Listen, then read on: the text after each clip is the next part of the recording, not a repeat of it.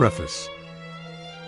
The feeling of having no power over people and events is generally unbearable to us. When we feel helpless, we feel miserable. No one wants less power. Everyone wants more. In the world today, however, it is dangerous to seem too power-hungry, to be overt with your power moves. We have to seem fair and decent. So we need to be subtle, congenial yet cunning, democratic yet devious. This game of constant duplicity most resembles the power dynamic that existed in the scheming world of the old aristocratic court. Throughout history, a court has always formed itself around the person in power: king, queen, emperor, leader. The courtiers who filled this court were in an especially delicate position. They had to serve their masters, but if they seemed to fawn, if they curried favor too obviously, the other courtiers around them would notice and would act against them. Attempts to win the master's favor then had to be subtle. And even skilled courtiers capable of such subtlety still had to protect themselves from their fellow courtiers, who at all moments were scheming to push them aside. Meanwhile, the court was supposed to represent the height of civilization and refinement. Violent or overt power moves were frowned upon. Courtiers would work silently and secretly against any among them who used force. This was the courtier's dilemma. While appearing the very paragon of elegance, they had to outwit and thwart their own opponents in the subtlest of ways.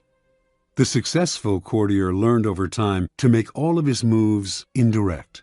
If he stabbed an opponent in the back, it was with a velvet glove on his hand and the sweetest of smiles on his face.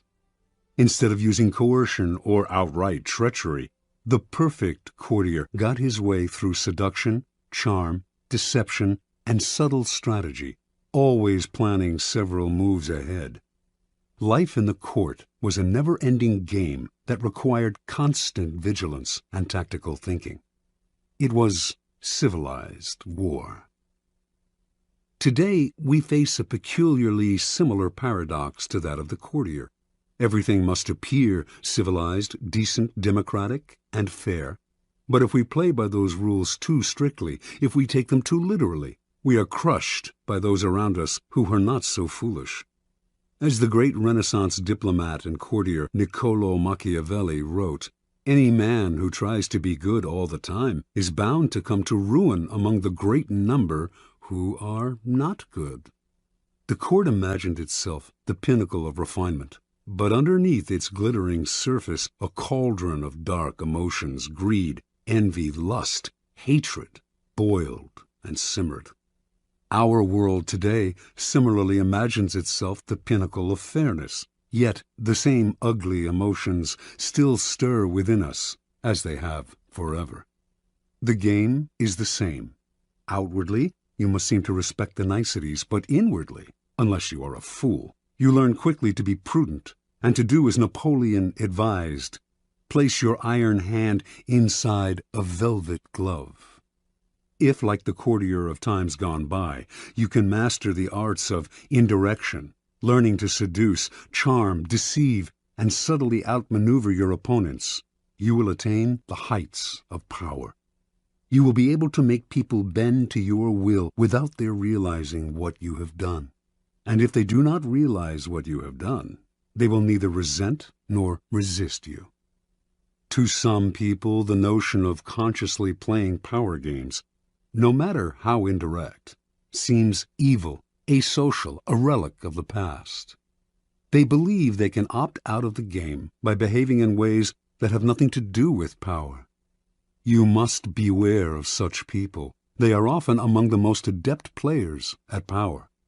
They utilize strategies that cleverly disguise the nature of the manipulation involved. These types, for example, will often display their weakness and lack of power as a kind of moral virtue. But true powerlessness, without any motive of self-interest, would not publicize its weakness to gain sympathy or respect. Making a show of one's weakness is actually a very effective strategy, subtle and deceptive, in the game of power. Another strategy of the supposed non-player is to demand equality in every area of life. Everyone must be treated alike, whatever their status and strength. But if, to avoid the taint of power, you attempt to treat everyone equally and fairly, you will confront the problem that some people do certain things better than others. Treating everyone equally means ignoring their differences, elevating the less skillful, and suppressing those who excel. Again, many of those who behave this way are actually deploying another power strategy, redistributing people's rewards in a way that they determine. Yet another way of avoiding the game would be perfect honesty and straightforwardness, since one of the main techniques of those who seek power is deceit and secrecy. But being perfectly honest will inevitably hurt and insult a great many people, some of whom will choose to injure you in return. No one will see your honest statement as completely objective and free of some personal motivation. And they will be right. In truth, the use of honesty is indeed a power strategy, intended to convince people of one's noble, good-hearted, selfless character. It is a form of persuasion, even a subtle form of coercion. Finally, those who claim to be non-players may affect an air of naivete to protect them from the accusation that they are after power. Beware again, however, for the appearance of naivete can be an effective means of deceit, and even genuine naivete is not free of the snares of power. Children may be naive in many ways, but they often act from an elemental need to gain control over those around them. Children suffer greatly from feeling powerless in the adult world, and they use any means available to get their way. Genuinely innocent people may still be playing for power, and are often horribly effective at the game, since they are not hindered by reflection. Once again, those who make a show or display of innocence are the least innocent of all. You can recognize these supposed non-players by the way they flaunt their moral qualities, their piety, their exquisite sense of justice. But since all of us hunger for power, and almost all of our actions are aimed at gaining it, the non-players are merely throwing dust in our eyes, distracting us from their power plays with their air of moral superiority. If you observe them closely, you will see, in fact, that they are often the ones most skillful at indirect manipulation, even if some of them practice it unconsciously. And they greatly resent any publicizing of the tactics they use every day. If the world is like a giant scheming court, and we are trapped inside it, there is no use in trying to opt out of the game. That will only render you powerless, and powerlessness will make you miserable. Instead of struggling against the inevitable, instead of arguing and whining and feeling guilty, it is far better to excel at power. In fact, the better you are at dealing with power, the better friend, lover, husband, wife, and person you become. By following the route of the perfect courtier, you learn to make others feel better about themselves, becoming a source of pleasure to them. They will grow dependent on your abilities and desirous of your presence. By mastering the 48 laws in this book, you spare others the pain that comes from bungling with power, by playing with fire without knowing its properties. If the game of power is inescapable, better to be an artist than a denier or a bungler. Learning the game of power requires a certain way of looking at the world, a shifting of perspective. It takes effort and years of practice, for much of the game may not come naturally. Certain basic skills are required, and once you master these skills, you will be able to apply the laws of power more easily. The most important of these skills, and power's crucial foundation, is the ability to master your emotions. An emotional response to a situation is the single greatest barrier to power. A mistake that will cost you a lot more than any temporary satisfaction you might gain by expressing your feelings. Emotions cloud reason, and if you cannot see the situation clearly, you cannot prepare for and respond to it with any degree of control. Anger is the most destructive of emotional responses, for it clouds your vision the most. It also has a ripple effect that invariably makes situations less controllable and heightens your enemy's resolve. If you are trying to destroy an enemy who has hurt you, far better to keep him off guard by feigning friendliness than showing your anger. Love and affection are also potentially destructive in that they blind you to the often self-serving interests of those whom you least suspect of playing a power game. You cannot repress anger or love, or avoid feeling them, and you should not try, but you should be careful about how you express them. And most important, they should never influence your plans and strategies in any way. Related to mastering your emotions is the ability to distance yourself from the present moment and think objectively about the past and future. Like the double-faced Roman deity and guardian of all gates and doorways, you must be able to look in both directions at once, the better to handle danger from wherever it comes. Such is the face you must create for yourself, one face looking continuously to the future and the other to the past. For the future, the motto is, no days unalert. Nothing should catch you by surprise because you are constantly imagining problems before they arise. Instead of spending your time dreaming of your plan's happy ending, you must work on calculating every possible permutation and pitfall that might emerge in it. The further you see, the more steps ahead you plan, the more powerful you become. The other face of Janus looks constantly to the past, though not to remember past hurts or bear grudges. That would only curb your power. Half of the game is learning how to forget those events in the past that eat away at you and cloud your reason. The real purpose of the backward glancing eye is to educate yourself constantly. You look at the past to learn from those who came before you. The many historical examples in this book will greatly help that process. Then, having looked to the past, you look closer at hand, to your own actions and those of your friends. This is the most vital school you can learn from because it comes from personal experience. You begin by examining the mistakes you have made in the past, the ones that have most grievously held you back. You analyze them in terms of the 48 laws of power, and you extract from them a lesson and an oath. I shall never repeat such a mistake. I shall never fall into such a trap again. If you can evaluate and observe yourself in this way, you can learn to break the patterns of the past, an immensely valuable skill. Power requires the ability to play with appearances. To this end, you must learn to wear many masks and keep a bag full of deceptive tricks.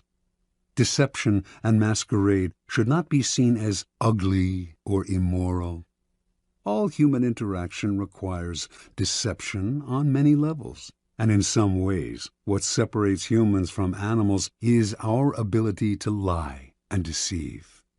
In Greek myths, in India's Mahabharata cycle, in the Middle Eastern epic of Gilgamesh, it is the privilege of the gods to use deceptive arts. A great man, Odysseus, for instance, was judged by his ability to rival the craftiness of the gods, stealing some of their divine power by matching them in wits and deception. Deception is a developed art of civilization and the most potent weapon in the game of power. You cannot succeed at deception unless you take a somewhat distanced approach to yourself, unless you can be many different people wearing the mask that the day and the moment require.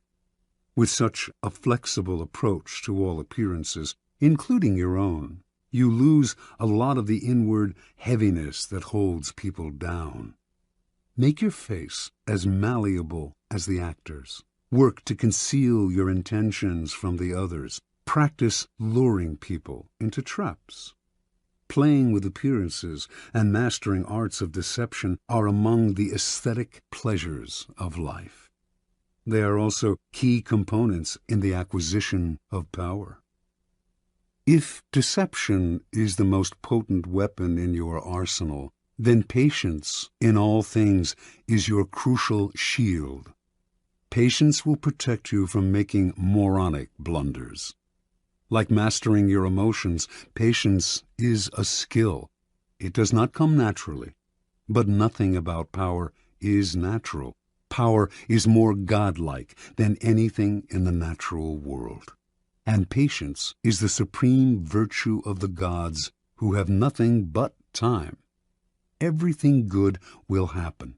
The grass will grow again, if you give it time and see several steps into the future. Impatience, on the other hand, only makes you look weak.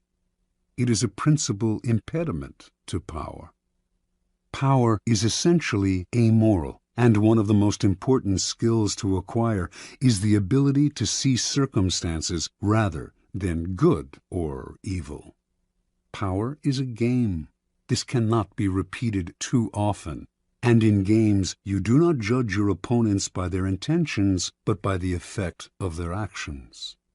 You measure their strategy and their power by what you can see and feel. How often are someone's intentions made the issue only to cloud and deceive? What does it matter if another player, your friend or rival, intended good things and had only your interests at heart, if the effects of his action lead to so much ruin and confusion? It is only natural for people to cover up their actions with all kinds of justifications, always assuming that they have acted out of goodness. You must learn to inwardly laugh each time you hear this, and never get caught up in gauging someone's intentions and actions through a set of moral judgments that are really an excuse for the accumulation of power. It is a game. Your opponent sits opposite you. Both of you behave as gentlemen or ladies, observing the rules of the game and taking nothing personally. You play with a strategy, and you observe your opponent's moves with as much calmness as you can muster. In the end, you will appreciate the politeness of those you are playing with more than their good and sweet intentions. Train your eye to follow the results of their moves, the outward circumstances, and do not be distracted by anything else. Half of your mastery of power comes from what you do not do, what you do not allow yourself to get dragged into. For this skill, you must learn to judge all things by what they cost you. As Nietzsche wrote, the value of a thing sometimes lies not in what one attains with it, but in what one pays for it, what it costs us. Perhaps you will attain your goal, and a worthy goal at that, but at what price? Apply this standard to everything, including whether to collaborate with other people to come to their aid. In the end, life is short, opportunities are few, and you have only so much energy to draw on. And in this sense, time is as important a consideration as any other. Never waste valuable time or mental peace of mind on the affairs of others. That is too high a price to pay. Power is a social game. To learn and master it, you must develop the ability to study and understand people. As the great 17th century thinker and courtier Balthazar Gracian wrote, many people spend time studying the properties of animals or herbs. How much more important it would be to study those of people with whom we must live or die. To be a master player, you must also be a master psychologist. You must recognize motivations and see through the cloud of dust with which people surround their actions. An understanding of people's hidden motives is the single greatest piece of knowledge you can have in acquiring power. It opens up endless possibilities of deception, seduction, and manipulation. People are of infinite complexity, and you can spend a lifetime watching them without ever fully understanding them. So it is all the more important, then, to begin your education now. In doing so, you must also keep one principle in mind. Never discriminate as to whom you study and whom you trust. Never trust anyone completely, and study everyone, including friends and loved ones. Finally, you must learn always to take the indirect route to power. Disguise your cunning like a billiard ball that caroms several times before it hits its target. Your moves must be planned and developed in the least obvious way. By training yourself to be indirect, you can thrive in the modern court, appearing the paragon of decency while being the consummate manipulator. Consider the 48 Laws of Power, a kind of handbook on the arts of indirection. The laws are based on the writings of men and women who have studied and mastered the game of power. These writings span a period of more than 3,000 years and were created in civilizations as disparate as ancient China and Renaissance Italy. Yet they share common threads and themes, together hinting at an essence of power that has yet to be fully articulated. The 48 Laws of Power are the distillation of this accumulated wisdom, gathered from the writings of the most illustrious strategists, statesmen, courtiers, seducers, and con artists in history. The laws have a simple premise. Certain actions almost always increase one's power, the observance of the law, while others decrease it and even ruin us, the transgression of the law. These transgressions and observances are illustrated by historical examples. The laws are timeless and definitive. The 48 Laws of Power can be used in several ways. By listening to this program straight through, you can learn about power in general.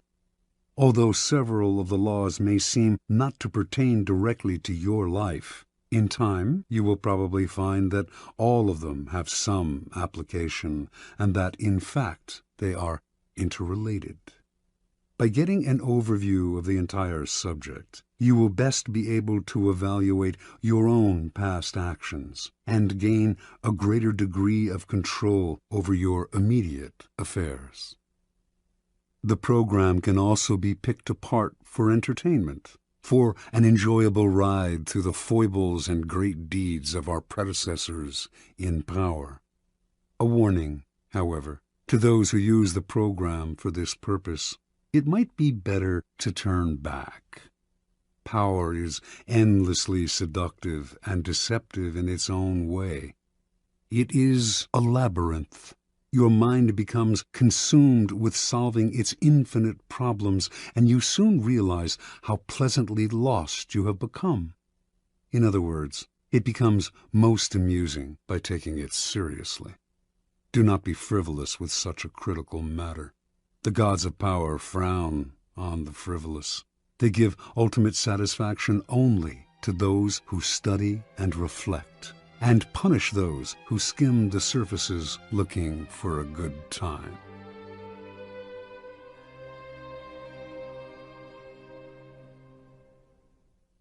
Law 1. Never outshine the master. Judgment. Always make those above you feel comfortably superior. In your desire to please and impress them, do not go too far in displaying your talents, or you might accomplish the opposite, inspire fear and insecurity. Make your masters appear more brilliant than they are, and you will attain the heights of power. Transgression of the law. Nicolas Fouquet, Louis XIV's finance minister in the first years of his reign, was a generous man who loved lavish parties, pretty women, and poetry. He also loved money, for he led an extravagant lifestyle. Fouquet was clever and very much indispensable to the king. So, when the prime minister, Jules Mazarin, died in 1661, the finance minister expected to be named the successor. Instead, the king decided to abolish the position. This and other signs made Fouquet suspect that he was falling out of favor, and so he decided to ingratiate himself with the king by staging the most spectacular party the world had ever seen. The party's ostensible purpose would be to commemorate the completion of Fouquet's chateau, Vaux-le-Vicomte, but its real function was to pay tribute to the king, the guest of honor. The most brilliant nobility of Europe and some of the greatest minds of the time, La Fontaine, La Rochefoucauld, Madame de Sévigné, attended the party. Molière wrote a play for the occasion in which he himself was to perform at the evening's conclusion. The party began with a lavish 7-course dinner featuring foods from the Orient never before tasted in France, as well as new dishes created especially for the night. The meal was accompanied with music commissioned by Fouquet to honor the king. After dinner, there was a promenade through the chateau's gardens. The grounds and fountains of Vaux-le-Vicomte were to be the inspiration for Versailles. Fouquet personally accompanied the young king through the geometrically aligned arrangements of shrubbery and flower beds. Arriving at the garden's canals, they witnessed a fireworks display which was followed by the performance of Molière's play. The party ran well into the night, and everyone agreed it was the most amazing affair they had ever attended. The next day, Fouquet was arrested by the king's head musketeer, D'Artagnan. 3 months later, he went on trial for stealing from the country's treasury. Actually, most of the stealing he was accused of he had done on the king's behalf and with the king's permission. Fouquet was found guilty and sent to the most isolated prison in France, high in the Pyrenees Mountains, where he spent the last 20 years of his life in solitary confinement. Interpretation. Louis XIV, the Sun King, was a proud and arrogant man who wanted to be the center of attention at all times.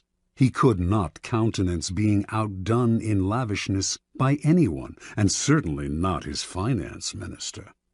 To succeed Fouquet, Louis chose Jean-Baptiste Colbert, a man famous for his parsimony and for giving the dullest parties in Paris.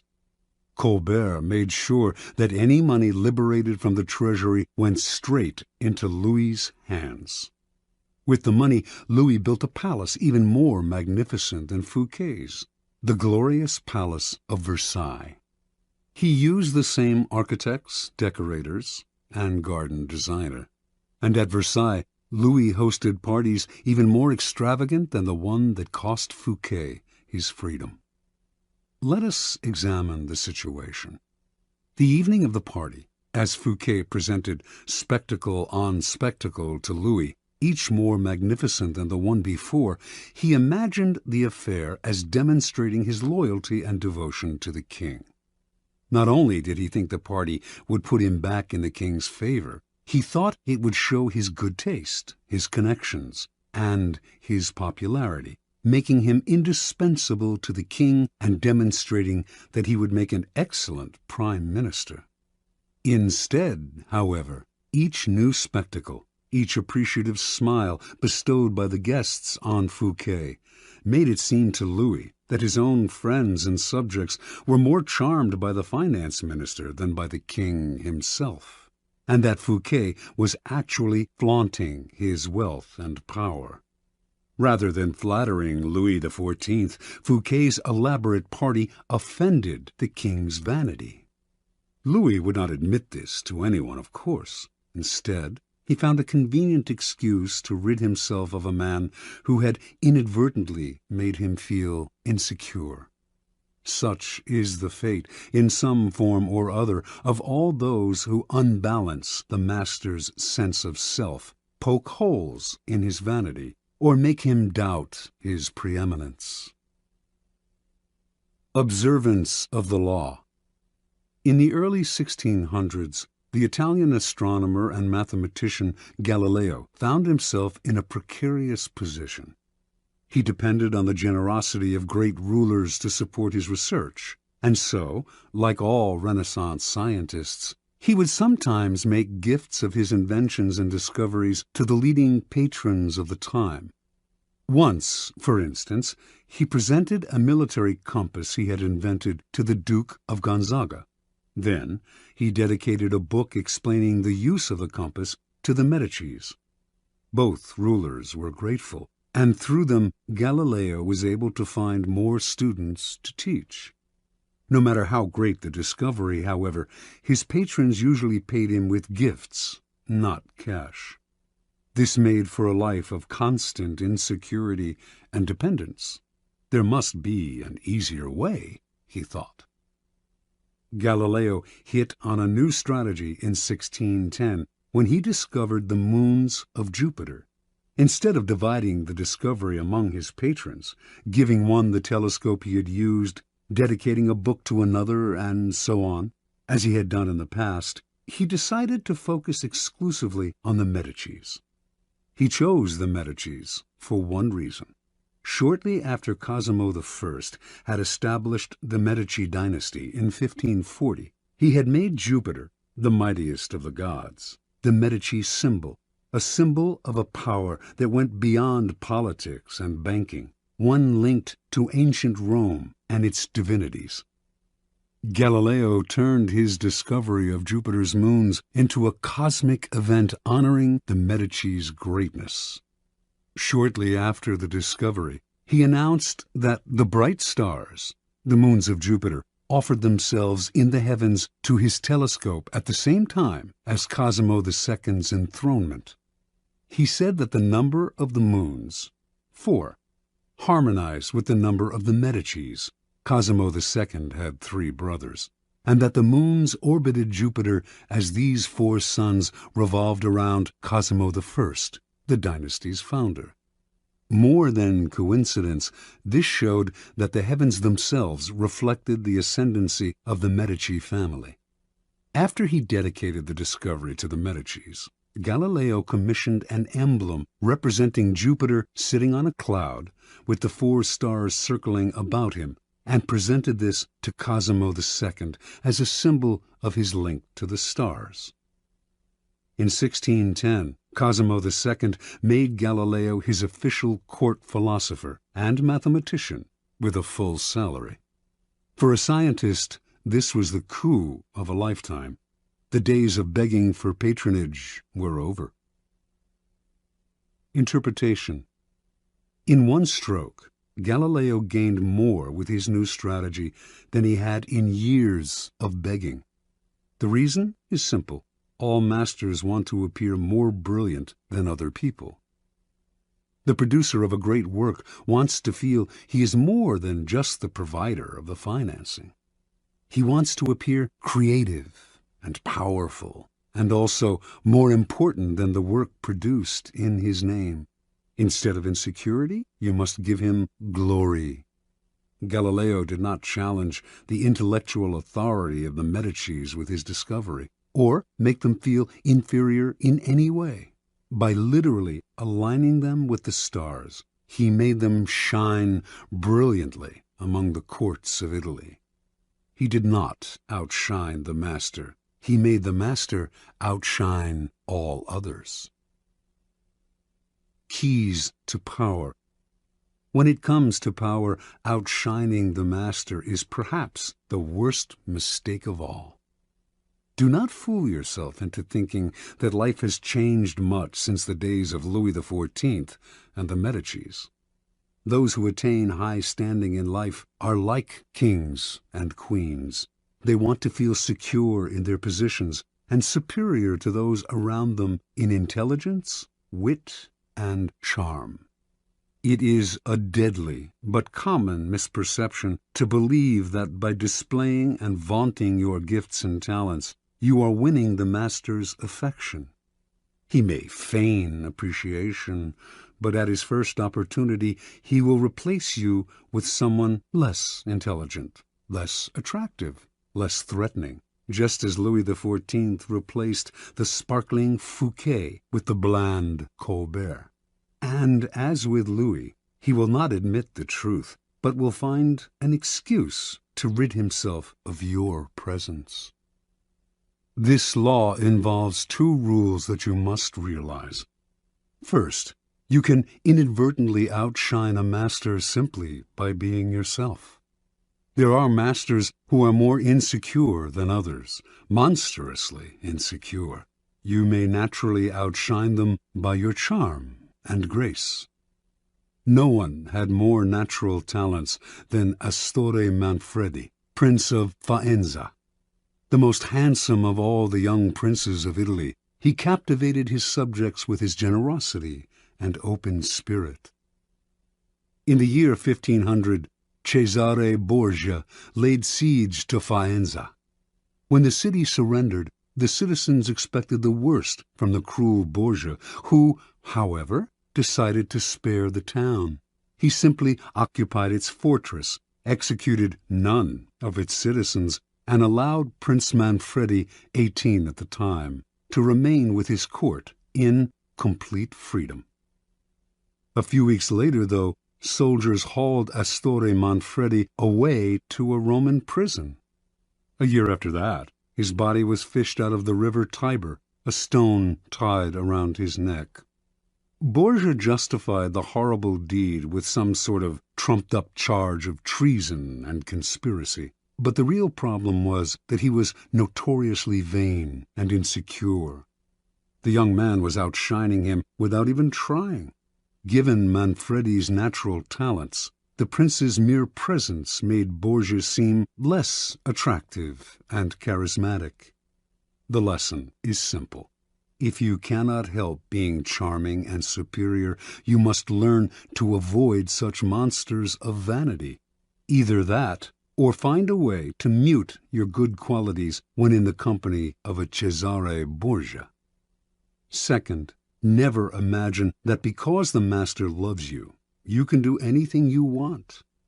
Entire books could be written about favorites who fell out of favor by taking their status for granted, for daring to outshine. Knowing the dangers of outshining your master, you can turn this law to your advantage. First, you must flatter and puff up your master. Overt flattery can be effective, but has its limits. It is too direct and obvious, and looks bad to other courtiers. Discreet flattery is much more powerful. If you are more intelligent than your master, for example, seem the opposite. Make him appear more intelligent than you. Act naive. Make it seem that you need his expertise. Commit harmless mistakes that will not hurt you in the long run, but will give you the chance to ask for his help. Masters adore such requests. A master who cannot bestow on you the gifts of his experience may direct rancor and ill will at you instead. If your ideas are more creative than your master's, ascribe them to him in as public a manner as possible. Make it clear that your advice is merely an echo of his advice. He must appear as the sun around which everyone revolves, radiating power and brilliance, the center of attention. If you are thrust into the position of entertaining him, a display of your limited means may win you his sympathy. Any attempt to impress him with your grace and generosity can prove fatal. Learn from Fouquet. or pay the price. In all of these cases, it is not a weakness to disguise your strengths if, in the end, they lead to power. By letting others outshine you, you remain in control instead of being a victim of their insecurity. This will all come in handy the day you decide to rise above your inferior status. If, like Galileo, you can make your master shine even more in the eyes of others, then you are a godsend, and you will be instantly promoted. Law 2. Never put too much trust in friends. Learn how to use enemies. Judgment. Be wary of friends. They will betray you more quickly, for they are easily aroused to envy. They also become spoiled and tyrannical. But hire a former enemy, and he will be more loyal than a friend, because he has more to prove. In fact, you have more to fear from friends than from enemies. If you have no enemies, find a way to make them. Transgression of the law. In the mid-9th century A.D., a young man named Michael III assumed the throne of the Byzantine Empire. His mother, the Empress Theodora, had been banished to a nunnery, and her lover, Theoctistus, had been murdered. At the head of the conspiracy to depose Theodora and enthrone Michael had been Michael's uncle, Bardas, a man of intelligence and ambition. Michael was now a young, inexperienced ruler, surrounded by intriguers, murderers, and profligates. In this time of peril, he needed someone he could trust as his counselor, and his thoughts turned to Basilius, his best friend. Basilius had no experience whatsoever in government and politics. In fact, he was the head of the royal stables, but he had proven his love and gratitude time and again. They had met a few years before, when Michael had been visiting the stables just as a wild horse got loose. Basilius, a young groom from peasant Macedonian stock, had saved Michael's life.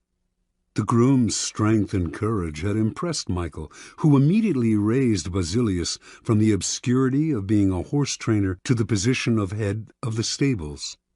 He loaded his friend with gifts and favors, and they became inseparable. Basilius was sent to the finest school in Byzantium, and the crude peasant became a cultured and sophisticated courtier. Now Michael was emperor, and in need of someone loyal.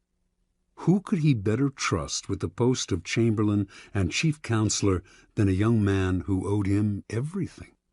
Basilius could be trained for the job, and Michael loved him like a brother. Ignoring the advice of those who recommended the much more qualified Bardas, Michael chose his friend. Basilius learned well, and was soon advising the emperor on all matters of state. The only problem seemed to be money. Basilius never had enough.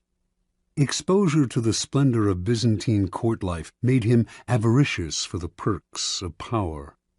Michael doubled, then tripled his salary, ennobled him, and married him off to his own mistress, Eudoxia Ingerina. Keeping such a trusted friend and adviser satisfied was worth any price. But more trouble was to come. Bardas was now head of the army, and Basilius convinced Michael that the man was hopelessly ambitious. Under the illusion that he could control his nephew, Bardas had conspired to put him on the throne, and he could conspire again, this time to get rid of Michael and assume the crown himself. Basilius poured poison into Michael's ear until the emperor agreed to have his uncle murdered. During a great horse race, Basilius closed in on Bardas in the crowd and stabbed him to death. Soon after, Basilius asked that he replace Bardas as head of the army, where he could keep control of the realm and quell rebellion. This was granted. Now Basilius's power and wealth only grew, and a few years later Michael, in financial straits from his own extravagance, asked him to pay back some of the money he had borrowed over the years. To Michael's shock and astonishment, Basilius refused, with a look of such impudence that the emperor suddenly realized his predicament. The former stable boy had more money, more allies in the army and senate, and in the end, more power than the emperor himself. A few weeks later, after a night of heavy drinking, Michael awoke to find himself surrounded by soldiers. Basilius watched as they stabbed the emperor to death. Then, after proclaiming himself emperor, he rode his horse through the streets of Byzantium, brandishing the head of his former benefactor and best friend at the end of a long pike. Interpretation. Michael staked his future on the sense of gratitude he thought Basilius must feel for him. Surely Basilius would serve him best. He owed the emperor his wealth, his education, and his position. It was only on the fateful day when the emperor saw that impudent smile on Basilius's face that he realized his deadly mistake. He had created a monster. He had allowed a man to see power up close, a man who then wanted more, who asked for anything and got it, who felt encumbered by the charity he had received, and simply did what many people do in such a situation. They forget the favors they have received and imagine they have earned their success by their own merits. At Michael's moment of realization, he could still have saved his own life, but friendship and love blind every man to their interests. Nobody believes a friend can betray, and Michael went on disbelieving until the day his head ended up on a pike. Keys to power. It is natural to want to employ your friends when you find yourself in times of need. The world is a harsh place, and your friends soften the harshness. Besides, you know them. Why depend on a stranger when you have a friend at hand? The problem is that you often do not know your friends as well as you imagine. When you decide to hire a friend, you gradually discover the qualities he or she has kept hidden. Strangely enough, it is your act of kindness that unbalances everything. People want to feel they deserve their good fortune. The receipt of a favor can become oppressive. It means you have been chosen because you are a friend, not necessarily because you are deserving. There is almost a touch of condescension in the act of hiring friends that secretly afflicts them.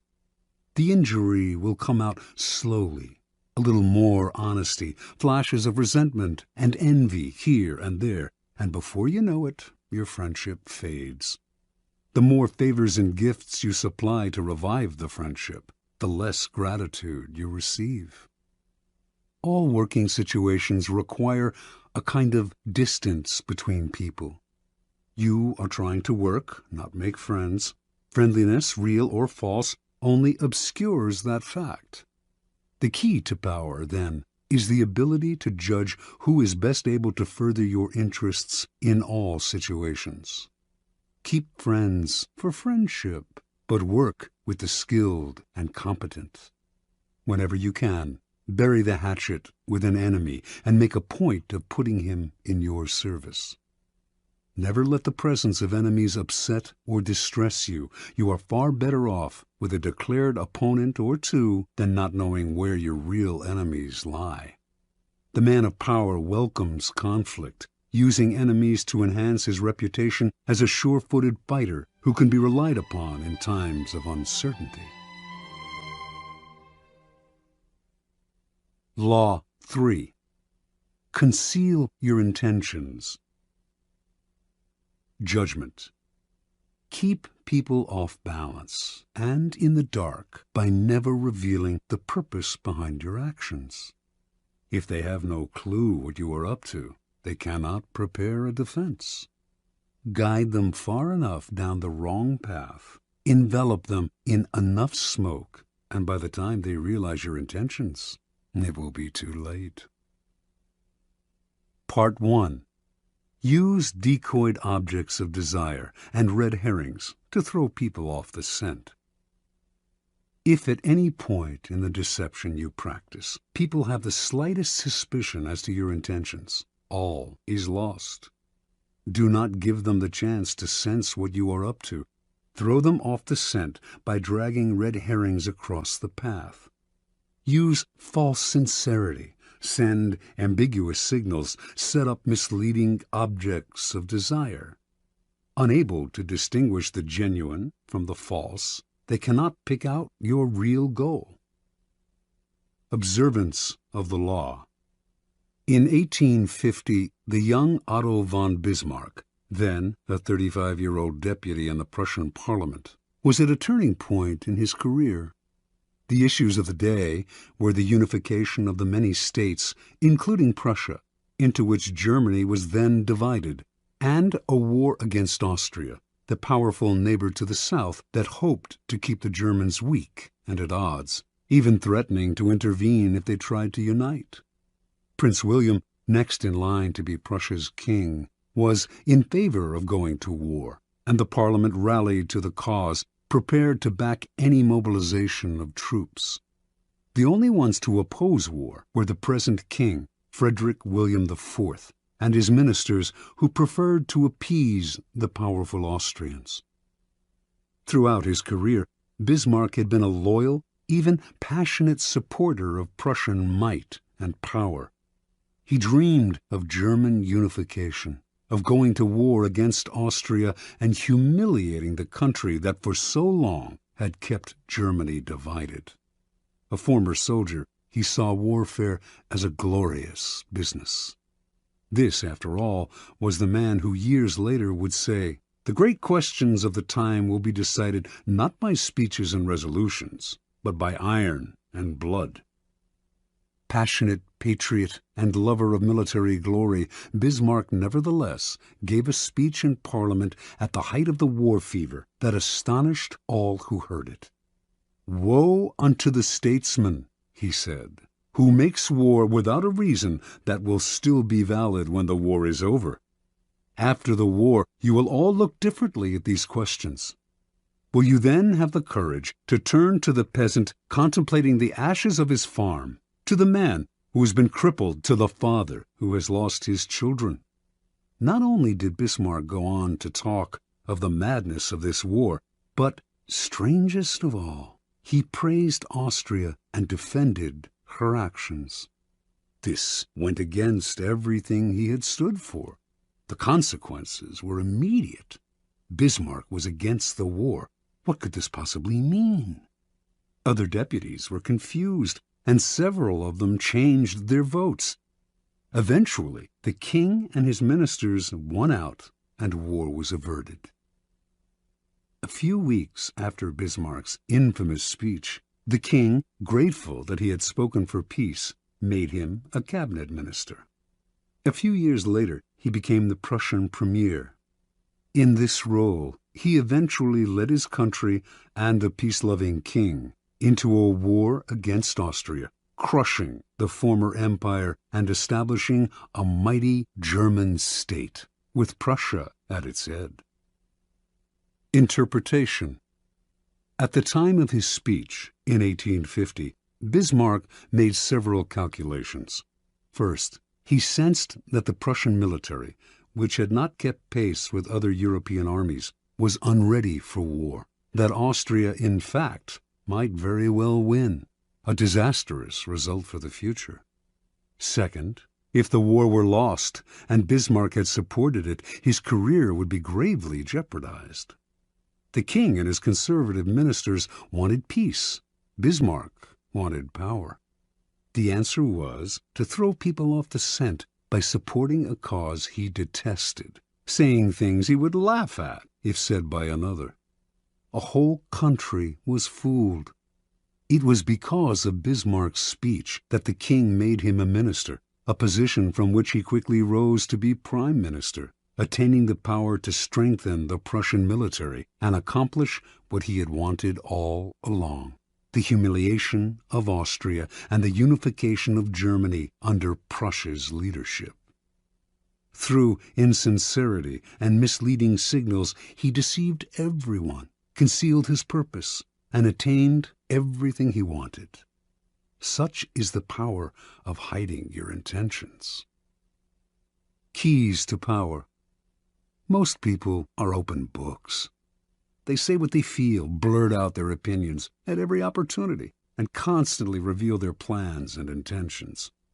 They do this for several reasons. First, it is easy and natural to always want to talk about one's feelings and plans for the future.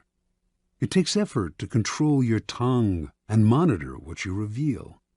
Second, many believe that by being honest and open, they are winning people's hearts and showing their good nature. They are greatly deluded. Honesty is actually a blunt instrument which bloodies more than it cuts. Your honesty is likely to offend people. It is much more prudent to tailor your words, telling people what they want to hear, rather than the coarse and ugly truth of what you feel or think. More important, by being unabashedly open, you make yourself so predictable and familiar that it is almost impossible to respect or fear you, and power will not accrue to a person who cannot inspire such emotions. If you yearn for power, quickly lay honesty aside and train yourself in the art of concealing your intentions. Master the art, and you will always have the upper hand. Basic to an ability to conceal one's intentions is a simple truth about human nature. Our first instinct is to always trust appearances. We cannot go around doubting the reality of what we see and hear. Constantly imagining that appearances concealed something else would exhaust and terrify us. This fact makes it relatively easy to conceal one's intentions. Simply dangle an object you seem to desire, a goal you seem to aim for, in front of people's eyes, and they will take the appearance for reality. Once their eyes focus on the decoy, they will fail to notice what you are really up to. You can use this tactic in the following manner. Hide your intentions not by closing up, with the risk of appearing secretive and making people suspicious, but by talking endlessly about your desires and goals, just not your real ones. You will kill 3 birds with 1 stone. You appear friendly, open, and trusting. You conceal your intentions, and you send your rivals on time-consuming goose chases. Another powerful tool in throwing people off the scent is false sincerity. People easily mistake sincerity for honesty. Remember, their first instinct is to trust appearances, and since they value honesty and want to believe in the honesty of those around them, they will rarely doubt you or see through your act. Seeming to believe what you say gives your words great weight. To make your false sincerity an effective weapon in concealing your intentions, espouse a belief in honesty and forthrightness as important social values. Do this as publicly as possible. Emphasize your position on this subject by occasionally divulging some heartfelt thought, though only one that is actually meaningless or irrelevant, of course. Napoleon's minister Talleyrand was a master at taking people into his confidence by revealing some apparent secret. This feigned confidence, a decoy, would then elicit a real confidence on the other person's part. Remember, the best deceivers do everything they can to cloak their roguish qualities. They cultivate an air of honesty in one area to disguise their dishonesty in others. Honesty is merely another decoy in their arsenal of weapons. Part 2. Use smoke screens to disguise your actions. Deception is always the best strategy, but the best deceptions require a screen of smoke to distract people's attention from your real purpose. The bland exterior, like the unreadable poker face, is often the perfect smoke screen, hiding your intentions behind the comfortable and familiar. If you lead the sucker down a familiar path, he won't catch on when you lead him into a trap. Observance of the law. In 1910, a Mr. Sam Giesel of Chicago sold his warehouse business for close to $1 million. He settled down to semi-retirement and the managing of his many properties, but deep inside, he itched for the old days of deal-making. One day, a young man named Joseph Weil visited his office, wanting to buy an apartment he had up for sale. Giesel explained the terms. The price was $8,000, but he only required a down payment of $2,000. Weil said he would sleep on it, but he came back the following day and offered to pay the full $8,000 in cash if Giesel could wait a couple of days until a deal Weil was working on came through. Even in semi-retirement, a clever businessman like Giesel was curious as to how Weil would be able to come up with so much cash, roughly $150,000 today, so quickly. Weil seemed reluctant to say and quickly changed the subject, but Giesel was persistent. Finally, after assurances of confidentiality, Weil told Giesel the following story. Weil's uncle was the secretary to a coterie of multimillionaire financiers. These wealthy gentlemen had purchased a hunting lodge in Michigan 10 years ago at a cheap price. They had not used the lodge for a few years, so they had decided to sell it and had asked Weil's uncle to get whatever he could for it. For reasons, good reasons, of his own, the uncle had been nursing a grudge against the millionaires for years. This was his chance to get back at them. He would sell the property for $35,000 to a setup man, whom it was Weil's job to find. The financiers were too wealthy to worry about this low price.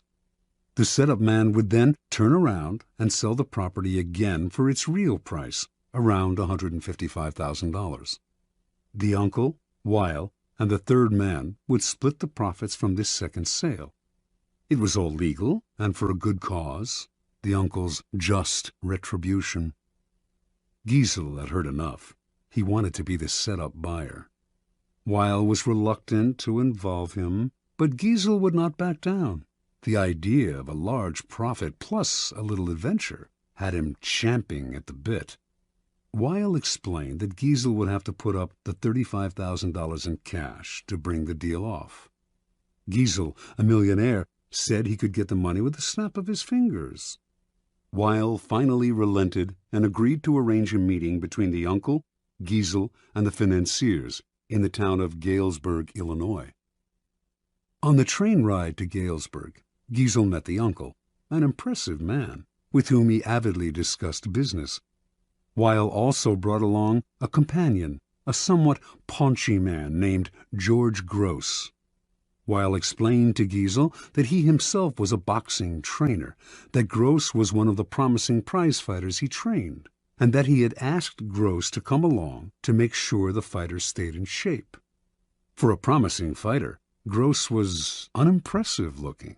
He had gray hair and a beer belly, but Giesel was so excited about the deal that he didn't really think about the man's flabby appearance. Once in Galesburg, Weil and his uncle went to fetch the financiers, while Giesel waited in a hotel room with Gross, who promptly put on his boxing trunks. As Giesel half-watched, Gross began to shadow box. Distracted as he was, Giesel ignored how badly the boxer wheezed after a few minutes of exercise, although his style seemed real enough. An hour later, Weil and his uncle reappeared with the financiers, an impressive, intimidating group of men, all wearing fancy suits. The meeting went well, and the financiers agreed to sell the lodge to Giesel, who had already had the $35,000 wired to a local bank. This minor business now settled, the financiers sat back in their chairs and began to banter about high finance, throwing out the name J.P. Morgan as if they knew the man. Finally, one of them noticed the boxer in the corner of the room. Weil explained what he was doing there. The financier countered that he too had a boxer in his entourage, whom he named. Weil laughed brazenly and exclaimed that his man could easily knock out their man. Conversation escalated into argument. In the heat of passion, Weil challenged the men to a bet. The financiers eagerly agreed and left to get their man ready for a fight the next day. As soon as they had left, the uncle yelled at Weil right in front of Giesel. They did not have enough money to bet with, and once the financiers discovered this, the uncle would be fired. Weil apologized for getting him in this mess, but he had a plan. He knew the other boxer well, and with a little bribe they could fix the fight. But where would the money come from for the bet? The uncle replied. Without it, they were as good as dead. Finally, Giesel had heard enough. Unwilling to jeopardize his deal with any ill will, he offered his own $35,000 cash for part of the bet. Even if he lost that, he would wire for more money and still make a profit on the sale of the lodge. The uncle and nephew thanked him. With their own $15,000 and Giesel's $35,000, they would manage to have enough for the bet. That evening, as Giesel watched the two boxers rehearse the fix in the hotel room, his mind reeled at the killing he was going to make from both the boxing match and the sale of the lodge. The fight took place in a gym the next day. Weil handled the cash, which was placed for security in a locked box. Everything was proceeding as planned in the hotel room. The financiers were looking glum at how badly their fighter was doing, and Giesel was dreaming about the easy money he was about to make. Then, suddenly, a wild swing by the financier's fighter hit Gross hard on the face, knocking him down. When he hit the canvas, blood spurted from his mouth. He coughed, then lay still. One of the financiers, a former doctor, checked his pulse. He was dead. The millionaires panicked. Everyone had to get out before the police arrived. They could all be charged with murder. Terrified, Giesel hightailed it out of the gym and back to Chicago, leaving behind his $35,000, which he was only too glad to forget, for it seemed a small price to pay to avoid being implicated in a crime. He never wanted to see Weil or any of the others again. After Giesel scurried out, Gross stood up under his own steam. The blood that had spurted from his mouth came from a ball filled with chicken blood and hot water that he had hidden in his cheek. The whole affair had been masterminded by Weil, better known as the Yellow Kid, one of the most creative con artists in history. Weil split the $35,000 with the financiers and the boxers, all fellow con artists, a nice little profit for a few days' work. Interpretation. The Yellow Kid had staked out Giesel as the perfect sucker long before he set up the con. He knew the boxing match scam would be the perfect ruse to separate Giesel from his money quickly and definitively. But he also knew that if he had begun by trying to interest Giesel in the boxing match, he would have failed miserably. He had to conceal his intentions and switch attention, create a smokescreen, in this case the sale of the lodge. On the train ride and in the hotel room, Giesel's mind had been completely occupied with the pending deal, the easy money, the chance to hobnob with wealthy men. He had failed to notice that Gross was out of shape and middle-aged at best. Such is the distracting power of a smokescreen. Engrossed in the business deal, Giesel's attention was easily diverted to the boxing match, but only at a point when it was already too late for him to notice the details that would have given Gross away. The match, after all, now depended on a bribe rather than on the boxer's physical condition, and Giesel was so distracted at the end by the illusion of the boxer's death that he completely forgot about his money. Learn from the Yellow Kid. The familiar, inconspicuous front is the perfect smokescreen. Approach your mark with an idea that seems ordinary enough, a business deal, financial intrigue. The sucker's mind is distracted, his suspicions allayed. That is when you gently guide him onto the second path, the slippery slope down which he slides helplessly into your trap. Keys to power.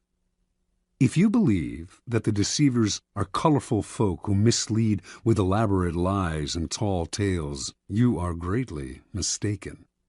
The best deceivers utilize a bland and inconspicuous front that calls no attention to themselves. They know that extravagant words and gestures immediately raise suspicion. Instead, they envelop their mark in the familiar, the banal, the harmless. The simplest form of smokescreen is facial expression. Behind a bland, unreadable exterior, all sorts of mayhem can be planned without detection. This is a weapon that the most powerful men in history have learned to perfect. It was said that no one could read Franklin D. Roosevelt's face. Baron James Rothschild made a lifelong practice of disguising his real thoughts behind bland smiles and nondescript looks.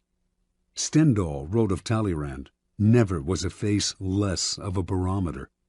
As one poker manual explains it, while playing his hand, the good player is seldom an actor. Instead, he practices a bland behavior that minimizes readable patterns, frustrates and confuses opponents, permits greater concentration. An adaptable concept, the smokescreen can be practiced on a number of levels, all playing on the psychological principles of distraction and misdirection. One of the most effective smokescreens is the noble gesture. People want to believe apparently noble gestures are genuine, for the belief is pleasant.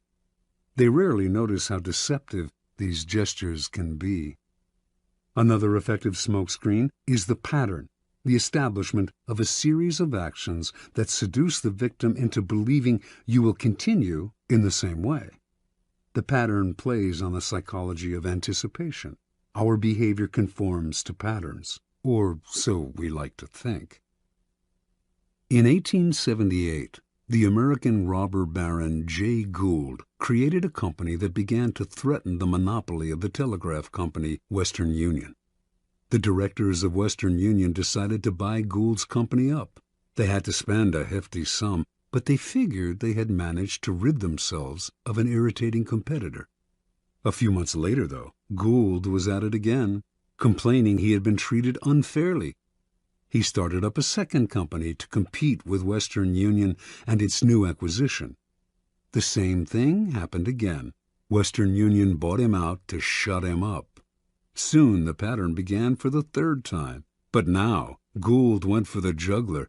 He suddenly staged a bloody takeover struggle and managed to gain complete control of Western Union. He had established a pattern that had tricked the company's directors into thinking his goal was to be bought out at a handsome rate. Once they paid him off, they relaxed and failed to notice that he was actually playing for higher stakes. The pattern is powerful in that it deceives the other person into expecting the opposite of what you are really doing. Remember, it takes patience and humility to dull your brilliant colors, to put on the mask of the inconspicuous. Do not despair at having to wear such a bland mask. It is often your unreadability that draws people to you and makes you appear a person of power.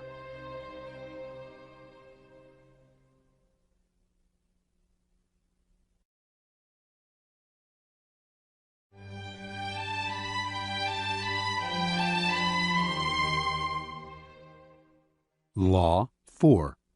Always say less than necessary. Judgment. When you are trying to impress people with words, the more you say, the more common you appear and the less in control. Even if you're saying something banal, it will seem original if you make it vague, open-ended, and sphinx-like. Powerful people impress and intimidate by saying less. The more you say, the more likely you are to say something foolish. Observance of the law. In the court of Louis XIV, nobles and ministers would spend days and nights debating issues of state. They would confer, argue, make and break alliances, and argue again until finally the critical moment arrived.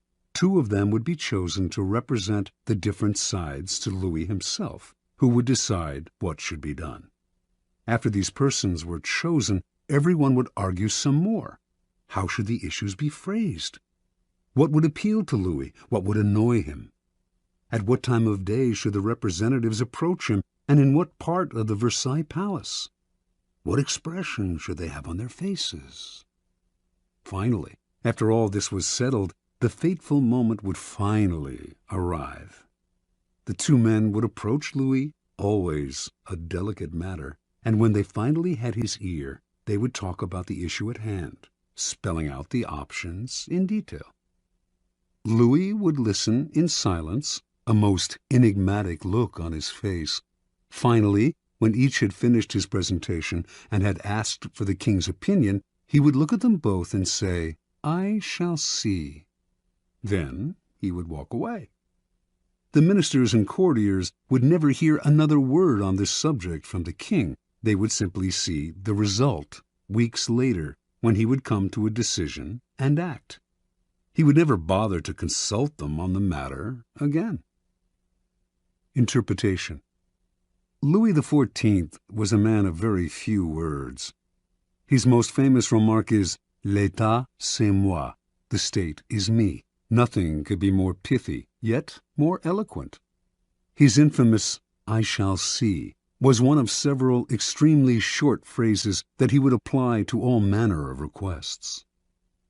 Louis was not always this way. As a young man, he was known for talking at length, delighting in his own eloquence. His later taciturnity was self-imposed, an act, a mask he used to keep everybody below him off balance. No one knew exactly where he stood or could predict his reactions. No one could try to deceive him by saying what they thought he wanted to hear, because no one knew what he wanted to hear. As they talked on and on to the silent Louis, they revealed more and more about themselves, information he would later use against them to great effect. In the end, Louis's silence kept those around him terrified and under his thumb. It was one of the foundations of his power. As Saint-Simon wrote, no one knew as well as he how to sell his words, his smile, even his glances. Everything in him was valuable because he created differences, and his majesty was enhanced by the sparseness of his words. Keys to power. Power is, in many ways, a game of appearances, and when you say less than necessary, you inevitably appear greater and more powerful than you are. Your silence will make other people uncomfortable. Humans are machines of interpretation and explanation. They have to know what you are thinking. When you carefully control what you reveal, they cannot pierce your intentions or your meaning. Your short answers and silences will put them on the defensive, and they will jump in, nervously filling the silence with all kinds of comments that will reveal valuable information about them and their weaknesses. They will leave a meeting with you feeling as if they had been robbed, and they will go home and ponder your every word. This extra attention to your brief comments will only add to your power. Law 5. So much depends on reputation. Guard it with your life. Judgment. Reputation is the cornerstone of power. Through reputation alone, you can intimidate and win. Once it slips, however, you are vulnerable and will be attacked on all sides. Make your reputation unassailable. Always be alert to potential attacks and thwart them before they happen. Meanwhile, learn to destroy your enemies by opening holes in their own reputations. Then stand aside and let public opinion hang them. Observance of the law. During China's War of the Three Kingdoms, AD 207 to 65, the great general Zhuge Liang, leading the forces of the Shu kingdom, dispatched his vast army to a distant camp while he rested in a small town with a handful of soldiers. Suddenly, sentinels hurried in with the alarming news that an enemy force of over 150,000 troops under Sima Yi was approaching. With only 100 men to defend him, Zhuge Liang's situation was hopeless. The enemy would finally capture this renowned leader. Without lamenting his fate or wasting time trying to figure out how he had been caught, Liang ordered his troops to take down their flags, throw open the city gates, and hide. He himself then took a seat on the most visible part of the city's wall, wearing a Taoist robe. He lit some incense, strummed his lute, and began to chant. Minutes later, he could see the vast enemy army approaching, an endless phalanx of soldiers. Pretending not to notice them, he continued to sing and play the lute. Soon the army stood at the town gates. At its head was Sima Yi, who instantly recognized the man on the wall. Even so, as his soldiers itched to enter the unguarded town through its open gates, Sima Yi hesitated, held them back, and studied Liang on the wall. Then he ordered an immediate and speedy retreat. Interpretation. Zhuge Liang was commonly known as the Sleeping Dragon. His exploits in the War of the Three Kingdoms were legendary. Once a man claiming to be a disaffected enemy lieutenant came to his camp offering help and information. Liang instantly recognized the situation as a setup. This man was a false deserter and should be beheaded. At the last minute, though, as the axe was about to fall, Liang stopped the execution and offered to spare the man's life if he agreed to become a double agent. Grateful and terrified, the man agreed and began supplying false information to the enemy. Liang won battle after battle. The Sleeping Dragon carefully cultivated his reputation of being the cleverest man in China, one who always had a trick up his sleeve.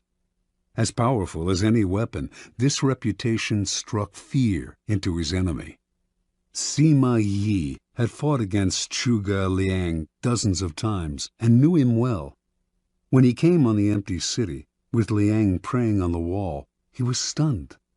The Taoist robes, the chanting, the incense, this had to be a game of intimidation. The man was obviously taunting him, daring him to walk into a trap. The game was so obvious that for one moment it crossed Yi's mind that Liang actually was alone and desperate. But so great was his fear of Liang that he dared not risk finding out. Such is the power of reputation. It can put a vast army on the defensive, even force them into retreat without a single arrow being fired. Keys to power.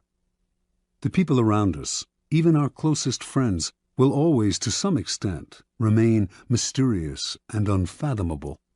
Their characters have secret recesses that they never reveal. The unknowableness of other people could prove disturbing if we thought about it long enough, since it would make it impossible for us really to judge other people. So, we prefer to ignore this fact and to judge people on their appearances, on what is most visible to our eyes: clothes, gestures, words, actions. In the social realm, appearances are the barometer of almost all of our judgments, and you must never be misled into believing otherwise. One false slip, one awkward or sudden change in your appearance can prove disastrous. This is the reason for the supreme importance of making and maintaining a reputation that is of your own creation. That reputation will protect you in the dangerous game of appearances, distracting the probing eyes of others from knowing what you are really like, and giving you a degree of control over how the world judges you, a powerful position to be in. Reputation has a power like magic. With one stroke of its wand, it can double your strength. It can also send people scurrying away from you. Whether the exact same deeds appear brilliant or dreadful can depend entirely on the reputation of the doer. In the beginning, you must work to establish a reputation for one outstanding quality, whether generosity or honesty or cunning. This quality sets you apart and gets other people to talk about you. You then make your reputation known to as many people as possible. Subtly, though, take care to build slowly and with a firm foundation, and watch as it spreads like wildfire. Reputation is a treasure to be carefully collected and hoarded. Especially when you are first establishing it, you must protect it strictly, anticipating all attacks on it. Once it is solid, do not let yourself get angry or defensive at the slanderous comments of your enemies. That reveals insecurity, not confidence in your reputation. Take the high road instead, and never appear desperate in your self-defense. On the other hand, an attack on another man's reputation is a potent weapon, particularly when you have less power than he does. He has much more to lose in such a battle, and your own thus far small reputation gives him a small target when he tries to return your fire. But this tactic must be practiced with skill. You must not seem to engage in petty vengeance. If you do not break your enemy's reputation cleverly, you will inadvertently ruin your own. Law 6. Court attention at all cost. Judgment. Everything is judged by its appearance. What is unseen counts for nothing. Never let yourself get lost in the crowd then, or buried in oblivion. Stand out. Be conspicuous at all cost. Make yourself a magnet of attention by appearing larger, more colorful, more mysterious than the bland and timid masses. Part 1. Surround your name with the sensational and scandalous. Draw attention to yourself by creating an unforgettable, even controversial image. Court scandal. Do anything to make yourself seem larger than life and shine more brightly than those around you. Make no distinction between kinds of attention. Notoriety of any sort will bring you power. Better to be slandered and attacked than ignored. Observance of the law. P.T. Barnum started his career as an assistant to the owner of a circus, Aaron Turner. In 1836, the circus stopped in Annapolis, Maryland, for a series of performances. On the morning of opening day, Barnum took a stroll through town, wearing a new black suit. People started to follow him. Someone in the gathering crowd shouted out that he was the Reverend Ephraim K. Avery, infamous as a man acquitted of the charge of murder, but still believed guilty by most Americans. The angry mob tore off Barnum's suit and was ready to lynch him. After desperate appeals, Barnum finally convinced them to follow him to the circus where he could verify his identity. Once there, old Turner confirmed that this was all a practical joke. He himself had spread the rumor that Barnum was Avery. The crowd dispersed, but Barnum, who had nearly been killed, was not amused. He wanted to know what could have induced his boss to play such a trick. "My dear Mr. Barnum," Turner replied, "it was all for our good. Remember, all we need to ensure success is notoriety." And indeed, everyone in town was talking about the joke, and the circus was packed that night, and every night it stayed in Annapolis. Barnum had learned a lesson he would never forget. Barnum's first big venture of his own was for the American Museum, a collection of curiosities located in New York. One day, a beggar approached Barnum in the street. Instead of giving him money, Barnum decided to employ him. Taking him back to the museum, he gave the man 5 bricks and told him to make a slow circuit of several blocks. At certain points, he was to lay down a brick on the sidewalk, always keeping 1 brick in hand. On the return journey, he was to replace each brick on the street with the one he held. Meanwhile, he was to remain serious of countenance and to answer no questions. Once back at the museum, he was to enter, walk around inside, then leave through the back door, and make the same bricklaying circuit again. On the man's first walk through the streets, several hundred people watched his mysterious movements. By his fourth circuit, onlookers swarmed around him, debating what he was doing. Every time he entered the museum, he was followed by people who bought tickets to keep watching him. Many of them were distracted by the museum's collections and stayed inside. By the end of the first day, the brick man had drawn over 1,000 people into the museum. A few days later, the police ordered him to cease and desist from his walks. The crowds were blocking traffic. The bricklaying stopped, but thousands of New Yorkers had entered the museum, and many of those had become P.T. Barnum converts. Barnum would put a band of musicians on a balcony overlooking the street, beneath a huge banner proclaiming "Free music for the millions." What generosity, New Yorkers thought, and they flocked to hear the free concerts. But Barnum took pains to hire the worst musicians he could find, and soon after the band struck up, people would hurry to buy tickets to the museum, where they would be out of earshot of the band's noise and of the booing of the crowd. Interpretation. Barnum understood the fundamental truth about attracting attention. Once people's eyes are on you, you have a special legitimacy. For Barnum, creating interest meant creating a crowd. As he later wrote, every crowd has a silver lining. At the beginning of your rise to the top, then, spend all your energy on attracting attention. Most important, the quality of the attention is irrelevant, no matter how badly his shows were reviewed or how slanderously personal were the attacks on his hoaxes. Barnum would never complain. If a newspaper critic reviled him particularly badly, in fact, he made sure to invite the man to an opening and to give him the best seat in the house. He would even write anonymous attacks on his own work, just to keep his name in the papers. From Barnum's vantage, attention, whether negative or positive, was the main ingredient of his success. The worst fate in the world for a man who yearns fame, glory, and of course power, is to be ignored. Keys to power. Burning more brightly than those around you is a skill that no one is born with. You have to learn to attract attention as surely as the lodestone attracts iron. At the start of your career, you must attach your name and reputation to a quality, an image that sets you apart from other people. This image can be something like a characteristic style of dress or a personality quirk that amuses people and gets talked about.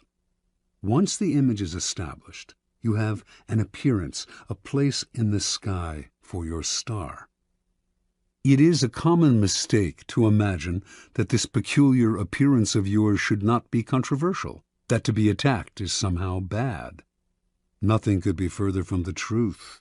To avoid being a flash in the pan and having your notoriety eclipsed by another, you must not discriminate between different types of attention. In the end, every kind will work in your favor. Once in the limelight, you must constantly renew it by adapting and varying your method of courting attention.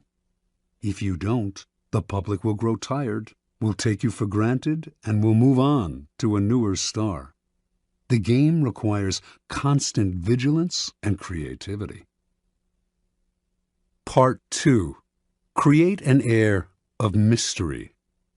In a world growing increasingly banal and familiar, what seems enigmatic instantly draws attention. Never make it too clear what you are doing or about to do. Do not show all your cards. An air of mystery heightens your presence. It also creates anticipation. Everyone will be watching you to see what happens next. Use mystery to beguile, seduce, even frighten. Observance of the law. Beginning in 1905, rumors started to spread throughout Paris of a young Oriental girl who danced in a private home, wrapped in veils that she gradually discarded.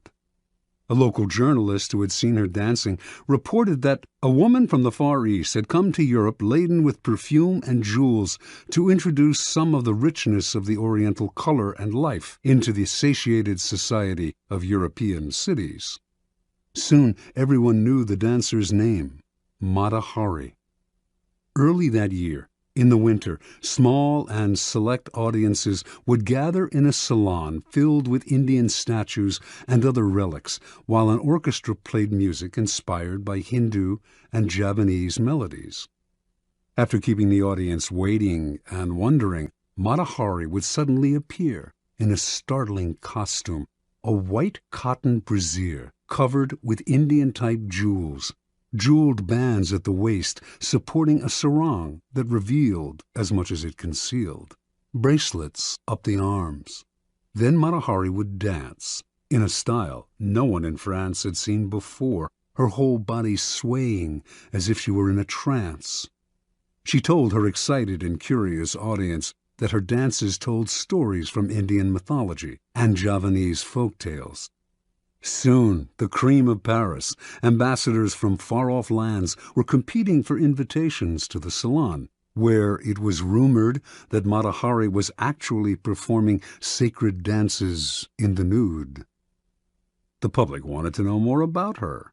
She told journalists that she was actually Dutch in origin, but had grown up on the island of Java. She would also talk about time spent in India, how she had learned sacred Hindu dances there, and how Indian women can shoot straight, ride horseback, and are capable of doing logarithms and talk philosophy. By the summer of 1905, although few Parisians had actually seen Mata Hari dance, her name was on everyone's lips. As Mata Hari gave more interviews, the story of her origins kept changing. She had grown up in India. Her grandmother was the daughter of a Javanese princess. She had lived on the island of Sumatra, where she had spent her time horseback riding, gun in hand, and risking her life. No one knew anything certain about her, but journalists did not mind these changes in her biography. They compared her to an Indian goddess, a creature from the pages of Baudelaire. Whatever their imagination wanted to see in this mysterious woman from the East. In August of 1905, Mata Hari performed for the first time in public. Crowds thronging to see her on opening night caused a riot. She had now become a cult figure, spawning many imitations. One reviewer wrote, "Mata Hari personifies all the poetry of India, its mysticism, its voluptuousness, its hypnotizing charm." Another noted, "If India possesses such unexpected treasures, then all Frenchmen will emigrate to the shores of the Ganges." Soon, the fame of Mata Hari and her sacred Indian dances spread beyond Paris. She was invited to Berlin, Vienna, Milan. Over the next few years, she performed throughout Europe, mixed with the highest social circles, and earned an income that gave her an independence rarely enjoyed by a woman of the period. Then, near the end of World War I, she was arrested in France, tried, convicted, and finally executed as a German spy. Only during the trial did the truth come out. Mata Hari was not from Java or India, had not grown up in the Orient, did not have a drop of Eastern blood in her body. Her real name was Margaretha Zell, and she came from the stolid northern province of Friesland, Holland. Interpretation. When Margaretha Zell arrived in Paris in 1904, she had half a franc in her pocket. She was one of the thousands of beautiful young girls who flocked to Paris every year, taking work as artists' models, nightclub dancers, or vaudeville performers at the Folies Bergère. After a few years, they would inevitably be replaced by younger girls, and would often end up on the streets, turning to prostitution, or else returning to the town they came from, older and chastened.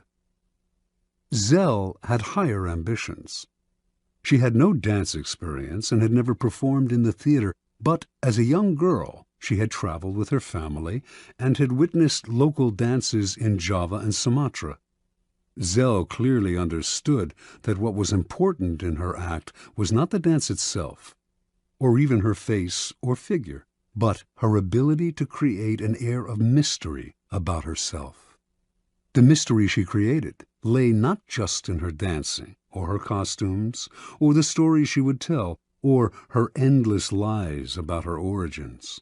It lay in an atmosphere enveloping everything she did. There was nothing you could say for sure about her. She was always changing, always surprising her audience with new costumes, new dances, new stories. This air of mystery left the public always wanting to know more, always wondering about her next move. Mata-Hari was no more beautiful than many of the other young girls who came to Paris, and she was not a particularly good dancer. What separated her from the mass, what attracted and held the public's attention and made her famous and wealthy, was her mystery. People are enthralled by mystery because it invites constant interpretation. They never tire of it. The mysterious cannot be grasped, and what cannot be seized and consumed creates power. Keys to power. In a world that is ever more banal, that has had its mystery and myth squeezed out of it, we secretly crave enigmas, people or things that cannot be instantly interpreted, seized, and consumed.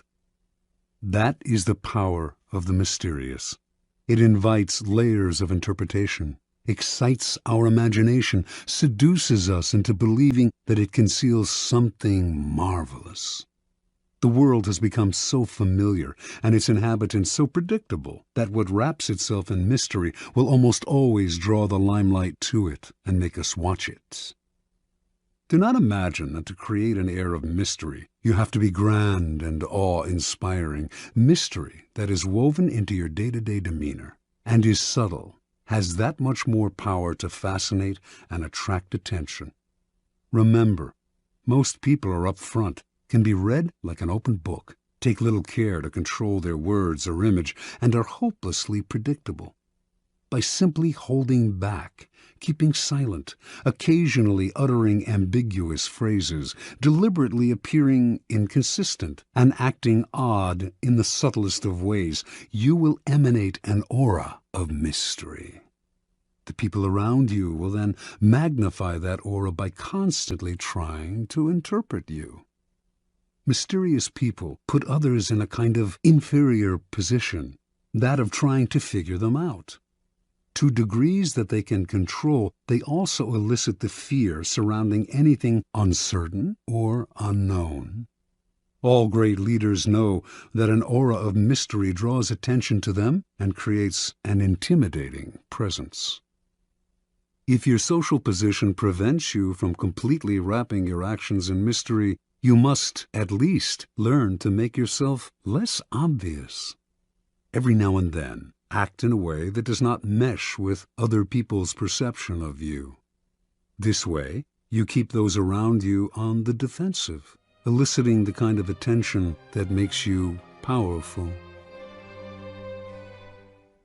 Law 7. Get others to do the work for you, but always take the credit. Judgment. Use the wisdom, knowledge, and legwork of other people to further your own cause. Not only will such assistance save you valuable time and energy, it will give you a godlike aura of efficiency and speed. In the end, your helpers will be forgotten, and you will be remembered. Never do yourself what others can do for you. Transgression and observance of the law. In 1883, a young Serbian scientist named Nikola Tesla was working for the European division of the Continental Edison Company. He was a brilliant inventor, and Charles Batchelor, a plant manager and a personal friend of Thomas Edison, persuaded him he should seek his fortune in America, giving him a letter of introduction to Edison himself. So began a life of woe and tribulation that lasted until Tesla's death. When Tesla met Edison in New York, the famous inventor hired him on the spot. Tesla worked 18-hour days, finding ways to improve the primitive Edison dynamos. Finally, he offered to redesign them completely. To Edison, this seemed a monumental task that could last years without paying off. But he told Tesla, "There's $50,000 in it for you, if you can do it." Tesla labored day and night on the project, and after only a year, he produced a greatly improved version of the dynamo, complete with automatic controls. He went to Edison to break the good news and receive his $50,000. Edison was pleased with the improvement, for which he and his company would take credit. But when it came to the issue of the money, he told the young Serb, "Tesla, you don't understand our American humor," and offered a small raise instead. Tesla's obsession was to create an alternating current system, AC, of electricity. Edison believed in the direct current system, DC, and not only refused to support Tesla's research, but later did all he could to sabotage him. Tesla turned to the great Pittsburgh magnate George Westinghouse, who had started his own electricity company. Westinghouse completely funded Tesla's research and offered him a generous royalty agreement on future profits. The AC system Tesla developed is still the standard today, but after patents were filed in his name, other scientists came forward to take credit for the invention, claiming that they had laid the groundwork for him. His name was lost in the shuffle, and the public came to associate the invention with Westinghouse himself.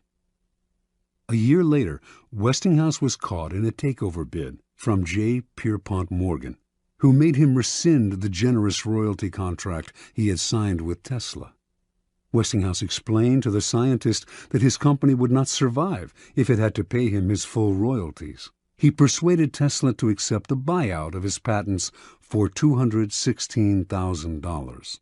A large sum, no doubt, but far less than the $12 million they were worth at the time.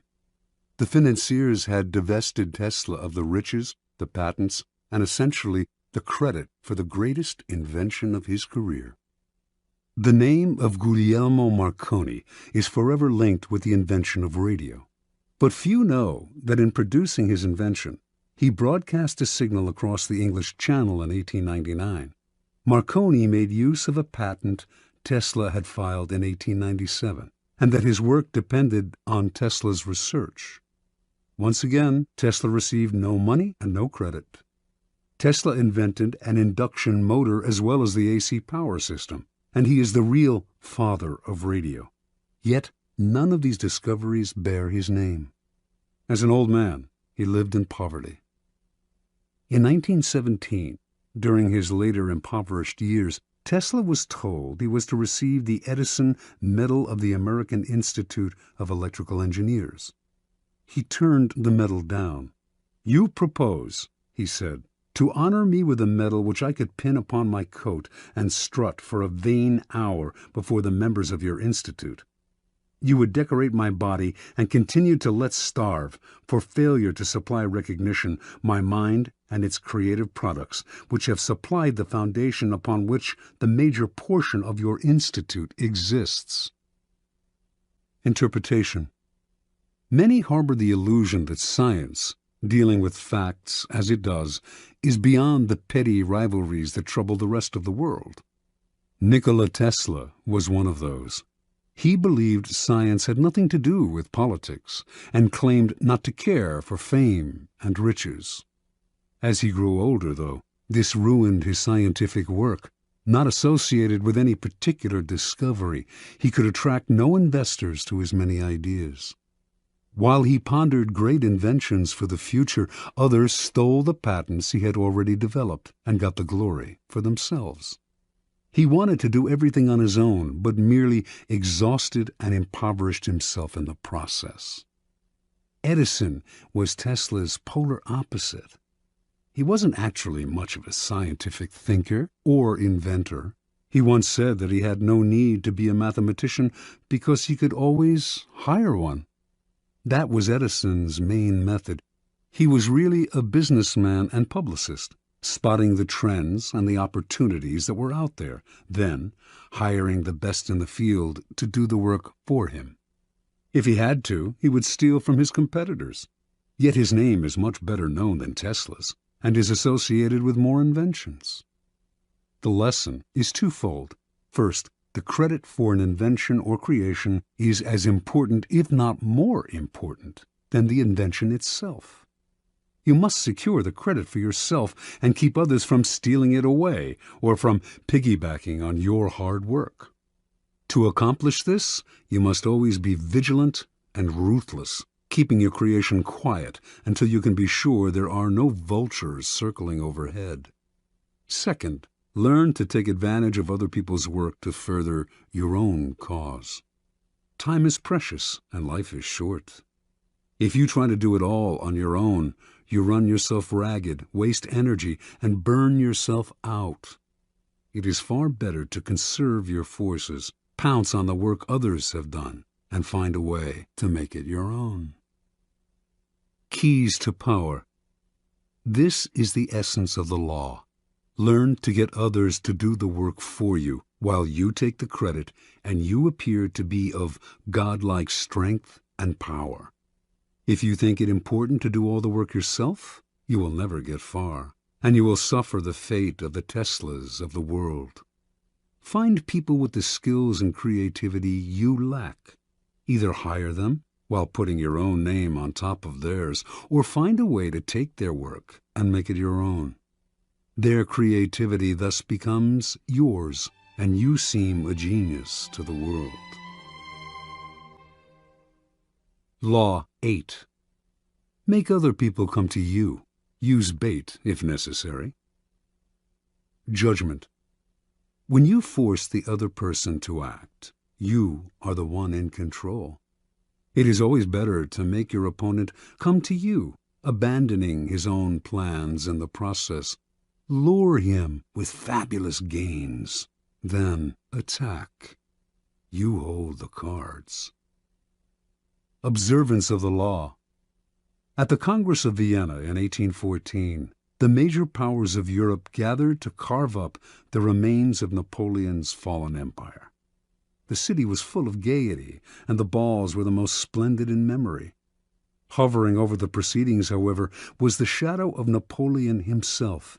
Instead of being executed or exiled far away, he had been sent to the island of Elba, not far from the coast of Italy. Even imprisoned on an island, a man as bold and creative as Napoleon Bonaparte made everyone nervous. The Austrians plotted to kill him on Elba, but decided it was too risky. Alexander I, Russia's temperamental czar, heightened the anxiety by throwing a fit during the Congress when a part of Poland was denied him. "Beware, I shall loose the monster," he threatened. Everyone knew he meant Napoleon. Of all the statesmen gathered in Vienna, only Talleyrand, Napoleon's former foreign minister, seemed calm and unconcerned. It was as if he knew something the others did not. Meanwhile, on the island of Elba, Napoleon's life was a mockery of his previous glory. As Elba's king, he had been allowed to form a court. There was a cook, a wardrobe mistress, an official pianist, and a handful of courtiers. All this was designed to humiliate Napoleon, and it seemed to work.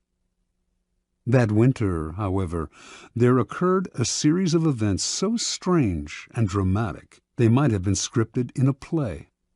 Elba was surrounded by British ships, their cannons covering all possible exit points. Yet somehow, in broad daylight, on 26 February 1815, a ship with 900 men on board picked up Napoleon and put to sea. The English gave chase, but the ship got away. This almost impossible escape astonished the public throughout Europe and terrified the statesmen at the Congress of Vienna. Although it would have been safer to leave Europe, Napoleon not only chose to return to France, he raised the odds by marching on Paris with a tiny army in hopes of recapturing the throne. His strategy worked. People of all classes threw themselves at his feet. An army under Marshal Ney sped from Paris to arrest him, but when the soldiers saw their beloved former leader, they changed sides. Napoleon was declared emperor again. Volunteers swelled the ranks of his new army. Delirium swept the country. In Paris, crowds went wild. The king who had replaced Napoleon fled the country. For the next 100 days, Napoleon ruled France. Soon, however, the giddiness subsided. France was bankrupt, its resources nearly exhausted, and there was little Napoleon could do about this. At the Battle of Waterloo in June of that year, he was finally defeated for good. This time, his enemies had learned their lesson. They exiled him to the barren island of St. Helena off the west coast of Africa. There, he had no more hope of escape. Interpretation. Only years later did the facts of Napoleon's dramatic escape from Elba come to light. Before he decided to attempt this bold move, visitors to his court had told him that he was more popular in France than ever, and that the country would embrace him again. One of these visitors was Austria's General Kohler, who convinced Napoleon that if he escaped, the European powers, England included, would welcome him back into power. Napoleon was tipped off that the English would let him go, and indeed his escape occurred in the middle of the afternoon, in full view of English spyglasses. What Napoleon did not know was that there was a man behind it all, pulling the strings, and that this man was his former minister, Talleyrand.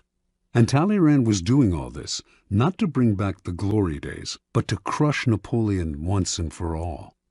Considering the emperor's ambition unsettling to Europe's stability, he had turned against him long ago.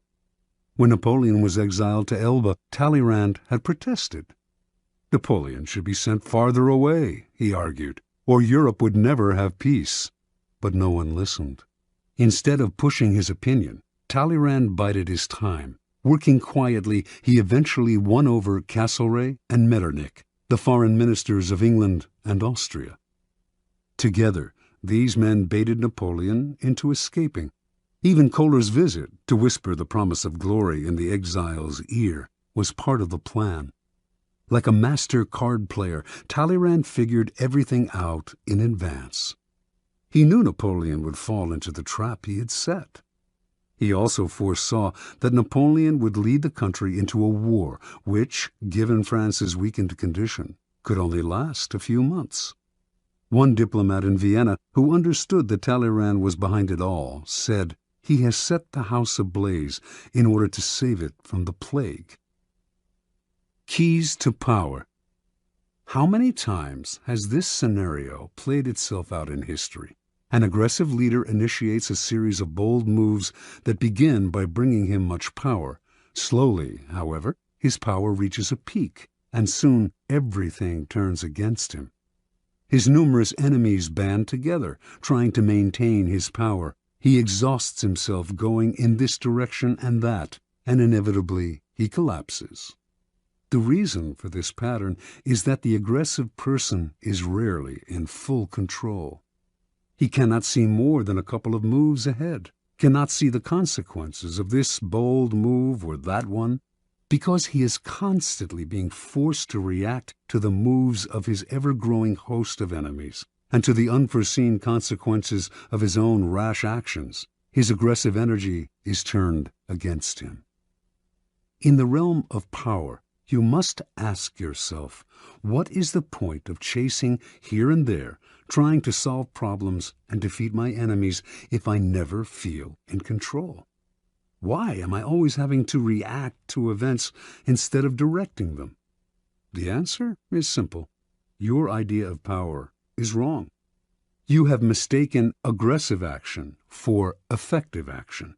And most often, the most effective action is to stay back, keep calm, and let others be frustrated by the traps you lay for them, playing for long-term power rather than quick victory.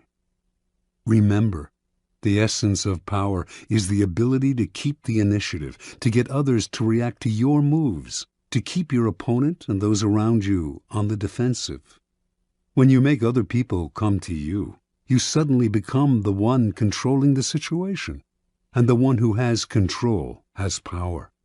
Two things must happen to place you in this position. You yourself must learn to master your emotions and never to be influenced by anger. Meanwhile, however, you must play on people's natural tendency to react angrily when pushed and baited. In the long run, the ability to make others come to you is a weapon far more powerful than any tool of aggression. Manipulation is a dangerous game. Once someone suspects he is being manipulated, it becomes harder and harder to control him. But when you make your opponent come to you, you create the illusion that he is controlling the situation. He does not feel the strings that pull him, just as Napoleon imagined that he himself was the master of his daring escape and return to power.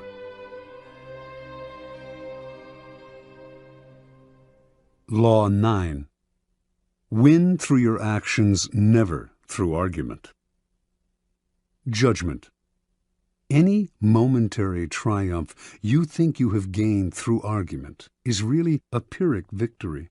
The resentment and ill will you stir up is stronger and lasts longer than any momentary change of opinion.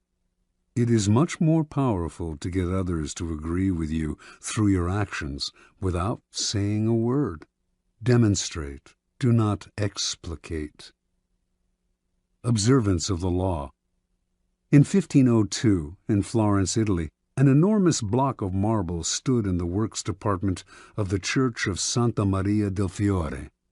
It had once been a magnificent piece of raw stone, but an unskilled sculptor had mistakenly bored a hole through it where there should have been a figure's legs, generally mutilating it.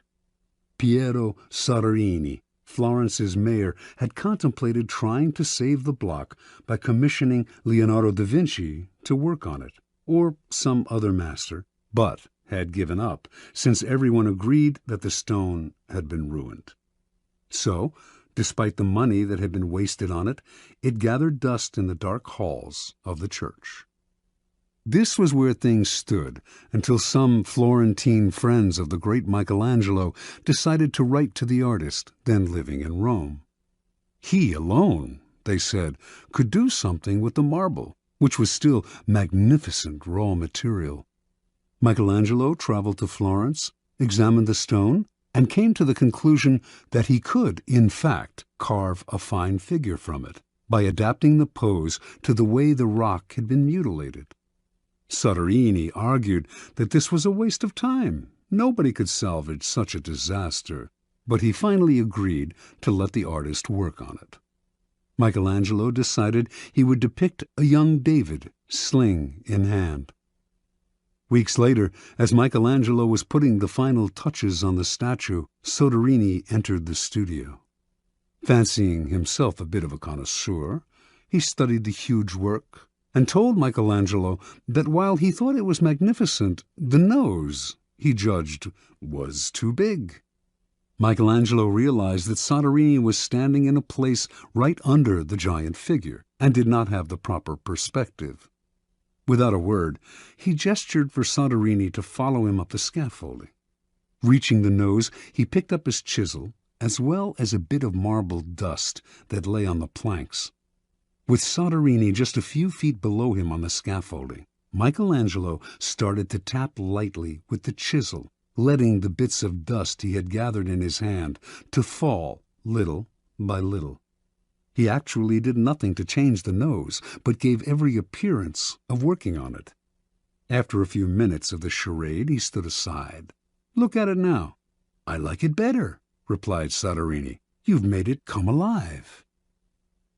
Interpretation.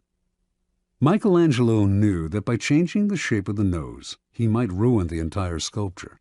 Yet Soderini was a patron who prided himself on his aesthetic judgment. To offend such a man by arguing would not only gain Michelangelo nothing, it would put future commissions in jeopardy. Michelangelo was too clever to argue. His solution was to change Soderini's perspective, literally bringing him closer to the nose, without making him realize that this was the cause of his misperception. Fortunately for posterity, Michelangelo found a way to keep the perfection of the statue intact, while, at the same time, making Soderini believe he had improved it. Such is the double power of winning through actions rather than argument. No one is offended, and your point is proven. Keys to power. In the realm of power, you must learn to judge your moves by their long-term effects on other people. The problem in trying to prove a point or gain a victory through argument is that in the end you can never be certain how it affects the people you're arguing with. They may appear to agree with you politely, but inside they may resent you. Or perhaps something you said inadvertently even offended them. Words have that insidious ability to be interpreted according to the other person's mood and insecurities. Even the best argument has no solid foundation, for we have all come to distrust the slippery nature of words. And days after agreeing with someone, we often revert to our old opinion out of sheer habit. Understand this: words are a dime a dozen. Everyone knows that in the heat of an argument we will all say anything to support our cause. We will quote the Bible, refer to unverifiable statistics. Who can be persuaded by bags of air like that?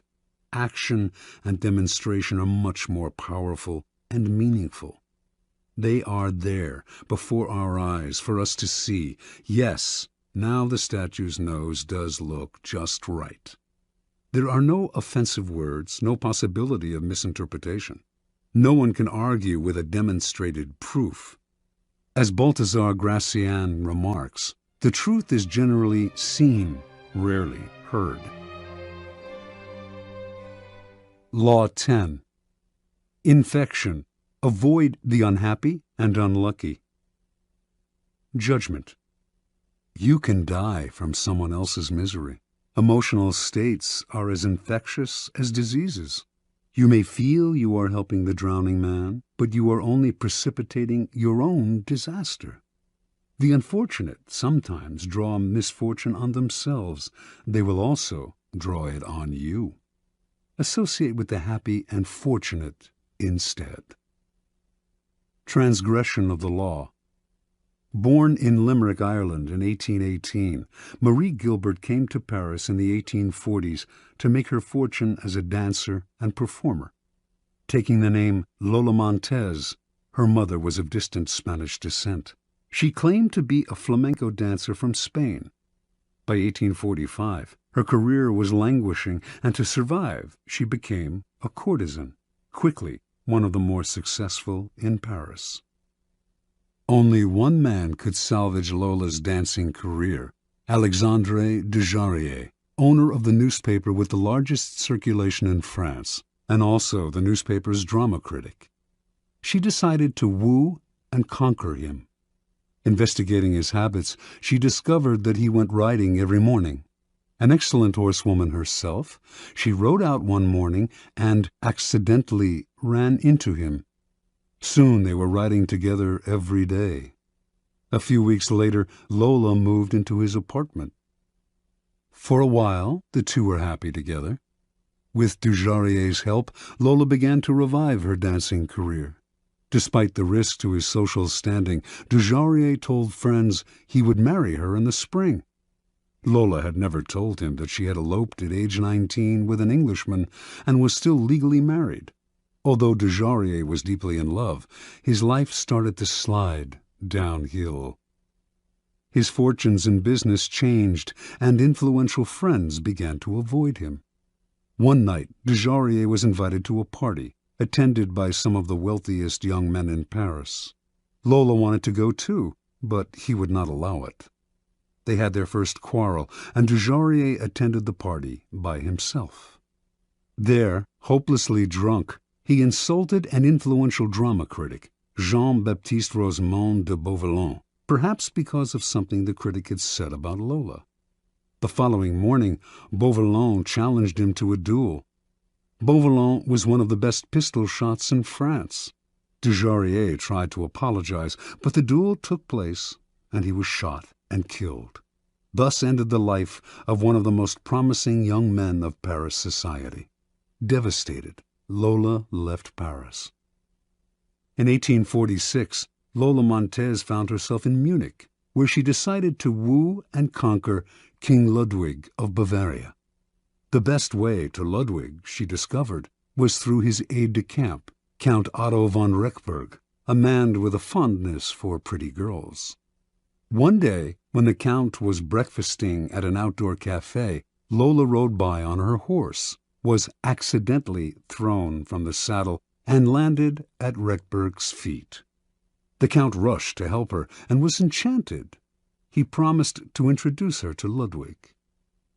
Rechberg arranged an audience with the king for Lola, but when she arrived in the anteroom, she could hear the king saying he was too busy to meet a favor-seeking stranger.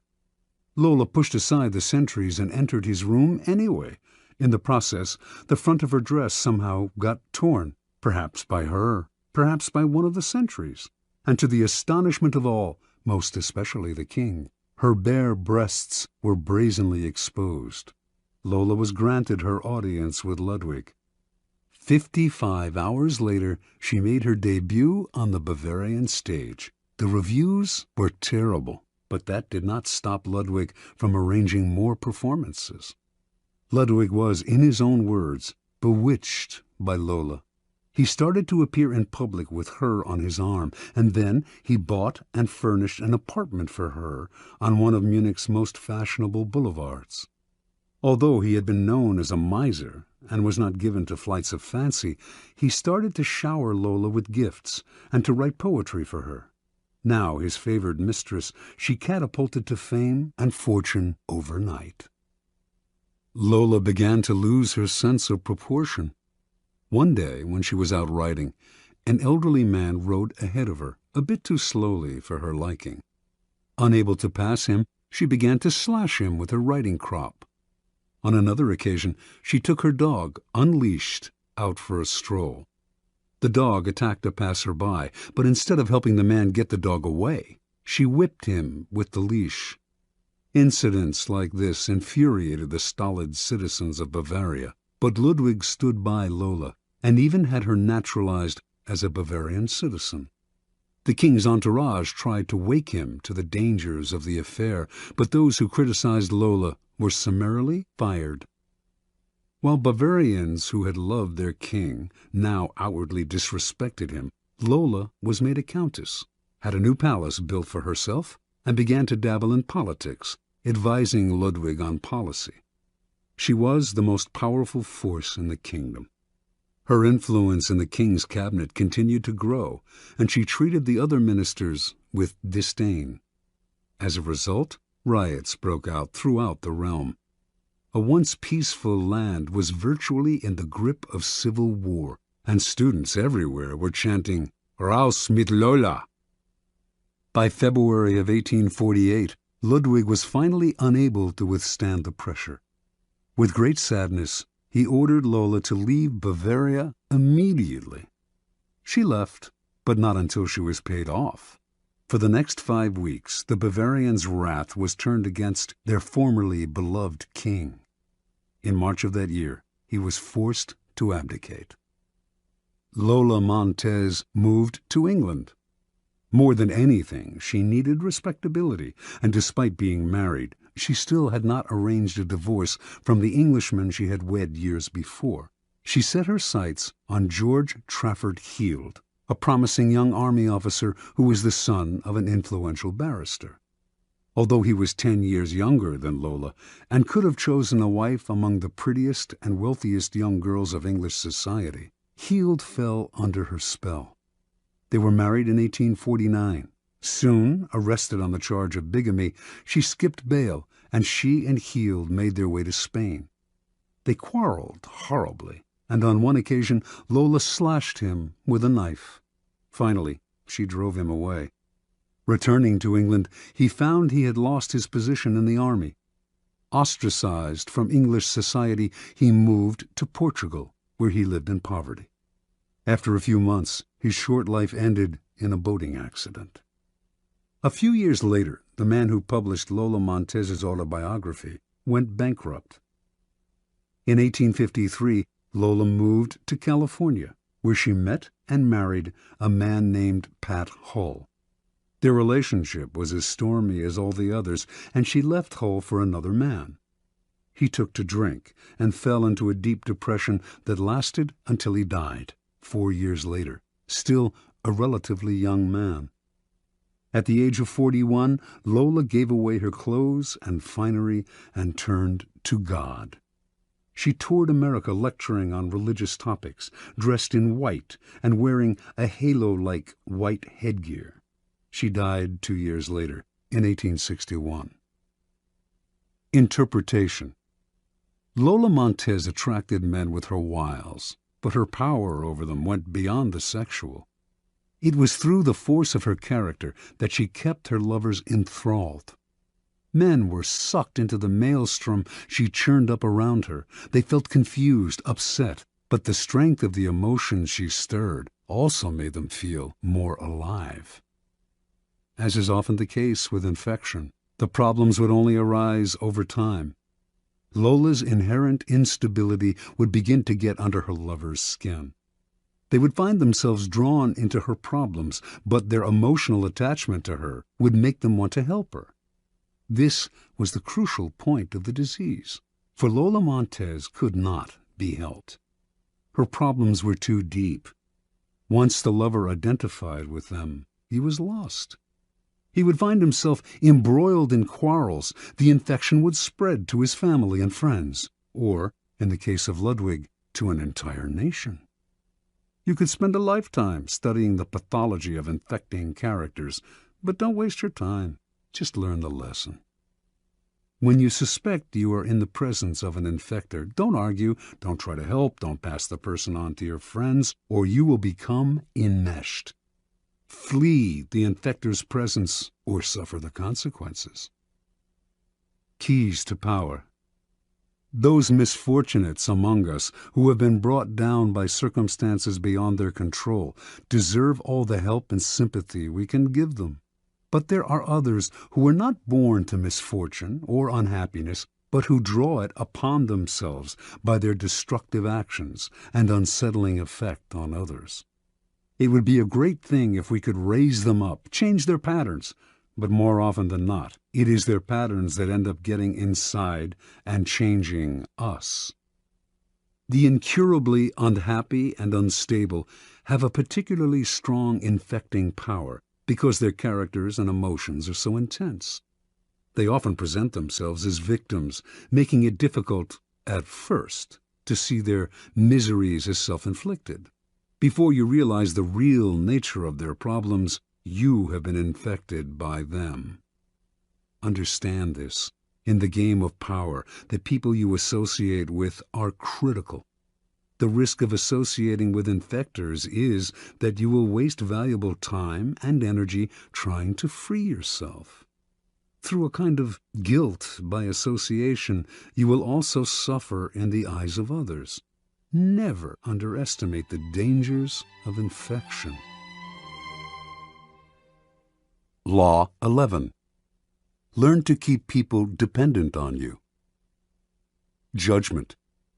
To maintain your independence, you must always be needed and wanted. The more you are relied on, the more freedom you have. Make people depend on you for their happiness and prosperity, and you have nothing to fear. Never teach them enough so that they can do without you. Observance of the law.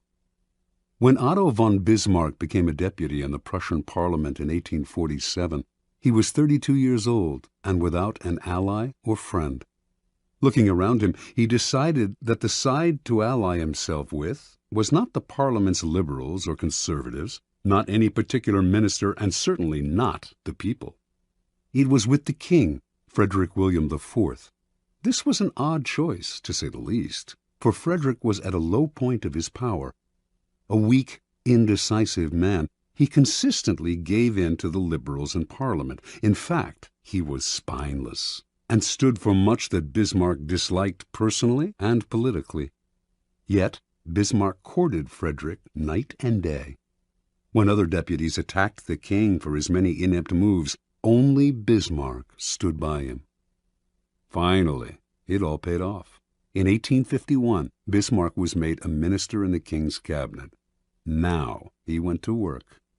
Time and again, he forced the king's hand, getting him to build up the military, to stand up to the liberals, to do exactly as Bismarck wished.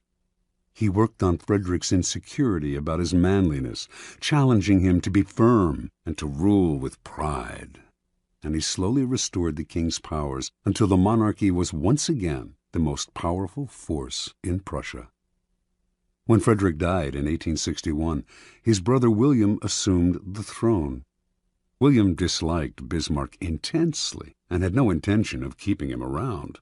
But he also inherited the same situation his brother had: enemies galore who wanted to nibble his power away. He actually considered abdicating, feeling he lacked the strength to deal with this dangerous and precarious position. But Bismarck insinuated himself once again. He stood by the new king, gave him strength, and urged him into firm and decisive action. The king grew dependent on Bismarck's strong-arm tactics to keep his enemies at bay, and despite his antipathy toward the man, he soon made him his prime minister. The two quarreled often over policy. Bismarck was much more conservative, but the king understood his own dependency. Whenever the prime minister threatened to resign, the king gave in to him, time after time. It was, in fact, Bismarck who set state policy. Years later, Bismarck's actions as Prussia's prime minister led the various German states to be united into one country. Now, Bismarck finagled the king into letting himself be crowned Emperor of Germany. Yet it was really Bismarck who had reached the heights of power. As right-hand man to the emperor and as imperial chancellor and knighted prince, he pulled all the levers. Iron and blood, in Bismarck's phrase. Then you will survive your masters as Bismarck did. You will have all the benefits of power without the thorns that come from being a master. Keys to power.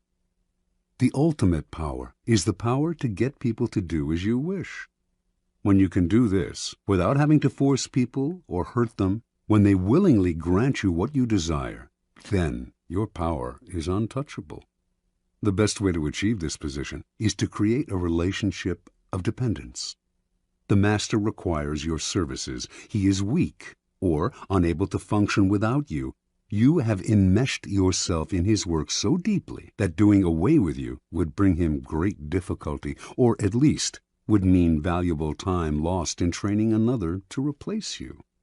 Once such a relationship is established, you have the upper hand, the leverage to make the master do as you wish. It is the classic case of the man behind the throne, the servant of the king who actually controls the king.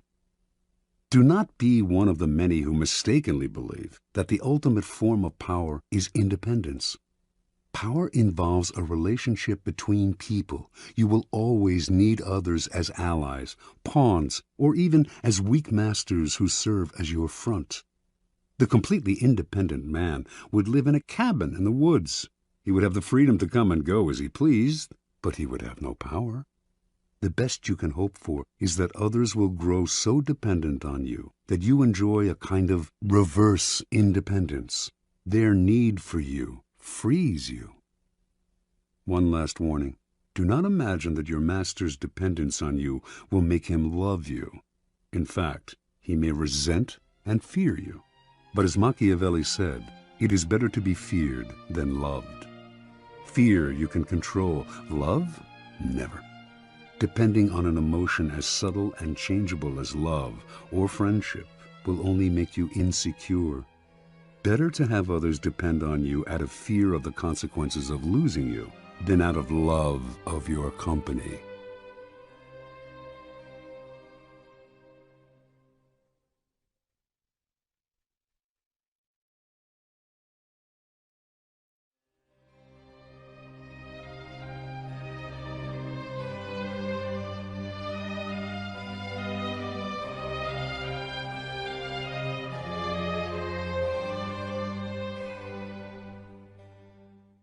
Law 12.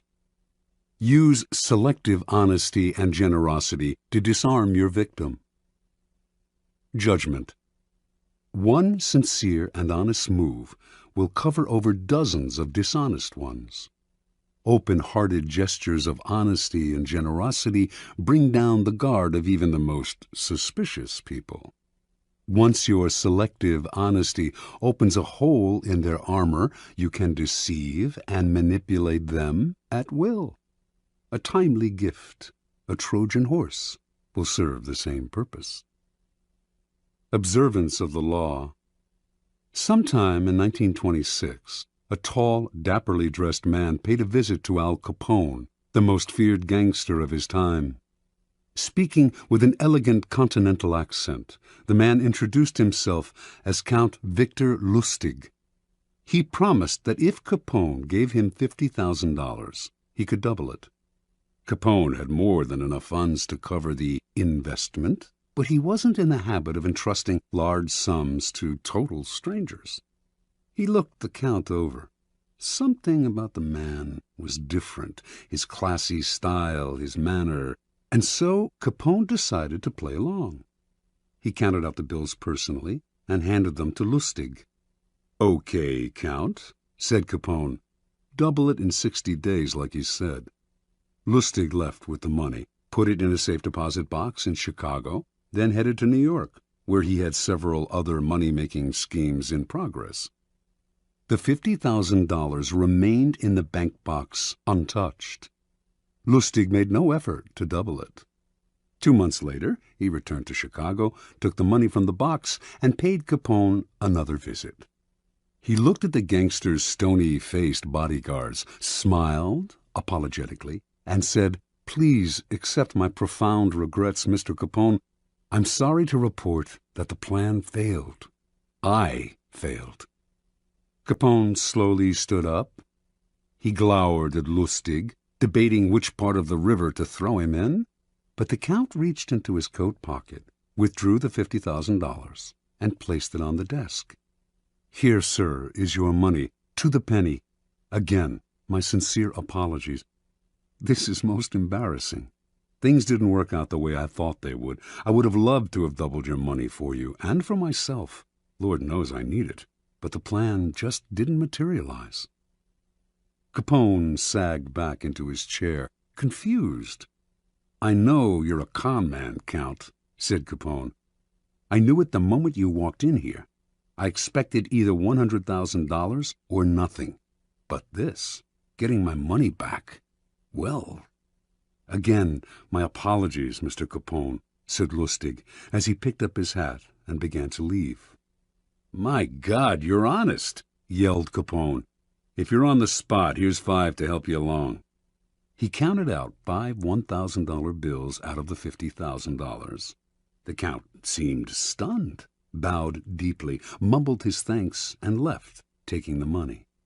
The $5,000 was what Lustig had been after all along. Interpretation. Count Victor Lustig, a man who spoke several languages and prided himself on his refinement and culture, was one of the great con artists of modern times. He was known for his audacity, his fearlessness, and, most important, his knowledge of human psychology. He could size up a man in minutes, discovering his weaknesses, and he had radar for suckers. Lustig knew that most men build up defenses against crooks and other troublemakers. The con artist's job is to bring those defenses down. One sure way to do this is through an act of apparent sincerity and honesty. Who will distrust a person literally caught in the act of being honest? Lustig used selective honesty many times, but with Capone he went a step further. No normal con man would have dared such a con. He would have chosen his suckers for their meekness, for that look about them that says they will take their medicine without complaint. Con Capone, and you would spend the rest of your life, whatever remained of it, afraid. But Lustig understood that a man like Capone spends his life mistrusting others. No one around him is honest or generous, and being so much in the company of wolves is exhausting, even depressing. A man like Capone yearns to be the recipient of an honest or generous gesture, to feel that not everyone has an angle or is out to rob him. Lustig's act of selective honesty disarmed Capone because it was so unexpected. A con artist loves conflicting emotions like these, since the person caught up in them is so easily distracted and deceived. Do not shy away from practicing this law on the Capones of the world. With a well-timed gesture of honesty or generosity, you will have the most brutal and cynical beast in the kingdom eating out of your hand. Keys to power. The essence of deception is distraction. Distracting the people you want to deceive gives you the time and space to do something they won't notice. An act of kindness, generosity, or honesty is the most powerful form of distraction because it disarms other people's suspicions. It turns them into children, eagerly lapping up any kind of affectionate gesture. In ancient China, this was called giving before you take. The giving makes it hard for the other person to notice the taking. It is a device with infinite practical uses. Brazenly taking something from someone is dangerous, even for the powerful. The victim will plot revenge. It is also dangerous simply to ask for what you need, no matter how politely. Unless the other person sees some gain for themselves, they may come to resent your neediness.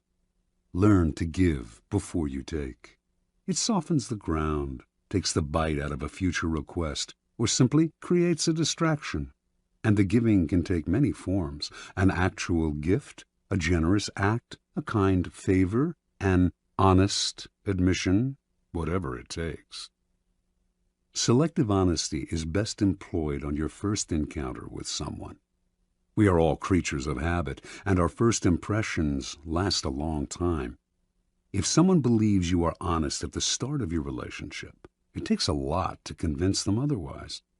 This gives you room to maneuver. A single act of honesty is often not enough. What is required is a reputation for honesty built on a series of acts. But these can be quite inconsequential. Once this reputation is established, as with first impression, it is hard to shake. Selective kindness should also be part of your arsenal of deception. Selective kindness will often break down even the most stubborn foe. Aiming right for the heart, it corrodes the will to fight back. Remember, by playing on people's emotions, calculated acts of kindness can turn a Capone into a gullible child. As with any emotional approach, the tactic must be practiced with caution. If people see through it, their disappointed feelings of gratitude and warmth will become the most violent hatred and distrust. Unless you can make the gesture seem sincere and heartfelt, do not play with fire. Law 13. When asking for help, appeal to people's self-interest, never to their mercy or gratitude. Judgment. If you need to turn to an ally for help, do not bother to remind him of your past assistance and good deeds. He will find a way to ignore you. Instead, uncover something in your request or in your alliance with him that will benefit him and emphasize it out of all proportion. He will respond enthusiastically when he sees something to be gained for himself. Observance of the law. In 433 BC, just before the Peloponnesian War, the island of Corcyra, later called Corfu, and the Greek city-state of Corinth stood on the brink of conflict. Both sides sent ambassadors to Athens to try to win over the Athenians to their side. The stakes were high, since whoever had Athens on his side was sure to win, and whoever won the war would certainly give the defeated side no mercy. Corcyra spoke first. Its ambassador began by admitting that the island had never helped Athens before, and in fact had allied itself with Athens' enemies. There were no ties of friendship or gratitude between Corcyra and Athens. Yes, the ambassador admitted. He had come to Athens now out of fear and concern for Corcyra's safety. The only thing he could offer was an alliance of mutual interests. Corcyra had a navy only surpassed in size and strength by Athens' own. An alliance between the two states would create a formidable force, one that could intimidate the rival state of Sparta. That, unfortunately, was all Corcyra had to offer. The representative from Corinth then gave a brilliant, passionate speech in sharp contrast to the dry, colorless approach of the Corcyran. He talked of everything Corinth had done for Athens in the past. He asked how it would look to Athens' other allies if the city put an agreement with a former enemy over one with a present friend, one that had served Athens' interest loyally. Perhaps those allies would break their agreements with Athens if they saw that their loyalty was not valued. He referred to Hellenic law and the need to repay Corinth for all its good deeds. He finally went on to list the many services Corinth had performed for Athens and the importance of showing gratitude to one's friends. After the speech, the Athenians debated the issue in an assembly. On the second round, they voted overwhelmingly to ally with Corcyra and drop Corinth. Interpretation. History has remembered the Athenians nobly, but they were the preeminent realists of classical Greece. With them, all the rhetoric, all the emotional appeals in the world could not match a good pragmatic argument, especially one that added to their power. What the Corinthian ambassador did not realize was that his references to Corinth's past generosity to Athens only irritated the Athenians, subtly asking them to feel guilty and putting them under obligation. The Athenians could care less about past favors and friendly feelings. At the same time, they knew that if their other allies thought them ungrateful for abandoning Corinth, these city-states would still be unlikely to break their ties to Athens, the preeminent power in Greece. Athens ruled its empire by force and would simply compel any rebellious ally to return to the fold. When people choose between talk about the past and talk about the future, a pragmatic person will always opt for the future and forget the past. As the Corcyrans realized, it is always best to speak pragmatically to a pragmatic person, and in the end, most people are, in fact, pragmatic. They will rarely act against their own self-interest. Keys to power.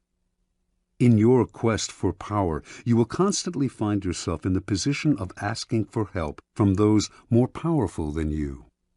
There is an art to asking for help, an art that depends on your ability to understand the person you are dealing with and to not confuse your needs with theirs. Most people never succeed at this because they are completely trapped in their own wants and desires. They start from the assumption that the people they are appealing to have a selfless interest in helping them. They talk as if their needs mattered to these people, who probably couldn't care less. Sometimes they refer to larger issues, a great cause, or grand emotions such as love and gratitude. They go for the big picture when simple, everyday realities would have much more appeal.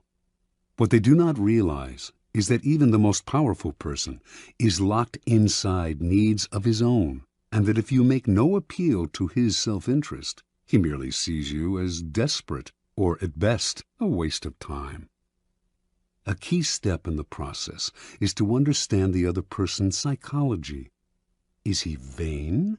Is he concerned about his reputation or his social standing? Does he have enemies you could help him vanquish? Is he simply motivated by money and power? When the Mongols invaded China in the 12th century, they threatened to obliterate a culture that had thrived for over 2,000 years. Their leader, Genghis Khan, saw nothing in China but a country that lacked pasturing for his horses, and he decided to destroy the place, leveling all its cities, for it would be better to exterminate the Chinese and let the grass grow. It was not a soldier, a general, or a king who saved the Chinese from devastation, but a man named Yelu Chutsai. A foreigner himself, Chutsai had come to appreciate the superiority of Chinese culture. He managed to make himself a trusted advisor to Genghis Khan and persuaded him that he would reap riches out of the place if, instead of destroying it, he simply taxed everyone who lived there. Khan saw the wisdom in this and did as Chutsai advised.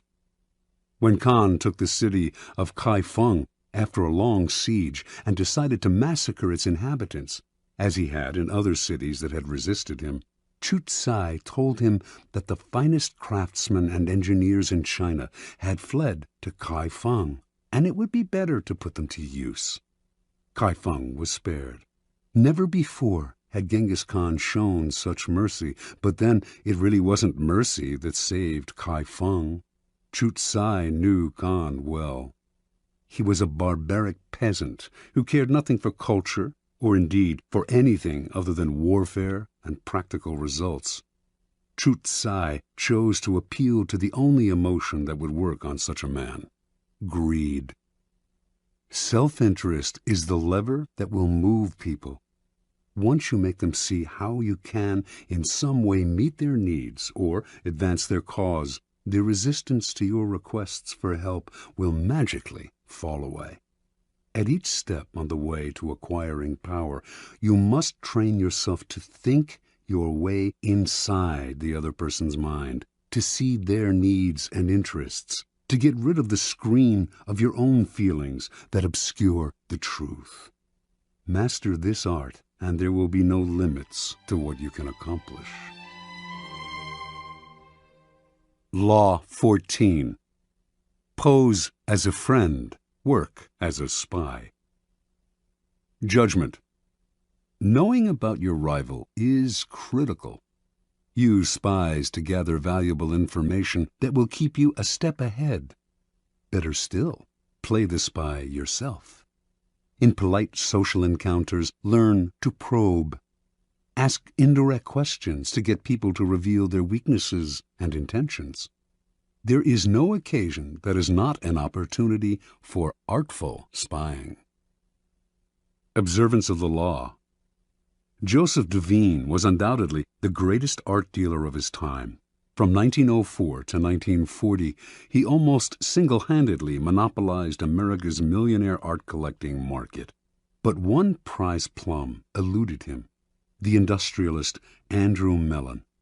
Before he died, Devine was determined to make Mellon a client.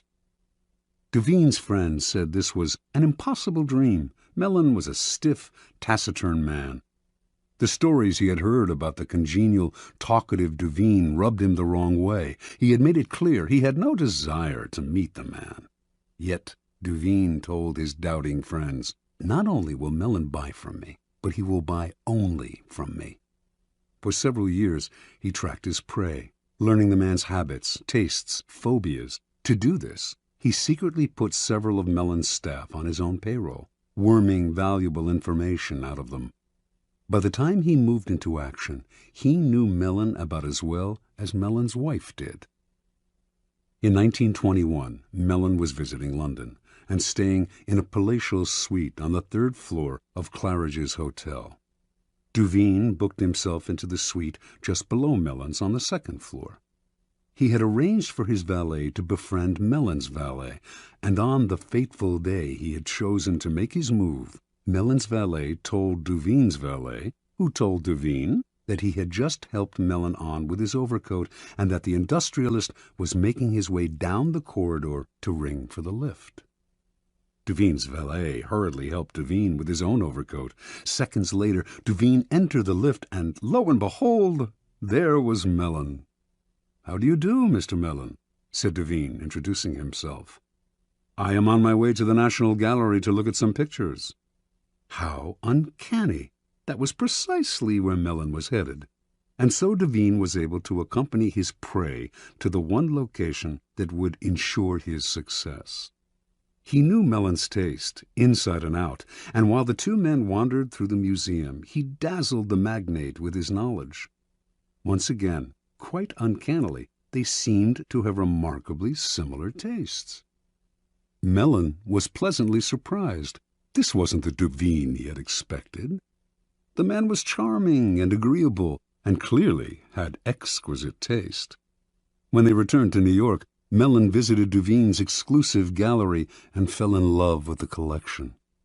Everything, surprisingly enough, seemed to be precisely the kind of work he wanted to collect.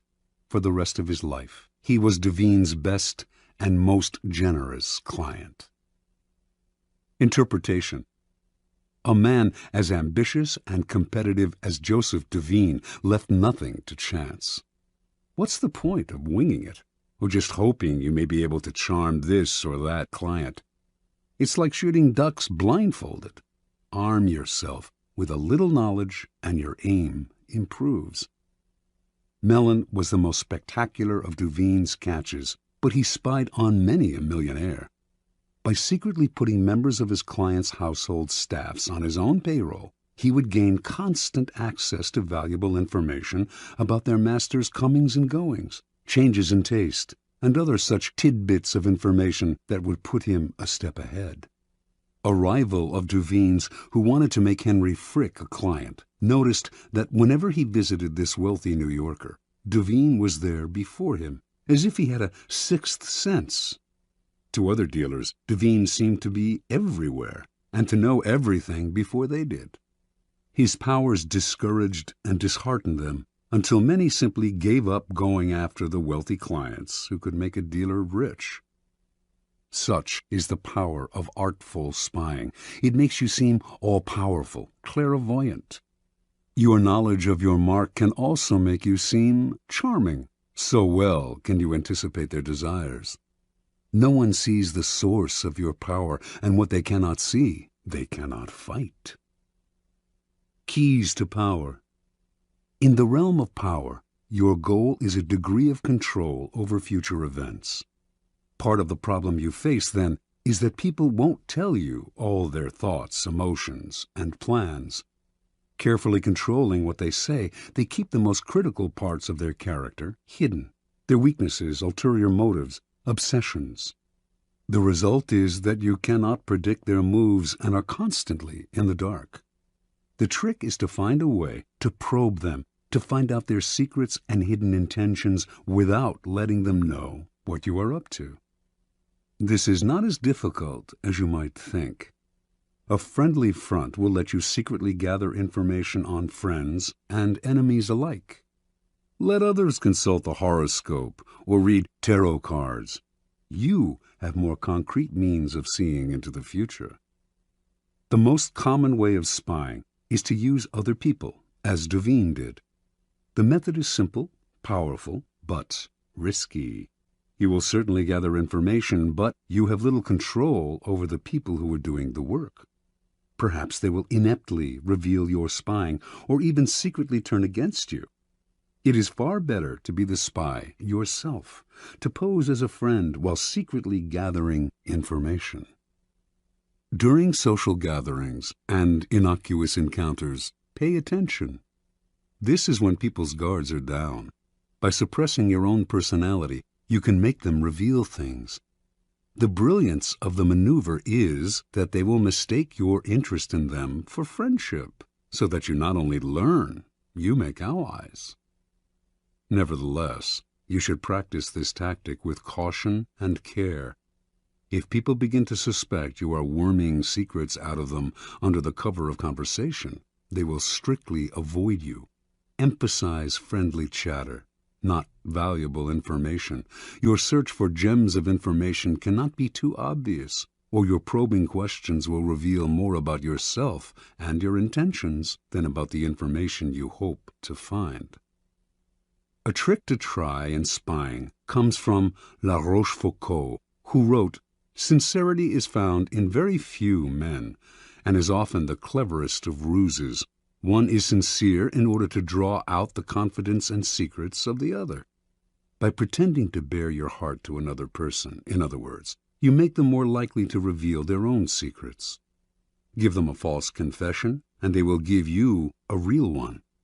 Another trick was identified by the philosopher Arthur Schopenhauer, who suggested vehemently contradicting people you're in conversation with as a way of irritating them, stirring them up so that they lose some of the control over their words. In their emotional reaction, they will reveal all kinds of truths about themselves, truths you can later use against them. Another method of indirect spying is to test people, to lay little traps that make them reveal things about themselves. Khosroes II, a notoriously clever 7th century king of the Persians, had many ways of seeing through his subjects without raising suspicion. If he noticed, for instance, that 2 of his courtiers had become particularly friendly, he would call one of them aside and say he had information that the other was a traitor and would soon be killed. The king would tell the courtier he trusted him more than anyone and that he must keep this information secret. Then he would watch the 2 men carefully. If he saw that the second courtier had not changed in his behavior toward the king, he would conclude that the first courtier had kept the secret, and he would quickly promote the man, later taking him aside to confess, "I meant to kill your friend because of certain information that had reached me, but when I investigated the matter, I found it was untrue." If, on the other hand, the second courtier started to avoid the king, acting aloof and tense, Khosroes would know that the secret had been revealed. He would ban the second courtier from his court, letting him know that the whole business had only been a test, but that even though the man had done nothing wrong, he could no longer trust him. The first courtier, however, had revealed the secret, and him Khosroes would ban from his entire kingdom. It may seem an odd form of spying that reveals not empirical information, but a person's character. Often, however, it is the best way of solving problems before they arise. By tempting people into certain acts, you learn about their loyalty, their honesty, and so on. And this kind of knowledge is often the most valuable of all. Armed with it, you can predict their actions in the future.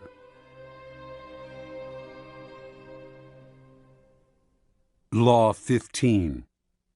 Crush your enemy totally. Judgment. All great leaders since Moses have known that a feared enemy must be crushed completely. Sometimes they have learned this the hard way. If one ember is left alight, no matter how dimly it smolders, a fire will eventually break out. More is lost through stopping halfway than through total annihilation. The enemy will recover and will seek revenge. Crush him, not only in body, but in spirit. Transgression of the law. No rivalry between leaders is more celebrated in Chinese history than the struggle between Xiang Yu and Liu Bang. These 2 generals began their careers as friends, fighting on the same side. Xiang Yu came from the nobility, large and powerful, given to bouts of violence and temper, a bit dull-witted. He was yet a mighty warrior who always fought at the head of his troops. Liu Bang came from peasant stock. He had never been much of a soldier and preferred women and wine to fighting. In fact, he was something of a scoundrel, but he was wily, and he had the ability to recognize the best strategists, keeping them as his advisors, and listen to their advice. He had risen in the army through these strengths. In 208 BC, the king of Chu sent 2 massive armies to conquer the powerful kingdom of Qin. One army went north, under the generalship of Song Yi, with Xiang Yu second in command. The other, led by Liu Bang, headed straight toward Qin.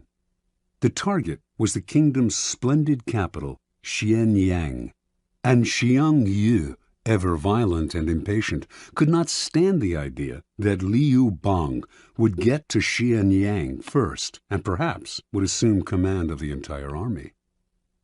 At one point on the northern front, Xiang's commander, Song Yi, hesitated in sending his troops into battle.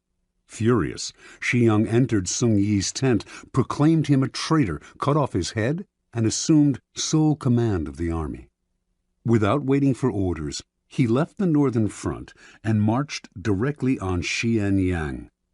He felt certain he was the better soldier and general than Liu, But, to his utter astonishment, his rival, leading a smaller, swifter army, managed to reach Xianyang first. Xiang had an advisor, Fan Tseng, who warned him, this village headman, Liu Bang, used to be greedy only for riches and women, but since entering the capital, he has not been led astray by wealth, wine, or sex. That shows he is aiming high. Fan Tseng urged Xiang to kill his rival before it was too late. He told the general to invite the wily peasant to a banquet at their camp outside Xianyang, and, in the midst of a celebratory sword dance, to have his head cut off. The invitation was sent. Liu fell for the trap and came to the banquet. But Xiang hesitated in ordering the sword dance, and by the time he gave the signal, Liu had sensed a trap and managed to escape. "Bah!" cried Fan Tseng in disgust, seeing that Xiang had botched the plot. "One cannot plan with a simpleton. Liu Bang will steal your empire yet and make us all his prisoners." Realizing his mistake, Xiang hurriedly marched on Xianyang, this time determined to hack off his rival's head. Liu was never one to fight when the odds were against him, and he abandoned the city. Xiang captured Xianyang, murdered the young prince of Qin, and burned the city to the ground. Liu was now Xiang's bitter enemy, and he pursued him for many months, finally cornering him in a walled city.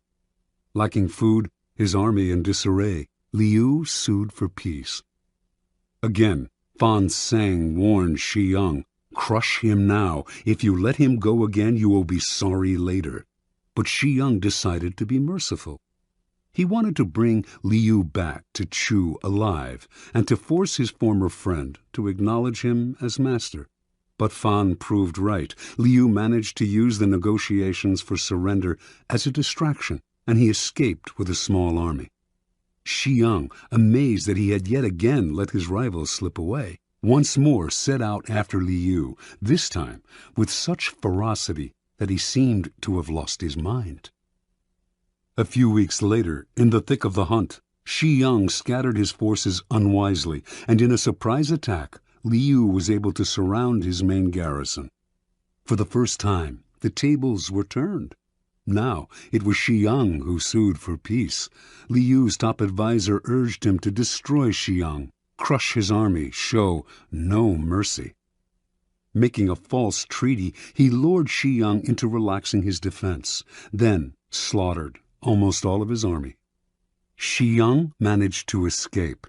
Alone and on foot, knowing that Liu had put a bounty on his head, he came upon a small group of his own retreating soldiers and cried out, "I hear Liu Bang has offered 1,000 pieces of gold and a fief of 10,000 families for my head.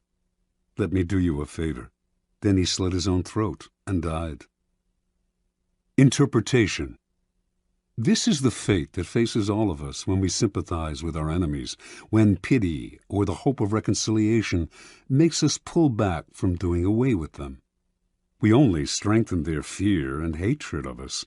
We have beaten them and they are humiliated, yet we nurture these resentful vipers who will one day kill us. Power cannot be dealt with this way. It must be exterminated, crushed, and denied the chance to return to haunt us. This is all the truer with a former friend who has become an enemy. The law governing fatal antagonisms reads, "Reconciliation is out of the question. Only one side can win, and it must win totally." Liu Bang learned this lesson well. After defeating Xiang Yu, this son of a farmer went on to become supreme commander of the armies of Chu. Crushing his next rival, the king of Chu, his own former leader, he crowned himself emperor, defeated everyone in his path, and went down in history as one of the greatest rulers of China, the immortal Han Gao Tzu, founder of the Han Dynasty. Keys to Power. It is no accident that the story illustrating this law comes from China. Chinese history abounds with examples of enemies who were left alive and returned to haunt the lenient. Crush the enemy is a key strategic tenet of Sun Tzu, the 4th century BC author of The Art of War. The idea is simple. Your enemies wish you ill. There is nothing they want more than to eliminate you. If, in your struggles with them, you stop halfway or even 3/4 of the way, out of mercy or hope of reconciliation, you only make them more determined, more embittered, and they will someday take revenge. They may act friendly for the time being, but this is only because you have defeated them. They have no choice but to bide their time. The solution? Have no mercy. Crush your enemies as totally as they would crush you. Ultimately, the only peace and security you can hope for from your enemies is their disappearance. Law 16. Use absence to increase respect and honor. Judgment. Too much circulation makes the price go down. The more you are seen and heard from, the more common you appear. If you are already established in a group, temporary withdrawal from it will make you more talked about, even more admired. You must learn when to leave, create value through scarcity. Observance of the law. For many centuries, the Assyrians ruled Upper Asia with an iron fist. In the 8th century BC, however, the people of Media, now northwestern Iran, revolted against them and finally broke free. Now the Medes had to establish a new government. Determined to avoid any form of despotism, they refused to give ultimate power to any one man or to establish a monarchy. Without a leader, however, the country soon fell into chaos and fractured into small kingdoms with village fighting against village. In one such village lived a man named Deioces, who began to make a name for himself for fair dealing and the ability to settle disputes. He did this so successfully, in fact, that soon any legal conflict in the area was brought to him, and his power increased. Throughout the land, the law had fallen into disrepute. The judges were corrupt, and no one entrusted their cases to the courts anymore, resorting to violence instead. When news spread of Deioces' wisdom, incorruptibility, and unshakable impartiality, Median villages far and wide turned to him to settle all manner of cases. Soon he became the sole arbiter of justice in the land. At the height of his power, Deioces suddenly decided he had had enough. He would no longer sit in the chair of judgment, would hear no more suits, settle no more disputes between brother and brother, village and village. Complaining that he was spending so much time dealing with other people's problems that he had neglected his own affairs, he retired. The country once again descended into chaos. With the sudden withdrawal of a powerful arbiter like Deioces, crime increased, and contempt for the law was never greater.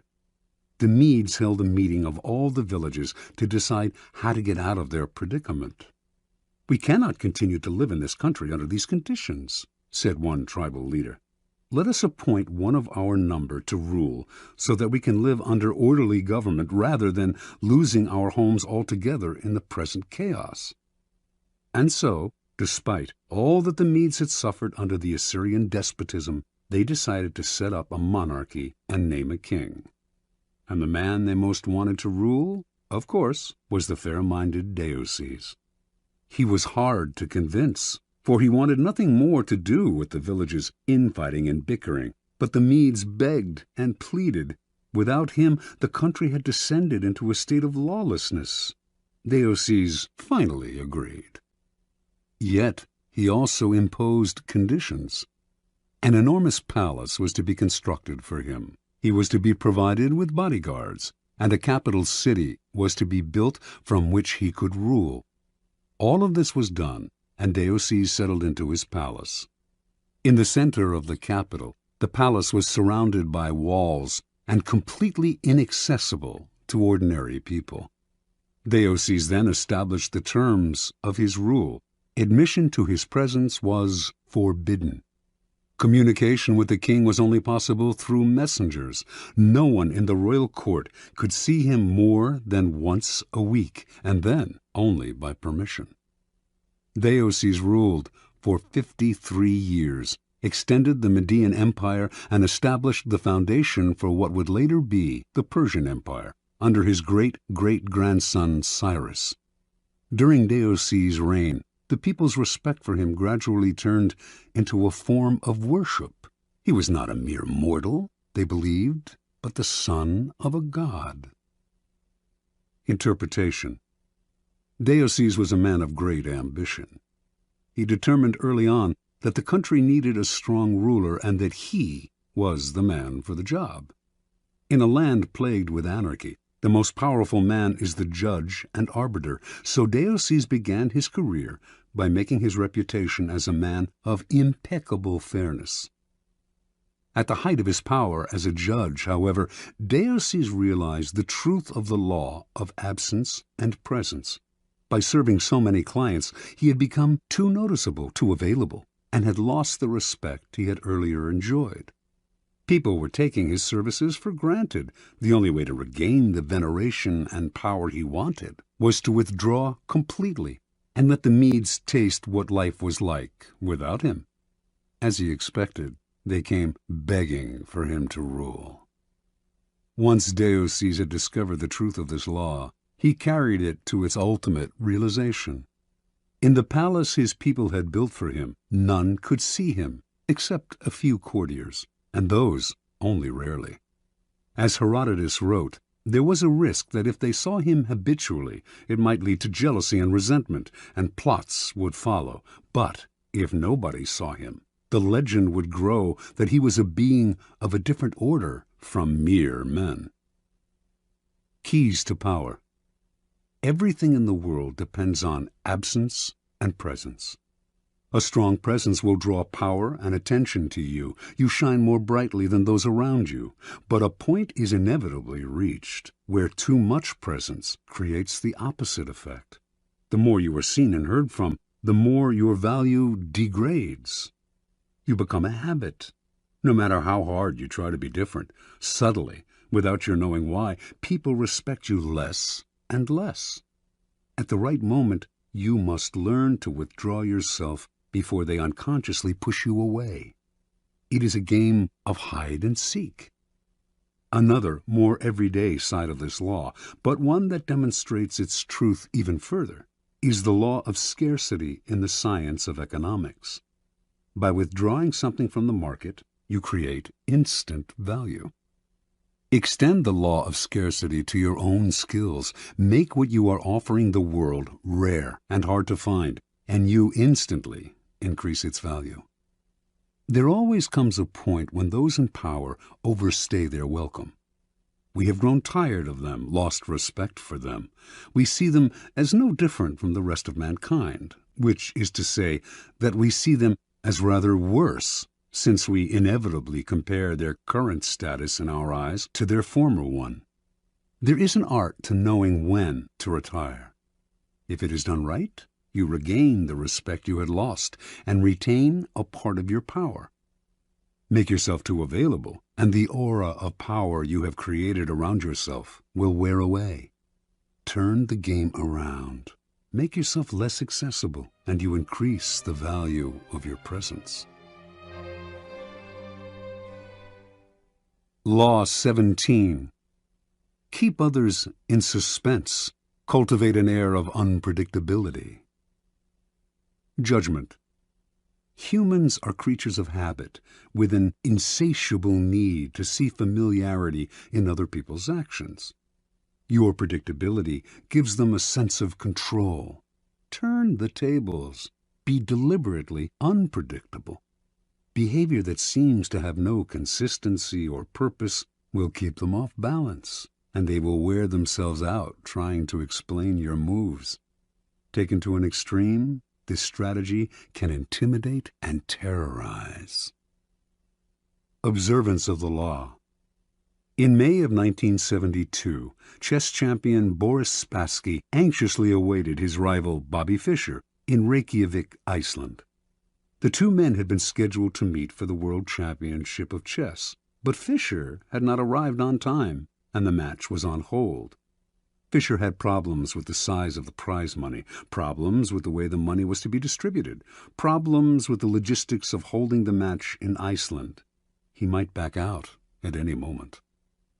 Spassky tried to be patient. His Russian bosses felt that Fischer was humiliating him and told him to walk away, but Spassky wanted this match. He knew he could destroy Fischer, and nothing was going to spoil the greatest victory of his career. "So it seems that all our work may come to nothing," Spassky told a comrade. "But what can we do? It is Bobby's move. If he comes, we play. If he does not come, we do not play. A man who is willing to commit suicide has the initiative." Fischer finally arrived in Reykjavik, but the problems and the threat of cancellation continued.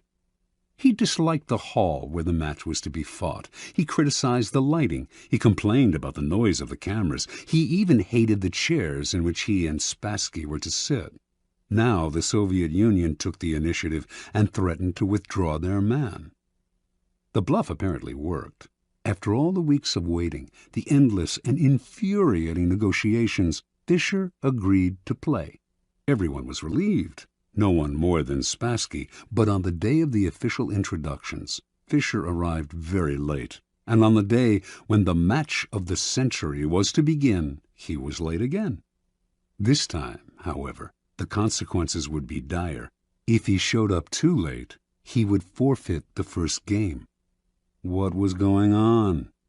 Was he playing some sort of mind game, or was Bobby Fischer perhaps afraid of Boris Spassky?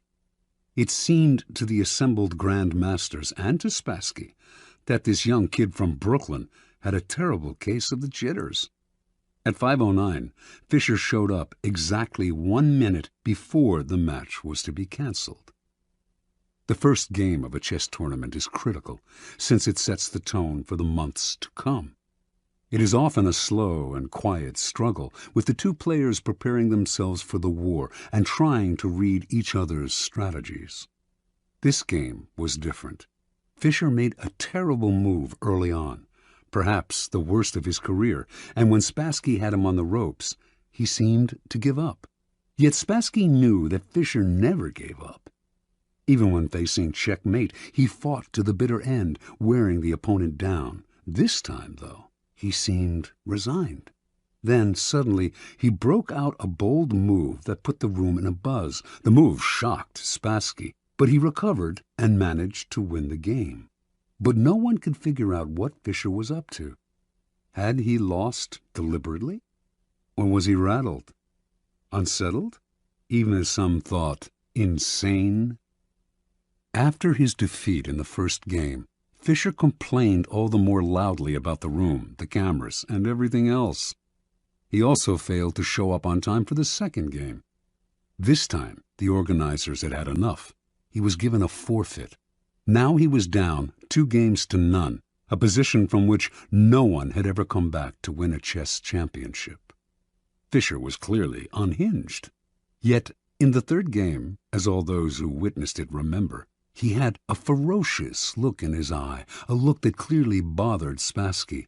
And despite the hole he had dug for himself, he seemed supremely confident. He did make what appeared to be another blunder, as he had in the first game, but his cocky air made Spassky smell a trap. Yet, despite the Russian's suspicions, he could not figure out the trap, and before he knew it, Fischer had checkmated him. In fact, Fischer's unorthodox tactics had completely unnerved his opponent. At the end of the game, Fischer leaped up and rushed out, yelling to his confederates as he smashed a fist into his palm, "I'm crushing him with brute force." In the next games, Fischer pulled moves that no one had seen from him before, moves that were not his style. Now Spassky started to make blunders. After losing the sixth game, he started to cry. One grandmaster said, "After this, Spassky's got to ask himself if it's safe to go back to Russia." After the eighth game, Spassky decided he knew what was happening. Bobby Fischer was hypnotizing him. He decided not to look Fischer in the eye. He lost anyway. After the 14th game, he called a staff conference and announced, "An attempt is being made to control my mind." He wondered whether the orange juice they drank at the chess table could have been drugged. Maybe chemicals were being blown into the air. Finally, Spassky went public, accusing the Fischer team of putting something in the chairs that was altering Spassky's mind. The KGB went on alert. Boris Spassky was embarrassing the Soviet Union. The chairs were taken apart and x-rayed. A chemist found nothing unusual in them. The only things anyone found anywhere, in fact, were 2 dead flies in the lighting fixture. Spassky began to complain of hallucinations. He tried to keep playing, but his mind was unraveling. He could not go on. On September 2nd, he resigned. Although still relatively young, he never recovered from this defeat. Interpretation. In previous games between Fischer and Spassky, Fischer had not fared well. Spassky had an uncanny ability to read his opponent's strategy and use it against him. Adaptable and patient, he would build attacks that would defeat not in 7 moves, but in 70. He defeated Fischer every time they played because he saw much further ahead and because he was a brilliant psychologist who never lost control. One master said, "He doesn't just look for the best move, he looks for the move that will disturb the man he is playing." Fischer, however, finally understood that this was one of the keys to Spassky's success. He played on your predictability, defeated you at your own game. Everything Fischer did for the championship match was an attempt to put the initiative on his side and to keep Spassky off balance. Clearly, the endless waiting had an effect on Spassky's psyche. Most powerful of all, though, were Fischer's deliberate blunders and his appearance of having no clear strategy. In fact, he was doing everything he could to scramble his old patterns, even if it meant losing the first match and forfeiting the second. Spassky was known for his sang-froid and level-headedness, but for the first time in his life he could not figure out his opponent. He slowly melted down, until at the end he was the one who seemed insane. Chess contains the concentrated essence of life. First, because to win, you have to be supremely patient and far-seeing. And second, because the game is built on patterns, whole sequences of moves that have been played before and will be played again with slight alterations in any one match. Your opponent analyzes the patterns you are playing and uses them to try to foresee your moves. Allowing him nothing predictable to base his strategy on gives you a big advantage. In chess, as in life, when people cannot figure out what you are doing, they are kept in a state of terror, waiting, uncertain, confused. Keys to power. Nothing is more terrifying than the sudden and unpredictable. That is why we are so frightened by earthquakes and tornadoes. We do not know when they will strike. After one has occurred, we wait in terror for the next one. To a lesser degree, this is the effect that unpredictable human behavior has on us. Animals behave in set patterns, which is why we are able to hunt and kill them. Only man has the capacity consciously to alter his behavior, to improvise and overcome the weight of routine and habit. Yet most men do not realize this power. They prefer the comforts of routine, of giving in to the animal nature that has them repeating the same compulsive actions time and time again. They do this because it requires no effort, and because they mistakenly believe that if they do not unsettle others, they will be left alone. Understand, a person of power instills a kind of fear by deliberately unsettling those around him to keep the initiative on his side. You sometimes need to strike without warning to make others tremble when they least expect it. It is a device that the powerful have used for centuries. Unpredictability is most often the tactic of the master, but the underdog, too, can use it to great effect. If you find yourself outnumbered or cornered, throw in a series of unpredictable moves. Your enemies will be so confused that they will pull back or make a tactical blunder. People are always trying to read the motives behind your actions and to use your predictability against you. Throw in a completely inexplicable move and you put them on the defensive. because they do not understand you. They are unnerved, and in such a state you can easily intimidate them. Unpredictability is not only a weapon of terror. Scrambling your patterns on a day-to-day basis will cause a stir around you and stimulate interest. People will talk about you, ascribe motives and explanations that have nothing to do with the truth, but that keep you constantly in their minds. In the end, the more capricious you appear, the more respect you will garner. Only the terminally subordinate act in a predictable manner. Law 18. Do not build fortresses to protect yourself. Isolation is dangerous.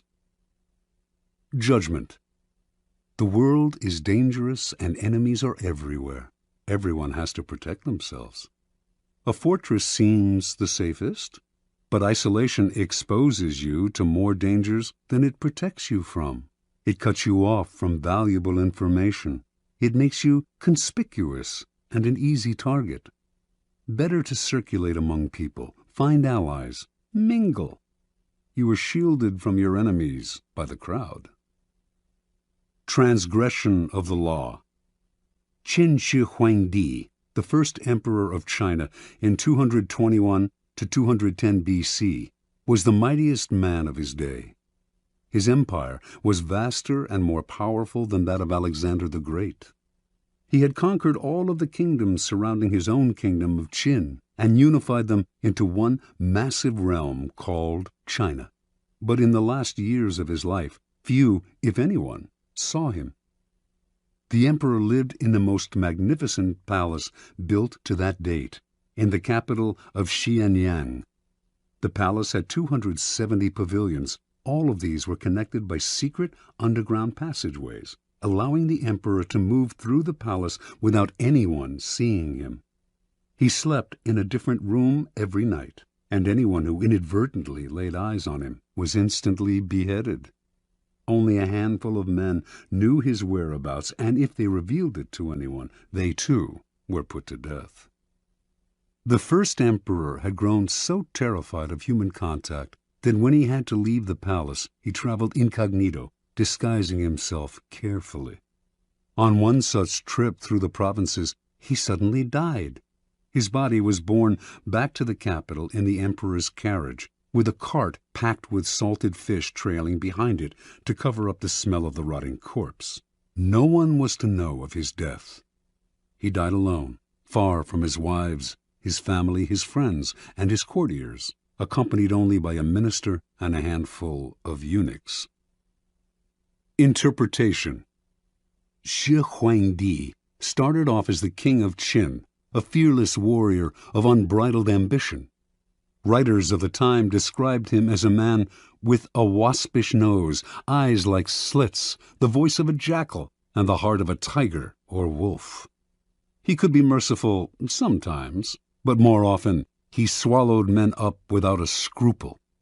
It was through trickery and violence that he conquered the provinces surrounding his own and created China, forging a single nation and culture out of many. As part of this process of unification, however, the first emperor outlawed the writings and teachings of Confucius, the philosopher whose ideas on the moral life had already become virtually a religion in Chinese culture. On Shi Huangdi's order, thousands of books relating to Confucius were burned, and anyone who quoted Confucius was to be beheaded. This made many enemies for the emperor, and he grew constantly afraid, even paranoid. The executions mounted. A contemporary, the writer Han Fei Tzu, noted that Qin has been victorious for 4 generations, yet has lived in constant terror and apprehension of destruction. As the emperor withdrew deeper and deeper into the palace to protect himself, he slowly lost control of the realm. Eunuchs and ministers enacted political policies without his approval or even his knowledge. They also plotted against him. By the end, he was emperor in name only, and was so isolated that barely anyone knew he had died. He had probably been poisoned by the same scheming ministers who encouraged his isolation.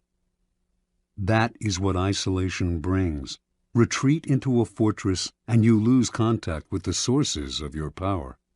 You lose your ear for what is happening around you, as well as a sense of proportion. Instead of being safer, you cut yourself off from the kind of knowledge on which your life depends. Never enclose yourself so far from the streets that you cannot hear what is happening around you, including the plots against you. Keys to power. Machiavelli makes the argument that in a strictly military sense, a fortress is invariably a mistake. It becomes a symbol of power's isolation and is an easy target for its builder's enemies. Designed to defend you, fortresses actually cut you off from help and cut into your flexibility. They may appear impregnable, but once you retire to one, everyone knows where you are, and a siege does not have to succeed to turn your fortress into a prison. The danger for most people comes when they feel threatened. In such times, they tend to retreat and close ranks to find security in a kind of fortress. In doing so, however, they come to rely for information on a smaller and smaller circle and lose perspective on events around them.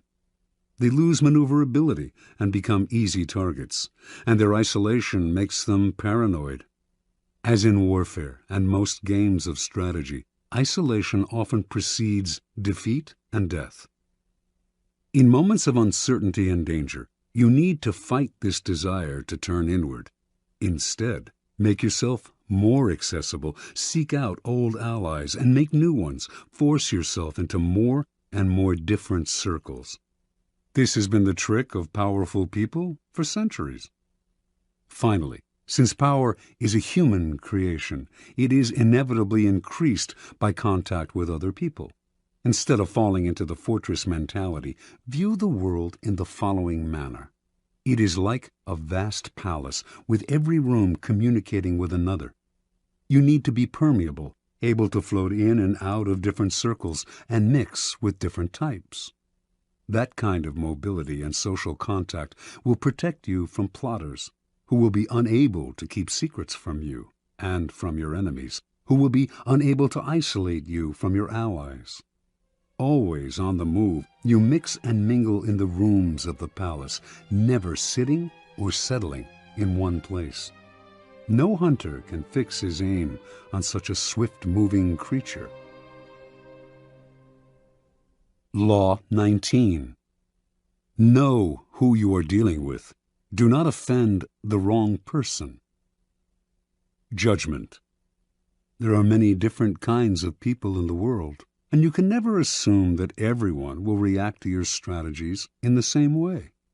Deceive or outmaneuver some people, and they will spend the rest of their lives seeking revenge. They are wolves in lamb's clothing. Choose your victims and opponents carefully then. Never offend or deceive the wrong person. Opponents, suckers, and victims. Preliminary typology. In your rise to power, you will come across many breeds of opponent, sucker, and victim. The highest form of the art of power is the ability to distinguish the wolves from the lambs, the foxes from the hares, the hawks from the vultures. If you make this distinction well, you will succeed without needing to coerce anyone too much. But if you deal blindly with whomever crosses your path, you will have a life of constant sorrow, if you even live that long. Being able to recognize types of people and to act accordingly is critical. The following are the 5 most dangerous and difficult types of mark in the jungle as identified by artists, con and otherwise, of the past. The arrogant and proud man. Although he may initially disguise it, this man's touchy pride makes him very dangerous. Any perceived slight will lead to a vengeance of overwhelming violence. You may say to yourself, "But I only said such and such at a party where everyone was drunk." It does not matter. There is no sanity behind his overreaction, so do not waste time trying to figure him out. If, at any point in your dealings with a person, you sense an oversensitive and overactive pride, flee. whatever you are hoping for from him isn't worth it. The hopelessly insecure man. This man is related to the proud and arrogant type, but is less violent and harder to spot. His ego is fragile, his sense of self insecure, and if he feels himself deceived or attacked, the hurt will simmer. He will attack you in bites that will take forever to get big enough for you to notice. If you find you have deceived or harmed such a man, disappear for a long time. Do not stay around him, or he will nibble you to death. Mr. Suspicion. Another variant on the breeds above. This is a future Joe Stalin. He sees what he wants to see, usually the worst, in other people, and imagines that everyone is after him. Mr. Suspicion is, in fact, the least dangerous of the three. Genuinely unbalanced, he is easy to deceive, just as Stalin himself was constantly deceived. Play on his suspicious nature to get him to turn against other people. But if you do become the target of his suspicions, watch out. The serpent with a long memory. If hurt or deceived, this man will show no anger on the surface. He will calculate and wait. Then, when he is in a position to turn the tables, he will exact a revenge marked by a cold-blooded shrewdness. Recognize this man by his calculation and cunning in the different areas of his life. He is usually cold and unaffectionate. Be doubly careful of this snake, and if you have somehow injured him, either crush him completely or get him out of your sight. The plain, unassuming, and often unintelligent man. Ah, your ears prick up when you find such a tempting victim. But this man is a lot harder to deceive than you imagine. Falling for a ruse often takes intelligence and imagination, a sense of the possible rewards. The blunt man will not take the bait because he does not recognize it. He is that unaware. The danger with this man is not that he will harm you or seek revenge, but merely that he will waste your time, energy, resources, and even your sanity in trying to deceive him. Have a test ready for a mark, a joke, a story. If his reaction is utterly literal, this is the type you are dealing with. Continue at your own risk. Transgression of the law.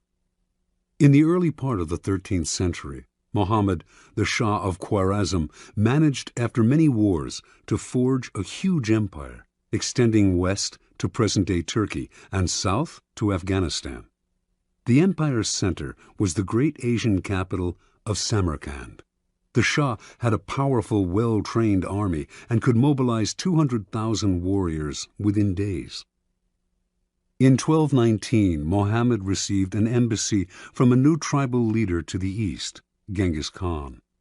The embassy included all sorts of gifts to the great Muhammad, representing the finest goods from Khan's small but growing Mongol empire. Genghis Khan wanted to reopen the Silk Route to Europe and offered to share it with Muhammad, while promising peace between the two empires. Muhammad did not know this upstart from the east, who, it seemed to him, was extremely arrogant to try to talk as an equal to one so clearly his superior. He ignored Khan's offer. Khan tried again. This time, he sent a caravan of 100 camels filled with the rarest articles he had plundered from China. Before the caravan reached Muhammad, however, Inalchik, the governor of a region bordering on Samarkand, seized it for himself and executed its leaders. Genghis Khan was sure that this was a mistake, that Inalchik had acted without Muhammad's approval. He sent yet another mission to Muhammad, reiterating his offer and asking that the governor be punished. This time, Muhammad himself had one of the ambassadors beheaded and sent the other two back with shaved heads, a horrifying insult in the Mongol code of honor. Khan sent a message to the Shah. "You have chosen war. What will happen, and what is to be, we know not. Only God knows." Mobilizing his forces, in 1220 he attacked Inalchik's province, where he seized the capital, captured the governor, and ordered him executed by having molten silver poured into his eyes and ears. Over the next year, Khan led a series of guerrilla-like campaigns against the Shah's much larger army. His method was totally novel for the time. His soldiers could move very fast on horseback and had mastered the art of firing with bow and arrow while mounted. The speed and flexibility of his forces allowed him to deceive Mohammed as to his intentions and the directions of his movements. Eventually, he managed first to surround Samarkand, then to seize it. Mohammed fled, and a year later died, his vast empire broken and destroyed. Genghis Khan was sole master of Samarkand, the Silk Route, and most of northern Asia. Interpretation. Never assume that the person you are dealing with is weaker or less important than you are. Some men are slow to take offense, which may make you misjudge the thickness of their skin and fail to worry about insulting them. But should you offend their honor and their pride, they will overwhelm you with a violence that seems sudden and extreme, given their slowness to anger. If you want to turn people down, it is best to do so politely and respectfully, even if you feel their request is impudent or their offer ridiculous. Never reject them with an insult until you know them better. You may be dealing with a Genghis Khan. Keys to power. The ability to measure people and to know who you are dealing with is the most important skill of all in gathering and conserving power. Without it, you are blind. Not only will you offend the wrong people, you will choose the wrong people to work on, and will think you are flattering people when you are actually insulting them. Before embarking on any move, take the measure of your mark or potential opponent. Otherwise, you will waste time and make mistakes. Study people's weaknesses, the chinks in their armor, their areas of both pride and insecurity. Know their ins and outs before you even decide whether or not to deal with them. 2 final words of caution. First, in judging and measuring your opponent, never rely on your instincts. You will make the greatest mistakes of all if you rely on such inexact indicators. Nothing can substitute for gathering concrete knowledge. Study and spy on your opponent for however long it takes. This will pay off in the long run. Second, never trust appearances. Anyone with a serpent's heart can use a show of kindness to cloak it. A person who is blustery on the outside is often really a coward. Learn to see through appearances and their contradictions. Never trust the version that people give of themselves. It is utterly unreliable.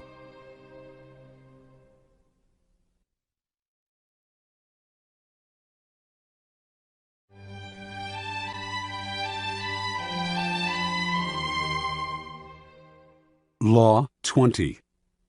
Do not commit to anyone. Judgment.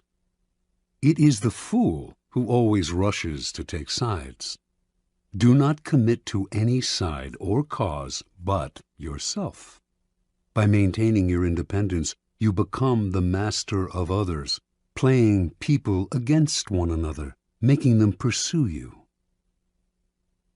Part 1. Do not commit to anyone, but be courted by all. If you allow people to feel they possess you to any degree, you lose all power over them. By not committing your affections, they will only try harder to win you over. Stay aloof, and you gain the power that comes from their attention and frustrated desire. Play the virgin queen. Give them hope, but never satisfaction. Observance of the law. When Queen Elizabeth I ascended the throne of England in 1558, there was much to do about her finding a husband. The issue was debated in Parliament and was a main topic of conversation among Englishmen of all classes. They often disagreed as to whom she should marry, but everyone thought she should marry as soon as possible, for a queen must have a king and must bear heirs for the kingdom. The debates raged on for years. Meanwhile, The most handsome and eligible bachelors in the realm, Sir Robert Dudley, the Earl of Essex, Sir Walter Raleigh, vied for Elizabeth's hand. She did not discourage them, but she seemed to be in no hurry, and her hints as to which man might be her favorite often contradicted each other. In 1566, Parliament sent a delegation to Elizabeth urging her to marry before she was too old to bear children. She did not argue, nor did she discourage the delegation, but she remained a virgin nonetheless. The delicate game that Elizabeth played with her suitors slowly made her the subject of innumerable sexual fantasies and the object of cultish worship. The court physician, Simon Forman, used his diary to describe his dreams of deflowering her. Painters represented her as Diana and other goddesses. The poet Edmund Spenser and others wrote eulogies to the Virgin Queen. She was referred to as the world's empress, that virtuous Virgo who rules the world and sets the stars in motion. In conversation with her, her many male suitors would employ bold sexual innuendo, a dare that Elizabeth did not discourage. She did all she could to stir their interest and simultaneously keep them at bay. Throughout Europe, kings and princes knew that a marriage with Elizabeth would seal an alliance between England and any nation. The King of Spain wooed her, as did the Prince of Sweden and the Archduke of Austria. She politely refused them all. The great diplomatic issue of Elizabeth's day was posed by the revolt of the Flemish and Dutch lowlands, which were then possessions of Spain. Should England break its alliance with Spain and choose France as its main ally on the continent, thereby encouraging Flemish and Dutch independence? By 1570, it had come to seem that an alliance with France would be England's wisest course. France had two eligible men of noble blood, the Dukes of Anjou and Alençon, brothers of the French king. Would either of them marry Elizabeth? Both had advantages, and Elizabeth kept the hopes of both alive. The issue simmered for years. The Duke of Anjou made several visits to England, kissed Elizabeth in public, even called her by pet names. She appeared to requite his affections. Meanwhile, as she flirted with the two brothers, a treaty was signed that sealed peace between France and England. By 1582, Elizabeth felt she could break off the courtship. In the case of the Duke of Anjou in particular, she did so with great relief. For the sake of diplomacy, she had allowed herself to be courted by a man whose presence she could not stand and whom she found physically repulsive. Once peace between France and England was secure, she dropped the unctuous Duke as politely as she could. By this time, Elizabeth was too old to bear children. She was accordingly able to live the rest of her life as she desired, and she died the Virgin Queen. She left no direct heir, but ruled through a period of incomparable peace and cultural fertility. Interpretation. Elizabeth knew that marriage can often lead to a female ruler's undoing. By marrying and committing to an alliance with one party or nation, the queen becomes embroiled in conflicts that are not of her choosing, conflicts which may eventually overwhelm her or lead her into a futile war. Also, the husband becomes the de facto ruler and often tries to do away with his wife, the queen. She had two goals as a ruler: to avoid marriage and to avoid war. She managed to combine these goals by dangling the possibility of marriage in order to forge alliances. The moment she committed to any single suitor would have been the moment she lost her power. She had to emanate mystery and desirability, never discouraging anyone's hopes, but never yielding. Through this lifelong game of flirting and withdrawing, Elizabeth dominated the country and every man who sought to conquer her. As the center of attention, she was in control. Keeping her independence above all, Elizabeth protected her power and made herself an object of worship. keys to power. When you hold yourself back, you incur not anger, but a kind of respect. You instantly seem powerful because you make yourself ungraspable rather than succumbing to the group or to the relationship, as most people do. This aura of power only grows with time. As your reputation for independence grows, more and more people will come to desire you, wanting to be the one who gets you to commit. Desire is like a virus. If we see that someone is desired by other people, we tend to find this person desirable too. The moment you commit, the magic is gone. You become like everyone else. People will try all kinds of underhanded methods to get you to commit. They will give you gifts, shower you with favors, all to put you under obligation. Encourage the attention, stimulate their interest, but do not commit at any cost. Accept the gifts and favors if you so desire, but be careful to maintain your inner aloofness. You cannot inadvertently allow yourself to feel obligated to anyone. Stay aloof, and people will come to you. It will become a challenge for them to win your affections. As long as you imitate the wise virgin queen and stimulate their hopes, you will remain a magnet of attention and desire. Part 2. Do not commit to anyone. Stay above the fray. Do not let people suck you into their petty fights and squabbles. Seem supportive and interested, but find a way to remain neutral. Let others do the fighting, while you stand back, watch, and wait. When the fighting parties are good and tired, they will be ripe for the picking. You can make it a practice, in fact, to stir up quarrels between other people and then offer to mediate, gaining power as the go-between. Observance of the law. In the late 15th century, the strongest city-states in Italy, Venice, Florence, Rome, and Milan, found themselves constantly squabbling. Hovering above their struggles were the nations of France and Spain, ready to grab whatever they could from the weakened Italian powers. And trapped in the middle was the small state of Mantua, ruled by the young Duke Gianfrancesco Gonzaga. Mantua was strategically located in central Italy, and it seemed only a matter of time before one of the powers swallowed it up, and it ceased to exist as an independent kingdom. Gonzaga was a fierce warrior and a skilled commander of troops, and he became a kind of mercenary general for whatever side paid him best. In the year 1490, he married Isabella d'Este, daughter of the ruler of another small Italian kingdom, Ferrara.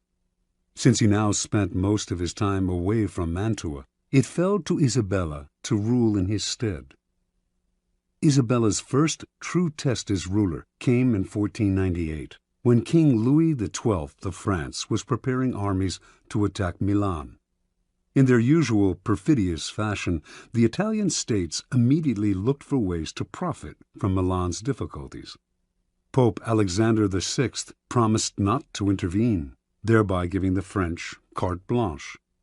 The Venetians signaled that they would not help Milan either, and in exchange for this, they hoped the French would give them Mantua.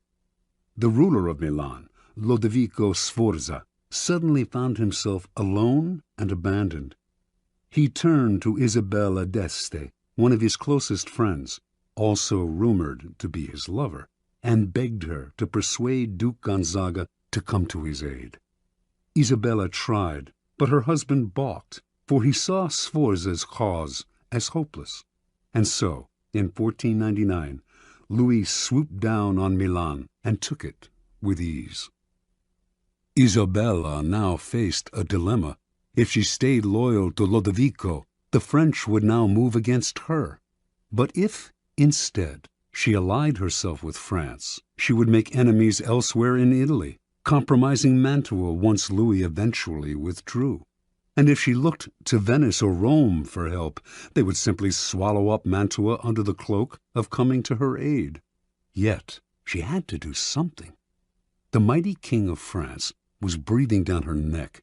She decided to befriend him as she had befriended Lodovico Sforza before him, with alluring gifts, witty, intelligent letters, and the possibility of her company. For Isabella was famous as a woman of incomparable beauty and charm. In 1500, Louis invited Isabella to a great party in Milan to celebrate his victory. Leonardo da Vinci built an enormous mechanical lion for the affair. When the lion opened its mouth, it spewed fresh lilies, the symbols of French royalty. At the party, Isabella wore one of her celebrated dresses. She had by far the largest wardrobe of any of the Italian princesses. And just as she had hoped, she charmed and captivated Louis, who ignored all the other ladies vying for his attention. She soon became his constant companion, and in exchange for her friendship, he pledged to protect Mantua's independence from Venice. As one danger receded, however, another, more worrying one arose, this time from the south, in the form of Cesare Borgia. Starting in 1500, Borgia had marched steadily northward, gobbling up all the small kingdoms in his path, in the name of his father, Pope Alexander. Isabella understood Cesare perfectly. He could be neither trusted nor in any way offended. He had to be cajoled and kept at arm's length. Isabella began by sending him gifts, falcons, prize dogs, perfumes, and dozens of masks, which she knew he always wore when he walked the streets of Rome. She sent messengers with flattering greetings, although these messengers also acted as her spies. At one point, Cesare asked if he could house some troops in Mantua. Isabella managed to dissuade him politely, knowing full well that once the troops were quartered in the city, they would never leave. Even when Isabella was charming Cesare, she convinced everyone around her to take care never to utter a harsh word about him, since he had spies everywhere and would use the slightest pretext for invasion. When Isabella had a child, she asked Cesare to be the godfather. She even dangled in front of him the possibility of a marriage between her family and his. Somehow it all worked, for although elsewhere he seized everything in his path, he spared Mantua. In 1503, Cesare's father Alexander died, and a few years later the new pope, Julius II, went to war to drive the French troops from Italy. When the ruler of Ferrara, Alfonso, Isabella's brother, sided with the French, Julius decided to attack and humble him. Once again, Isabella found herself in the middle, the Pope on one side, the French and her brother on the other. She dared not ally herself with either, but to offend either would be equally disastrous. Again, she played the double game at which she had become so expert. On the one hand, she got her husband Gonzaga to fight for the Pope, knowing he would not fight very hard. On the other, she let French troops pass through Mantua to come to Ferrara's aid. While she publicly complained that the French had invaded her territory, she privately supplied them with valuable information.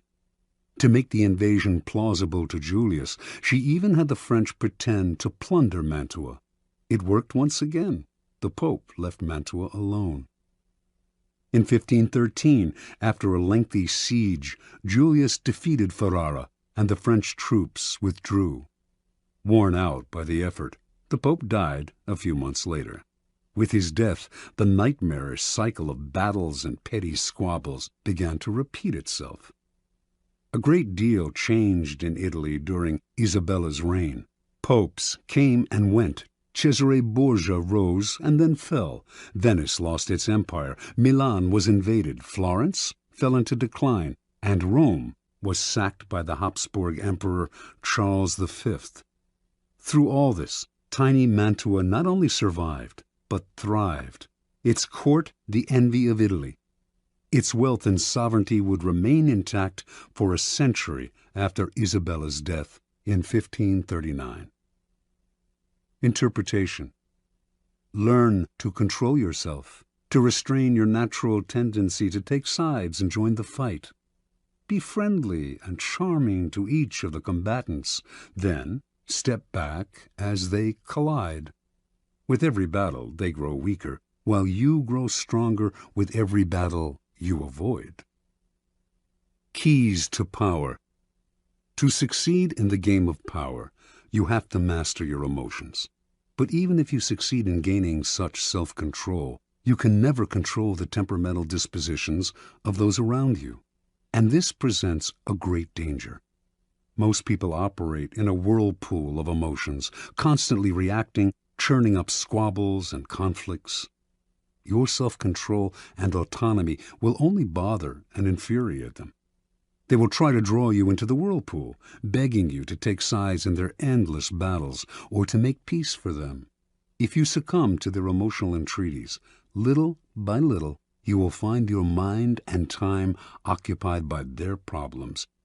Do not allow whatever compassion and pity you possess to suck you in.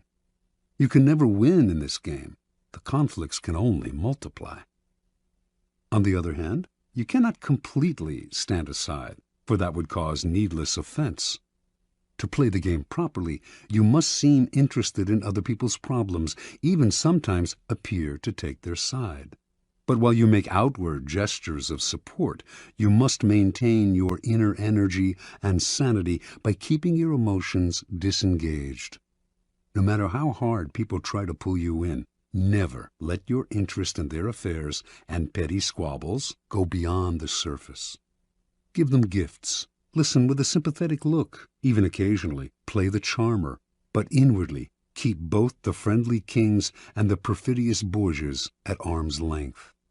By refusing to commit and thus maintaining your autonomy, you retain the initiative. Your moves stay matters of your own choosing, not defensive reactions to the push and pull of those around you. Play a waiting game, and you cannot lose. Law 21. Play a sucker to catch a sucker. Seem dumber than your mark. Judgment. No one likes feeling stupider than the next person. The trick, then, is to make your victims feel smart, and not just smart, but smarter than you are. Once convinced of this, they will never suspect that you may have ulterior motives. Observance of the law. In the winter of 1872, the U.S. financier Asbury Harpending was visiting London when he received a cable. A diamond mine had been discovered in the American West.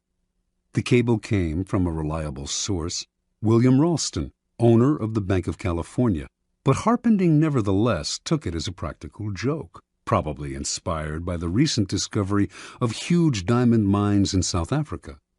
True, when reports had first come in of gold being discovered in the western United States, everyone had been skeptical, and those had turned out to be true. But a diamond mine in the West?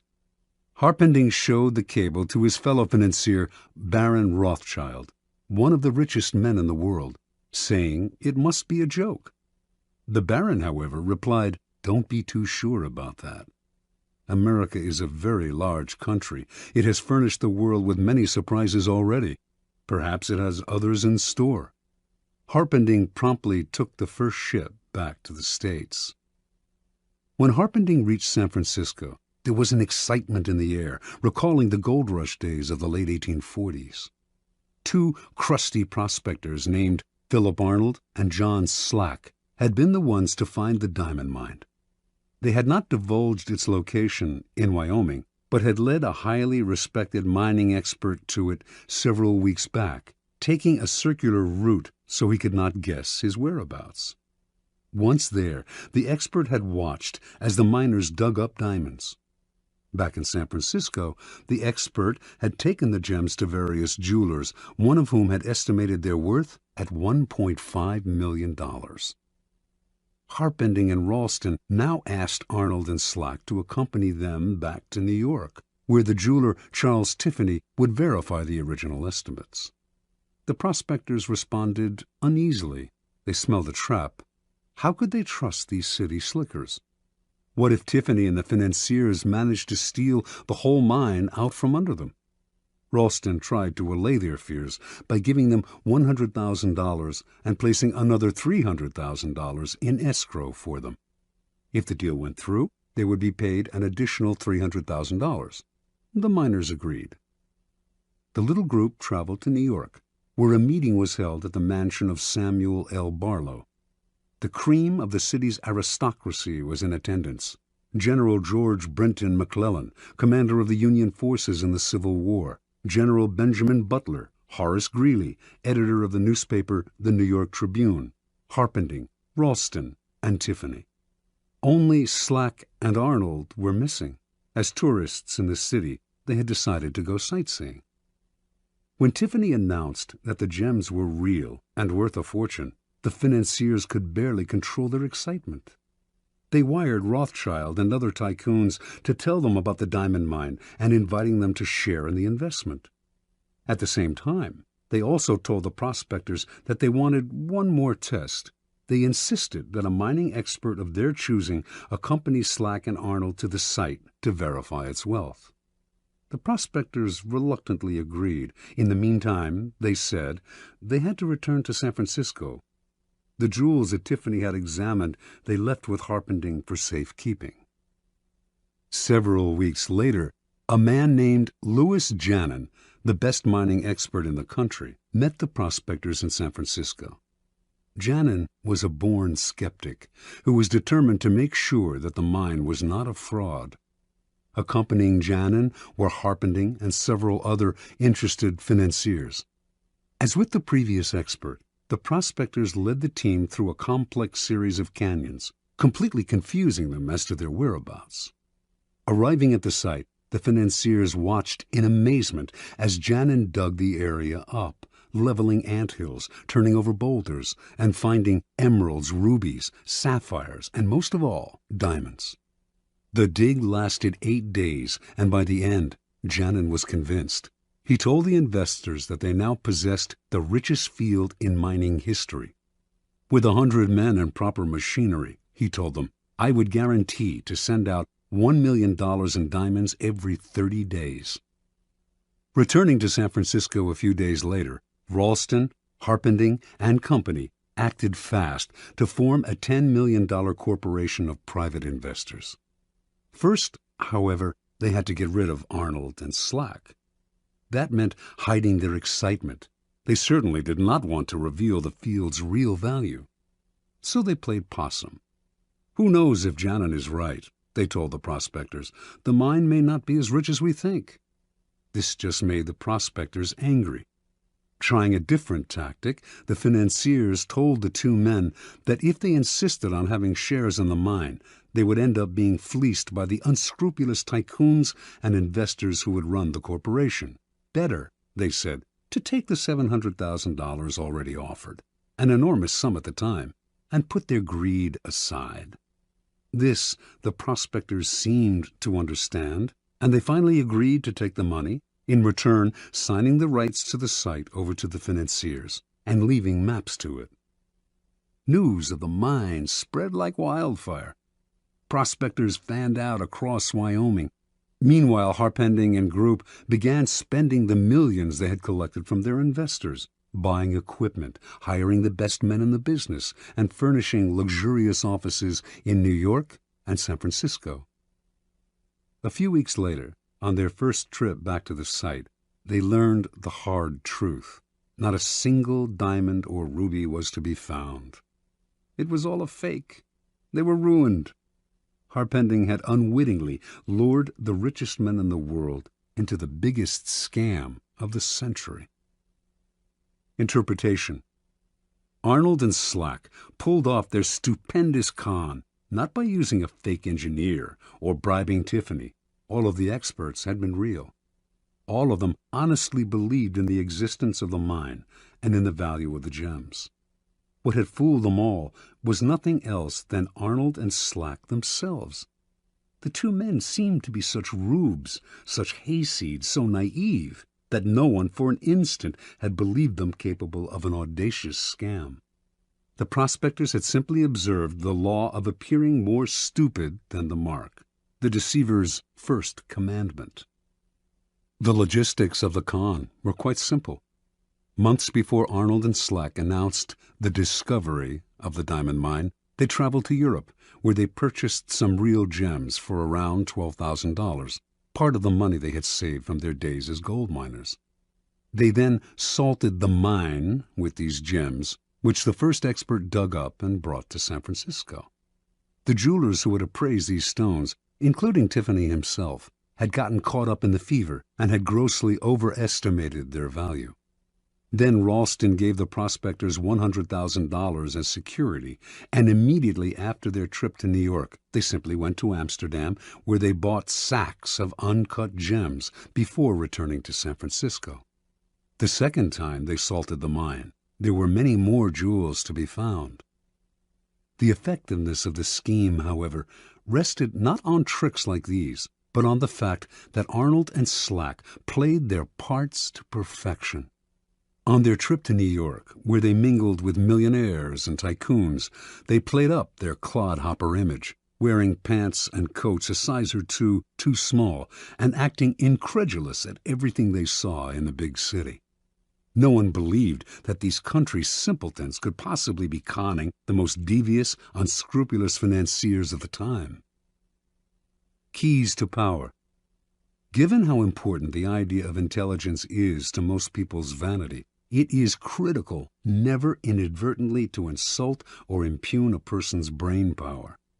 That is an unforgivable sin, but if you can make this iron rule work for you, it opens up all sorts of avenues of deception.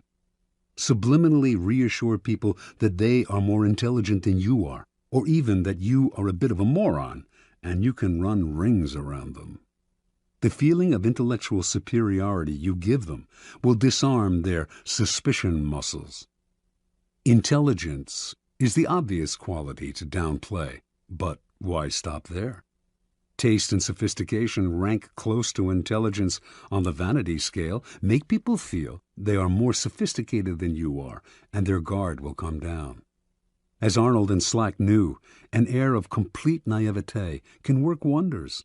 Those fancy financiers were laughing at them behind their backs. But who laughed loudest in the end? In general, then, always make people believe they are smarter and more sophisticated than you are. They will keep you around because you make them feel better about themselves, and the longer you are around, the more opportunities you will have to deceive them.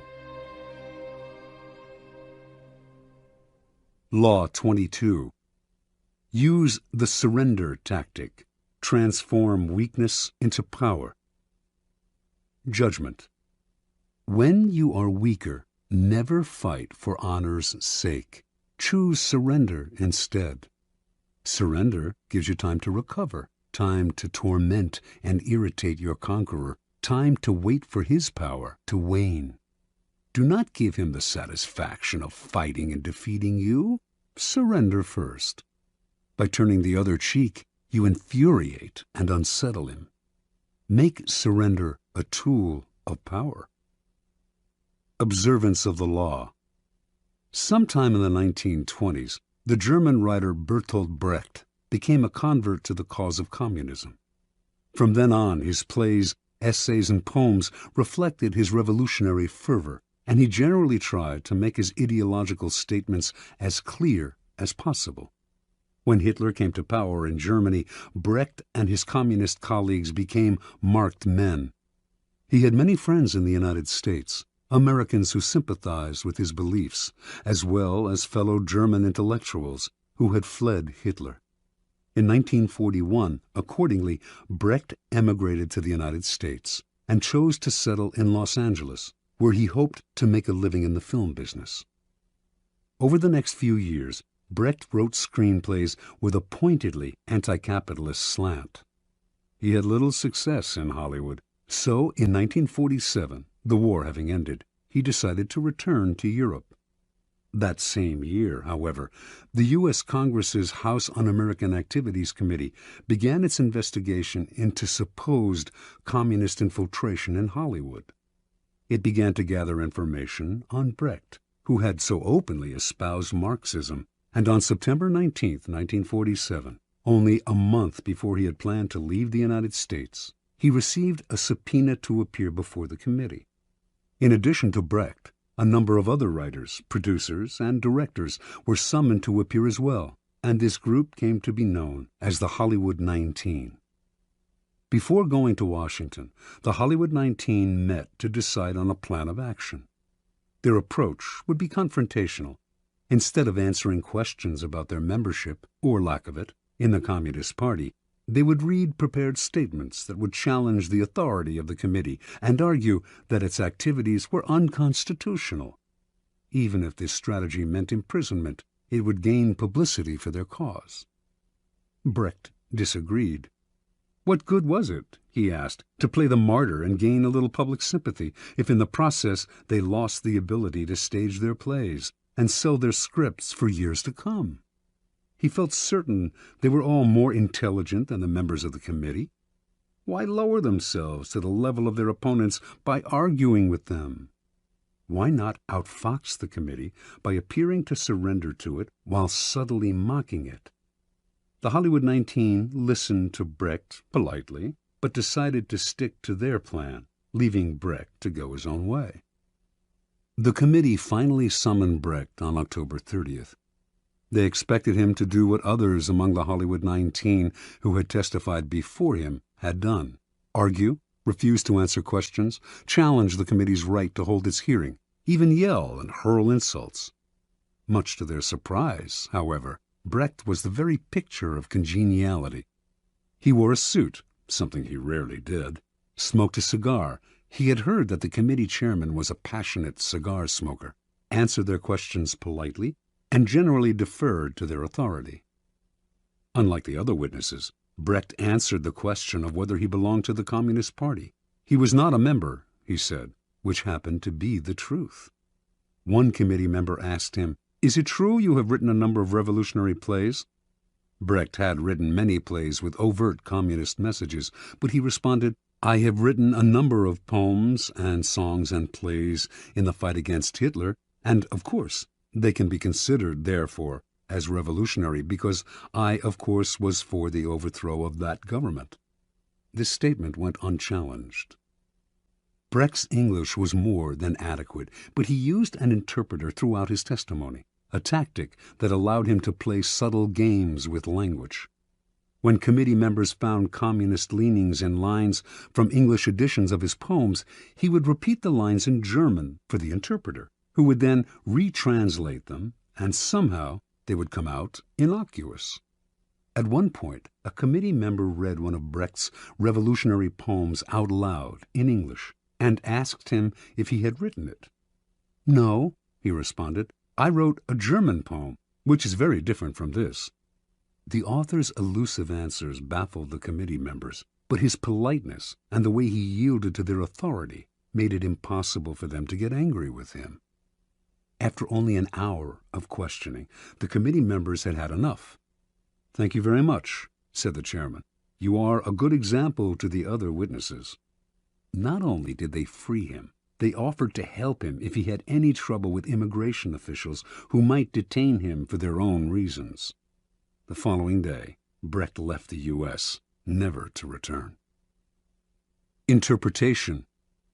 The Hollywood 19's confrontational approach won them a lot of sympathy, and years later they gained a kind of vindication in public opinion.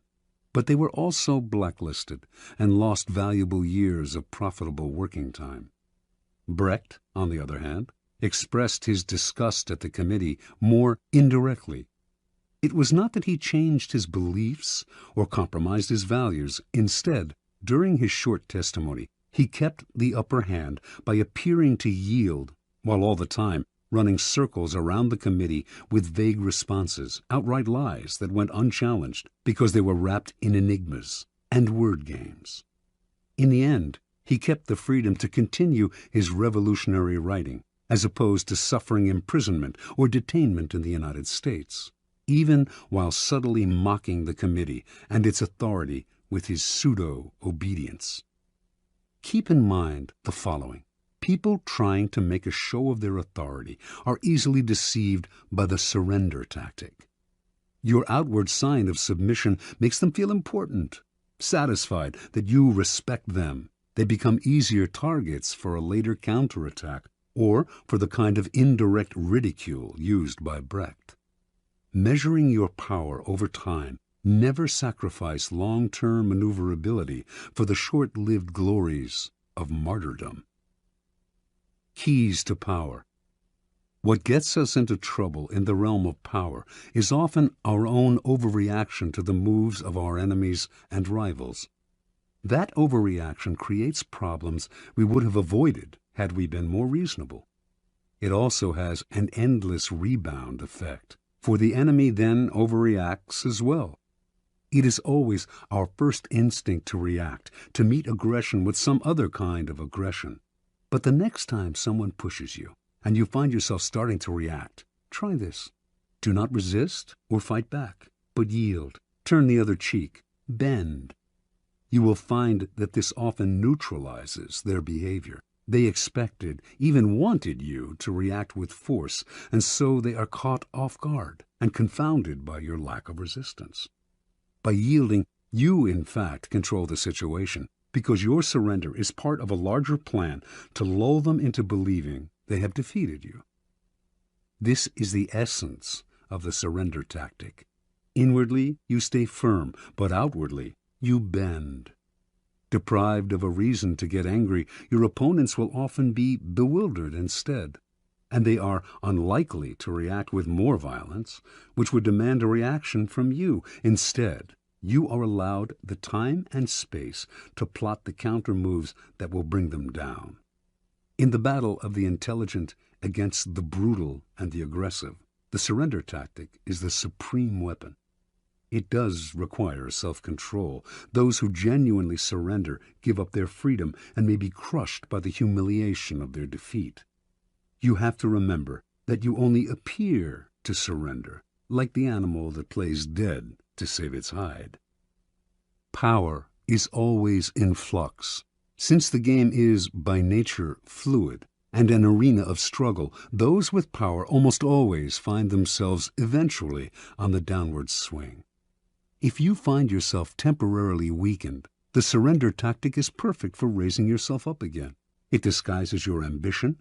It teaches you patience and self-control, key skills in the game, and it puts you in the best possible position for taking advantage of your oppressor's sudden slide. If you run away or fight back, in the long run, you cannot win. If you surrender, you will almost always emerge victorious. Law 23. Concentrate your forces. Judgment. Conserve your forces and energies by keeping them concentrated at their strongest point. You gain more by finding a rich mine and mining it deeper than by flitting from one shallow mine to another. Intensity defeats extensity every time. When looking for sources of power to elevate you, find the one key patron, the fat cow, who will give you milk for a long time to come. Transgression of the law. In China, in the early 6th century B.C., the kingdom of Wu began a war with the neighboring northern provinces of the Middle Kingdom. Wu was a growing power, but it lacked the great history and civilization of the Middle Kingdom, for centuries the center of Chinese culture. By defeating the Middle Kingdom, the king of Wu would instantly raise his status. The war began with great fanfare and several victories, but it soon bogged down. A victory on one front would leave the Wu armies vulnerable on another. The king's chief minister and advisor, Wu Zishu, warned him that the barbarous state of Yue to the south was beginning to notice the kingdom of Wu's problems and had designs to invade. The king only laughed at such worries. One more big victory, and the great Middle Kingdom would be his. In the year 490, Wu Zishu sent his son away to safety in the kingdom of Qi.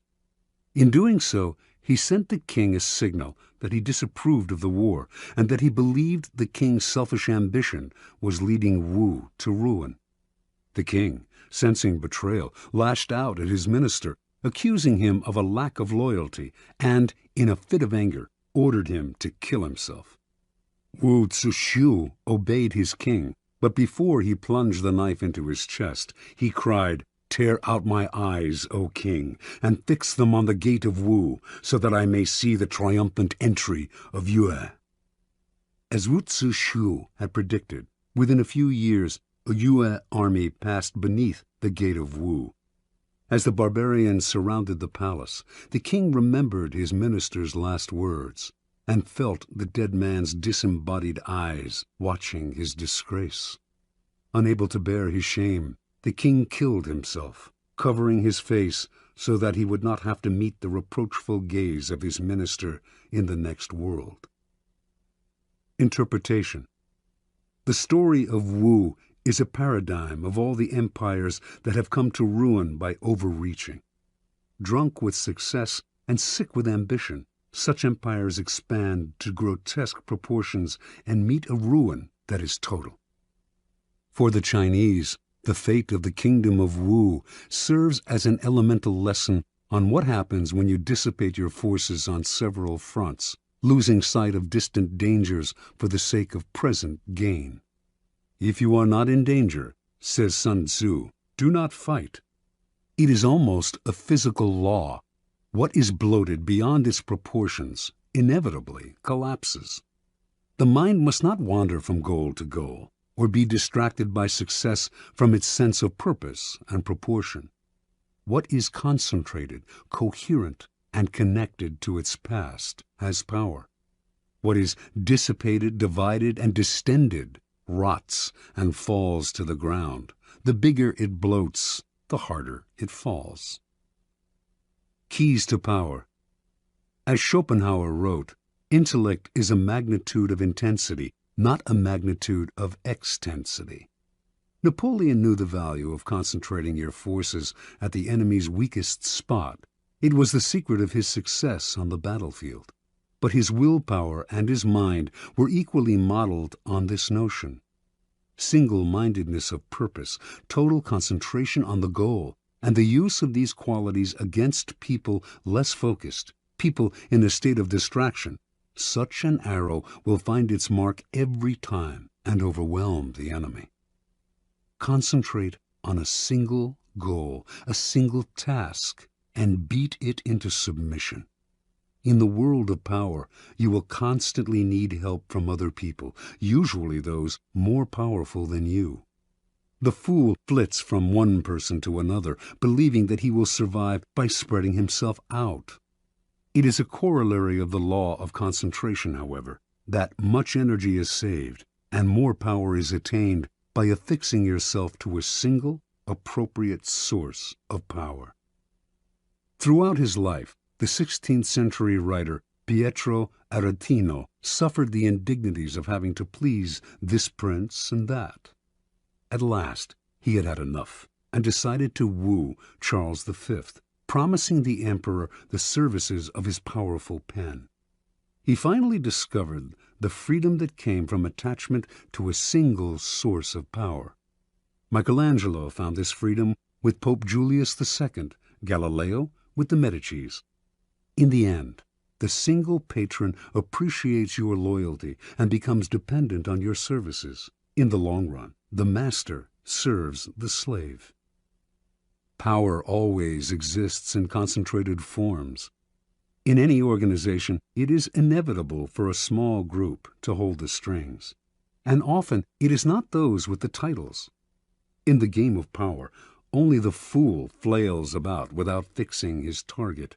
You must find out who controls the operations, who is the real director behind the scenes.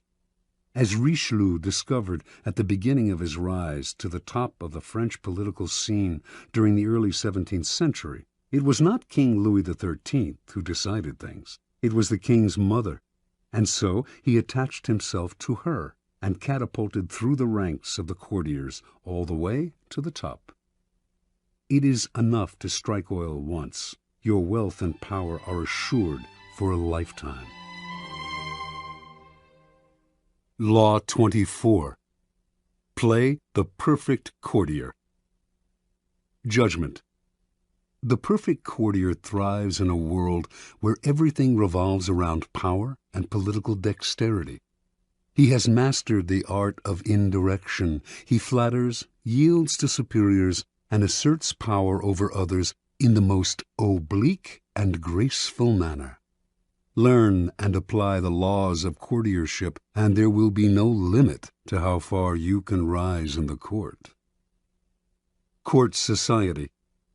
It is a fact of human nature that the structure of a court society forms itself around power. In the past, the court gathered around the ruler and had many functions.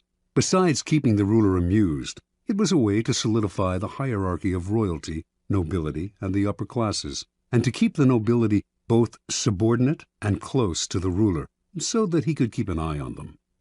The court serves power in many ways, but most of all, it glorifies the ruler, providing him with a microcosmic world that must struggle to please him. To be a courtier was a dangerous game.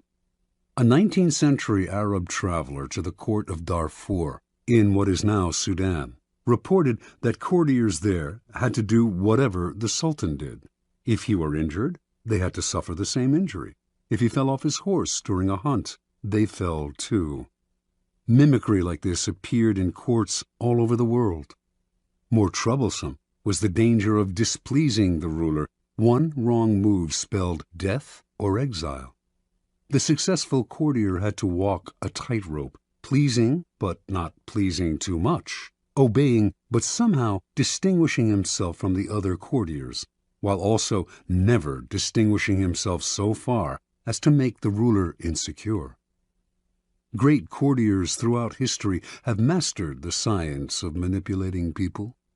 They make the king feel more kingly. They make everyone else fear their power. They are magicians of appearance, knowing that most things at court are judged by how they seem. Great courtiers are gracious and polite. Their aggression is veiled and indirect.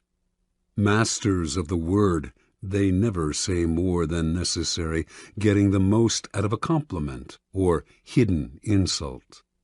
They are magnets of pleasure. People want to be around them because they know how to please. Yet they neither fawn nor humiliate themselves. Great courtiers become the king's favorites, enjoying the benefits of that position. They often end up more powerful than the ruler, for they are wizards in the accumulation of influence. Many today dismiss court life as a relic of the past, a historical curiosity. They reason, according to Machiavelli, as though heaven, the sun, the elements, and men had changed the order of their motions and power, and were different from what they were in ancient times. There may be no more sun kings, but there are still plenty of people who believe the sun revolves around them. The royal court may have more or less disappeared, or at least lost its power, but courts and courtiers still exist because power still exists. A courtier is rarely asked to fall off a horse anymore, but the laws that govern court politics are as timeless as the laws of power.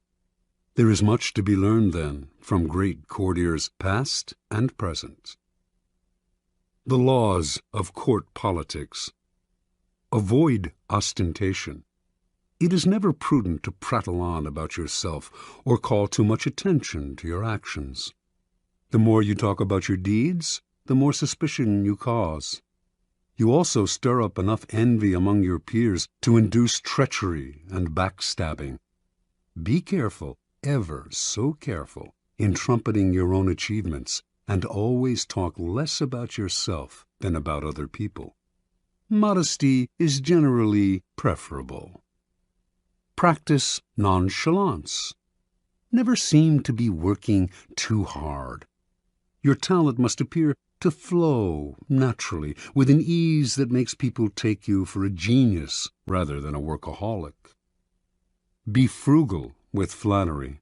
It may seem that your superiors cannot get enough flattery, but too much of even a good thing loses its value. It also stirs up suspicion among your peers. Learn to flatter indirectly. by downplaying your own contribution, for example, to make your master look better. Arrange to be noticed. There is a paradox. You cannot display yourself too brazenly, yet you must also get yourself noticed. You stand no chance of rising if the ruler does not notice you in the swamp of courtiers. This task requires much art. It is often initially a matter of being seen in the literal sense. Pay attention to your physical appearance then, and find a way to create a distinctive, a subtly distinctive, style and image. Alter your style and language according to the person you are dealing with. The pseudo-belief in equality, the idea that talking and acting the same way with everyone, no matter what their rank, makes you somehow a paragon of civilization, is a terrible mistake. Those below you will take it as a form of condescension, which it is, and those above you will be offended, although they may not admit it. You must change your style and your way of speaking to suit each person. This is not lying, it is acting, and acting is an art, not a gift from God.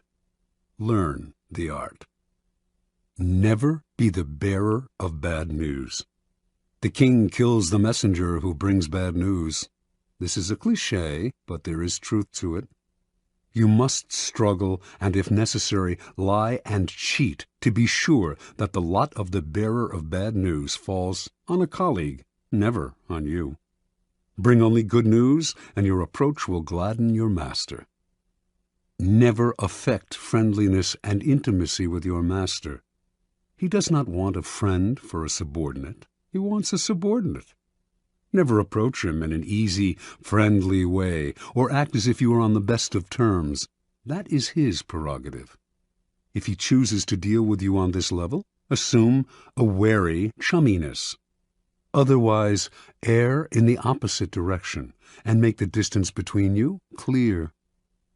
Never criticize those above you directly. This may seem obvious, but there are often times when some sort of criticism is necessary. To say nothing or to give no advice would open you to risks of another sort. You must learn, however, to couch your advice and criticism as indirectly and as politely as possible. Think twice or 3 times before deciding you have made them sufficiently circuitous. Err on the side of subtlety and gentleness. Be frugal in asking those above you for favors. Nothing irritates a master more than having to reject someone's request. It stirs up guilt and resentment. Ask for favors as rarely as possible, and know when to stop. Never joke about appearances or taste. A lively wit and a humorous disposition are essential qualities for a good courtier, and there are times when vulgarity is appropriate and engaging. But avoid any kind of joke about appearance or taste, 2 highly sensitive areas, especially with those above you. Do not even try it when you are away from them. You will dig your own grave. Do not be the court cynic. If you constantly criticize your equals or subordinates, some of that criticism will rub off on you, hovering over you like a gray cloud wherever you go. People will groan at each new cynical comment, and you will irritate them. By expressing modest admiration for other people's achievements, you paradoxically call attention to your own. The ability to express wonder and amazement and seem like you mean it is a rare and dying talent, but one still greatly valued. Be self-observant. The mirror is a miraculous invention. Without it, you would commit great sins against beauty and decorum. You also need a mirror for your actions. This can sometimes come from other people telling you what they see in you, but that is not the most trustworthy method. You must be the mirror, training your mind to see yourself as others see you. Are you acting too obsequious? Are you trying too hard to please? Do you seem desperate for attention, giving the impression that you are on the decline? Be observant about yourself, and you will avoid a mountain of blunders. Master your emotions. As an actor in a great play, you must learn to cry and laugh on command and when it is appropriate. You must be able both to disguise your anger and frustration and to fake your contentment and agreement. You must be the master of your own face. Call it lying, if you like, but if you prefer to not play the game and to always be honest and upfront, do not complain when others call you obnoxious and arrogant. Fit the spirit of the times. A slight affectation of a past era can be charming as long as you choose a period at least 20 years back. Wearing the fashions of 10 years ago is ludicrous unless you enjoy the role of court jester. Your spirit and way of thinking must keep up with the times, even if the times offend your sensibilities. Be too forward-thinking, however, and no one will understand you. It is never a good idea to stand out too much in this area. You are best off at least being able to mimic the spirit of the times. Be a source of pleasure. This is critical. It is an obvious law of human nature that we will flee what is unpleasant and distasteful, while charm and the promise of delight will draw us like moths to a flame. Make yourself the flame, and you will rise to the top. Since life is otherwise so full of unpleasantness, and pleasure so scarce, you will be as indispensable as food and drink. This may seem obvious, but what is obvious is often ignored or unappreciated. There are degrees to this. Not everyone can play the role of favorite, for not everyone is blessed with charm and wit. But we can all control our unpleasant qualities and obscure them when necessary. Law 25. Recreate yourself. Judgment. Do not accept the roles that society foists on you. Recreate yourself by forging a new identity, one that commands attention and never bores the audience. Be the master of your own image rather than letting others define it for you. Incorporate dramatic devices into your public gestures and actions. Your power will be enhanced and your character will seem larger than life. Observance of the law. In the year 1831, a young woman named Aurore Dupin Dudevant left her husband and family in the provinces and moved to Paris. She wanted to be a writer. Marriage, she felt, was worse than prison, for it left her neither the time nor the freedom to pursue her passion. In Paris, she would establish her independence and make her living by writing. Soon after Dudevant arrived in the capital, however, she had to confront certain harsh realities. To have any degree of freedom in Paris, you had to have money.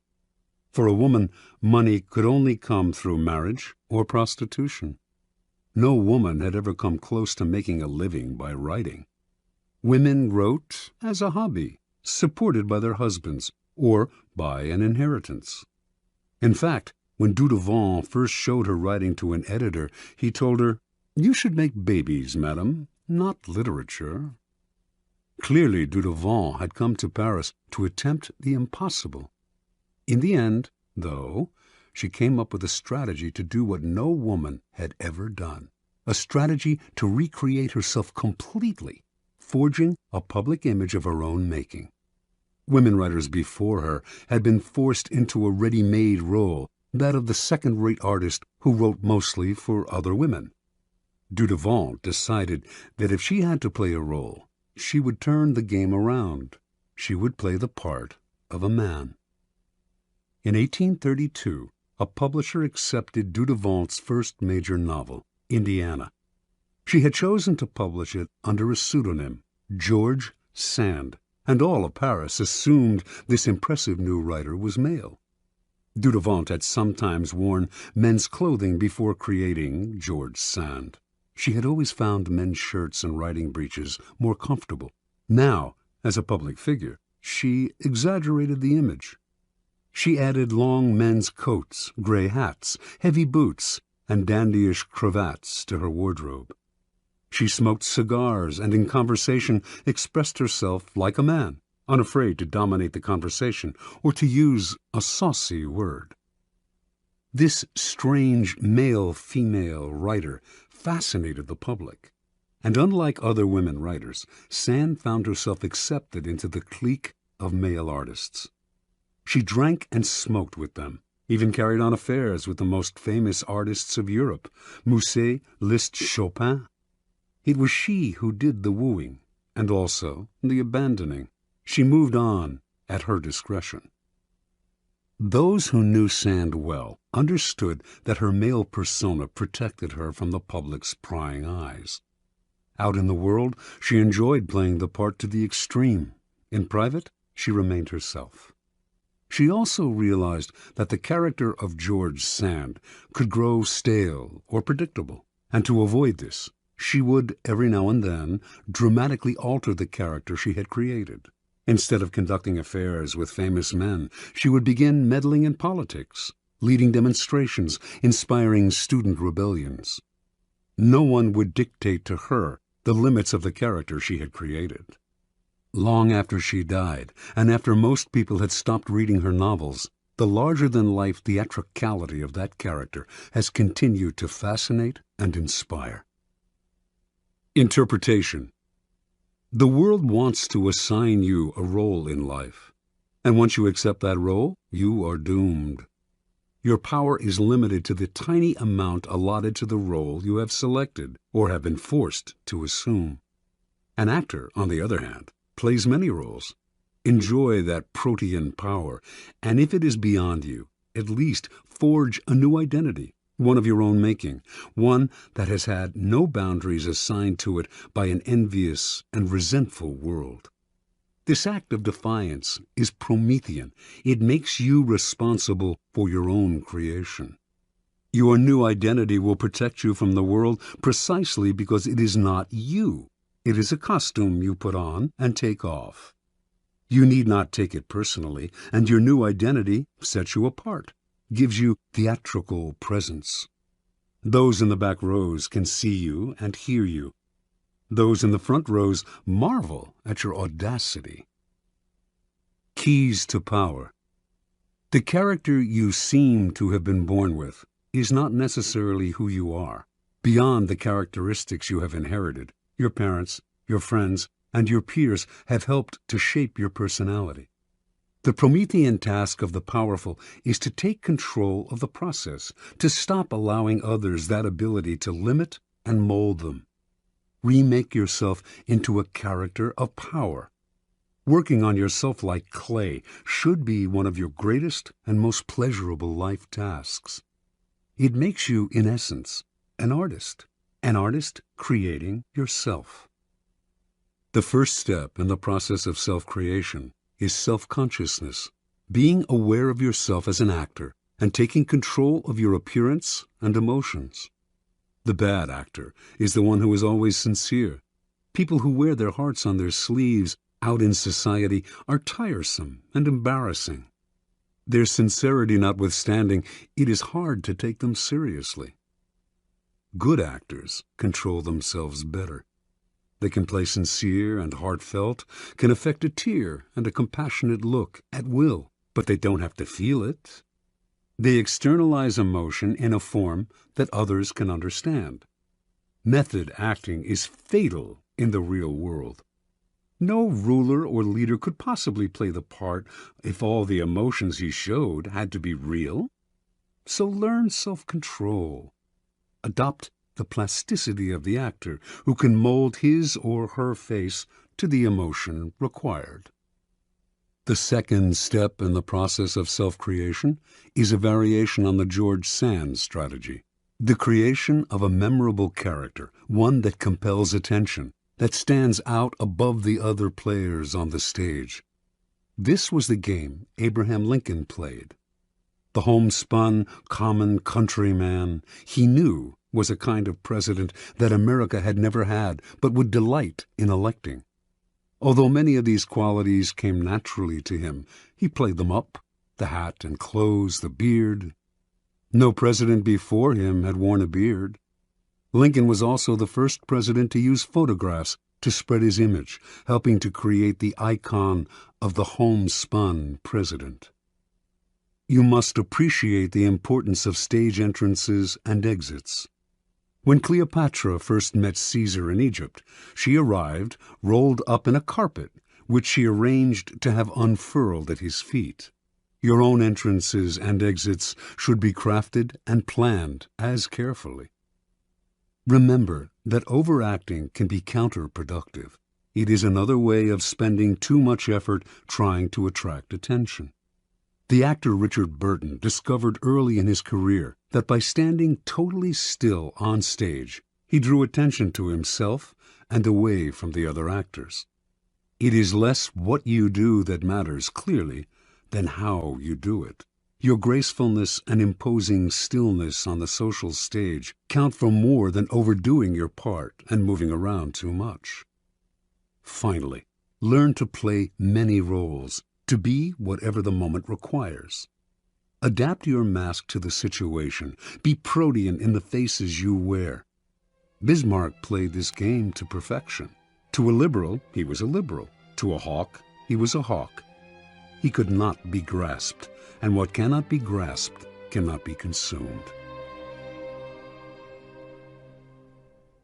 Law 26. Keep your hands clean. Judgment. You must seem a paragon of civility and efficiency. Your hands are never soiled by mistakes and nasty deeds.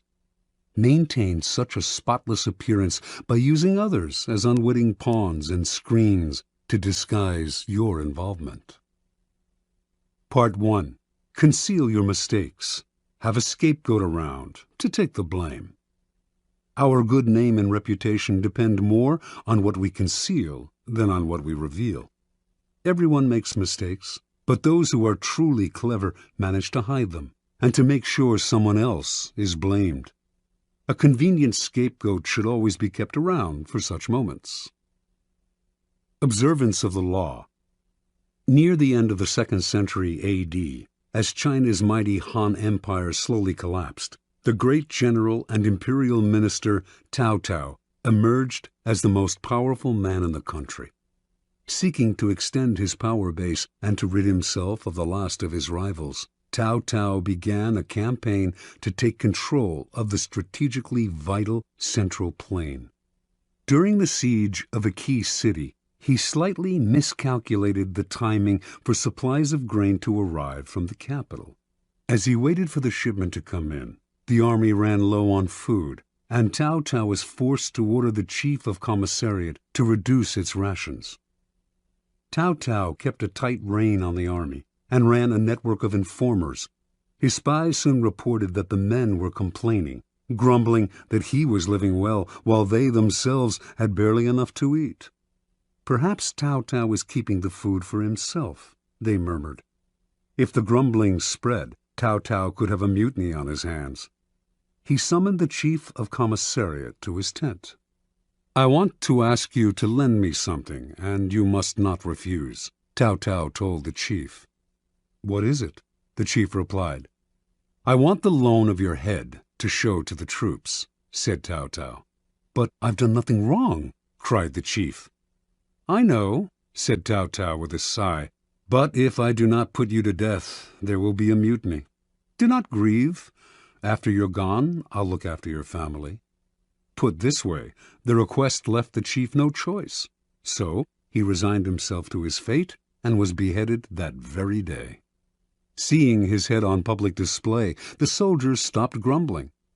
Some saw through Cao Cao's gesture, but kept quiet, stunned and intimidated by his violence.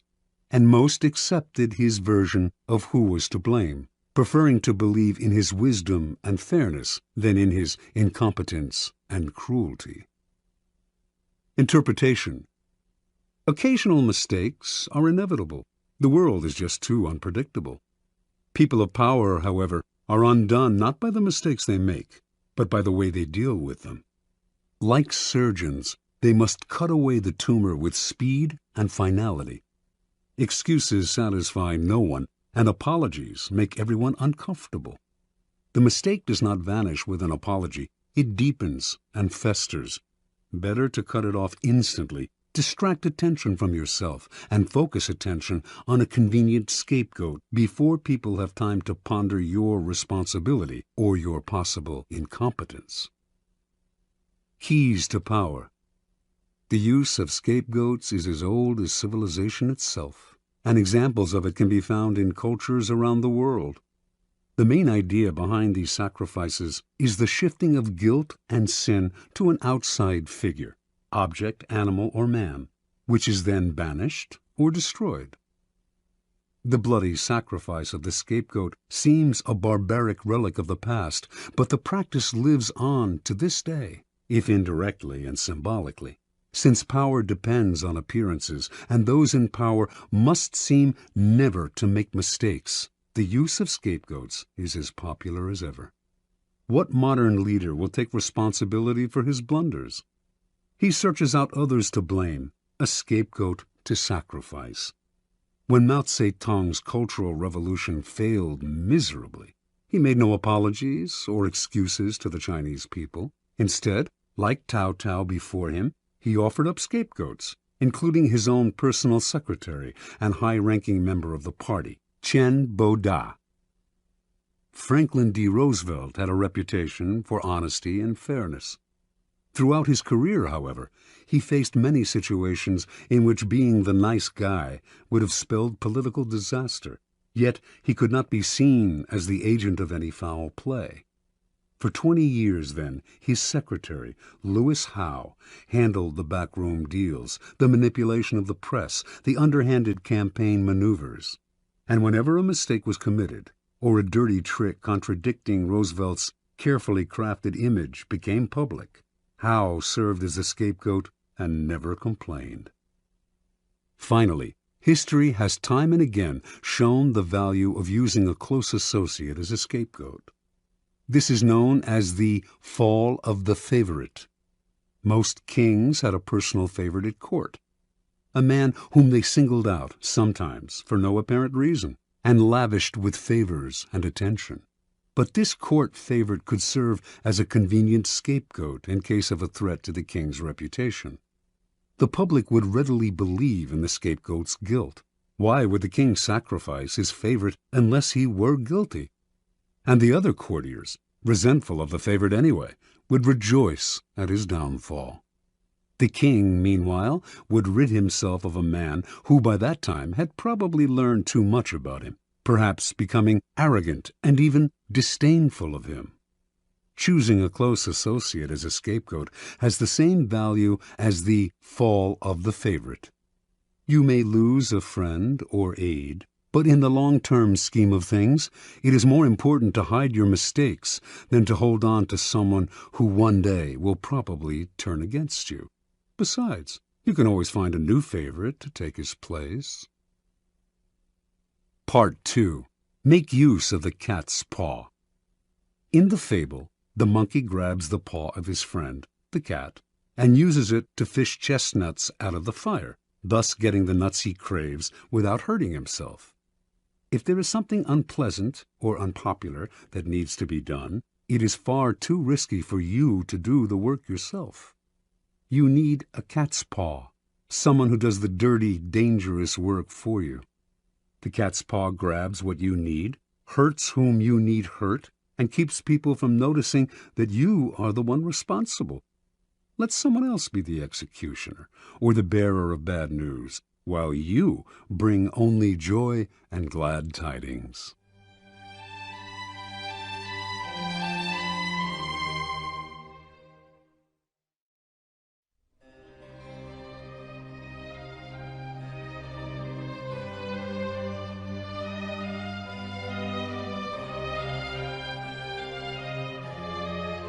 Observance of the law. In 59 B.C., the future Queen Cleopatra of Egypt, then 10 years old, witnessed the overthrow and banishment of her father, Ptolemy XII, at the hand of his eldest daughters, her own sisters. One of the daughters, Berenice, emerged as the leader of the rebellion, and to ensure that she would now rule Egypt alone, she imprisoned her other sisters and murdered her own husband. This may have been necessary as a practical step to secure her rule, But that a member of the royal family, a queen no less, would so overtly exact such violence on her own family horrified her subjects and stirred up powerful opposition. 4 years later, this opposition was able to return Ptolemy to power, and he promptly had Berenice and the other elder sisters beheaded. In 51 BC, Ptolemy died, leaving 4 remaining children as heirs. As was the tradition in Egypt, the eldest son, Ptolemy XIII, only 10 at the time, married the elder sister, Cleopatra, now 18, and the couple took the throne together as king and queen. None of the 4 children felt satisfied with this. Everyone, including Cleopatra, wanted more power. A struggle emerged between Cleopatra and Ptolemy, each trying to push the other to the side. In 48 BC, with the help of a government faction that feared Cleopatra's ambitions, Ptolemy was able to force his sister to flee the country, leaving himself as sole ruler. In exile, Cleopatra schemed.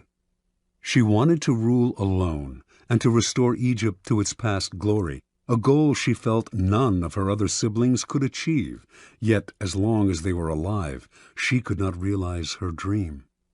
And the example of Berenice had made it clear that no one would serve a queen who was seen murdering her own kind.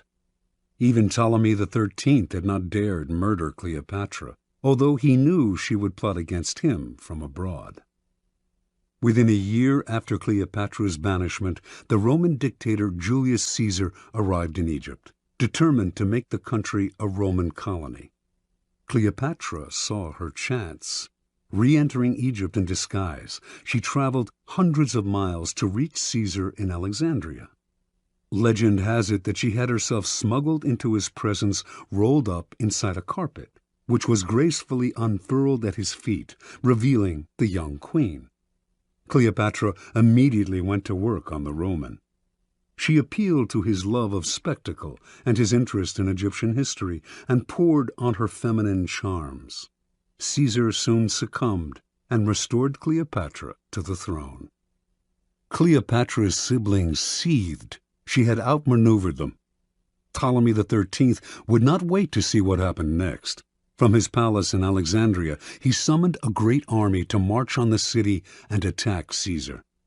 In response, Caesar immediately put Ptolemy and the rest of the family under house arrest. But Cleopatra's younger sister, Arsinoe, escaped from the palace and placed herself at the head of the approaching Egyptian troops, proclaiming herself Queen of Egypt. Now Cleopatra finally saw her chance. She convinced Caesar to release Ptolemy from house arrest, under the agreement that he would broker a truce. Of course, she knew he would do the opposite, that he would fight Arsinoe for control of the Egyptian army. But this was to Cleopatra's benefit, for it would divide the royal family. Better still, it would give Caesar the chance to defeat and kill her siblings in battle. Reinforced by troops from Rome, Caesar swiftly defeated the rebels. In the Egyptians' retreat, Ptolemy drowned in the Nile. Caesar captured Arsinoe and had her sent to Rome as a prisoner. He also executed the numerous enemies who had conspired against Cleopatra and imprisoned others who had opposed her. To reinforce her position as uncontested queen, Cleopatra now married the only sibling left, Ptolemy XIV, only 11 at the time, and the weakest of the lot. 4 years later, Ptolemy mysteriously died of poison. In 41 BC, Cleopatra employed on a second Roman leader, Mark Antony, the same tactic she had used so well on Julius Caesar. After seducing him, she hinted to him that her sister Arsinoe, still a prisoner in Rome, had conspired to destroy him. Mark Antony believed her and promptly had Arsinoe executed, thereby getting rid of the last of the siblings who had posed such a threat to Cleopatra. Interpretation. Legend has it that Cleopatra succeeded through her seductive charms, but in reality, her power came from an ability to get people to do her bidding without realizing they were being manipulated. Caesar and Antony not only rid her of her most dangerous siblings, Ptolemy XIII and Arsinoe. They decimated all of her enemies in both the government and the military. The two men became her cat's paws. They entered the fire for her, did the ugly but necessary work, while shielding her from appearing as the destroyer of her siblings and fellow Egyptians. And in the end, both men acquiesced to her desire to rule Egypt not as a Roman colony, but as an independent allied kingdom. And they did all this for her without realizing how she had manipulated them. This was persuasion of the subtlest and most powerful kind. A queen must never dirty her hands with ugly tasks, nor can a king appear in public with blood on his face. Yet power cannot survive without the constant squashing of enemies. There will always be dirty little tasks that have to be done to keep you on the throne. Like Cleopatra, you need a cat's paw. This will usually be a person from outside your immediate circle, who will therefore be unlikely to realize how he or she is being used. You will find these dupes everywhere, people who enjoy doing you favors, especially if you throw them a minimal bone or two in exchange. But as they accomplish tasks that may seem to them innocent enough, or at least completely justified, they are actually clearing the field for you, spreading the information you feed them, undermining people they do not realize are your rivals, inadvertently furthering your cause, dirtying their hands while yours remain spotless. Keys to power. As a leader, you may imagine that constant diligence and the appearance of working harder than anyone else signify power. Actually, though, they have the opposite effect. They imply weakness. Why are you working so hard? Perhaps you are incompetent and have to put in extra effort just to keep up. Perhaps you are one of those people who does not know how to delegate and has to meddle in everything. The truly powerful, on the other hand, seem never to be in a hurry or overburdened. While others work their fingers to the bone, they take their leisure. They know how to find the right people to put in the effort while they save their energy and keep their hands out of the fire. Similarly, you may believe that by taking on the dirty work yourself, involving yourself directly in unpleasant actions, you impose your power and instill fear. In fact, you make yourself look ugly and abusive of your high position. Truly powerful people keep their hands clean. Only good things surround them, and the only announcements they make are of glorious achievements. You will often find it necessary, of course, to expend energy or to effect an evil but necessary action. But you must never appear to be this action's agent. Find a cat's paw. Develop the arts of finding, using, and, in time, getting rid of these people when their cat's paw role has been fulfilled. The easiest and most effective way to use a cat's paw is often to plant information with him that he will then spread to your primary target. False or planted information is a powerful tool, especially if spread by a dupe whom no one suspects. You will find it very easy to play innocent and disguise yourself as the source. Law 27. Play on people's need to believe to create a cult-like following. Judgment. People have an overwhelming desire to believe in something. Become the focal point of such desire by offering them a cause, a new faith to follow. Keep your words vague but full of promise. Emphasize enthusiasm over rationality and clear thinking. Give your new disciples rituals to perform. Ask them to make sacrifices on your behalf. In the absence of organized religion and grand causes, your new belief system will bring you untold power. The Science of Charlatanism, or How to Create a Cult in 5 Easy Steps. In searching, as you must, for the methods that will gain you the most power for the least effort, You will find the creation of a cult-like following one of the most effective. Having a large following opens up all sorts of possibilities for deception. Not only will your followers worship you, they will defend you from your enemies and will voluntarily take on the work of enticing others to join your fledgling cult. This kind of power will lift you to another realm. You will no longer have to struggle or use subterfuge to enforce your will. You are adored and can do no wrong. You might think it's a gargantuan task to create such a following, but in fact it is fairly simple. As humans, we have a desperate need to believe in something, anything. This makes us eminently gullible. We simply cannot endure long periods of doubt or of the emptiness that comes from a lack of something to believe in. Dangle in front of us some new cause, elixir, get-rich-quick scheme, or the latest technological trend or art movement, and we leap from the water as one to take the bait. Look at history, the chronicles of the new trends and cults that have made a mass following for themselves could fill a library. After a few centuries, a few decades, a few years, a few months, they generally look ridiculous. But at the time, they seemed so attractive, so transcendental, so divine. Always in a rush to believe in something, we will manufacture saints and faiths out of nothing. Do not let this gullibility go to waste. Make yourself the object of worship. Make people form a cult around you.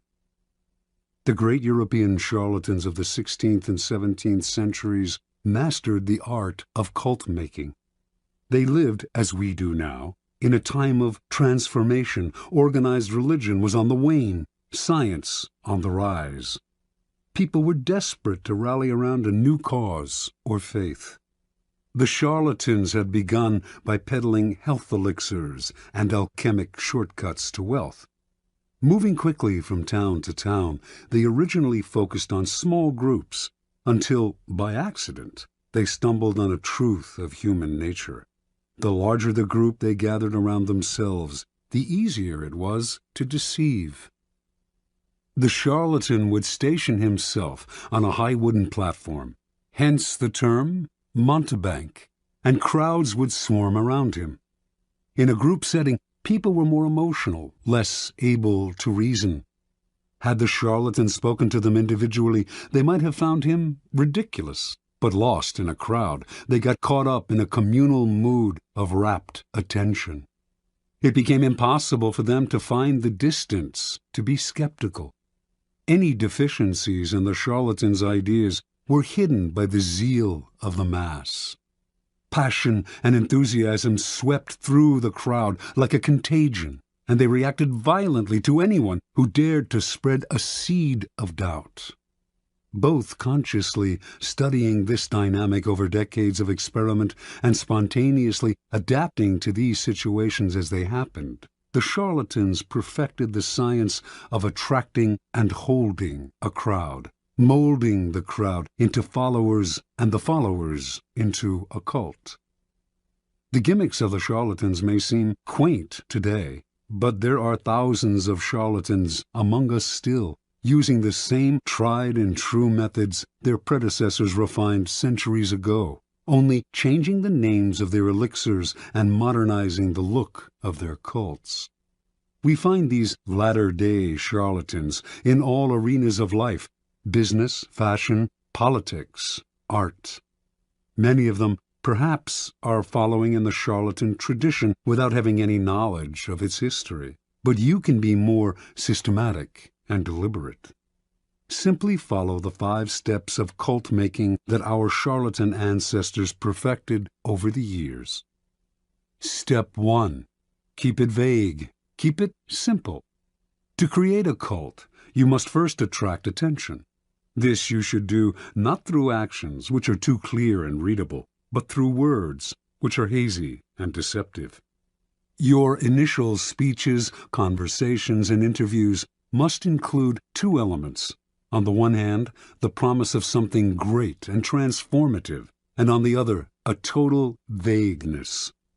This combination will stimulate all kinds of hazy dreams in your listeners, who will make their own connections and see what they want to see.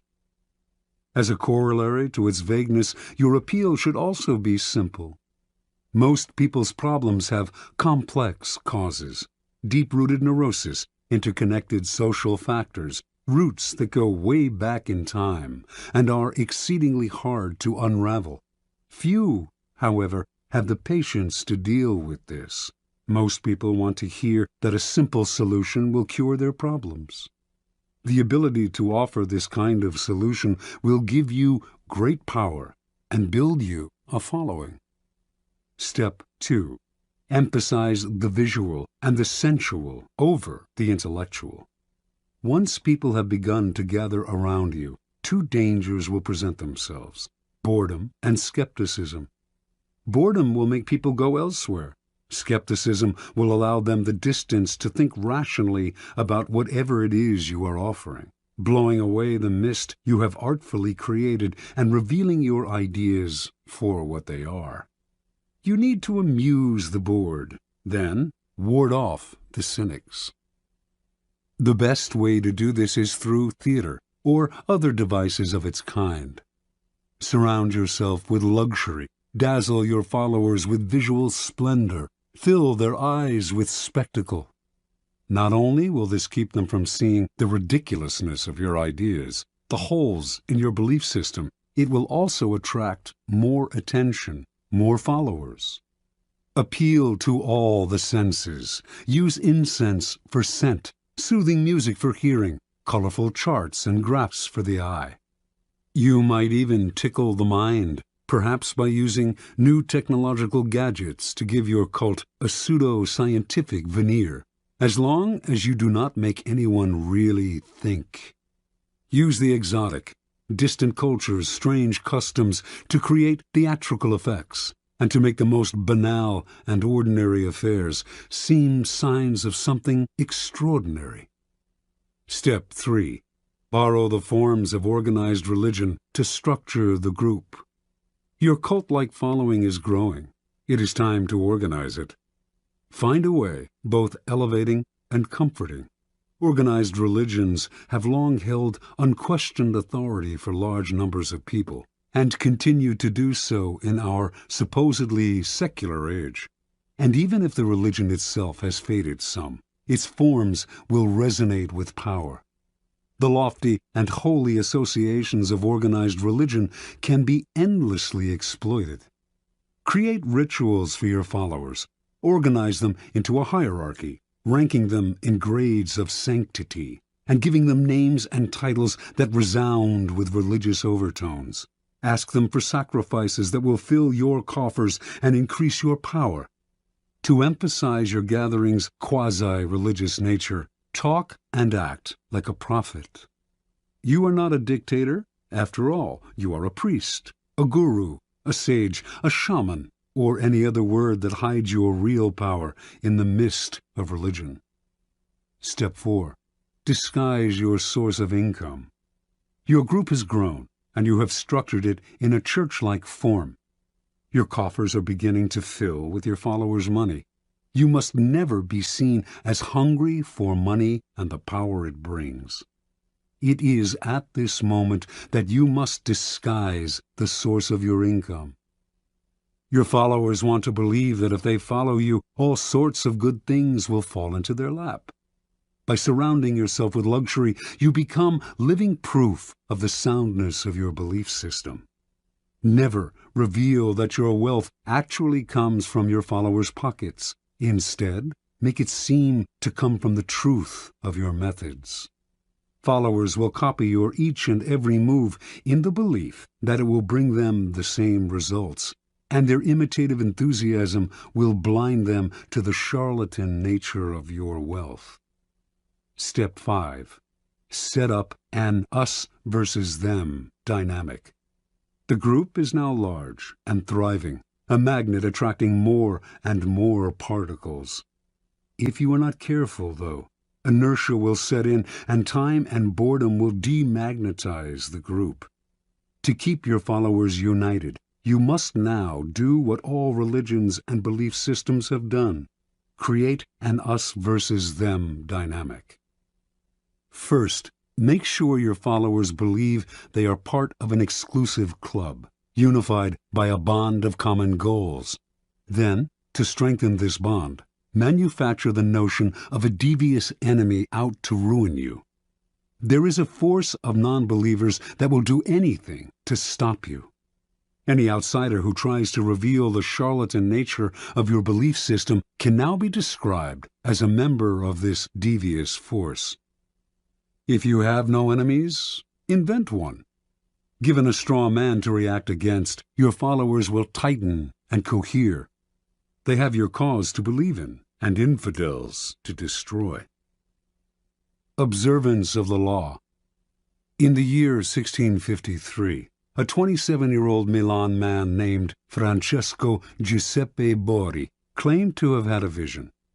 He went around town telling one and all that the Archangel Michael had appeared to him and announced that he had been chosen to be the Capitano Generale of the army of the new Pope, an army that would seize and revitalize the world.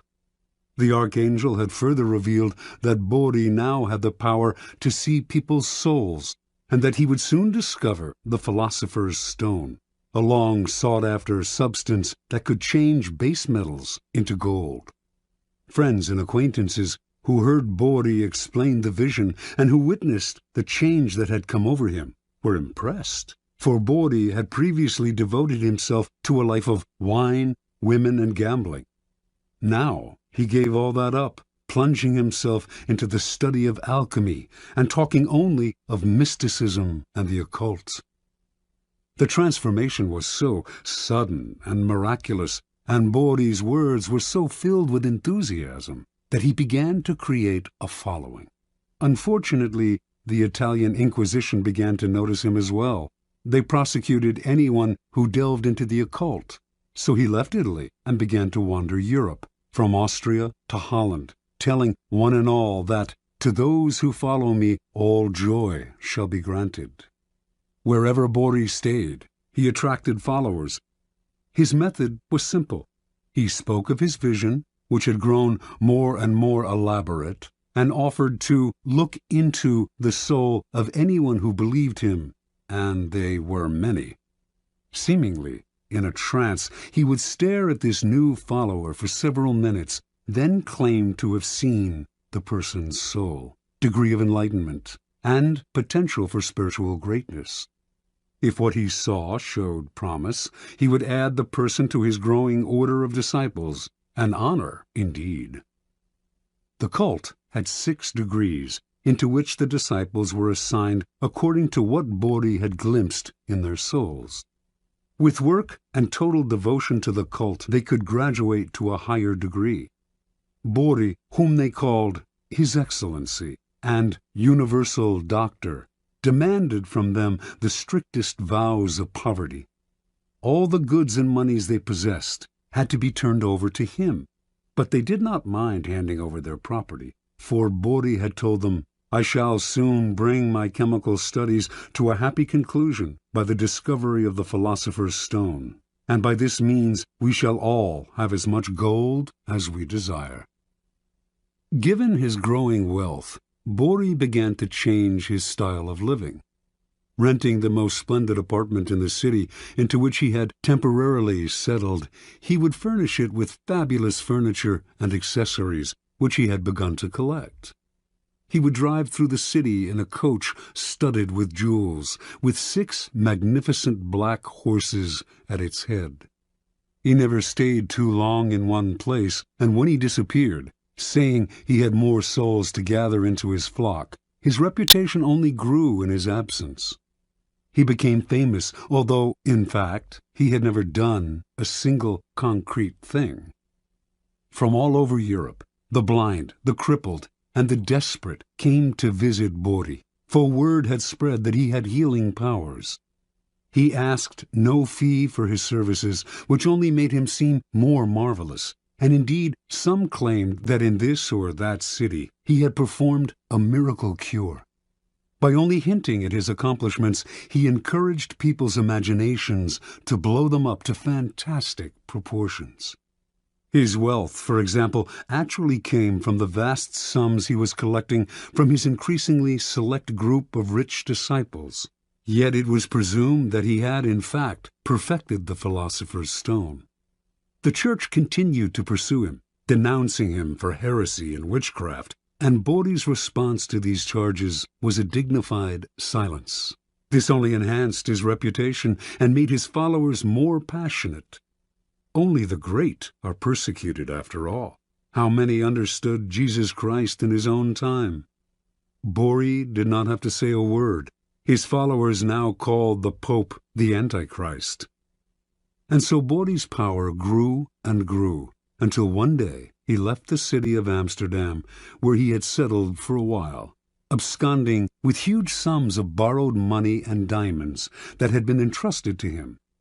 He claimed to be able to remove the flaws from diamonds through the power of his gifted mind. Now he was on the run. The Inquisition eventually caught up with him, and for the last 20 years of his life he was imprisoned in Rome. But so great was the belief in his occult powers that to his dying day he was visited by wealthy believers, including Queen Christina of Sweden. Supplying him with money and materials, these visitors allowed him to continue his search for the elusive philosopher's stone. Interpretation. Before he formed his cult, Bodhi seems to have stumbled on a critical discovery. Tiring of his life of debauchery, he had decided to give it up and to devote himself to the occult, a genuine interest of his. He must have noticed, however, that when he alluded to a mystical experience, rather than physical exhaustion, as the source of his conversion, people of all classes wanted to hear more. Realizing the power he could gain by ascribing the change to something external and mysterious, he went further with his manufactured visions. The grander the vision, and the more sacrifices he asked for, the more appealing and believable his story seemed to become. Remember, people are not interested in the truth about change. They do not want to hear that it has come from hard work or from anything as banal as exhaustion, boredom, or depression. They are dying to believe in something romantic, otherworldly. They want to hear of angels and out-of-body experiences. Indulge them. Hint at the mystical source of some personal change. Wrap it in ethereal colors. An occult-like following will form around you. Adapt to people's needs. The Messiah must mirror the desires of his followers. And always aim high. The bigger and bolder your illusion, the better. Law 28. Enter action with boldness. Judgment. If you are unsure of a course of action, do not attempt it. Your doubts and hesitations will infect your execution. Timidity is dangerous. Better to enter with boldness. Any mistakes you commit through audacity are easily corrected with more audacity. Everyone admires the bold. No one honors the timid. Boldness and hesitation. A brief psychological comparison. Boldness and hesitation elicit very different psychological responses in their targets. Hesitation puts obstacles in your path. Boldness eliminates them. Once you understand this, you will find it essential to overcome your natural timidity and practice the art of audacity. The following are among the most pronounced psychological effects of boldness and timidity. The bolder the lie, the better. We all have weaknesses, and our efforts are never perfect. But entering action with boldness has the magical effect of hiding our deficiencies. Con artists know that the bolder the lie, the more convincing it becomes.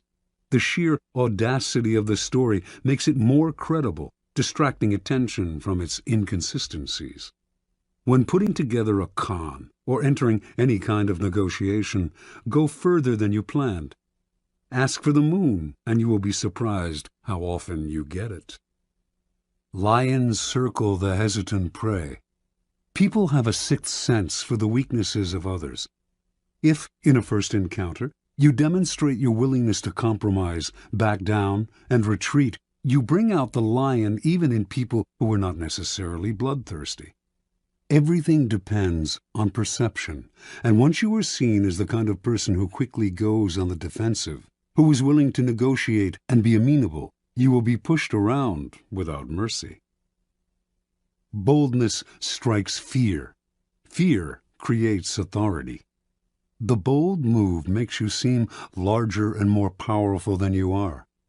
If it comes suddenly, with the stealth and swiftness of a snake, it inspires that much more fear. By intimidating with a bold move, you establish a precedent. In every subsequent encounter, people will be on the defensive, in terror of your next strike. Going halfway with a half a heart digs the deeper grave. If you enter an action with less than total confidence, you set up obstacles in your own path. When a problem arises, you will grow confused, seeing options where there are none, and inadvertently creating more problems still. Retreating from the hunter, the timid hare scurries more easily into his snares. Hesitation creates gaps, boldness obliterates them. When you take time to think, to hem and haw, you create a gap that allows others time to think as well. Your timidity infects people with awkward energy, elicits embarrassment. Doubt springs up on all sides. Boldness destroys such gaps. The swiftness of the move and the energy of the action leave others no space to doubt and worry. In seduction, hesitation is fatal. It makes your victim conscious of your intentions. The bold move crowns seduction with triumph. It leaves no time for reflection. Audacity separates you from the herd. Boldness gives you presence and makes you seem larger than life. The timid fade into the wallpaper. The bold draw attention, and what draws attention draws power. We cannot keep our eyes off the audacious. We cannot wait to see their next bold move. Observance of the law. In 1514, the 22-year-old Pietro Aretino was working as a lowly assistant scullion to a wealthy Roman family. He had ambitions of greatness as a writer, to inflame the world with his name, but how could a mere lackey hope to realize such dreams? That year, Pope Leo X received from the King of Portugal an embassy that included many gifts, most prominent among them a great elephant, the first in Rome since imperial times. The pontiff adored this elephant and showered it with attention and gifts. But despite his love and care, the elephant, which was called Anno, became deathly ill. The Pope summoned doctors who administered a 500-pound purgative to the elephant, but all to no avail. The animal died, and the Pope went into mourning. To console himself, he summoned the great painter Raphael and ordered him to create a life-sized painting of Anno above the animal's tomb, bearing the inscription, "What nature took away, Raphael has with his art restored." Over the next few days, a pamphlet circulated throughout Rome that caused great merriment and laughter. Entitled, "The Last Will and Testament of the Elephant Anno," it read in part, "To my heir, the Cardinal Santa Croce, I give my knees, so that he can imitate my genuflections. To my heir, Cardinal Santi Quattro, I give my jaws, so that he can more readily devour all of Christ's revenues. To my heir, Cardinal Medici, I give my ears, so that he can hear everyone's doings. To Cardinal Grassi, who had a reputation for lechery, the elephant bequeathed the appropriate, oversized part of his own anatomy." On and on the anonymous pamphlet went, sparing none of the great in Rome, not even the Pope. With each one it took aim at their best-known weakness. The pamphlet ended with verse, "See to it that Aretino is your friend, for he is a bad enemy to have. His words alone could ruin the high Pope, so God guard everyone from his tongue." Interpretation. With one short pamphlet, Aretino, son of a poor shoemaker and a servant himself, hurled himself to fame. Everyone in Rome rushed to find out who this daring young man was. Even the Pope, amused by his audacity, sought him out and ended up giving him a job in the papal service. Over the years, he came to be known as the scourge of princes, and his biting tongue earned him the respect and fear of the great, from the King of France to the Habsburg Emperor. The Aretino strategy is simple. When you are as small and obscure as David was, you must find a Goliath to attack. The larger the target, the more attention you gain. The bolder the attack, the more you stand out from the crowd, and the more admiration you earn. Society is full of those who think daring thoughts, but lack the guts to print and publicize them. Voice what the public feels. The expression of shared feelings is always powerful. Search out the most prominent target possible and sling your boldest shot. The world will enjoy the spectacle and will honor the underdog. You, that is, with glory and power. Keys to power. Most of us are timid. We want to avoid tension and conflict, and we want to be liked by all. We may contemplate a bold action, but we rarely bring it to life. We are terrified of the consequences, of what others might think of us, of the hostility we will stir up if we dare go beyond our usual place. Although we may disguise our timidity as a concern for others, a desire not to hurt or offend them, in fact, it is the opposite. We are really self-absorbed, worried about ourselves and how others perceive us. Boldness, on the other hand, is outer-directed and often makes people feel more at ease, since it is less self-conscious and less repressed. Few are born bold. Even Napoleon had to cultivate the habit on the battlefield, where he knew it was a matter of life and death. In social settings, he was awkward and timid, but he overcame this and practiced boldness in every part of his life because he saw its tremendous power, how it could literally enlarge a man, even one who, like Napoleon, was in fact conspicuously small. You must practice and develop your boldness. You will often find uses for it. The best place to begin is often the delicate world of negotiation, particularly those discussions in which you are asked to set your own price. How often we put ourselves down by asking for too little.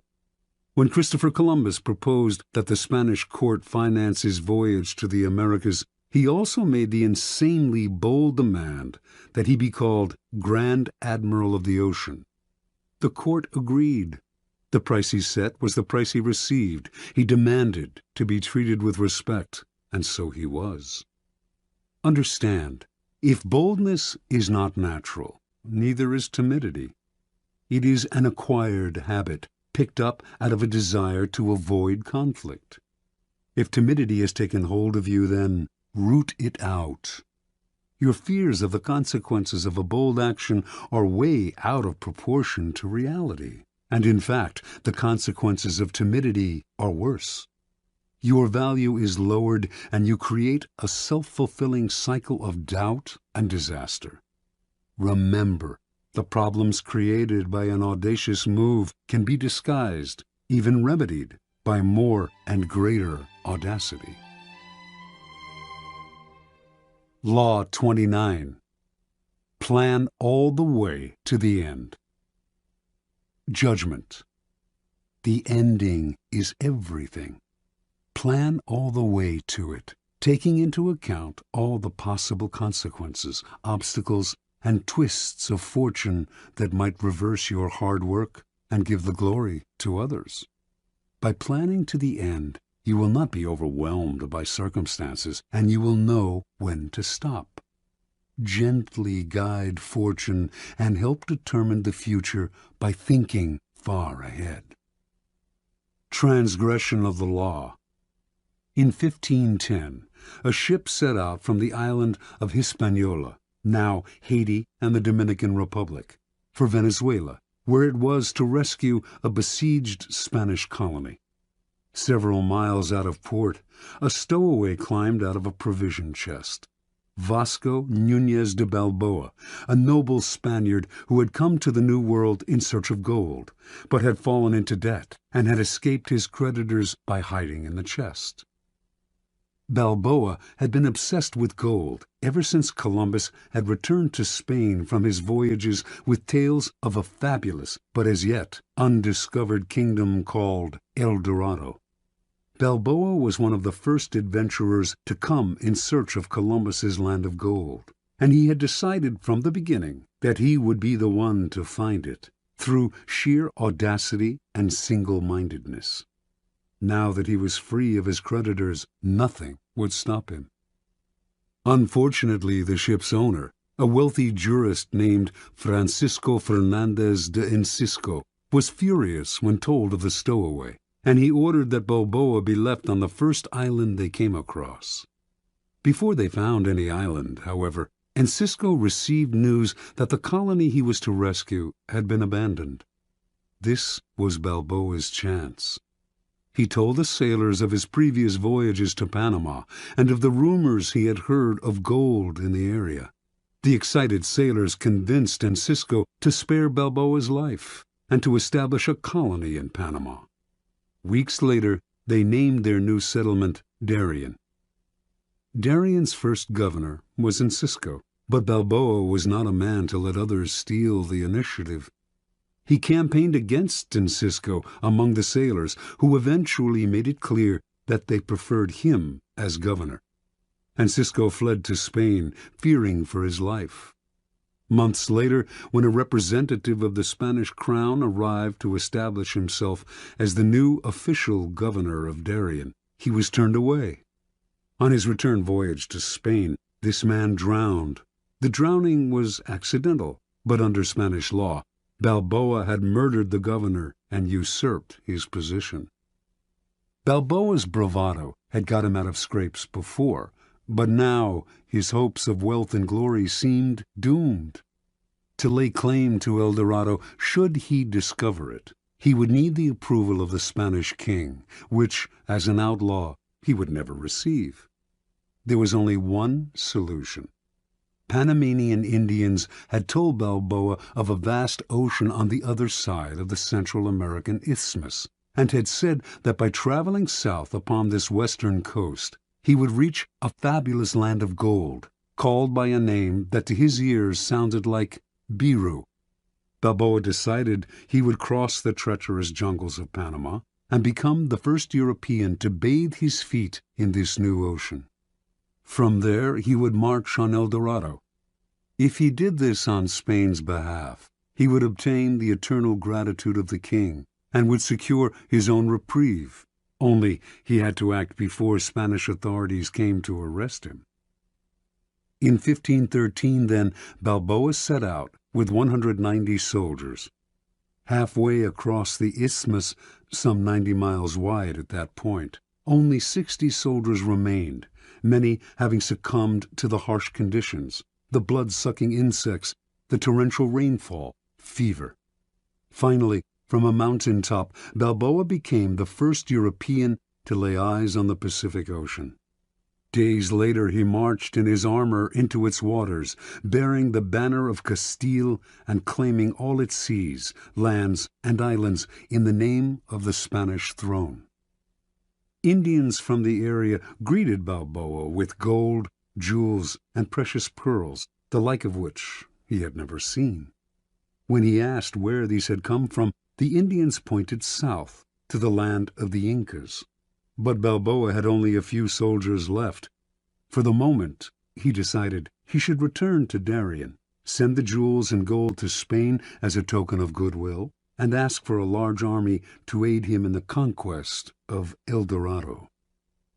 When news reached Spain of Balboa's bold crossing of the Isthmus, his discovery of the Western Ocean, and his planned conquest of El Dorado, the former criminal became a hero. He was instantly proclaimed governor of the new land. But before the king and queen received word of his discovery, they had already sent a dozen ships under the command of a man named Pedro Arias Davila, Pedrerius, with orders to arrest Balboa for murder and to take command of the colony.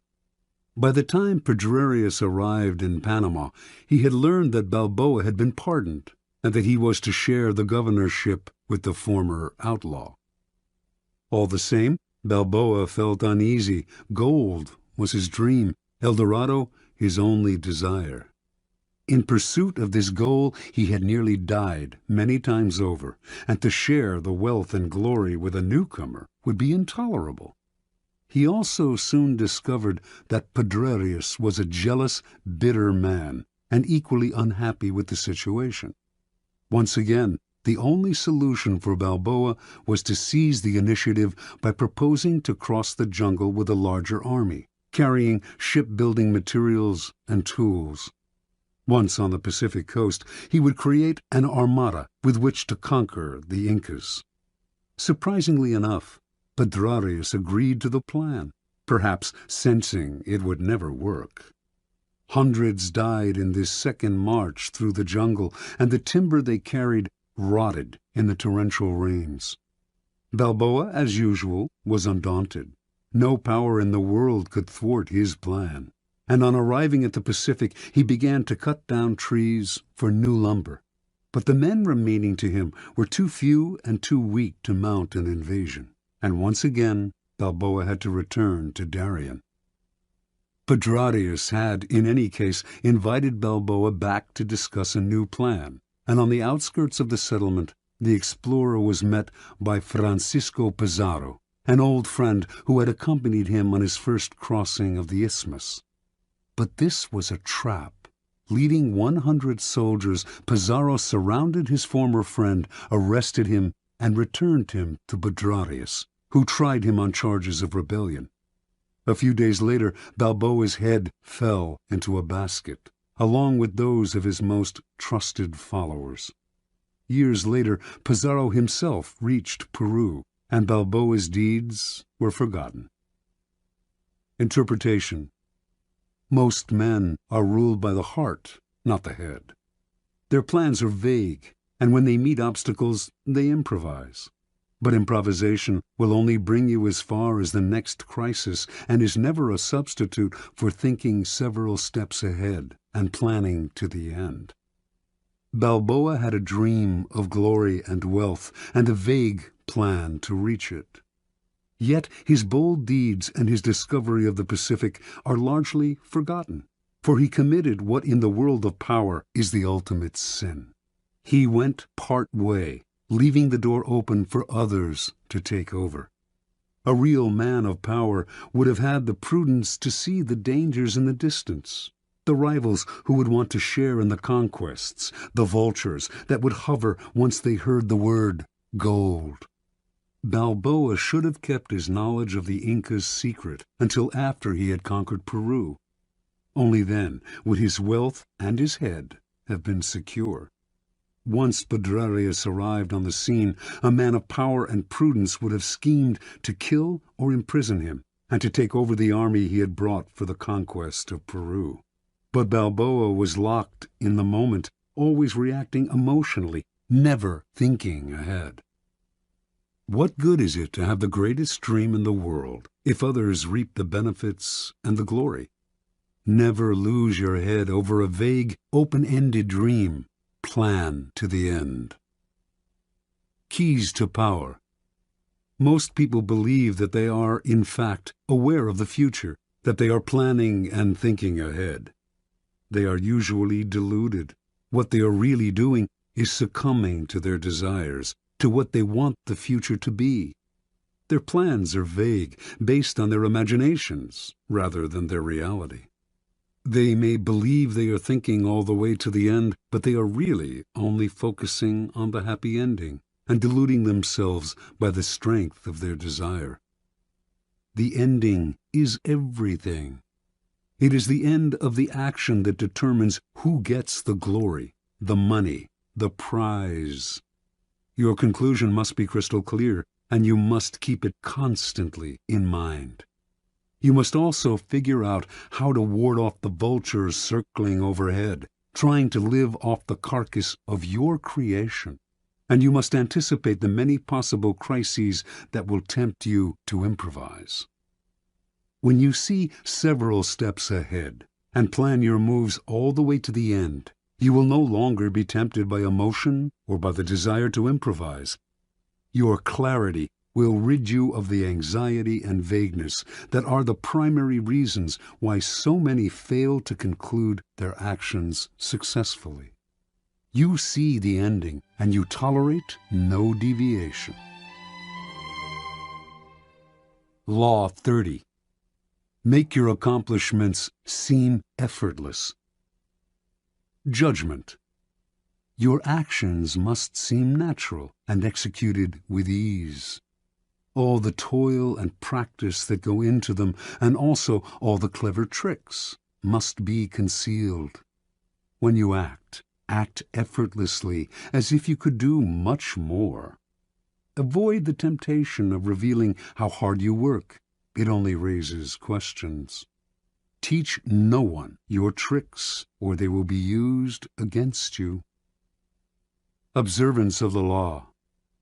The great escape artist Harry Houdini once advertised his act as the impossible possible, and indeed those who witnessed his dramatic escapes felt that what he did on stage contradicted common-sense ideas of human capacity.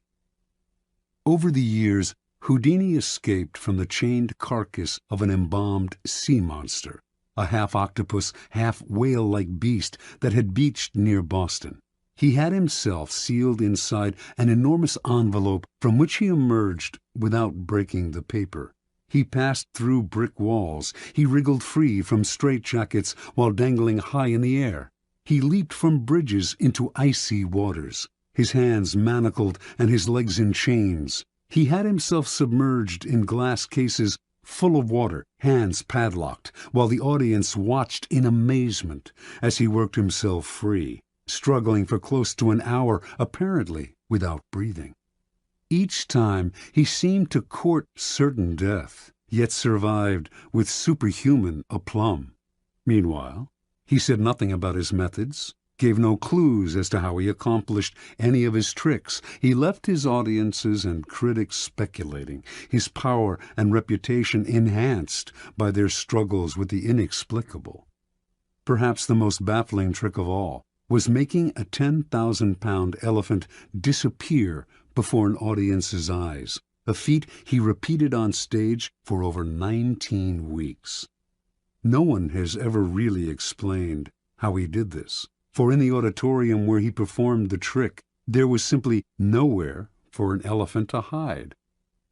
The effortlessness of Houdini's escapes led some to think he used occult forces, his superior psychic abilities giving him special control over his body. But a German escape artist named Clausewitz claimed to know Houdini's secret. He simply used elaborate gadgets. Clausewitz also claimed to have defeated Houdini in a handcuff challenge in Holland. Houdini did not mind all kinds of speculation floating around about his methods, but he would not tolerate an outright lie, and in 1902 he challenged Clausewitz to a handcuff duel. Clausewitz accepted. Through a spy, he found out the secret word to unlock a pair of French combination lock cuffs that Houdini liked to use. His plan was to choose these cuffs to escape from on stage. This would definitely debunk Houdini. His genius simply lay in his use of mechanical gadgets. On the night of the challenge, just as Clausewitz had planned, Houdini offered him a choice of cuffs, and he selected the ones with the combination lock. He was even able to disappear with them behind a screen to make a quick test, and re-emerged seconds later, confident of victory. Acting as if he had sensed fraud, Houdini refused to lock Clopini in the cuffs. The two men argued and began to fight, even wrestling with each other on stage. After a few minutes of this, an apparently angry, frustrated Houdini gave up and locked Clopini in the cuffs. For the next few minutes, Clopini strained to get free. Something was wrong. Minutes earlier, he had opened the cuffs behind the screen. Now, the same code no longer worked. He sweated, racking his brain. Hours went by, the audience left, and finally an exhausted and humiliated Clopini gave up and asked to be released. The cuffs that Clopini himself had opened behind the screen with the word CLEFS, French for keys, now clicked open only with the word FRAUD. Clopini never figured out how Houdini had accomplished this uncanny feat. Interpretation. Although we do not know for certain how Houdini accomplished many of his most ingenious escapes, one thing is clear. It was not the occult, or any kind of magic that gave him his powers, but hard work and endless practice, all of which he carefully concealed from the world. Houdini never left anything to chance. Day and night he studied the workings of locks, researched centuries-old sleight-of-hand tricks, pored over books on mechanics, whatever he could use. Every moment not spent researching, he spent working his body, keeping himself exceptionally limber, and learning how to control his muscles and his breathing. Early on in Houdini's career, an old Japanese performer whom he toured with taught him an ancient trick: how to swallow an ivory ball, then bring it back up. He practiced this endlessly with a small peeled potato tied to a string. Up and down he would manipulate the potato with his throat muscles until they were strong enough to move it without the string. No one could check the inside of his throat, where he could conceal small tools to help him escape. Even so, Clopini was fundamentally wrong. It was not Houdini's tools, but his practice, work, and research that made his escapes possible. Clopini, in fact, was completely outwitted by Houdini, who set the whole thing up. He let his opponent learn the code to the French cuffs, then baited him into choosing those cuffs on stage. Then, during the two men's tussle, the dexterous Houdini was able to change the code to FRAUD. He had spent weeks practicing this trick, but the audience saw none of the sweat and toil behind the scenes. Nor was Houdini ever nervous. He induced nervousness in others. He deliberately dragged out the time it would take to escape as a way of heightening the drama and making the audience squirm. His escapes from death, always graceful and easy, made him look like a Superman. As a person of power, you must research and practice endlessly before appearing in public, on stage, or anywhere else. Never expose the sweat and labor behind your poise. Some think such exposure will demonstrate their diligence and honesty, but it actually just makes them look weaker, as if anyone who practiced and worked at it could do what they had done, or as if they weren't really up to the job. Keep your effort and your tricks to yourself, and you seem to have the grace and ease of a god. One never sees the source of a god's power revealed. One only sees its effects. Keys to Power. In the Book of the Courtier, published in 1528, Baldassare Castiglione describes the highly elaborate and codified manners of the perfect court citizen. And yet, Castiglione explains the courtier must execute these gestures with what he calls sprezzatura, the capacity to make the difficult seem easy. He urges the courtier to practice in all things a certain nonchalance which conceals all artistry and makes whatever one says or does seem uncontrived and effortless. We all admire the achievement of some unusual feat, but if it is accomplished naturally and gracefully, our admiration increases tenfold. Whereas to labor at what one is doing and to make bones over it shows an extreme lack of grace and causes everything, whatever it's worth, to be discounted. The idea of sprezzatura is relevant to all forms of power, for power depends vitally on appearances and the illusions you create. Your public actions are like artworks. They must have visual appeal, must create anticipation, even entertain. When you reveal the inner workings of your creation, you become just one more mortal among others. What is understandable is not awe-inspiring. We tell ourselves we could do as well if we had the money and time. Avoid the temptation of showing how clever you are. It is far more clever to conceal the mechanisms of your cleverness. There is another reason for concealing your shortcuts and tricks. When you let this information out, you give people ideas they can use against you. You lose the advantages of keeping silent. We tend to want the world to know what we have done. We want our vanity gratified by having our hard work and cleverness applauded. And we may even want sympathy for the hours it has taken to reach our point of artistry.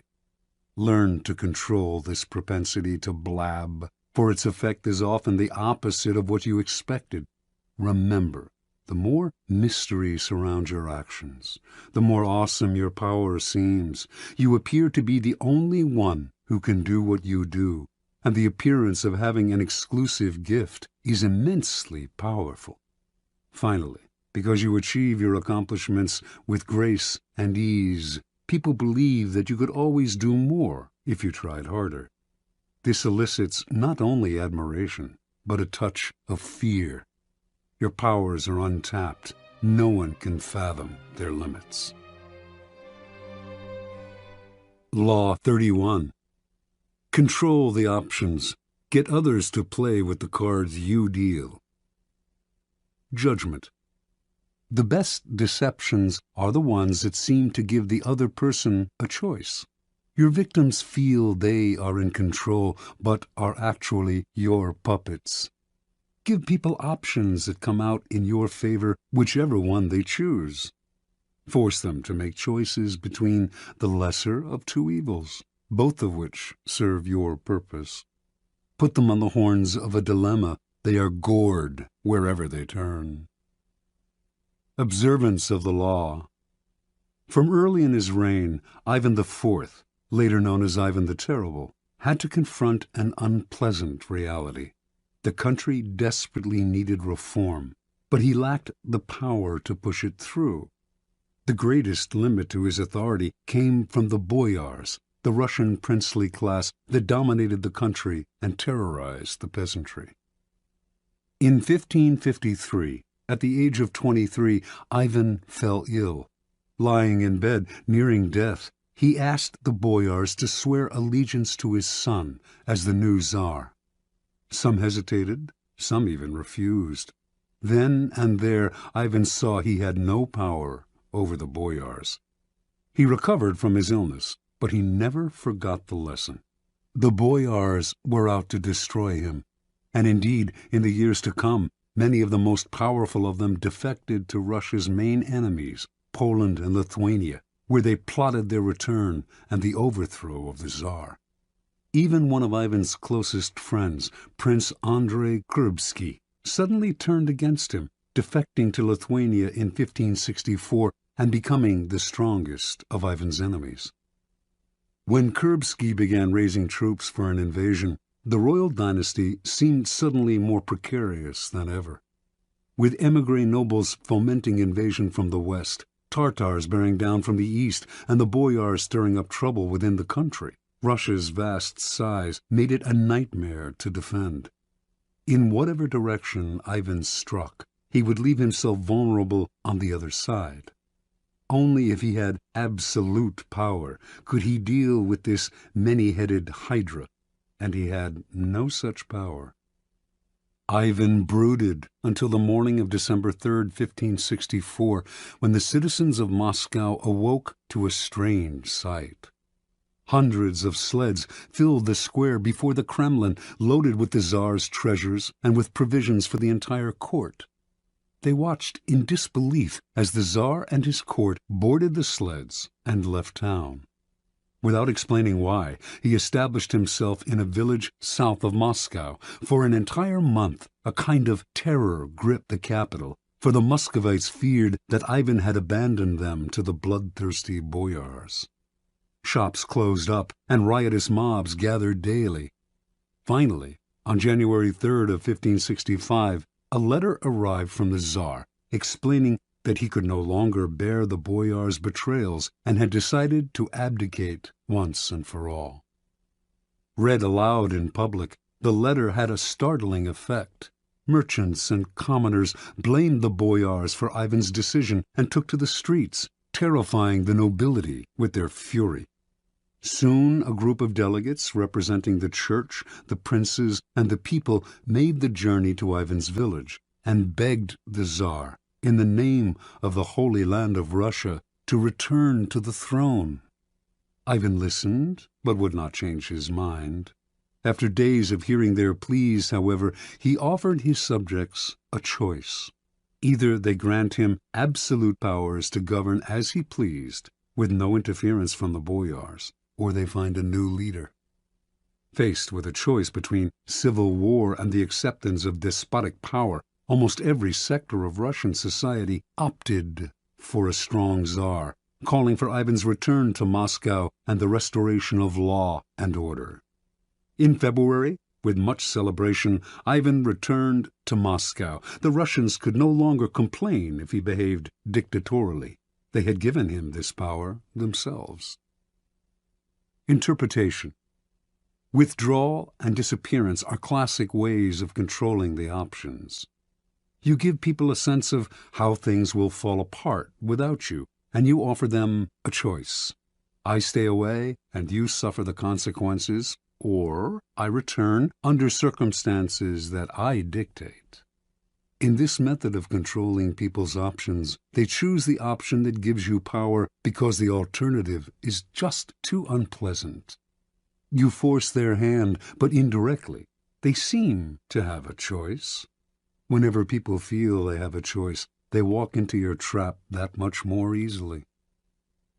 Keys to power. Words like freedom, options, and choice evoke a power of possibility far beyond the reality of the benefits they entail. When examined closely, the choices we have in the marketplace, in elections, in our jobs, tend to have noticeable limitations. They are often a matter of a choice simply between A and B, with the rest of the alphabet out of the picture. Yet, as long as the faintest mirage of choice flickers on, we rarely focus on the missing options. We choose to believe that the game is fair and that we have our freedom. We prefer not to think too much about the depth of our liberty to choose. This supplies the clever and cunning with enormous opportunities for deception. For people who are choosing between alternatives find it hard to believe they are being manipulated or deceived. They cannot see that you are allowing them a small amount of free will in exchange for a much more powerful imposition of your own will. Setting up a narrow range of choices, then, should always be a part of your deceptions. There is a saying, if you can get the bird to walk into the cage on its own, it will sing that much more prettily. The following are among the most common forms of controlling the options. Color the choices. This was a favored technique of Henry Kissinger. As President Nixon's Secretary of State, Kissinger considered himself better informed than his boss and believed that in most situations he could make the best decision on his own. But if he tried to determine policy, he would offend, or perhaps enrage, a notoriously insecure man. So Kissinger would propose 3 or 4 choices of action for each situation, and would present them in such a way that the one he preferred always seemed the best solution compared to the others. Time after time, Nixon fell for the bait, never suspecting that he was moving where Kissinger pushed him. This is an excellent device to use on the insecure master. Force the resistor. This is a good technique to use on children and other willful people who enjoy doing the opposite of what you ask them to. Push them to choose what you want them to do by appearing to advocate the opposite. Alter the playing field. In the 1860s, John D. Rockefeller set out to create an oil monopoly. If he tried to buy up the smaller oil companies, they would figure out what he was doing and fight back. Instead, he began secretly buying up the railway companies that transported the oil. When he then attempted to take over a particular company and met with resistance, he reminded them of their dependence on the rails. Refusing them shipping or simply raising their fees could ruin their business. Rockefeller altered the playing field so that the only options the small oil producers had were the ones he gave them. In this tactic, your opponents know their hand is being forced, but it doesn't matter. The technique is effective against those who resist at all costs. The shrinking options. The late 19th century art dealer Ambrose Vollard perfected this technique. Customers would come to Vollard's shop to see some Cézannes. He would show 3 paintings, neglect to mention a price, and pretend to doze off. The visitors would have to leave without deciding. They would usually come back the next day to see the paintings again, but this time Vollard would pull out less interesting works, pretending he thought they were the same ones. The baffled customers would look at the new offerings, leave to think them over, and return yet again. Once again, the same thing would happen. Vollard would show paintings of lesser quality still. Finally, the buyers would realize they had better grab what he was showing them because tomorrow they would have to settle for something worse, perhaps at even higher prices. A variation on this technique is to raise the price every time the buyer hesitates and another day goes by. This is an excellent negotiating ploy to use on the chronically indecisive, who will fall for the idea that they are getting a better deal today than if they wait till tomorrow. The weak man on the precipice. The weak are the easiest to maneuver by controlling their options. Cardinal de Retz, the great 17th century provocateur, served as an unofficial assistant to the Duke of Orleans, who was notoriously indecisive. It was a constant struggle to convince the Duke to take action. He would hem and haw, weigh the options, and wait until the last moment, giving everyone around him an ulcer. But Retz discovered a way to handle them. He would describe all sorts of dangers, exaggerating them as much as possible, until the Duke saw a yawning abyss in every direction except one, the one Retz was pushing him to take. This tactic is similar to color the choices, but with the weak you have to be more aggressive. Work on their emotions, use fear and terror to propel them into action. Try reason, and they will always find a way to procrastinate. The horns of a dilemma. This idea was demonstrated by General William Sherman's infamous march through Georgia during the American Civil War. Although the Confederates knew what direction Sherman was heading in, they never knew if he would attack from the left or the right, for he divided his army into 2 wings, and if the rebels retreated from one wing, they found themselves facing the other. This is a classic trial lawyer's technique. The lawyer leads the witness to decide between 2 possible explanations of an event, both of which poke a hole in their story. They have to answer the lawyer's questions, but whatever they say, they hurt themselves. The key to this move is to strike quickly, deny the victim the time to think of an escape. As they wriggle between the horns of the dilemma, they dig their own grave. Understand, in your struggles with your rivals, it will often be necessary for you to hurt them. and if you are clearly the agent of their punishment, expect a counterattack, expect revenge. If, however, they seem to themselves to be the agents of their own misfortune, they will submit quietly. When Ivan left Moscow for his rural village, the citizens asking him to return agreed to his demand for absolute power. Over the years to come, they resented him less for the terror he unleashed on the country, because, after all, they had granted him his power themselves. This is why it is always good to allow your victims their choice of poison and to cloak your involvement in providing it to them as far as possible.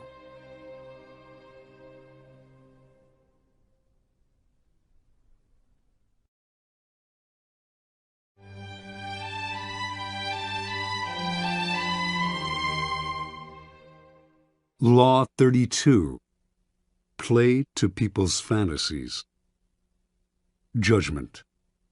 The truth is often avoided because it is ugly and unpleasant. Never appeal to truth and reality unless you are prepared for the anger that comes from disenchantment. Life is so harsh and distressing that people who can manufacture romance or conjure up fantasy are like oases in the desert. Everyone flocks to them. There is great power in tapping into the fantasies of the masses. Observance of the law.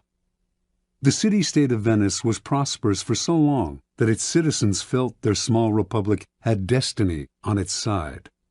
In the Middle Ages and High Renaissance, its virtual monopoly on trade to the East made it the wealthiest city in Europe. Under a beneficent republican government, Venetians enjoyed liberties that few other Italians had ever known. Yet, in the 16th century, their fortunes suddenly changed. The opening of the New World transferred power to the Atlantic side of Europe, to the Spanish and Portuguese, and later the Dutch and English. Venice could not compete economically, and its empire gradually dwindled. The final blow was the devastating loss of a prized Mediterranean possession, the island of Cyprus, captured from Venice by the Turks in 1570. Now noble families went broke in Venice, and banks began to fold. A kind of gloom and desperation settled over the citizens. They had known a glittering past, had either lived through it or heard stories about it from their elders. The closeness of the glory years was humiliating. The Venetians half believed that the goddess Fortune was only playing a joke on them, and that the old days would soon return. For the time being, though, what could they do? In 1589, rumors began to swirl around Venice of the arrival not far away of a mysterious man called Il Bragadino, a master of alchemy, a man who had won incredible wealth through his ability, it was said, to multiply gold through the use of a secret substance.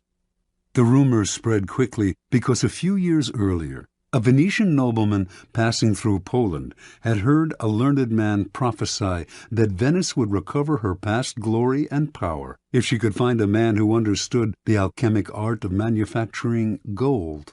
And so, as word reached Venice of the gold this Bragadino possessed, he clinked gold coins continuously in his hands, and golden objects filled his palace.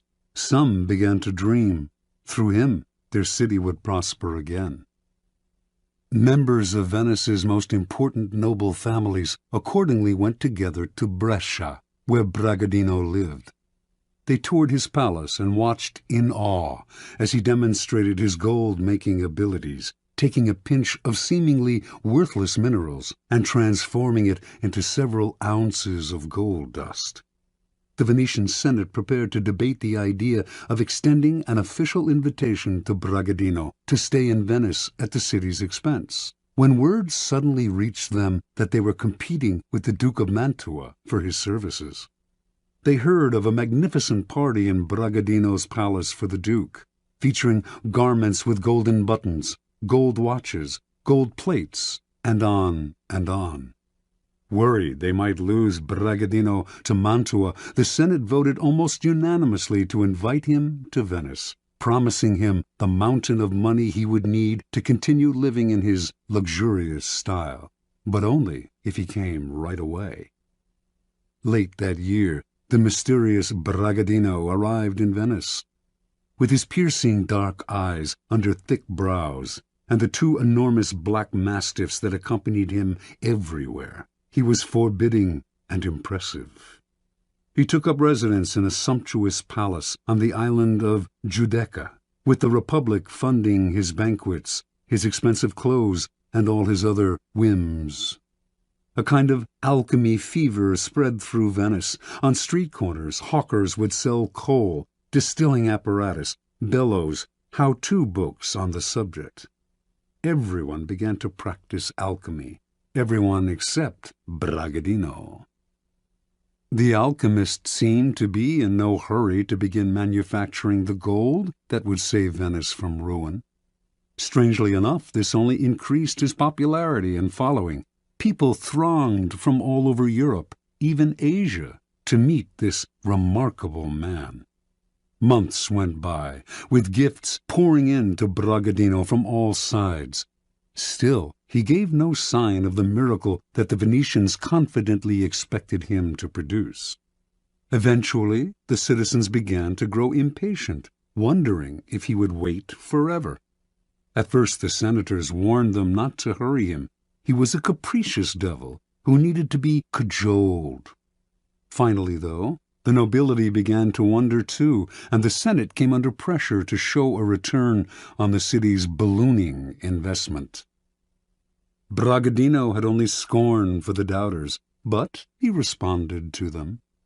He had, he said, already deposited in the city's mint the mysterious substance with which he multiplied gold.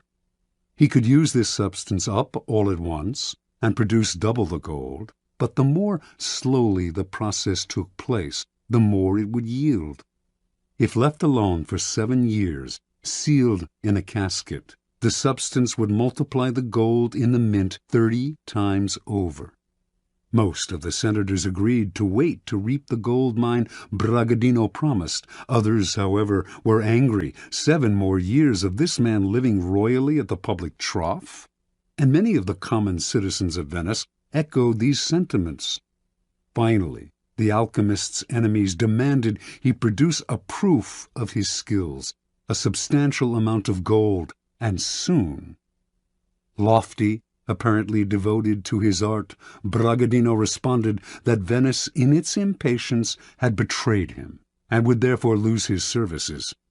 He left town, going first to nearby Padua, then, in 1590, to Munich, at the invitation of the Duke of Bavaria, who, like the entire city of Venice, had known great wealth but had fallen into bankruptcy through his own profligacy, and hoped to regain his fortune through the famous alchemist's services. And so Bragadino resumed the comfortable arrangement he had known in Venice, and the same pattern repeated itself. Interpretation. The young Cypriot Mamugna had lived in Venice for several years before reincarnating himself as the alchemist Bragadino. He saw how gloom had settled on the city, how everyone was hoping for a redemption from some indefinite source. At first, Mamugna did not use vulgar demonstrations to convince people of his alchemic skill. His sumptuous palace, his opulent garments, the clink of gold in his hands, all these provided a superior argument to anything rational, and these established the cycle that kept him going. His obvious wealth confirmed his reputation as an alchemist, so that patrons like the Duke of Mantua gave him money, which allowed him to live in wealth, which reinforced his reputation as an alchemist, and so on. Only once this reputation was established, and dukes and senators were fighting over him, did he resort to the trifling necessity of a demonstration. By then, however, people were easy to deceive. They wanted to believe. The Venetian senators who watched him multiply gold wanted to believe so badly that they failed to notice the glass pipe up his sleeve from which he slipped gold dust into his pinches of minerals.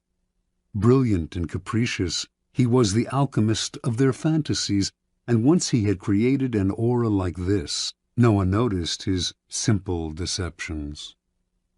People rarely believe that their problems arise from their own misdeeds and stupidity.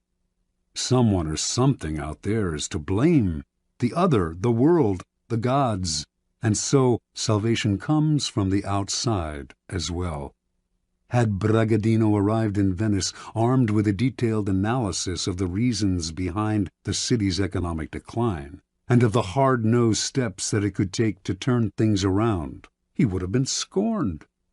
The reality was too ugly, and the solution too painful, mostly the kind of hard work that the citizens' ancestors had mustered to create an empire. Fantasy, on the other hand, in this case the romance of alchemy, was easy to understand and infinitely more palatable. To gain power, you must be a source of pleasure for those around you, and pleasure comes from playing to people's fantasies. Never promise a gradual improvement through hard work. Rather, promise the moon, the great and sudden transformation, the pot of gold. Keys to power. Fantasy can never operate alone. It requires the backdrop of the humdrum and the mundane. It is the oppressiveness of reality that allows fantasy to take root and bloom. In 16th century Venice, the reality was one of decline and loss of prestige. The corresponding fantasy described a sudden recovery of past glories through the miracle of alchemy. While the reality only got worse, the Venetians inhabited a happy dream world in which their city restored its fabulous wealth and power overnight, turning dust into gold. The person who can spin a fantasy out of an oppressive reality has access to untold power. As you search for the fantasy that will take hold of the masses, then, keep your eye on the banal truths that weigh heavily on us all. Never be distracted by people's glamorous portraits of themselves and their lives. Search and dig for what really imprisons them. Once you find that, you have the magical key that will put great power in your hands. Remember, the key to fantasy is distance. The distant has allure and promise, seems simple and problem-free. What are you offering, then, should be ungraspable. Never let it become oppressively familiar. It is the mirage in the distance, withdrawing as the sucker approaches. Never be too direct in describing the fantasy. Keep it vague. As a forger of fantasies, let your victim come close enough to see and be tempted, but keep him far away enough that he stays dreaming and desiring. Law 33. Discover each man's thumbscrew. Judgment. Everyone has a weakness, a gap in the castle wall. That weakness is usually an insecurity, an uncontrollable emotion or need. It can also be a small secret pleasure. Either way, once found, it is a thumbscrew you can turn to your advantage. Finding the thumbscrew, a strategic plan of action. We all have resistances. We live with a perpetual armor around ourselves to defend against change and the intrusive actions of friends and rivals. We would like nothing more than to be left to do things our own way. Constantly butting up against these resistances will cost you a lot of energy. One of the most important things to realize about people, though, is that they all have a weakness, some part of their psychological armor that will not resist, that will bend to your will if you find it and push on it. Some people wear their weaknesses openly, others disguise them. Those who disguise them are often the ones most effectively undone through that one chink in their armor. In planning your assault, keep these principles in mind. Pay attention to gestures and unconscious signals. As Sigmund Freud remarked, no mortal can keep a secret. If his lips are silent, He chatters with his fingertips. Betrayal oozes out of him at every pore. This is a critical concept in the search for a person's weakness. It is revealed by seemingly unimportant gestures and passing words. The key is not only what you look for, but where and how you look. Everyday conversation supplies the richest mine of weaknesses, so train yourself to listen. Start by always seeming interested. The appearance of a sympathetic ear will spur anyone to talk. A clever trick, often used by the 19th century French statesman Talleyrand, is to appear to open up to the other person, to share a secret with them. It can be completely made up, or it can be real, but of no great importance to you. The important thing is that it should seem to come from the heart. This will usually elicit a response that is not only as frank as yours, but more genuine, a response that reveals a weakness. If you suspect that someone has a particular soft spot, probe for it indirectly. If, for instance, you sense that a man has a need to be loved, openly flatter him. If he laps up your compliments, no matter how obvious, you are on the right track. Train your eye for details, how someone tips a waiter, what delights a person, the hidden messages in clothes. Find people's idols, the things they worship and will do anything to get. Perhaps you can be the supplier of their fantasies. Find the helpless child. Most weaknesses begin in childhood, before the self builds up compensatory defenses. Perhaps the child was pampered or indulged in a particular area, or perhaps a certain emotional need went unfulfilled. As he or she grows older, the indulgence or the deficiency may be buried, but never disappears. Knowing about a childhood need gives you a powerful key to a person's weakness. One sign of this weakness is that when you touch on it, the person will often act like a child. Be on the lookout, then, for any behavior that should have been outgrown.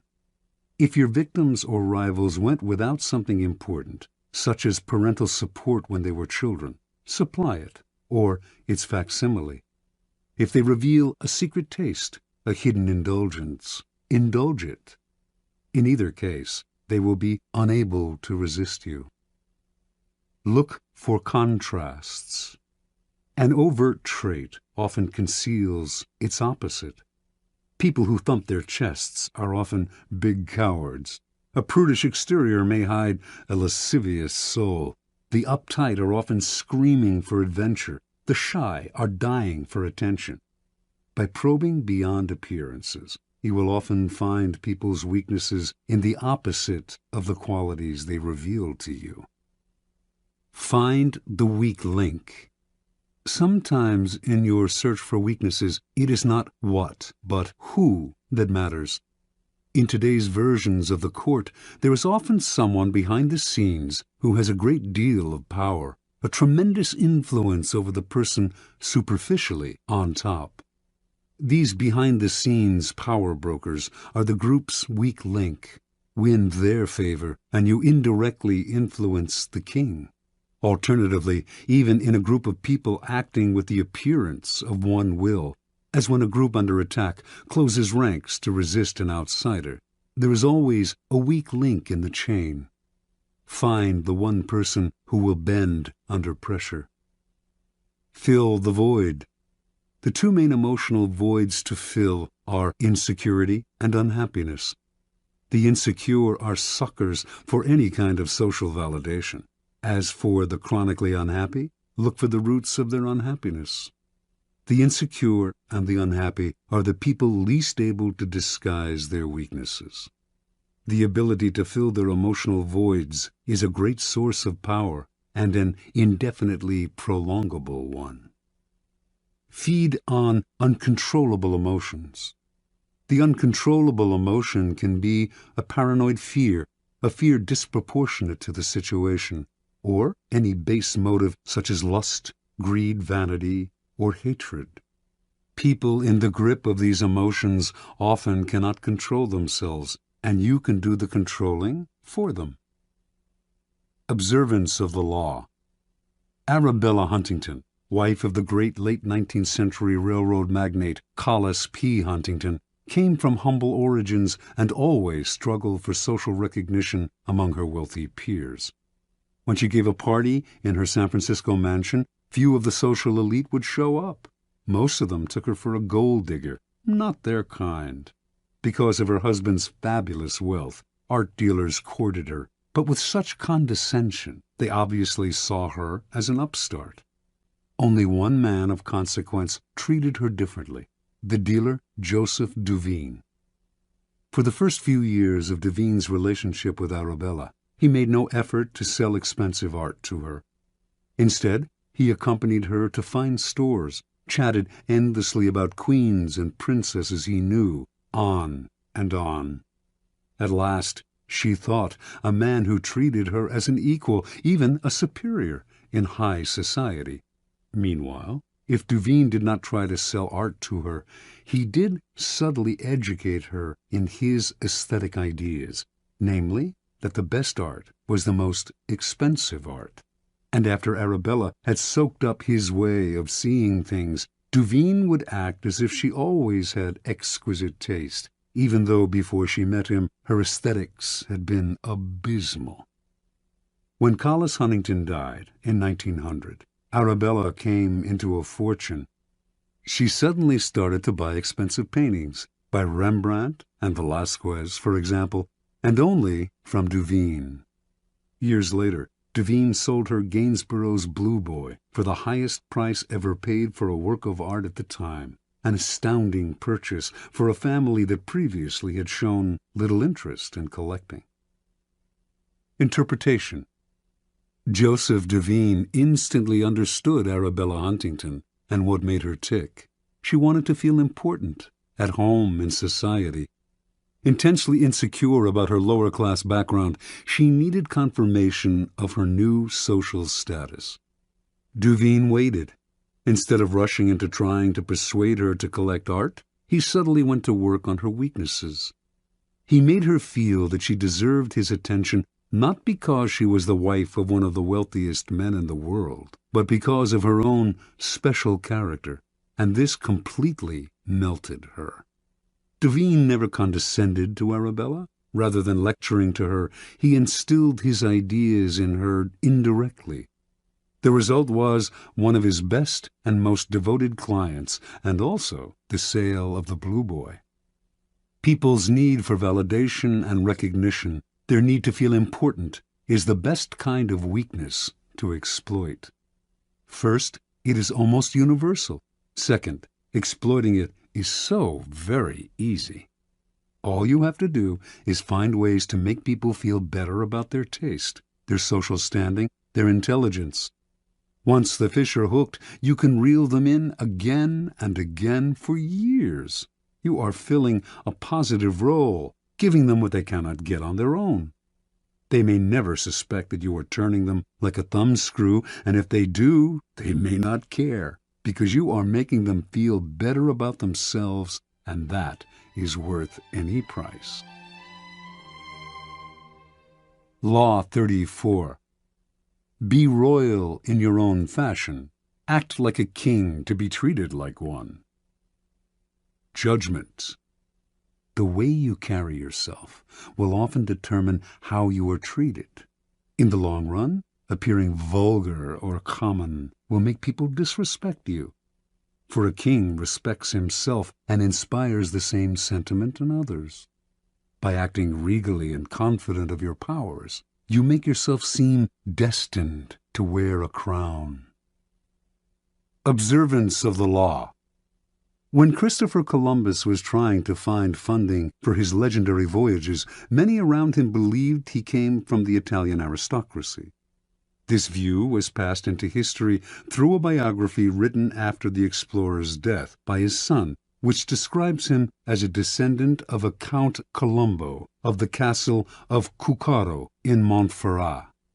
Colombo, in turn, was said to be descended from the legendary Roman general Colonius, and two of his first cousins were supposedly direct descendants of an emperor of Constantinople. An illustrious background indeed. But it was nothing more than illustrious fantasy, for Columbus was actually the son of Domenico Colombo, a humble weaver who had opened a wine shop when Christopher was a young man, and who then made his living by selling cheese. Columbus himself had created the myth of his noble background, because from early on he felt that destiny had singled him out for great things, and that he had a kind of royalty in his blood. Accordingly, he acted as if he were indeed descended from noble stock. After an uneventful career as a merchant on a commercial vessel, Columbus, originally from Genoa, settled in Lisbon. Using the fabricated story of his noble background, he married into an established Lisbon family that had excellent connections with Portuguese royalty. Through his in-laws, Columbus finagled a meeting with the King of Portugal, João II, whom he petitioned to finance a westward voyage aimed at discovering a shorter route to Asia. In return for announcing that any discoveries he achieved would be made in the king's name, Columbus wanted a series of rights: the title Grand Admiral of the Ocean Sea, the office of Viceroy over any lands he found, and 10% of the future commerce with such lands. All of these were to be hereditary and for all time. Columbus made these demands even though he had previously been a mere merchant. He knew almost nothing about navigation. He could not work a quadrant, and he had never led a group of men. In short, he had absolutely no qualifications for the journey he proposed. Furthermore, his petition included no details as to how he would accomplish his plans, just vague promises. When Columbus finished his pitch, João II smiled. He politely declined the offer, but left the door open for the future. Here Columbus must have noticed something he would never forget. Even as the king turned down the sailors' demands, he treated them as legitimate. He neither laughed at Columbus nor questioned his background and credentials. In fact, the king was impressed by the boldness of Columbus's requests, and clearly felt comfortable in the company of a man who acted so confidently. The meeting must have convinced Columbus that his instincts were correct. By asking for the moon, he had instantly raised his own status, for the king assumed that unless a man who set such a high price on himself were mad, which Columbus did not appear to be, he must somehow be worth it. A few years later, Columbus moved to Spain. Using his Portuguese connections, he moved in elevated circles at the Spanish court, receiving subsidies from illustrious financiers and sharing tables with dukes and princes. To all these men, he repeated his request for financing for a voyage to the West, and also for the rights he had demanded from João II. Some, such as the powerful Duke of Medina, wanted to help, but could not, since they lacked the power to grant him the titles and rights he wanted. But Columbus would not back down. He soon realized that only one person could meet his demands: Queen Isabella. In 1487, he finally managed a meeting with the Queen, and although he could not convince her to finance the voyage, he completely charmed her and became a frequent guest in the palace. In 1492, the Spanish finally expelled the Moorish invaders who centuries earlier had seized parts of the country. With the wartime burden on her treasury lifted, Isabella felt she could finally respond to the demands of her explorer friend, and she decided to pay for 3 ships, equipment, the salaries of the crews, and a modest stipend for Columbus. More important, she had a contract drawn up that granted Columbus the titles and rights on which he had insisted. The only one she denied, and only in the contract's fine print, was the 10% of all revenues from any lands discovered, an absurd demand, since he wanted no time limit on it. Had the clause been left in, it would eventually have made Columbus and his heirs the wealthiest family on the planet. Columbus never read the fine print. Satisfied that his demands had been met, Columbus set sail that same year in search of the passage to Asia. Before he left, he was careful to hire the best navigator he could find to help get him there. The mission failed to find such a passage, yet when Columbus petitioned the Queen to finance an even more ambitious voyage the following year, she agreed. By then, she had come to see Columbus as destined for great things. Interpretation. Columbus had an amazing power to charm the nobility, and it all came from the way he carried himself. He projected a sense of confidence that was completely out of proportion to his means. Nor was his confidence the aggressive, ugly self-promotion of an upstart. It was a quiet and calm self-assurance. In fact, it was the same confidence usually shown by the nobility themselves. The powerful in the old-style aristocracies felt no need to prove or assert themselves. Being noble, they knew they always deserved more, and asked for it. With Columbus, then, they felt an instant affinity, for he carried himself just the way they did, elevated above the crowd, destined for greatness. Understand, it is within your power to set your own price. How you carry yourself reflects what you think of yourself. If you ask for little, shuffle your feet, and lower your head, people will assume this reflects your character. But this behavior is not you. It is only how you have chosen to present yourself to other people. You can just as easily present the Columbus front, buoyancy, confidence, and the feeling that you were born to wear a crown. Keys to power. As children, we start our lives with great exuberance, expecting and demanding everything from the world. This generally carries over into our first forays into society, as we begin our careers. But as we grow older, the rebuffs and failures we experience set up boundaries that only get firmer with time.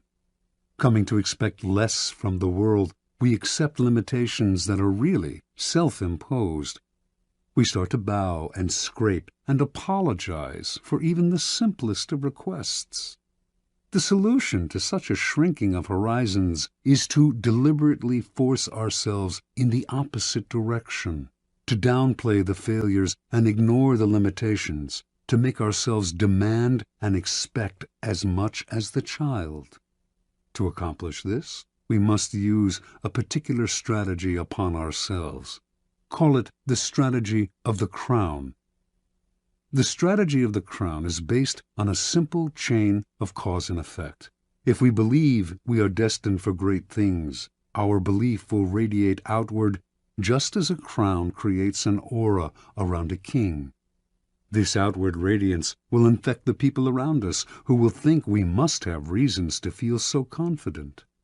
People who wear crowns seem to feel no inner sense of the limits to what they can ask for or what they can accomplish. This, too, radiates outward. Limits and boundaries disappear. Use the strategy of the crown, and you will be surprised how often it bears fruit. Take as an example those happy children who ask for whatever they want and get it. Their high expectations are their charm.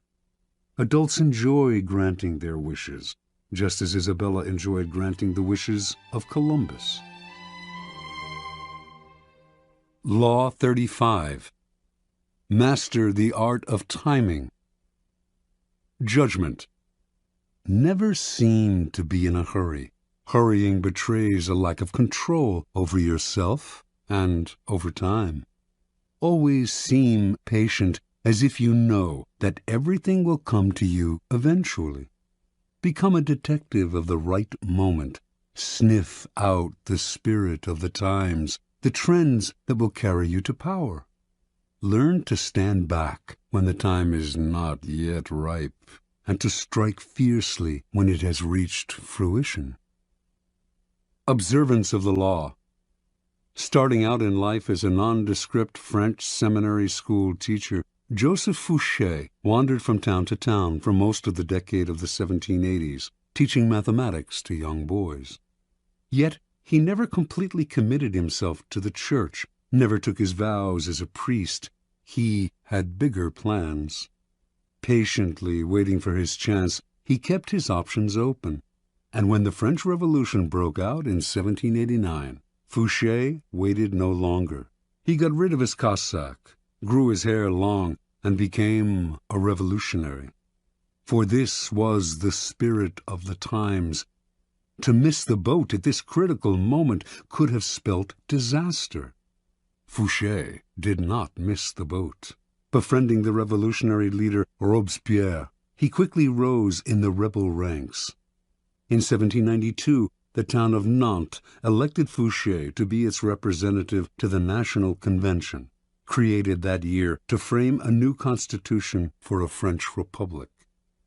When Fouché arrived in Paris to take his seat at the convention, a violent rift had broken out between the moderates and the radical Jacobins. Fouché sensed that in the long run, neither side would emerge victorious.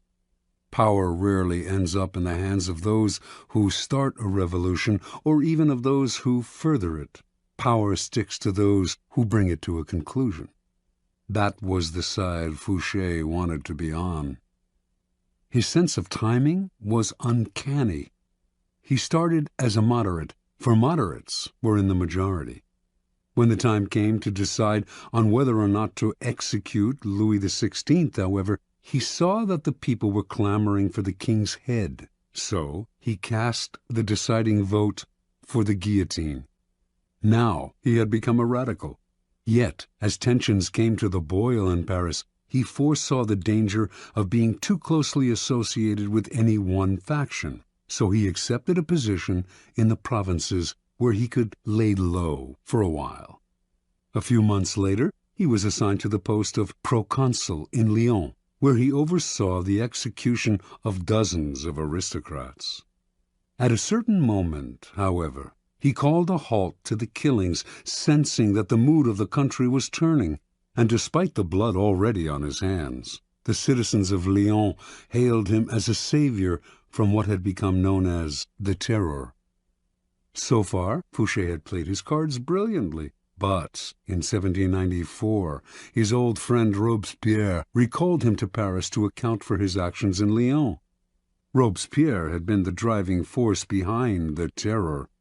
He had sent heads on both the right and the left rolling, and Fouché, whom he no longer trusted, seemed destined to provide the next head. Over the next few weeks, a tense struggle ensued, while Robespierre railed openly against Fouché, accusing him of dangerous ambitions and calling for his arrest. The crafty Fouché worked more indirectly, quietly gaining support among those who were beginning to tire of Robespierre's dictatorial control. Fouché was playing for time. He knew that the longer he survived, the more disaffected citizens he could rally against Robespierre. He had to have broad support before he moved against the powerful leader.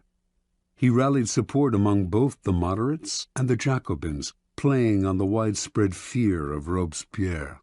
Everyone was afraid of being the next to go to the guillotine. It all came to fruition on July 27th. The convention turned against Robespierre, shouting down his usual lengthy speech.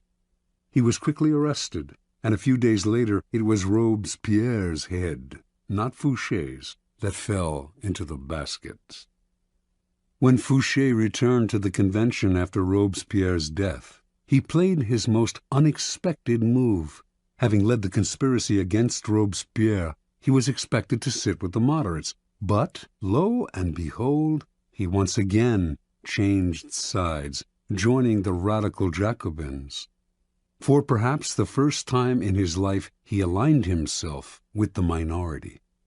Clearly, he sensed a reaction stirring. He knew that the moderate faction that had executed Robespierre and was now about to take power would initiate a new round of the Terror, this time against the radicals. In siding with the Jacobins, then, Fouché was sitting with the martyrs of the days to come, the people who would be considered blameless in the troubles that were on their way. Taking sides with what was about to become the losing team was a risky gambit, of course, but Fouché must have calculated he could keep his head long enough to quietly stir up the populace against the moderates and watch them fall from power. And indeed, although the moderates did call for his arrest in December of 1795, and would have sent him to the guillotine, too much time had passed. The executions had become unpopular with the people, and Fouché survived the swing of the pendulum one more time. A new government took over, the Directoire. It was not, however, a Jacobin government, but a moderate one, more moderate than the government that had reimposed the terror. Fouché, the radical, had kept his head, but now he had to keep a low profile.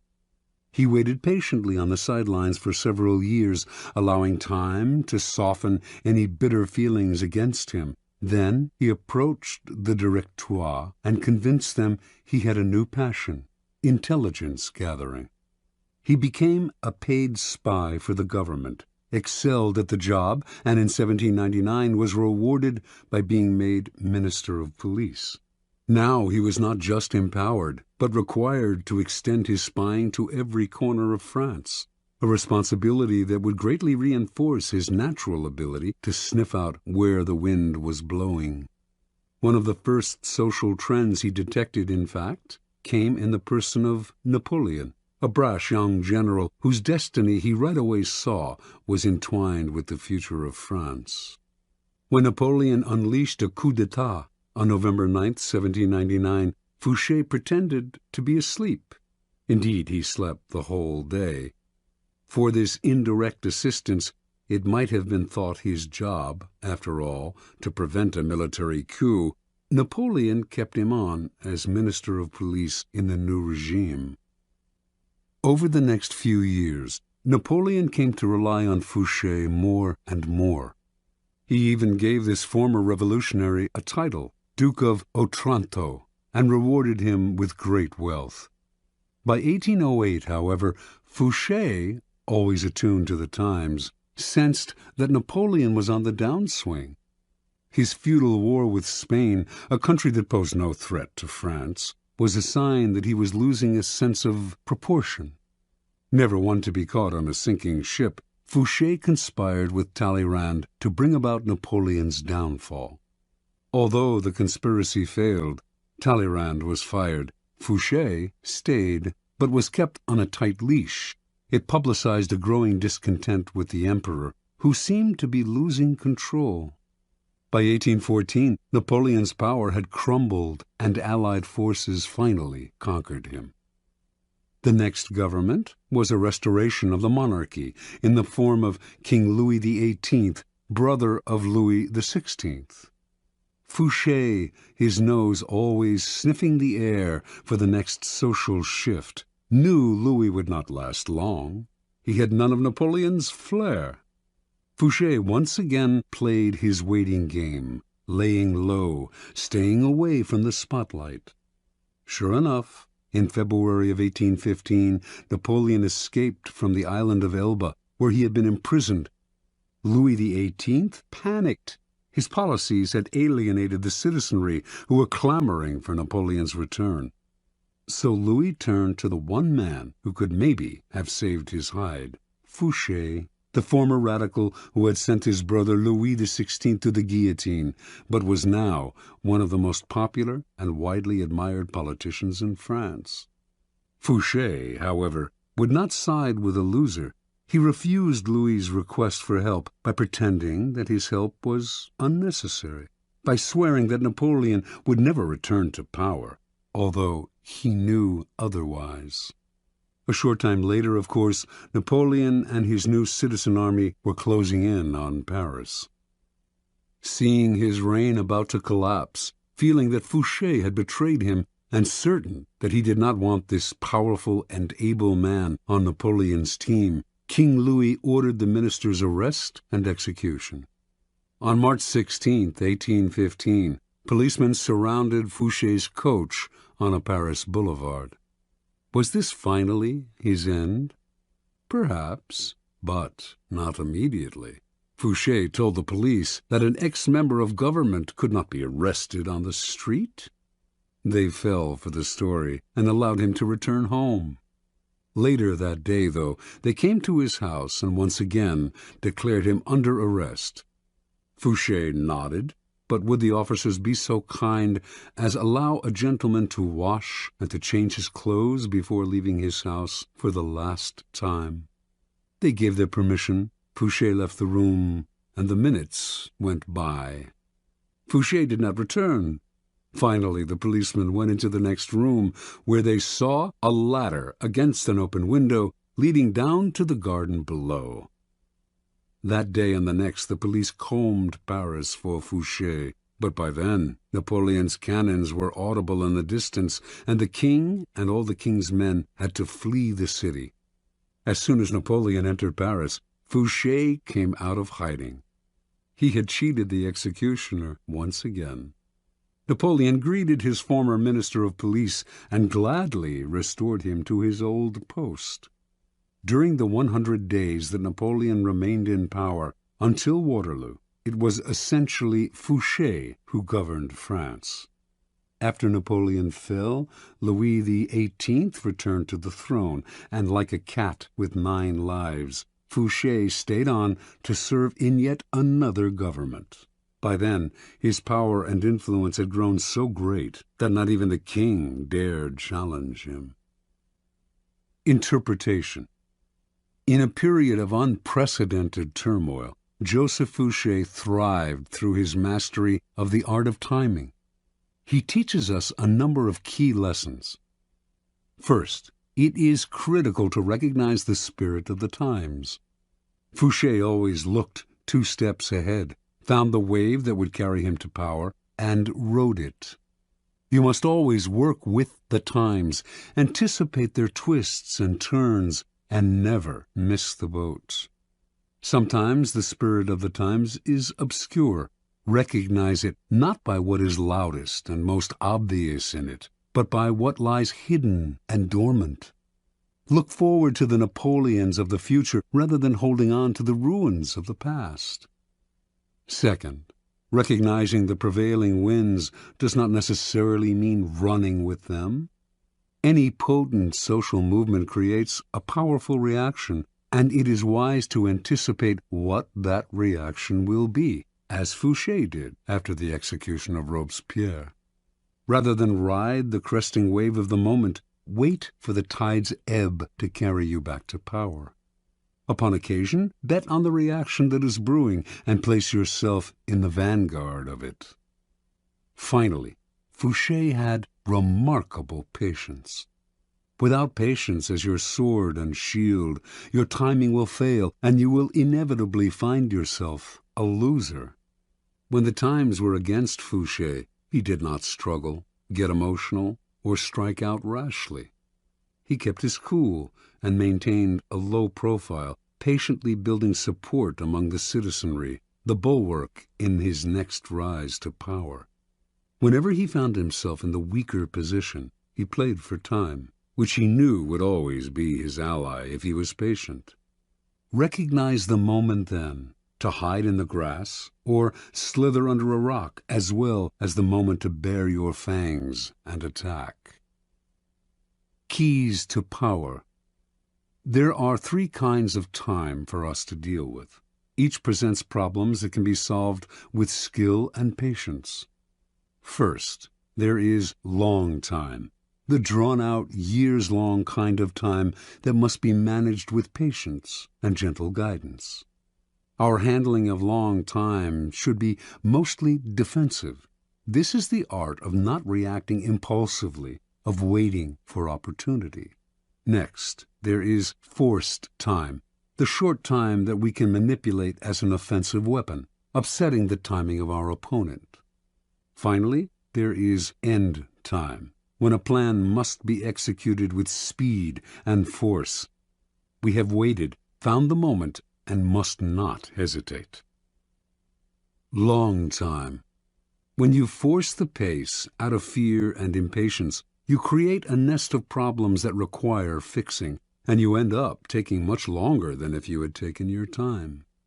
Hurriers may occasionally get there quicker, but papers fly everywhere, new dangers arise, and they find themselves in constant crisis mode, fixing the problems that they themselves have created. Sometimes not acting in the face of danger is your best move. You wait. You deliberately slow down. As time passes, it will eventually present opportunities you had not imagined. Waiting involves controlling not only your own emotions, but those of your colleagues who, mistaking action for power, may try to push you into making rash moves. In your rivals, on the other hand, you can encourage this same mistake if you let them rush headlong into trouble while you stand back and wait. You will soon find ripe moments to intervene and pick up the pieces.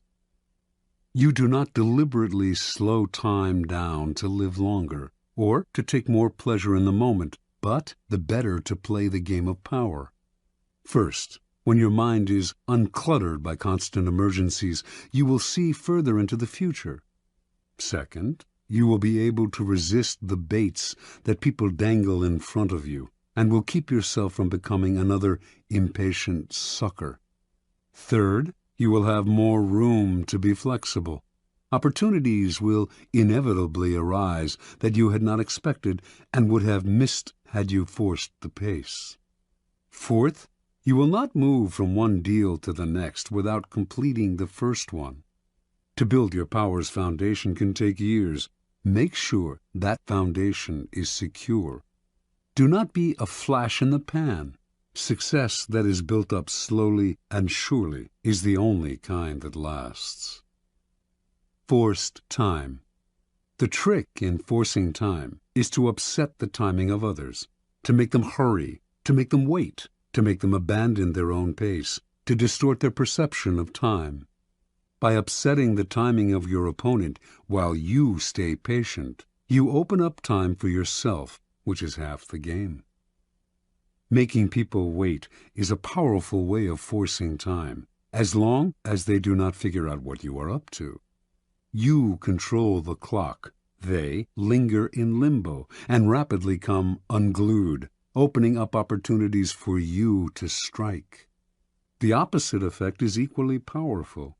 You make your opponents hurry, start off your dealings with them slowly, then suddenly apply pressure, making them feel that everything is happening at once. People who lack the time to think will make mistakes, so set their deadlines for them. This was the technique Machiavelli admired in Cesare Borgia, who, during negotiations, would suddenly press vehemently for a decision, upsetting his opponent's timing and patience. For who would dare make Cesare wait? End time. You can play the game with the utmost artistry, waiting patiently for the right moment to act, putting your competitors off their form by messing with their timing. But it won't mean a thing unless you know how to finish. Do not be one of those people who look like paragons of patience, but are actually just afraid to bring things to a close. Patience is worthless unless combined with a willingness to fall ruthlessly on your opponent at the right moment. You can wait as long as necessary for the conclusion to come, but when it comes, it must come quickly. Use speed to paralyze your opponent, cover up any mistakes you might make, and impress people with your aura of authority and finality. With the patience of a snake charmer, you draw the snake out with calm and steady rhythms. Once the snake is out, though, would you dangle your foot above its deadly head? There is never a good reason to allow the slightest hitch in your endgame. Your mastery of timing can really only be judged by how you work with end time, how you quickly change the pace and bring things to a swift and definitive conclusion. Law 36. Disdain things you cannot have. Ignoring them is the best revenge. Judgment. By acknowledging a petty problem, you give it existence and credibility. The more attention you pay an enemy, the stronger you make him, and a small mistake is often made worse and more visible when you try to fix it. It is sometimes best to leave things alone. If there is something you want but cannot have, show contempt for it. The less interest you reveal, the more superior you seem. Observance of the law. In the year 1527, King Henry VIII of England decided he had to find a way to get rid of his wife, Catherine of Aragon. Catherine had failed to produce a son, a male heir, who would ensure the continuance of his dynasty, and Henry thought he knew why. He had read in the Bible the passage, "And if a man shall take his brother's wife, it is an unclean thing. He hath uncovered his brother's nakedness. They shall be childless." Before marrying Henry, Catherine had married his older brother Arthur, but Arthur had died 5 months later. Henry had waited an appropriate time, then had married his brother's widow.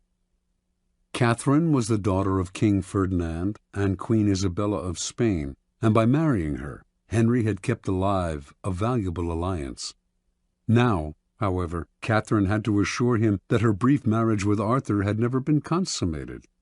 Otherwise, Henry would view their relationship as incestuous and their marriage as null and void.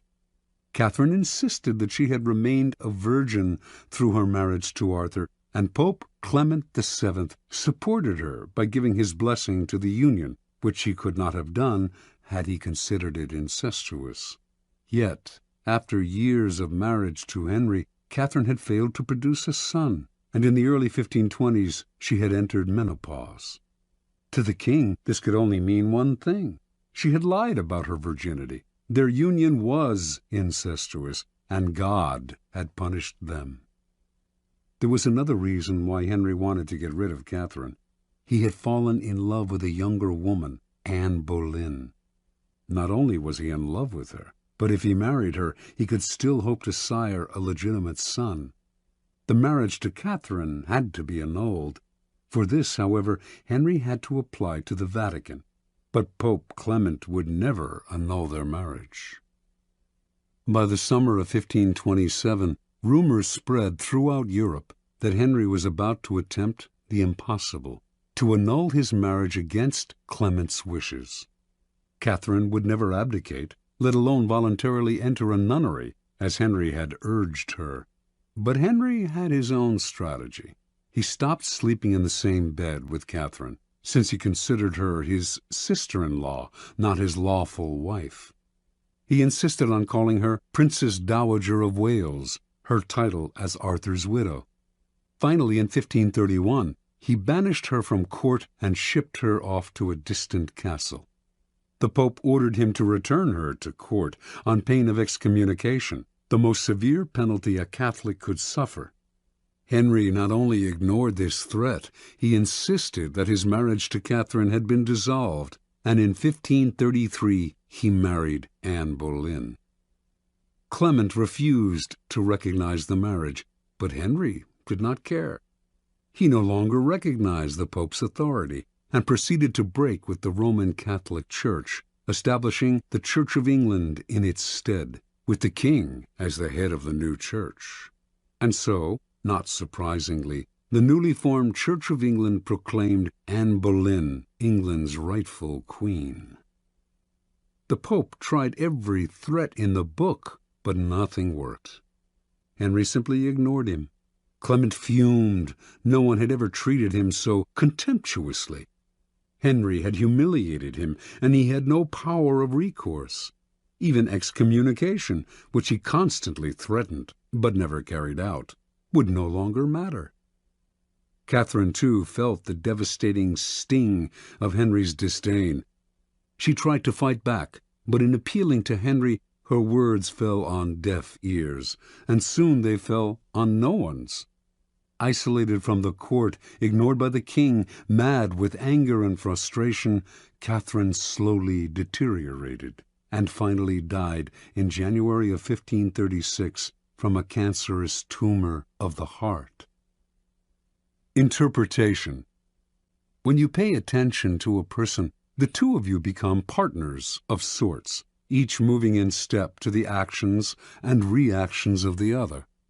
In the process, you lose your initiative. It is a dynamic of all interactions.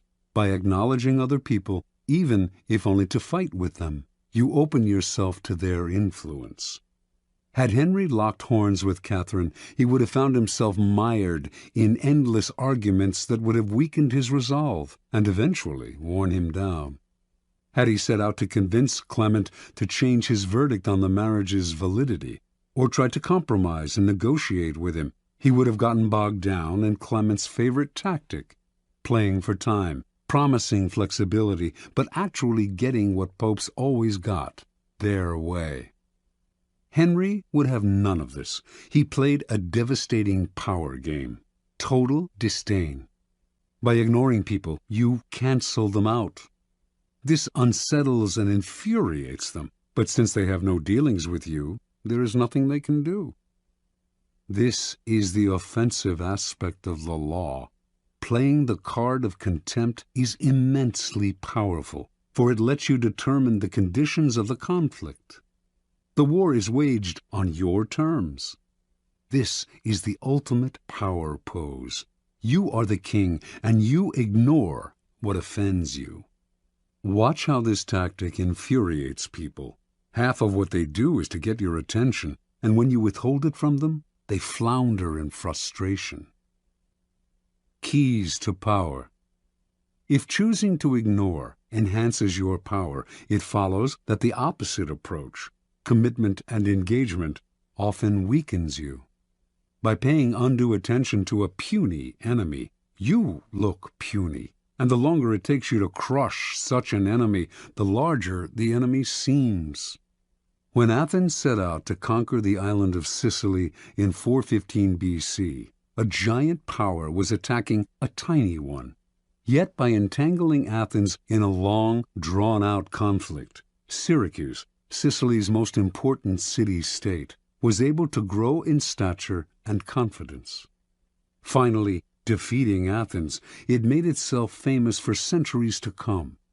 In recent times, President John F. Kennedy made a similar mistake in his attitude to Fidel Castro of Cuba. His failed invasion at the Bay of Pigs in 1961 made Castro an international hero. When you are attacked by an inferior, deflect people's attention by making it clear that the attack has not even registered. Look away, or answer sweetly, showing how little the attack concerns you. Similarly, when you yourself have committed a blunder, the best response is often to make less of your mistake by treating it lightly. Remember, the powerful responses to niggling, petty annoyances, and irritations are contempt and disdain. Never show that something has affected you or that you are offended. That only shows you have acknowledged a problem. Contempt is a dish that is best served cold and without affection. Law 37. Create compelling spectacles. Judgment. Striking imagery and grand symbolic gestures create the aura of power. Everyone responds to them. Stage spectacles for those around you. Then, full of arresting visuals and radiant symbols that heighten your presence. Dazzled by appearances, no one will notice what you are really doing. Observance of the law.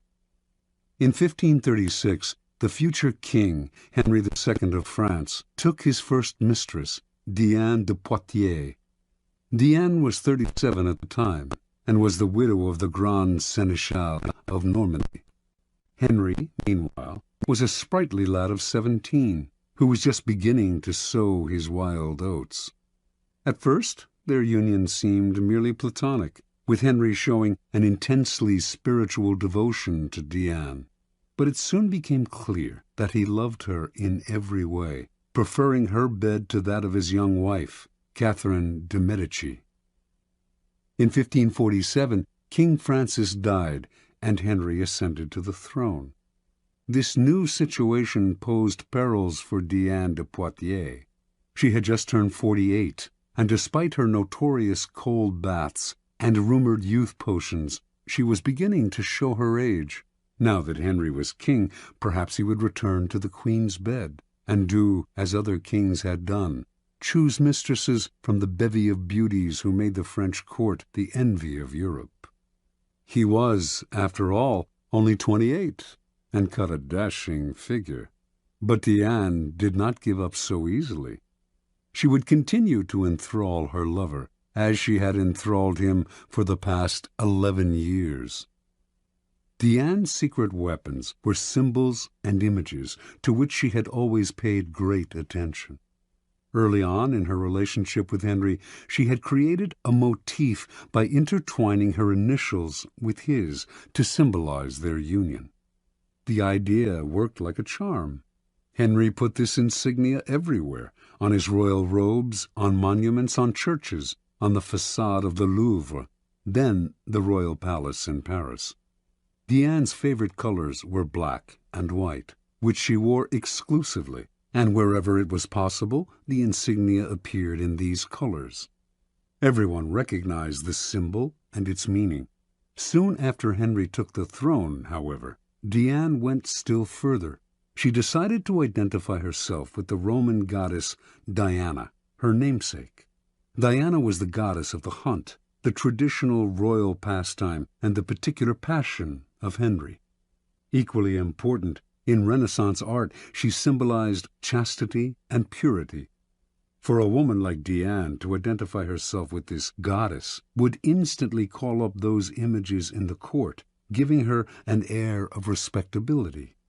Symbolizing her chaste relationship with Henry, it would also set her apart from the adulterous liaisons of royal mistresses past. To effect this association, Diane began by completely transforming her castle at Aunay. She razed the building's structure and in its place erected a magnificent Doric-columned edifice modeled after a Roman temple. It was made in white Normandy stone, flecked with black silex, reproducing Diane's trademark colors of black and white. The insignia of her and Henry's initials appeared on the columns, the doors, the windows, the carpet. Meanwhile, symbols of Diana, crescent moons, stags, and hounds, adorned the gates and facade. Inside, enormous tapestries depicting episodes in the life of the goddess lay on the floors and hung on the walls. In the garden stood the famous Goujon sculpture Diane Chasseresse, which is now in the Louvre, and which had an uncanny resemblance to Diane de Poitiers. Paintings and other depictions of Diana appeared in every corner of the castle. Aunay overwhelmed Henry, who soon was trumpeting the image of Diane de Poitiers as a Roman goddess. In 1548, when the couple appeared together in Lyon for a royal celebration, the townspeople welcomed them with a tableau vivant depicting a scene with Diana the huntress. France's greatest poet of the period, Pierre de Ronsard, began to write verses in honor of Diana. Indeed, a kind of cult of Diana sprang up, all inspired by the king's mistress. It seemed to Henry that Diane had given herself a kind of divine aura, and as if he were destined to worship her for the rest of his life. And until his death in 1559, he did remain faithful to her, making her a duchess, giving her untold wealth, and displaying an almost religious devotion to his first and only mistress. Interpretation. Diane de Poitiers, a woman from a modest bourgeois background, managed to captivate Henry for over 20 years. By the time she died, she was well into her 60s, yet his passion for her only increased with the years. She knew the king well. He was not an intellectual, but a lover of the outdoors. He particularly loved jousting tournaments, with their bright pennants, brilliantly caparisoned horses, and beautifully dressed women. Henry's love of visual splendor seemed childlike to Diane, and she played on this weakness of his at every opportunity. Most astute of all was Diane's appropriation of the goddess Diana. Here she took the game beyond physical imagery into the realm of the psychic symbol. It was quite a feat to transform a king's mistress into an emblem of power and purity, but she managed it. Without the resonance of the goddess, Diane was merely an aging courtesan. With the imagery and symbolism of Diana on her shoulders, she seemed a mythic force destined for greatness. You, too, can play with images like these, weaving visual clues into an encompassing gestalt, as Diane did with her colors and her insignia. Establishing a trademark like these to set yourself apart. Then take the game further. Find an image or symbol from the past that will neatly fit your situation, and put it on your shoulders like a cape. It will make you seem larger than life. Keys to power. Words put you on the defensive. If you have to explain yourself, your power is already in question. The image, on the other hand, imposes itself as a given. It discourages questions, creates forceful associations, resists unintended interpretations, communicates instantly, and forges bonds that transcend social differences. Words stir up arguments and divisions. Images bring people together. They are the quintessential instruments of power. The symbol has the same force, whether it is visual or a verbal description of something visual. The symbol of the Sun King, as explained by Louis XIV, who is known by that epithet, can be read on many layers, but the beauty of it is that its associations required no explanation, spoke immediately to his subjects, distinguished him from all other kings, and conjured up a kind of majesty that went far beyond the words themselves. The symbol contains untold power. Things change in the game of symbols. It is probably no longer possible to pose as a Sun King or to wrap the mantle of Diana around you. Yet you can associate yourself with such symbols more indirectly. And, of course, you can make your own mythology out of figures from more recent history, people who are comfortably dead but still powerfully associative in the public eye. The idea is to give yourself an aura, a stature that your normal banal appearance simply will not create.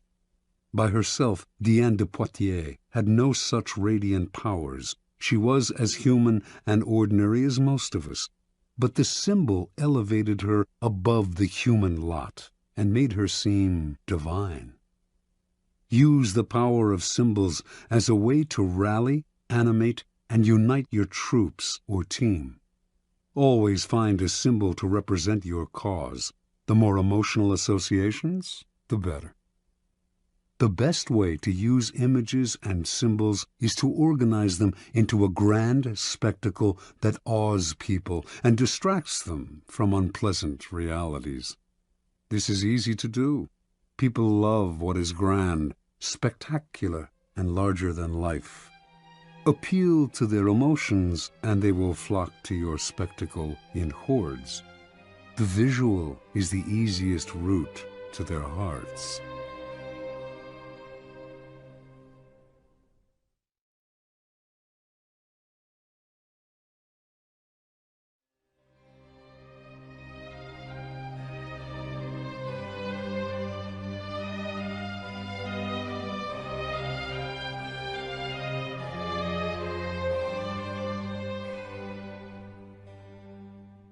Law 38. Think as you like, but behave like others. Judgment. If you make a show of going against the times, flaunting your unconventional ideas and unorthodox ways, people will think that you only want attention and that you look down upon them. They will find a way to punish you for making them feel inferior. It is far safer to blend in and nurture the common touch. Share your originality only with tolerant friends and those who are sure to appreciate your uniqueness. Transgression of the law. Around the year 478 BC, the city of Sparta sent an expedition to Persia, led by the young Spartan nobleman Pausanias. The city-states of Greece had recently fought off a mighty invasion from Persia, and now Pausanias, along with allied ships from Athens, had orders to punish the invaders and win back the islands and coastal towns that the Persians had occupied. Both the Athenians and the Spartans had great respect for Pausanias. He had proven himself as a fearless warrior with a flair for the dramatic.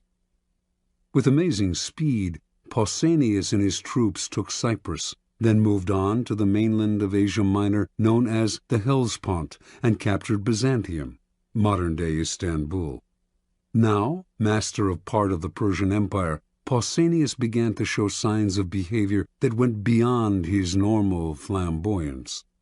He appeared in public wearing pomade in his hair and flowing Persian robes, and accompanied by a bodyguard of Egyptians.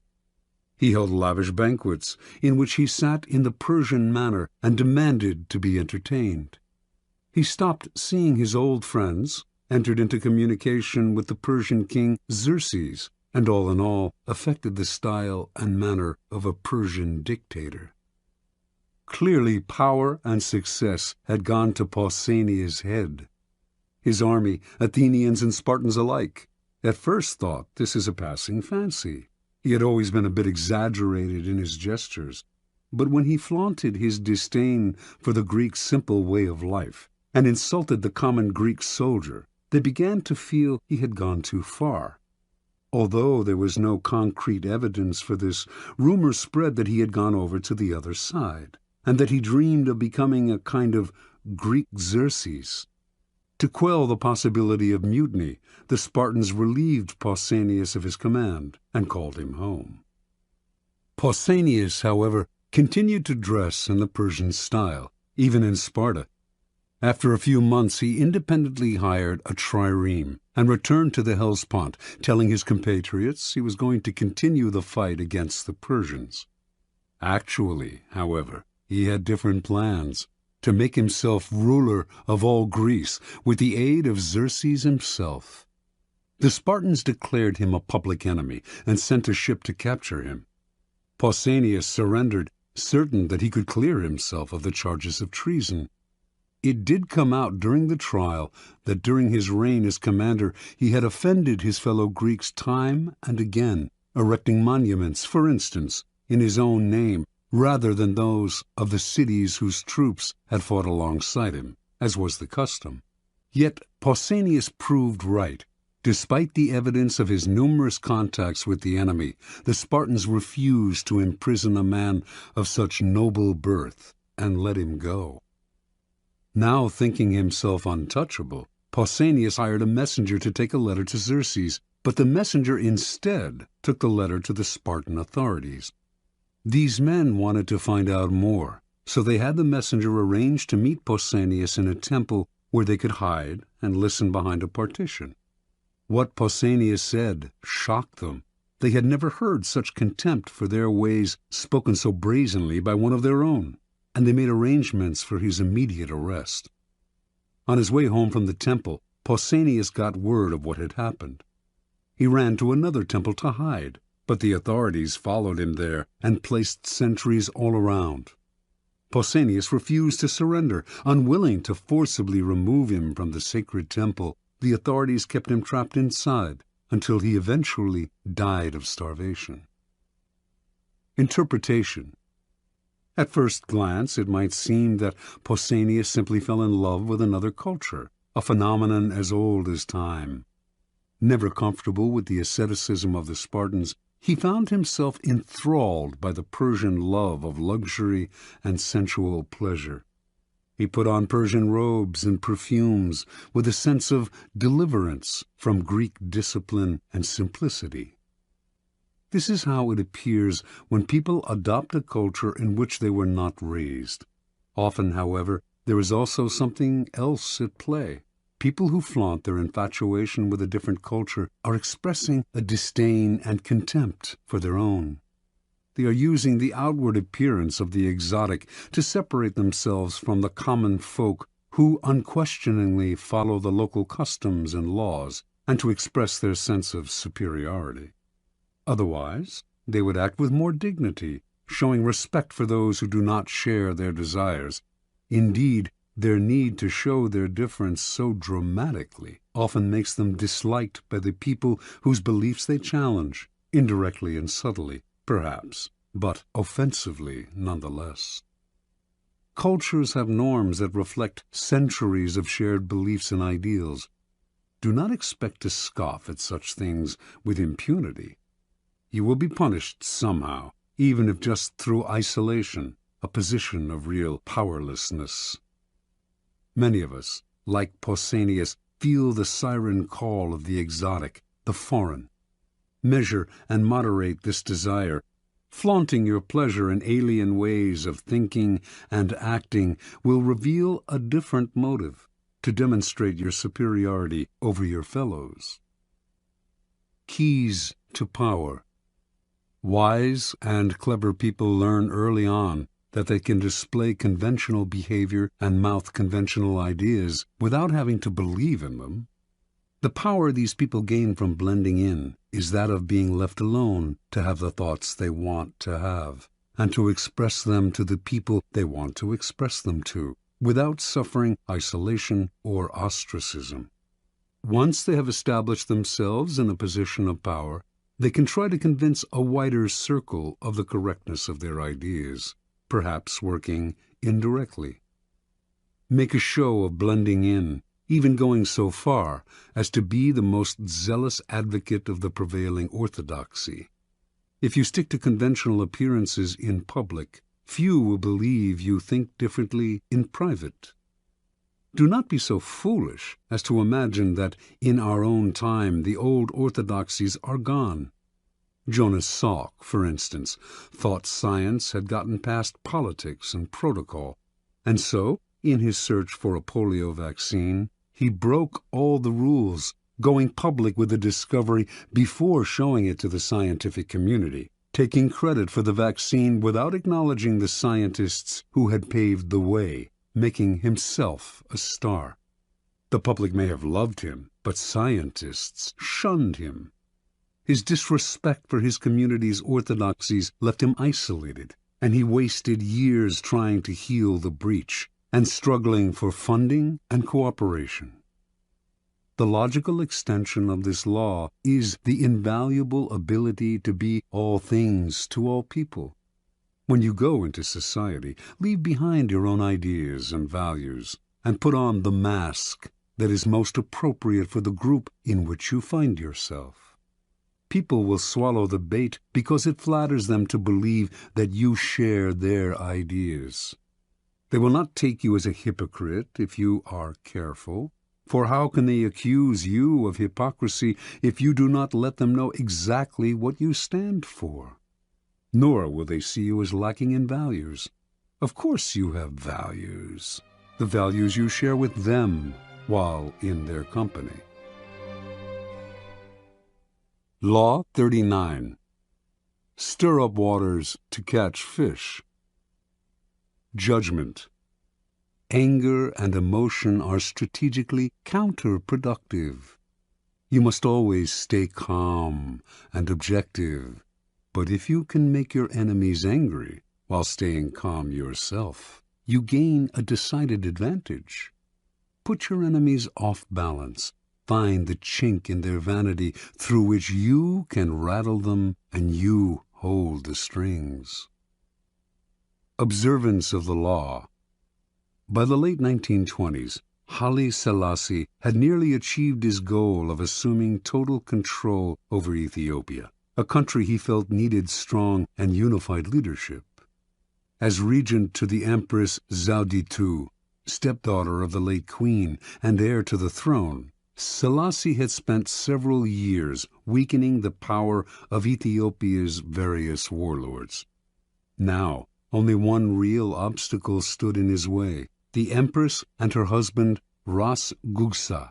Selassie knew the royal couple hated him and wanted to get rid of him. So, to cut short their plotting, he made Gugsa the governor of the northern province of Begemeder, forcing him to leave the capital, where the Empress lived.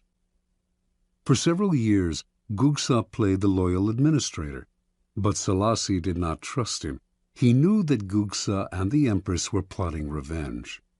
As time passed, and Gugsa made no move, the chances of a plot only increased.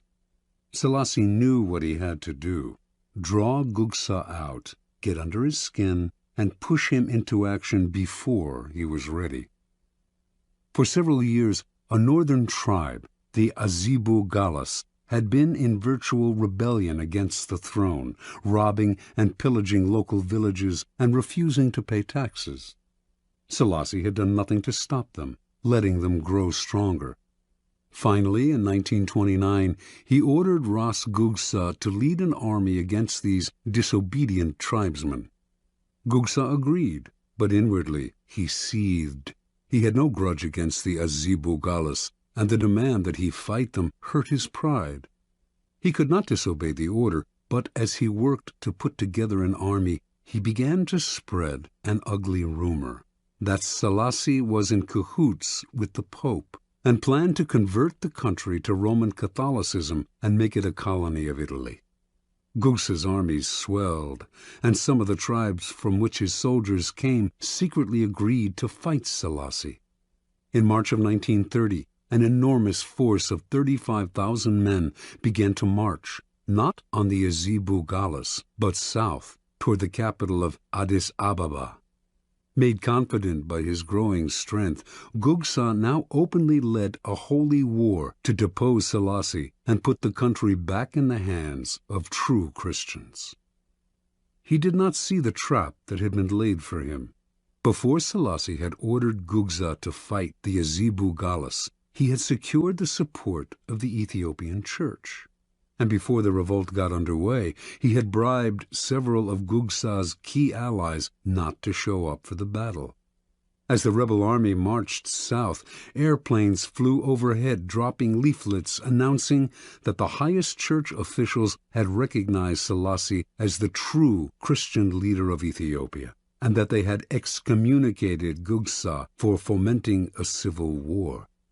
These leaflets severely blunted the emotions behind the Holy Crusade. And as battle loomed and the support that Gugsa's allies had promised him failed to show up, soldiers began to flee or defect. When the battle came, the rebel army quickly collapsed. Refusing to surrender, Ras Gugsa was killed in the fighting. The Empress, distraught over her husband's death, died a few days later. On April 30th, Selassie issued a formal proclamation announcing his new title, Emperor of Ethiopia. Interpretation. Haile Selassie always saw several moves ahead. He knew that if he let Ras Gugsa decide the time and place of the revolt, the danger would be much greater than if he forced Gugsa to act on Selassie's terms. So he goaded him into rebellion by offending his manly pride, asking him to fight people he had no quarrel with on behalf of a man he hated. Thinking everything out ahead, Selassie made sure that Gugsa's rebellion would come to nothing, and that he could use it to do away with his last two enemies. This is the essence of the law. When the waters are still, your opponents have the time and space to plot actions that they will initiate and control. So stir the waters, force the fish to the surface, get them to act before they are ready. Steal the initiative. The best way to do this is to play on uncontrollable emotions: pride, vanity, love, hate. Once the water is stirred up, the little fish cannot help but rise to the bait. The angrier they become, the less control they have, and finally they are caught in the whirlpool you have made, and they drown. Keys to power. Angry people usually end up looking ridiculous, for their response seems out of proportion to what occasioned it. They have taken things too seriously, exaggerating the hurt or insult that has been done to them. They are so sensitive to slight that it becomes comical how much they take personally. More comical still is their belief that their outbursts signify power. The truth is the opposite. Petulance is not power. It is a sign of helplessness. People may temporarily be cowed by your tantrums, But in the end, they lose respect for you. They also realize they can easily undermine a person with so little self-control. If a person explodes with anger at you, and it seems out of proportion to what you did to them, you must remind yourself that it is not exclusively directed at you. Do not be so vain. The cause is much larger, goes way back in time, involves dozens of prior hurts, and is actually not worth the bother to understand. Instead of seeing it as a personal grudge, look at the emotional outburst as a disguised power move, an attempt to control or punish you, cloaked in the form of hurt feelings and anger. This shift of perspective will let you play the game of power with more clarity and energy. Instead of overreacting and becoming ensnared in people's emotions, you will turn their loss of control to your advantage. You keep your head while they are losing theirs. Once you train yourself not to take matters personally and to control your emotional responses, you will have placed yourself in a position of tremendous power. Now you can play with the emotional responses of other people. Stir the insecure into action by impugning their manhood and by dangling the prospect of an easy victory before their faces. With the arrogant, too, you can appear weaker than you are, taunting them into a rash action. Law 40. Despise the free lunch. Judgment.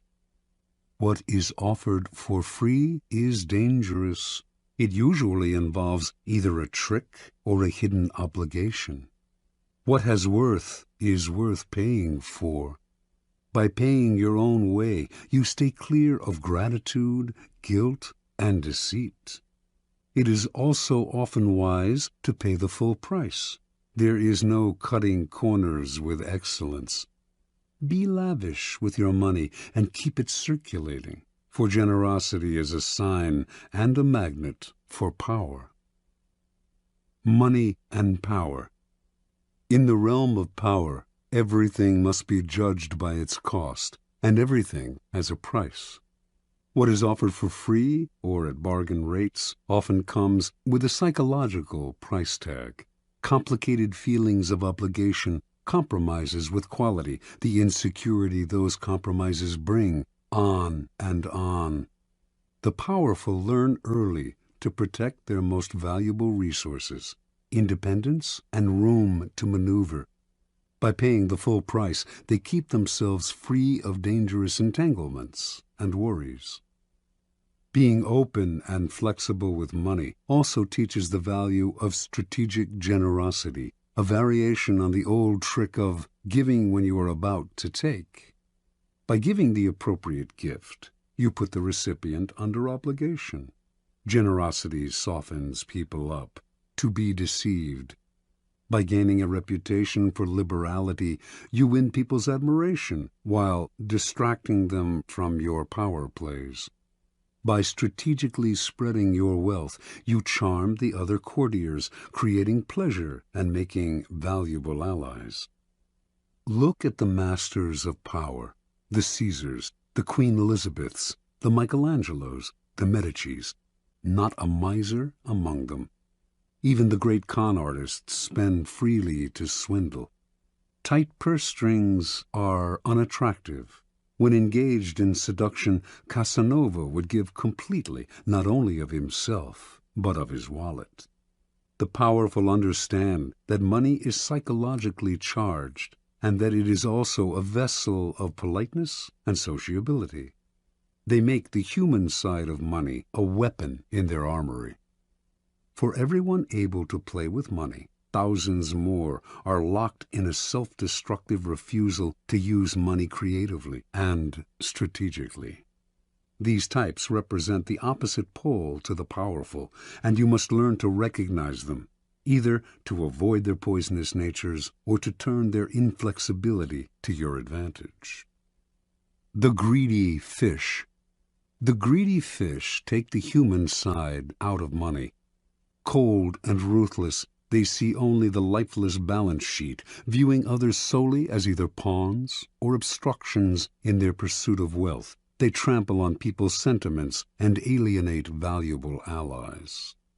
No one wants to work with the greedy fish, and over the years they end up isolated, which often proves their undoing. The bargain demon. Powerful people judge everything by what it costs, not just in money, but in time, dignity, and peace of mind. And this is exactly what bargain demons cannot do. Wasting valuable time digging for bargains, they worry endlessly about what they could have gotten elsewhere for a little less. On top of that, the bargain item they do buy is often shabby. Perhaps it needs costly repairs, or will have to be replaced twice as fast as a high-quality item. The costs of these pursuits, not always in money, though the price of a bargain is often deceptive, but in time and peace of mind, discourage normal people from undertaking them. But for the bargain demon, the bargain is an end in itself. These types might seem to harm only themselves, but their attitudes are contagious. Unless you resist them, they will infect you with the insecure feeling that you should have looked harder to find a cheaper price. Don't argue with them or try to change them. Just mentally add up the cost in time and inner peace, if not in hidden financial expense, of the irrational pursuit of a bargain. The sadist. Financial sadists play vicious power games with money as a way of asserting their power. They might, for example, make you wait for money that is owed you, promising that the check is in the mail. Or, if they hire you to work for them, they meddle in every aspect of the job, haggling and giving you ulcers. Sadists seem to think that paying for something gives them the right to torture and abuse the seller. They have no sense of the courtier element in money.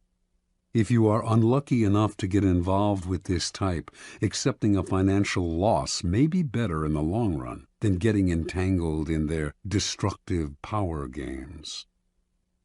The indiscriminate giver. Generosity has a definite function in power. It attracts people, softens them up, makes allies out of them. But it has to be used strategically with a definite end in mind. Indiscriminate givers, on the other hand, are generous because they want to be loved and admired by all, and their generosity is so indiscriminate and needy that it may not have the desired effect.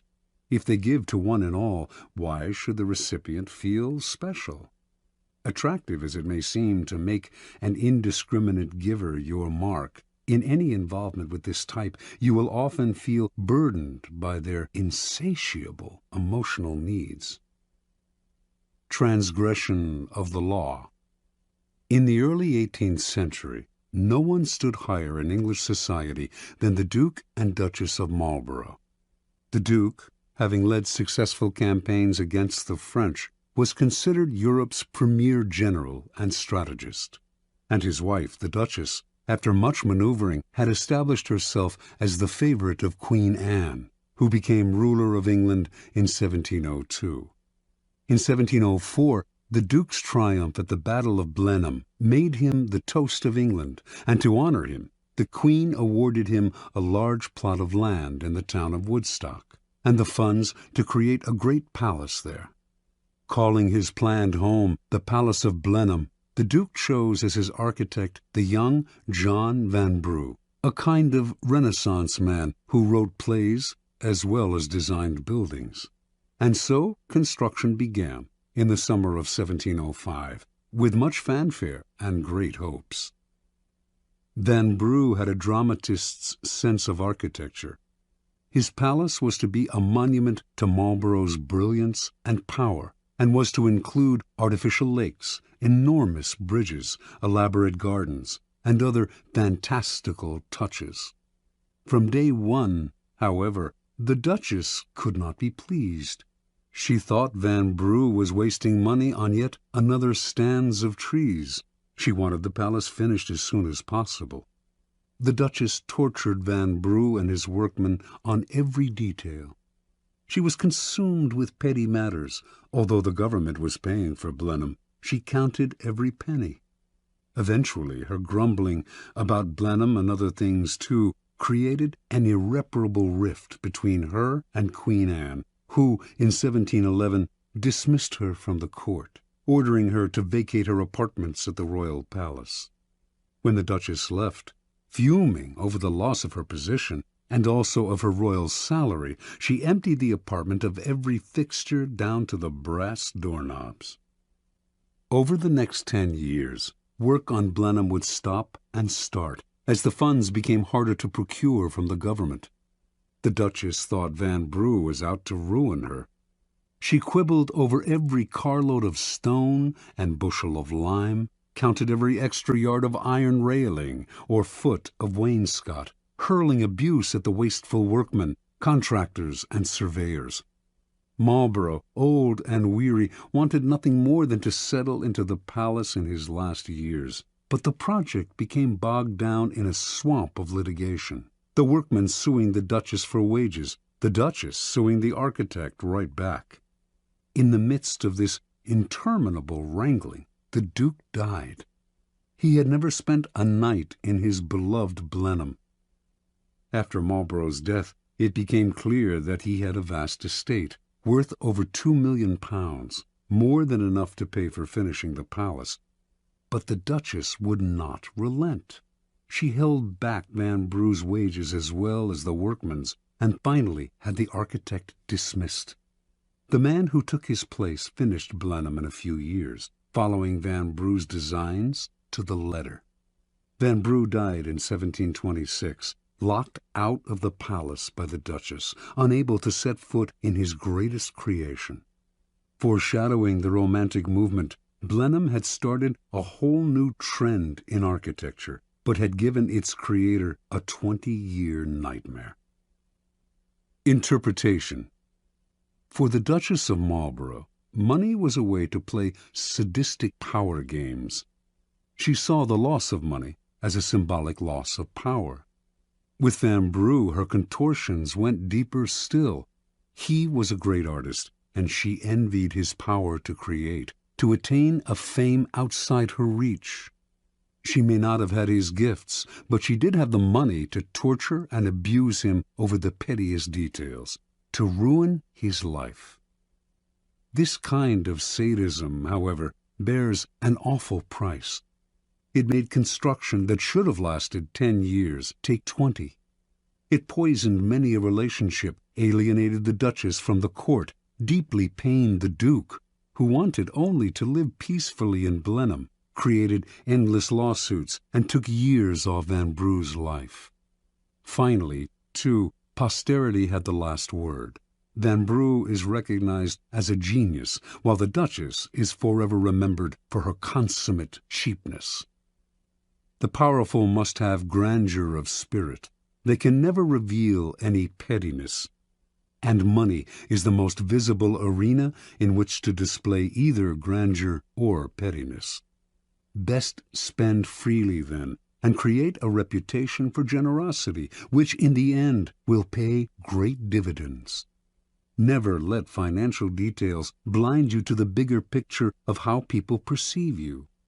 Their resentment will cost you in the long run, and if you want to meddle in the work of creative people under your hire, at least pay them well. Your money will buy their submission better than your displays of power. Law 41. Avoid stepping into a great man's shoes. Judgment. What happens first always appears better and more original than what comes after. If you succeed a great man or have a famous parent, you will have to accomplish double their achievements to outshine them. Do not get lost in their shadow or stuck in a past not of your own making. Establish your own name and identity by changing course. Slay the overbearing father, disparage his legacy, and gain power by shining in your own way. Observance of the law. Alexander the Great had a dominant passion as a young man, an intense dislike for his father, King Philip of Macedonia. He hated Philip's cunning, cautious style of ruling, his bombastic speeches, his drinking and whoring, and his love of wrestling and of other wastes of time. Alexander knew he had to make himself the very opposite of his domineering father.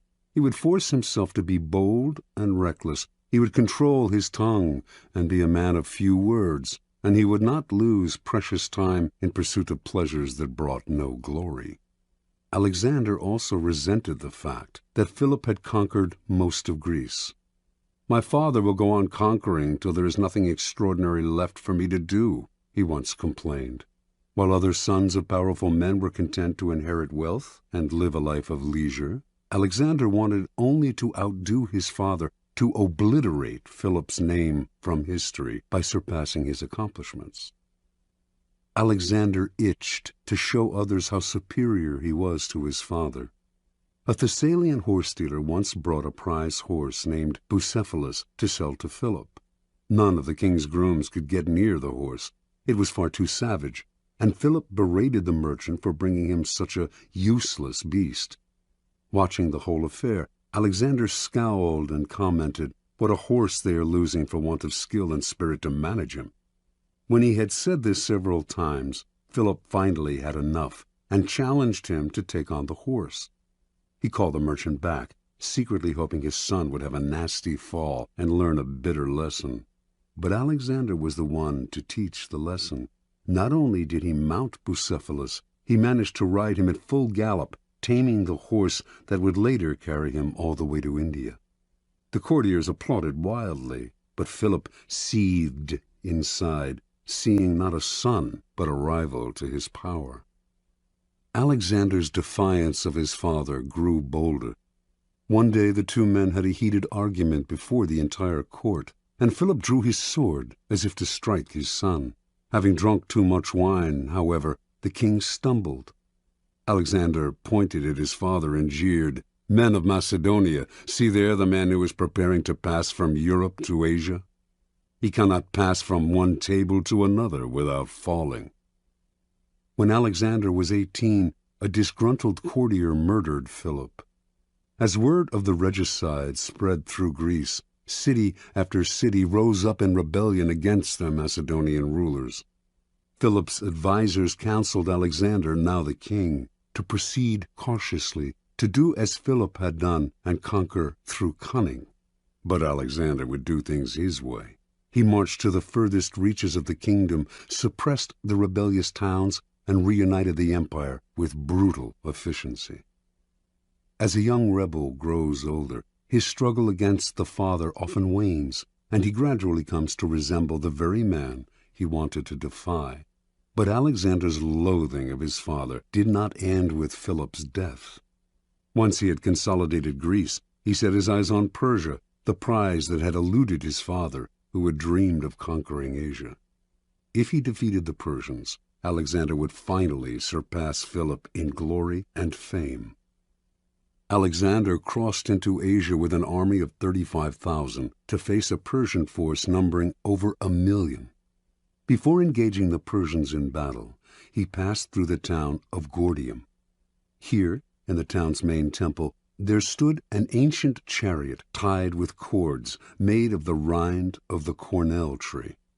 Legend had it that any man who could undo these cords, the Gordian knot, would rule the world.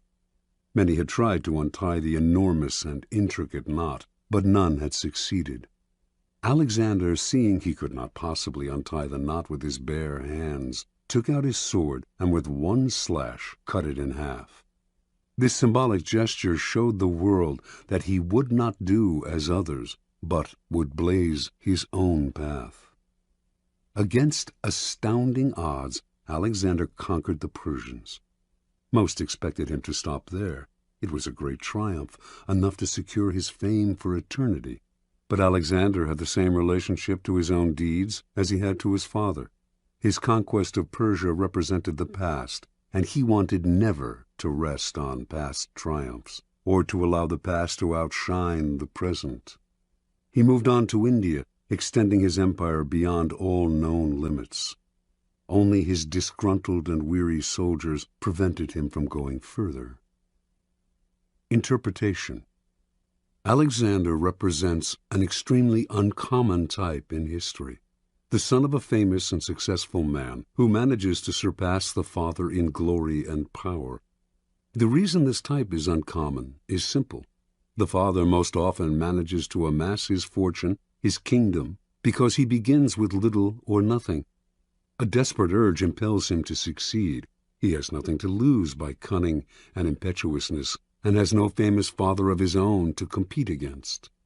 This kind of man has reason to believe in himself, to believe that his way of doing things is the best, because, after all, it worked for him. When a man like this has a son, he becomes domineering and oppressive, imposing his lessons on the son who is starting off life in circumstances totally different from those in which the father himself began. The sons of such men tend to become cowed and cautious, terrified of losing what their fathers have gained. The son will never step out of his father's shadow unless he adopts the ruthless strategy of Alexander. Disparage the past, create your own kingdom, put the father in the shadows instead of letting him do the same to you. If you cannot materially start from ground zero, it would be foolish to renounce an inheritance. You can at least begin from ground zero psychologically by throwing off the weight of the past and charting a new direction.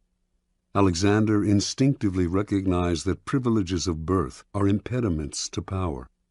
Be merciless with the past then, not only with your father and his father, but with your own earlier achievements. Only the weak rest on their laurels and dote on past triumphs. In the game of power, there is never time to rest. Keys to power. Power depends on the ability to fill a void, to occupy a field that has been cleared of the dead weight of the past. Only after the father figure has been properly done away with will you have the necessary space to create and establish a new order. There are several strategies you can adopt to accomplish this. Perhaps the simplest way to escape the shadow of the past is simply to belittle it, playing on the timeless antagonism between the generations, stirring up the young against the old. For this, you need a convenient older figure to pillory. John F. Kennedy knew the dangers of getting lost in the past. He radically distinguished his presidency from that of his predecessor, Dwight D. Eisenhower, and also from the preceding decade, the 1950s, which Eisenhower personified. Kennedy, for instance, would not play the dull and fatherly game of golf, a symbol of retirement and privilege, and Eisenhower's passion. Instead, he played football on the White House lawn. In every aspect, his administration represented vigor and youth, as opposed to the stodgy Eisenhower. Kennedy had discovered an old truth. The young are easily set against the old, since they yearn to make their own place in the world and resent the shadow of their fathers. Never let yourself be seen as following your predecessor's path. If you do, you will never surpass him. You must physically demonstrate your difference by establishing a style and symbolism that sets you apart.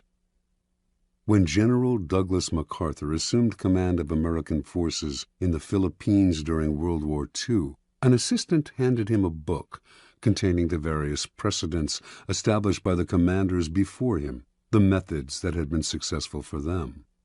MacArthur asked the assistant how many copies there were of this book. 6, the assistant answered. Well, the general replied, you get all those 6 copies together and burn them, every one of them. I'll not be bound by precedents. Any time a problem comes up, I'll make the decision at once, immediately. Adopt this ruthless strategy toward the past, burn all the books, and train yourself to react to circumstances as they happen. You may believe that you have separated yourself from the predecessor or father figure, but as you grow older, you must be eternally vigilant, lest you become the father you had rebelled against. Finally, plenitude and prosperity tend to make us lazy and inactive. When our power is secure, we have no need to act. This is a serious danger, especially for those who achieve success and power at an early age. You must be prepared to return to square one psychologically, rather than growing fat and lazy with prosperity. Pablo Picasso could deal with success, but only by constantly changing the style of his painting, often breaking completely with what had made him successful before. How often our early triumphs turn us into a kind of caricature of ourselves. Powerful people recognize these traps. Like Alexander the Great, they struggle constantly to recreate themselves. The father must not be allowed to return. He must be slain at every step of the way. Law 42. Strike the shepherd and the sheep will scatter. Judgment. Trouble can often be traced to a single strong individual, the stirrer, the arrogant underling, the poisoner of goodwill. If you allow such people room to operate, others will succumb to their influence. Do not wait for the troubles they cause to multiply. Do not try to negotiate with them. They are irredeemable. Neutralize their influence by isolating or banishing them. Strike at the source of the trouble, and the sheep will scatter. Observance of the law. Near the end of the 6th century BC, the city-state of Athens overthrew the series of petty tyrants who had dominated its politics for decades. It established instead a democracy that was to last over a century, a democracy that became the source of its power and its proudest achievement. But as the democracy evolved, so did a problem the Athenians had never faced: how to deal with those who did not concern themselves with the cohesion of a small city surrounded by enemies, who did not work for its greater glory, but thought of only themselves and their own ambitions and petty intrigues.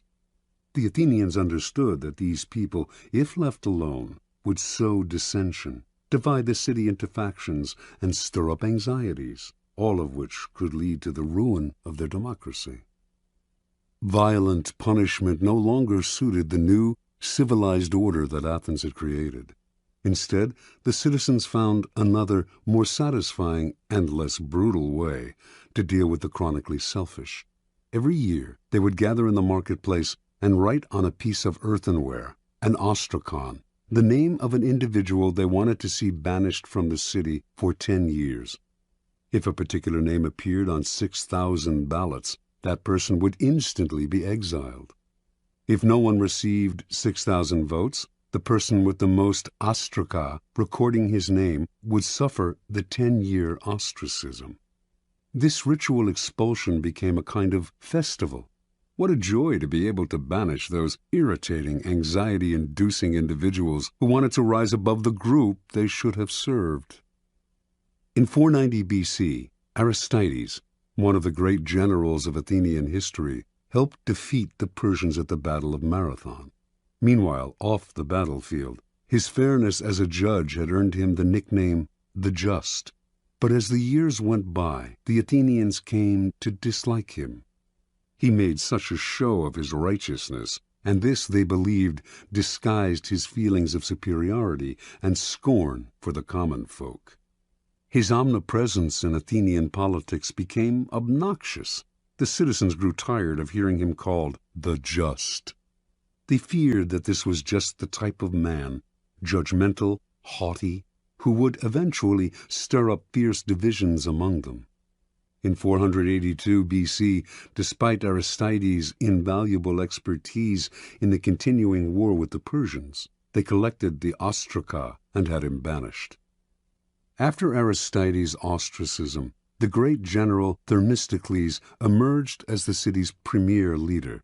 But his many honors and victories went to his head, and he too became arrogant and overbearing, constantly reminding the Athenians of his triumphs in battle, the temples he had built, the dangers he had fended off. He seemed to be saying that without him the city would come to ruin. And so, in 472 BC, Themistocles' name was filled in on the ostraka, and the city was rid of his poisonous presence. The greatest political figure in 5th century Athens was undoubtedly Pericles. Although several times threatened with ostracism, he avoided that fate by maintaining close ties with the people. Perhaps he had learned a lesson as a child from his favorite tutor, the incomparable Damon, who excelled above all other Athenians in his intelligence, his musical skills, and his rhetorical abilities. It was Damon who had trained Pericles in the arts of ruling. But he too suffered ostracism, for his superior airs and his insulting manner toward the commoners stirred up too much resentment. Toward the end of the century there lived a man named Hyperbolus. Most writers of the time describe him as the city's most worthless citizen. He did not care what anyone thought of him, and slandered whomever he disliked. He amused some, but irritated more. In 417 B.C., Hyperbolus saw an opportunity to stir up anger against the two leading politicians of the time, Alcibiades and Nicias. He hoped that one of the two would be ostracized and that he would rise in that man's place.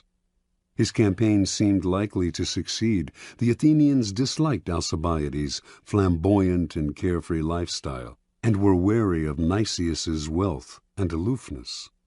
They seemed certain to ostracize one or the other, but Alcibiades and Nicias, although they were otherwise enemies, pooled their resources and managed to turn the ostracism on Hyperbolus instead. His obnoxiousness, they argued, could only be terminated by banishment. Earlier sufferers of ostracism had been formidable, powerful men. Hyperbolus, however, was a low buffoon, and with his banishment the Athenians felt that ostracism had been degraded, and so they ended the practice that for nearly 100 years had been one of the keys to keeping the peace within Athens. Interpretation. The Athenians sensed the dangers posed by asocial behavior and saw how such behavior often disguises itself in other forms. The holier-than-thou attitude that silently seeks to impose its standards on others, overweening ambition at the expense of the common good, the flaunting of superiority, quiet scheming, terminal obnoxiousness. Some of these behaviors would eat away at the city's cohesion by creating factions and sowing dissension. Others would ruin the democratic spirit by making the common citizen feel inferior and envious. The Athenians did not try to re-educate people who acted in these ways, or to absorb them somehow into the group, or to impose a violent punishment that would only create other problems. The solution was quick and effective. Get rid of them.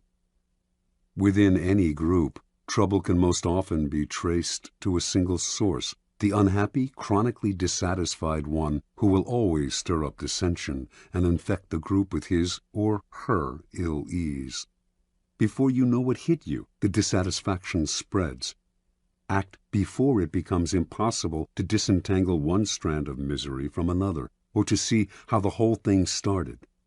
First, recognize troublemakers by their overbearing presence or by their complaining nature. Once you spot them, do not try to reform them or appease them. That will only make things worse. Do not attack them, whether directly or indirectly, for they are poisonous in nature and will work underground to destroy you. Do as the Athenians did. Banish them before it is too late. Separate them from the group before they become the eye of a whirlpool. Do not give them time to stir up anxieties and sow discontent. Do not give them room to move. Let one person suffer so that the rest can live in peace. Keys to power. In the past, an entire nation would be ruled by a king and his handful of ministers. Only the elite had any power to play with. Over the centuries, power has gradually become more and more diffused and democratized. This has created, however, a common misperception that groups no longer have centers of power, that power is spread out and scattered among many people. Actually, however, power has changed in its numbers, but not in its essence.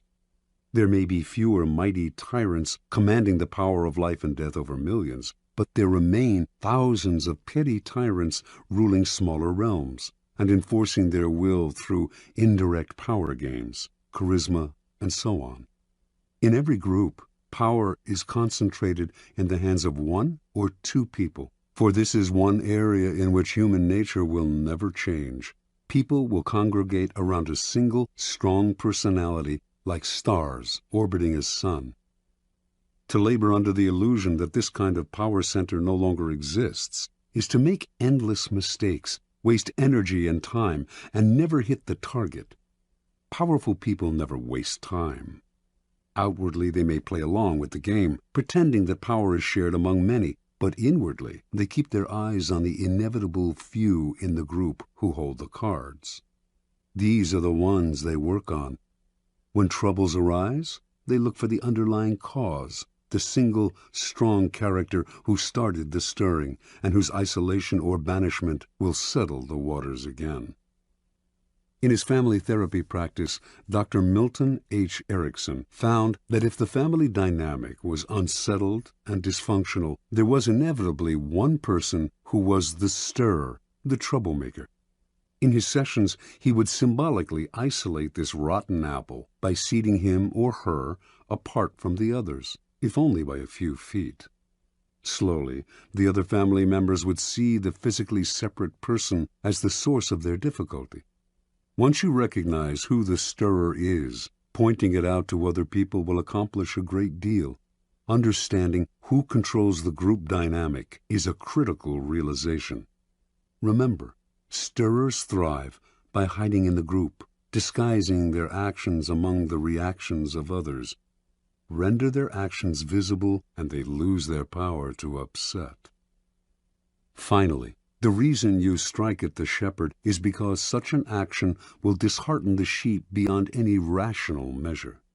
When Hernando Cortés and Francisco Pizarro led their tiny forces against the Aztec and Incan empires, they did not make the mistake of fighting on several fronts, nor were they intimidated by the numbers arrayed against them. They captured the kings, Moctezuma and Atahualpa. Vast empires fell into their hands. With the leader gone, the center of gravity is gone. There is nothing to revolve around, and everything falls apart. Aim at the leaders, bring them down, and look for the endless opportunities in the confusion that will ensue. Law 43. Work on the hearts and minds of others. Judgment. Coercion creates a reaction that will eventually work against you. You must seduce others into wanting to move in your direction. A person you have seduced becomes your loyal pawn, and the way to seduce others is to operate on their individual psychologies and weaknesses. Soften up the resistant by working on their emotions, playing on what they hold dear and what they fear. Ignore the hearts and minds of others, and they will grow to hate you. Transgression of the law. Near the end of the reign of Louis XV, all of France seemed desperate for change. When the king's grandson and chosen successor, the future Louis XVI, married the 15-year-old daughter of the Empress of Austria, the French caught a glimpse of the future that seemed hopeful. The young bride, Marie Antoinette, was beautiful and full of life. She instantly changed the mood of the court, which was rank with Louis XV's debaucheries. Even the common people who had yet to see her talked excitedly of Marie Antoinette. The French had grown disgusted with the series of mistresses who had dominated Louis XV, and they looked forward to serving their new queen. In 1773, when Marie Antoinette publicly rode through the streets of Paris for the first time, applauding crowds swarmed around her carriage. "How fortunate," she wrote her mother, "to be in a position in which one can gain widespread affection at so little cost." In 1774, Louis XV died, and Louis XVI took the throne. As soon as Marie became queen, she abandoned herself to the pleasures she loved the most, ordering and wearing the most expensive gowns and jewelry in the realm, sporting the most elaborate hair in history. her sculpted coiffures rising as much as 3 feet above her head, and throwing a constant succession of masked balls and fêtes. All of these whims she paid for on credit, never concerning herself with the cost or who paid the bills. Marie Antoinette's greatest pleasure was the creation and designing of a private Garden of Eden at the Petit Trianon, a chateau on the grounds of Versailles with its own woods.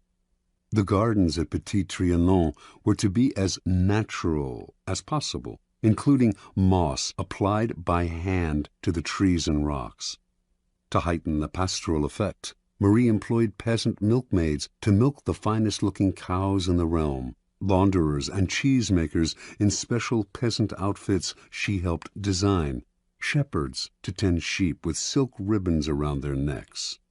When the queen inspected the barns, she would watch her milkmaids squeezing milk into porcelain vases made at the Royal Ceramic Works. To pass the time, Marie would gather flowers in the woods around the Petit Trianon, or watch her good peasants doing their chores. The place became a separate world, its community limited to Marie's chosen favorites. With each new whim of Marie's, the cost of maintaining the Petit Trianon soared. Meanwhile, France itself was deteriorating. There was famine and widespread discontent. Even socially insulated courtiers seethed with resentment. The queen treated them like children. Only her favorites mattered, and these were becoming fewer and fewer. But Marie did not concern herself with this. Not once throughout her reign did she read a minister's report. Not once did she tour the provinces and rally the people to her side. Not once did she mingle among the Parisians or receive a delegation from them. She did none of these things because, as queen, she felt the people owed her their affection, and she was not required to love them in return. In 1784, the queen became embroiled in a scandal. As part of an elaborate swindle, the most expensive diamond necklace in Europe had been purchased under her name, and during the swindler's trial, her lavish lifestyle became public. People heard about the money she spent on jewels and dresses and masked dances. They gave her the nickname Madame Deficit, and from then on she became the focus of the people's growing resentment.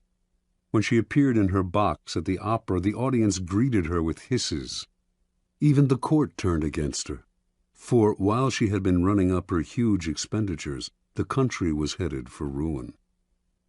5 years later, in 1789, an unprecedented event took place, the beginning of the French Revolution. The queen did not worry. Let the people have their little rebellion, she seemed to think. It would soon quiet down, and she would be able to resume her life of pleasure.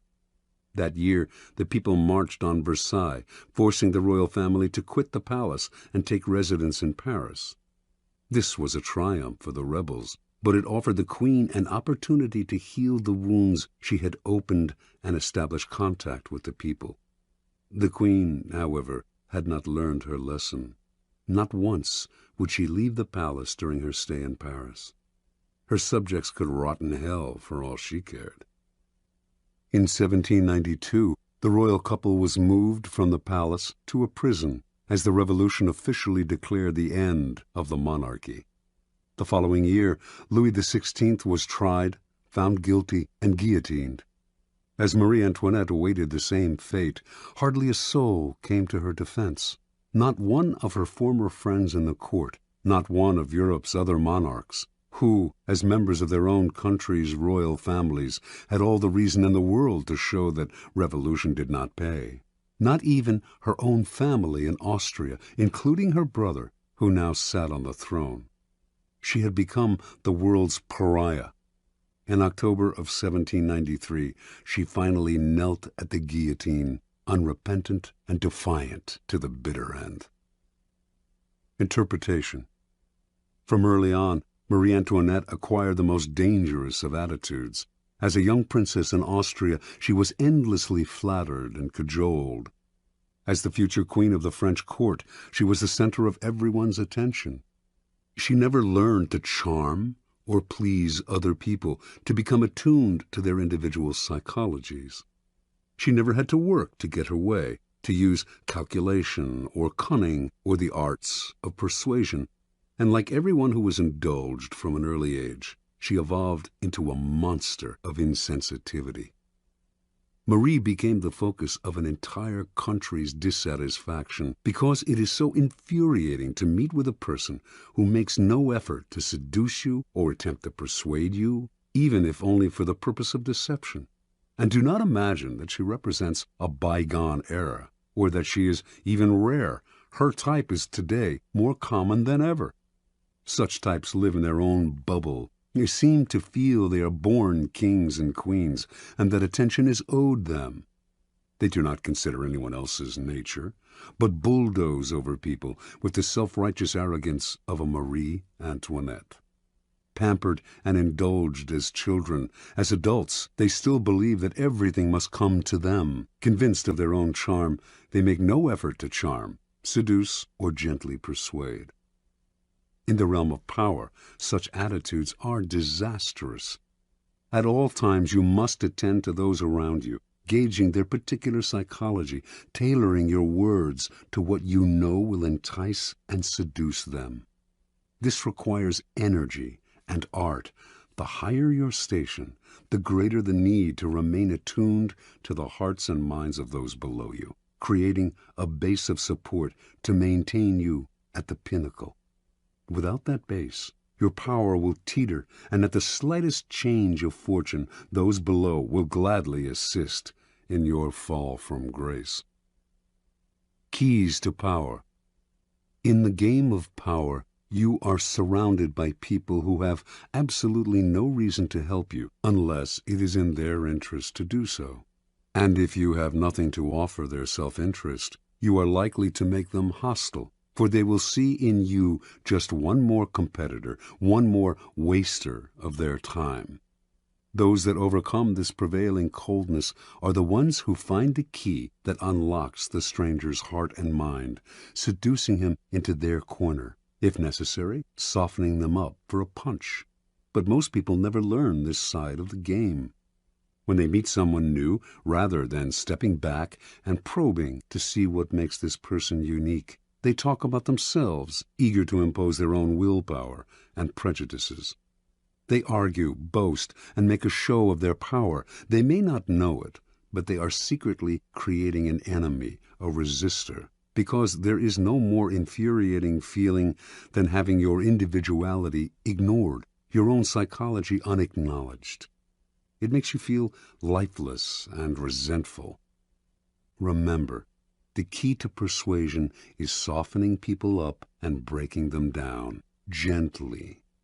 Seduce them with a two-pronged approach. Work on their emotions and play on their intellectual weaknesses.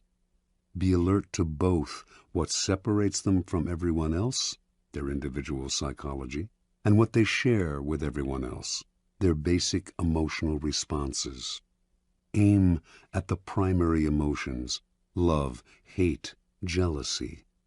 Once you move their emotions, you have reduced their control, making them more vulnerable to persuasion. Mao Zedong always appealed to popular emotions and spoke in the simplest terms. Educated and well-read himself, in his speeches he used visceral metaphors, voicing the public's deepest anxieties and encouraging them to vent their frustrations in public meetings.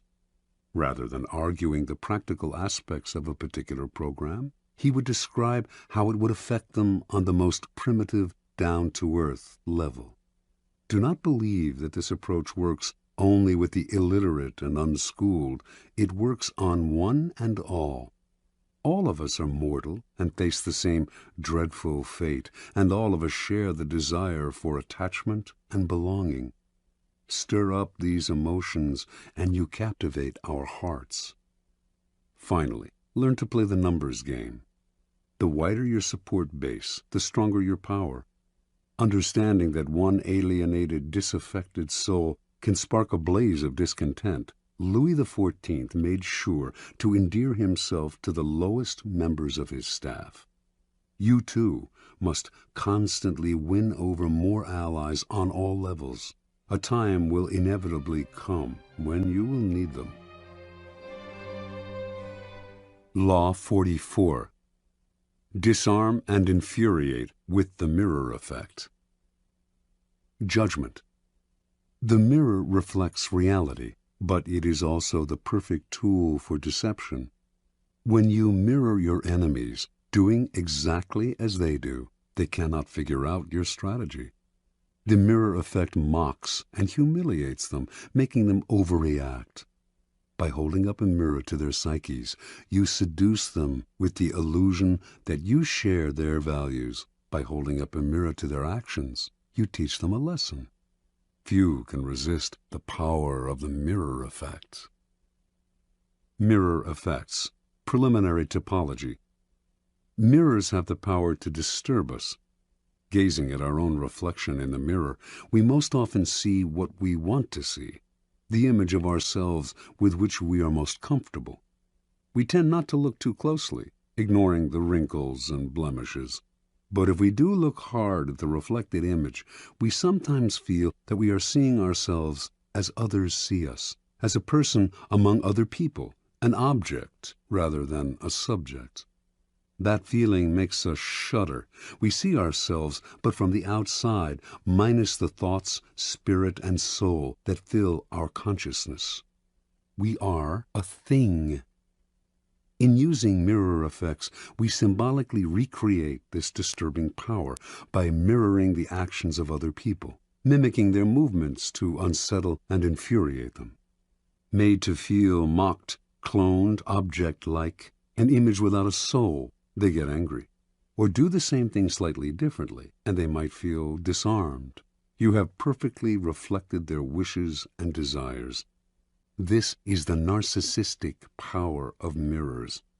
In either case, the mirror effect unsettles your targets, whether angering or entrancing them, and in that instant, you have the power to manipulate or seduce them. The effect contains great power because it operates on the most primitive emotions. There are 4 main mirror effects in the realm of power. The neutralizing effect.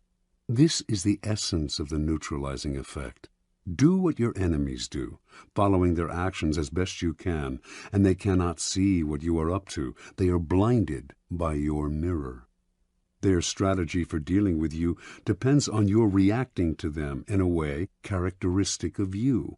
Neutralize it by playing a game of mimicry with them. The tactic has a mocking, even infuriating effect. Most of us remember the childhood experience of someone teasing us by repeating our words exactly. After a while, usually not long, we wanted to punch them in the face. Working more subtly as an adult, you can still unsettle your opponents this way.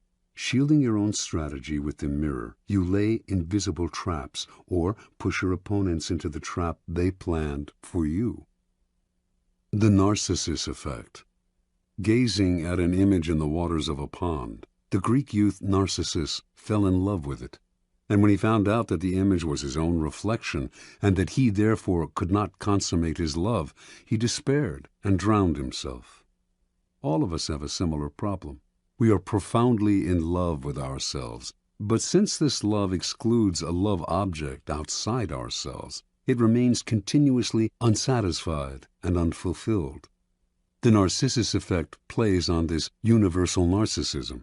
You look deep into the souls of other people, fathom their inmost desires, their values, their tastes, their spirit, and you reflect it back to them, making yourself into a kind of mirror image. Your ability to reflect their psyche gives you great power over them. They may even feel a tinge of love. This is simply the ability to mimic another person, not physically, but psychologically, and it is immensely powerful because it plays upon the unsatisfied self-love of a child. Normally, people bombard us with their experiences, their tastes. They hardly ever make the effort to see things through our eyes.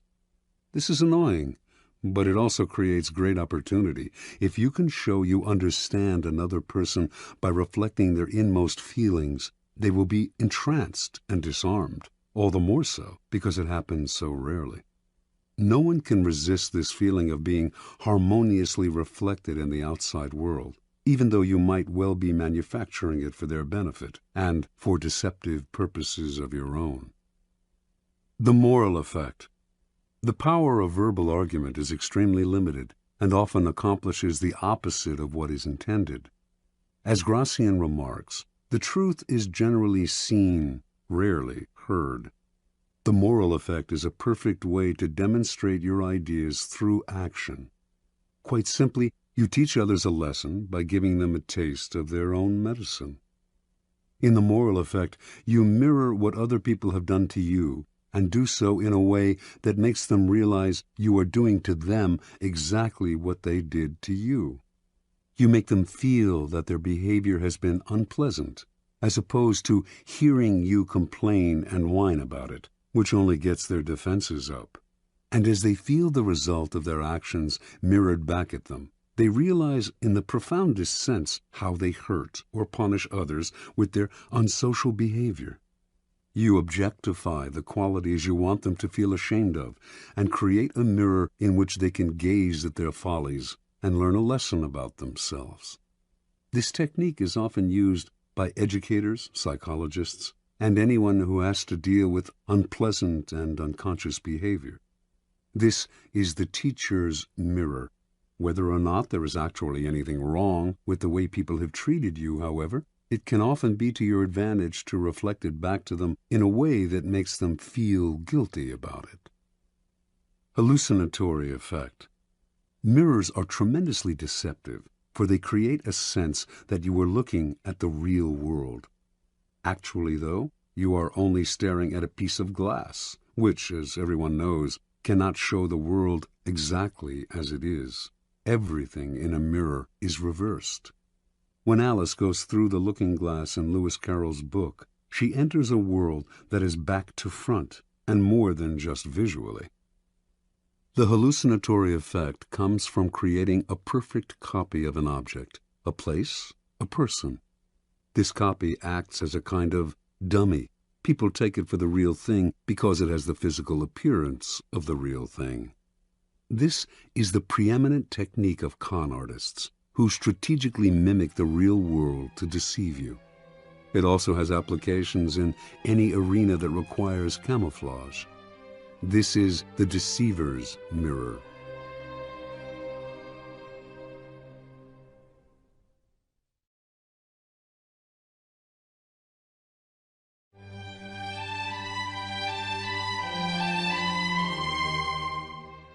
Observance of the mirror effect.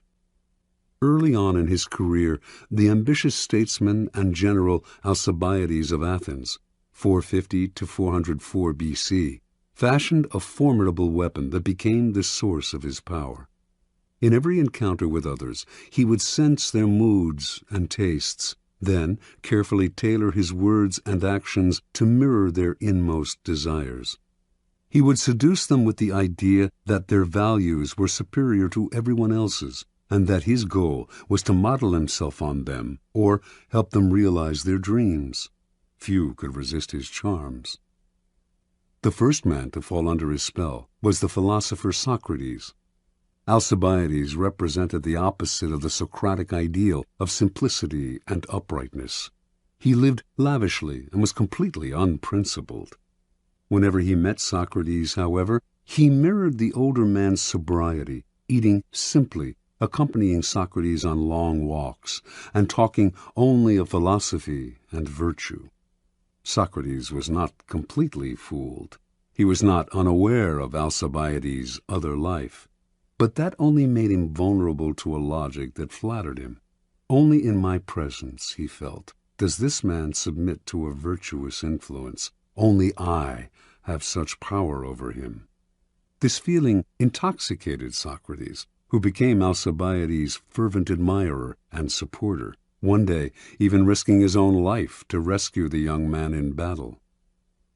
The Athenians considered Alcibiades their greatest orator, for he had an uncanny ability to tune into his audience's aspirations and mirror their desires. He made his greatest speeches in support of the invasion of Sicily, which he thought would bring great wealth to Athens and limitless glory to himself. The speeches gave expression to young Athenians' thirst to conquer lands for themselves, rather than living off the victories of their ancestors. But he also tailored his words to reflect older men's nostalgia for the glory years, when Athens led the Greeks against Persia, and then went on to create an empire. All Athens now dreamed of conquering Sicily. Alcibiades' plan was approved, and he was made the expedition's commander. While Alcibiades was leading the invasion of Sicily, however, certain Athenians fabricated charges against him of profaning sacred statues. He knew his enemies would have him executed if he returned home, so at the last minute he deserted the Athenian fleet and defected to Athens' bitter enemy, Sparta. The Spartans welcomed this great man to their side, but they knew his reputation and were wary of him. Alcibiades loved luxury. The Spartans were a warrior people who worshipped austerity, and they were afraid he would corrupt their youth. But much to their relief, the Alcibiades who arrived in Sparta was not at all what they expected. He wore his hair untrimmed, as they did, took cold baths, ate coarse bread and black broth, and wore simple clothes. To the Spartans this signified that he had come to see their way of life as superior to the Athenian. He had chosen to be a Spartan rather than being born one, and should thus be honored above all others. They fell under his spell and gave him great powers. Unfortunately, Alcibiades rarely knew how to rein in his charm. He managed to seduce the king of Sparta's wife and make her pregnant. When this became public, he once more had to flee for his life. This time Alcibiades defected to Persia, where he suddenly went from Spartan simplicity to embracing the lavish Persian lifestyle down to the last detail. It was, of course, immensely flattering to the Persians to see a Greek of Alcibiades' stature prefer their culture over his own, and they showered him with honors, land, and power. Once seduced by the mirror, they failed to notice that behind this shield Alcibiades was playing a double game, secretly helping the Athenians in their war with Sparta, and thus re-ingratiating himself with the city to which he desperately wanted to return, and which welcomed him back with open arms in 408 B.C. Interpretation. Early in his political career, Alcibiades made a discovery that changed his whole approach to power. He had a colorful and forceful personality, but when he argued his ideas strongly with other people, he would win over a few, while at the same time alienating many more. The secret to gaining ascendancy over large numbers, he came to believe, was not to impose his colors, but to absorb the colors of those around him, like a chameleon. Once people fell for the trick, the deceptions he went on to practice would be invisible to them. Understand, everyone is wrapped up in their own narcissistic shell. When you try to impose your own ego on them, a wall goes up, resistance is increased. By mirroring them, however, you seduce them into a kind of narcissistic rapture. They are gazing at a double of their own soul. This double is actually manufactured in its entirety by you. Once you have used the mirror to seduce them, you have great power over them. It is worth noting, however, the dangers and the promiscuous use of the mirror. In Alcibiades' presence, people felt larger, as if their egos had been doubled, but once he left, they felt empty and diminished, and when they saw him mirroring completely different people as totally as he had mirrored them, they felt not just diminished, but betrayed. Alcibiades' overuse of the mirror effect made whole peoples feel used, so that he constantly had to flee from one place to another. Indeed, Alcibiades so angered the Spartans that they finally had him murdered. He had gone too far. The seducer's mirror must be used with caution and discrimination. Law 45. Preach the need for change, but never reform too much at once. Judgment. Everyone understands the need for change in the abstract. But on the day-to-day level, people are creatures of habit. Too much innovation is traumatic and will lead to revolt.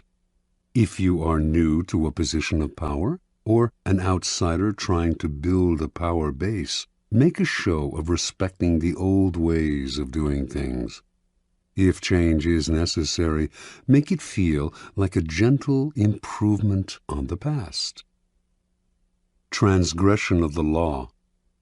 Sometime in the early 1520s, King Henry VIII of England decided to divorce his wife, Catherine of Aragon, because she had failed to bear him a son, and because he had fallen in love with the young and comely Anne Boleyn.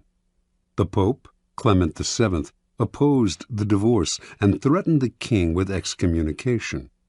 The king's most powerful minister, Cardinal Wolsey, also saw no need for divorce, and his half-hearted support of the king cost him his position and soon his life.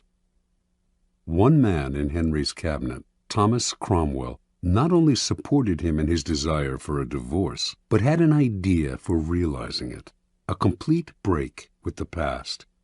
He convinced the king that by severing ties with Rome and making himself the head of a newly formed English church, he could divorce Catherine and marry Anne. By 1531, Henry saw this as the only solution.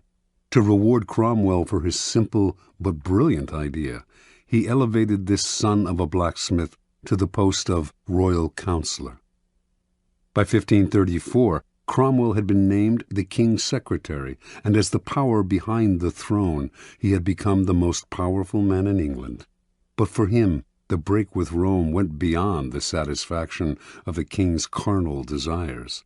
He envisioned a new Protestant order in England, with the power of the Catholic Church smashed, and its vast wealth in the hands of the king and the government.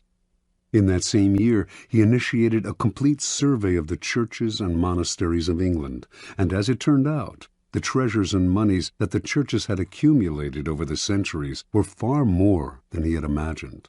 His spies and agents came back with astonishing figures.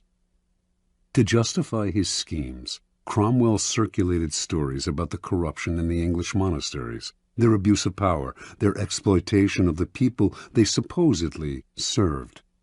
Having won Parliament's support for breaking up the monasteries, he began to seize their holdings and to put them out of existence, one by one. At the same time, he began to impose Protestantism, introducing reforms in religious ritual and punishing those who stuck to Catholicism, and who now were called heretics. Virtually overnight, England was converted to a new official religion. A terror fell on the country. Some people had suffered under the Catholic Church, which, before the reforms, had been immensely powerful, but most Britons had strong ties to Catholicism and to its comforting rituals. They watched in horror as churches were demolished, images of the Madonna and saints were broken in pieces, stained glass windows were smashed, and the church's treasures were confiscated.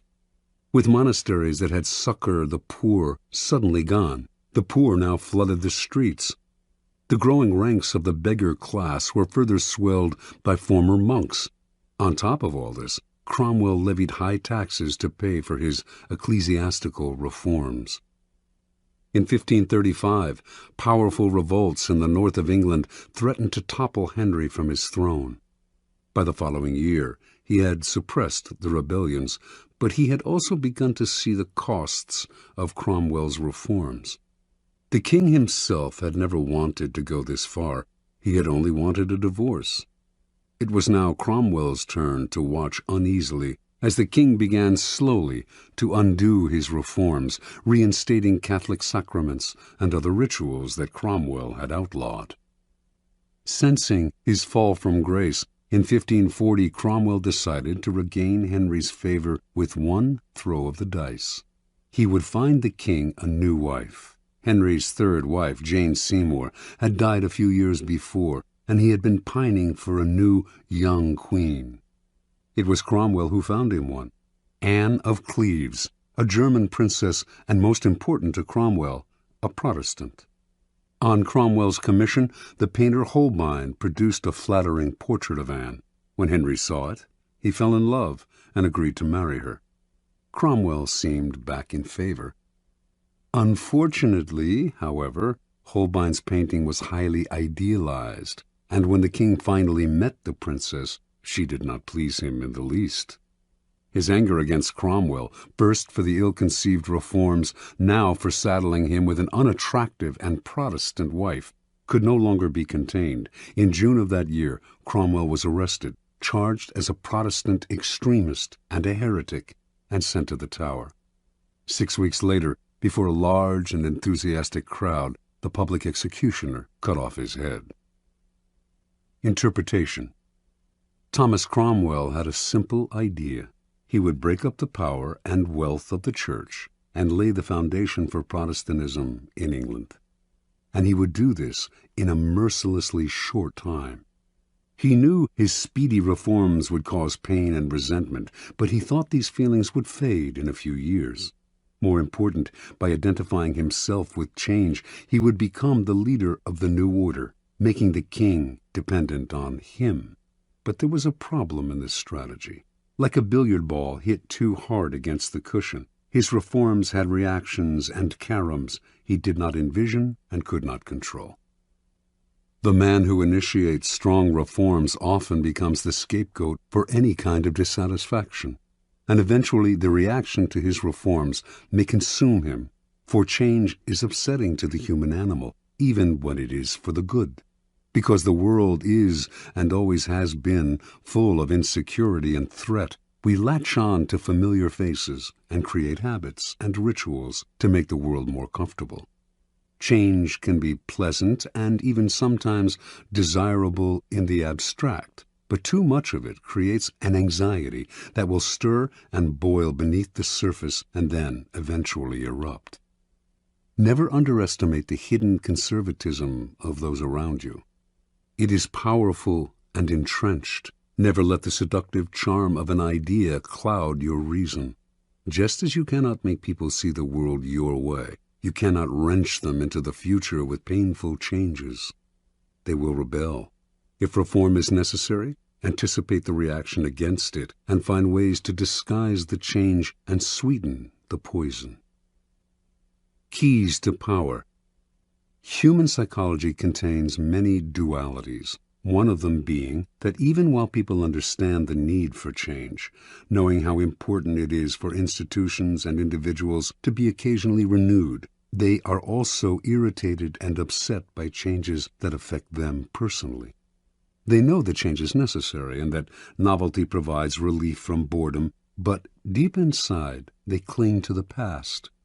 Change in the abstract or superficial change they desire, but a change that upsets core habits and routines is deeply disturbing to them.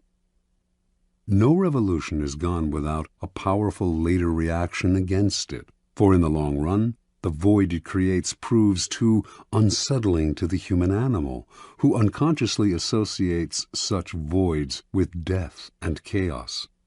The opportunity for change and renewal seduces people to the side of the revolution, but once their enthusiasm fades, which it will, they are left with a certain emptiness.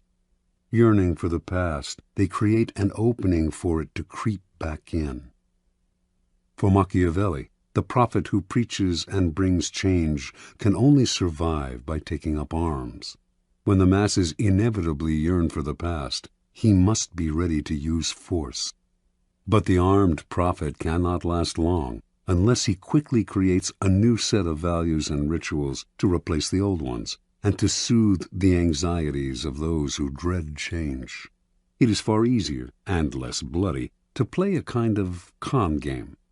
Preach change as much as you like, and even enact your reforms, but give them the comforting appearance of older events and traditions.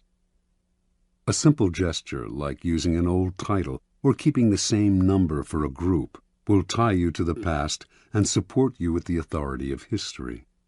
As Machiavelli himself observed, the Romans used this device when they transformed their monarchy into a republic. They may have installed 2 consuls in place of the king, But since the king had been served by 12 lictors, they retained the same number to serve under the consuls. The king had personally performed an annual sacrifice in a great spectacle that stirred the public. The Republic retained this practice, only transferring it to a special chief of the ceremony, whom they called the king of the sacrifice. These and similar gestures satisfied the people and kept them from clamoring for the monarchy's return. Another strategy to disguise change is to make a loud and public display of support for the values of the past. Seem to be a zealot for tradition, and few will notice how unconventional you really are. The answer to innate conservatism is to play the courtier's game. Galileo did this at the beginning of his scientific career. He later became more confrontational and paid for it. So pay lip service to tradition. Identify the elements in your revolution that can be made to seem to build on the past. Say the right things. Make a show of conformity, and meanwhile, let your theories do their radical work. Play with appearances and respect past protocol. Finally, powerful people pay attention to the zeitgeist. If their reform is too far ahead of its time, few will understand it, and it will stir up anxiety and be hopelessly misinterpreted. The changes you make must seem less innovative than they are. England did eventually become a Protestant nation, as Cromwell wished, but it took over a century of gradual evolution. Watch the zeitgeist. If you work in a tumultuous time, there is power to be gained by preaching a return to the past, to comfort, tradition, and ritual. During a period of stagnation, on the other hand, play the card of reform and revolution, but beware of what you stir up. Those who finish a revolution are rarely those who start it. You will not succeed at this dangerous game unless you are willing to forestall the inevitable reaction against it by playing with appearances and building on the past. Law 46. Never appear too perfect. Judgment. Appearing better than others is always dangerous, but most dangerous of all is to appear to have no faults or weaknesses. Envy creates silent enemies. It is smart to occasionally display defects and admit to harmless vices in order to deflect envy and appear more human and approachable. Only gods and the dead can seem perfect with impunity. Transgression of the law. Joe Orton met Kenneth Hallowell at the Royal Academy of Dramatic Arts, London, in 1953, where both had enrolled as acting students. They soon became lovers and moved in together.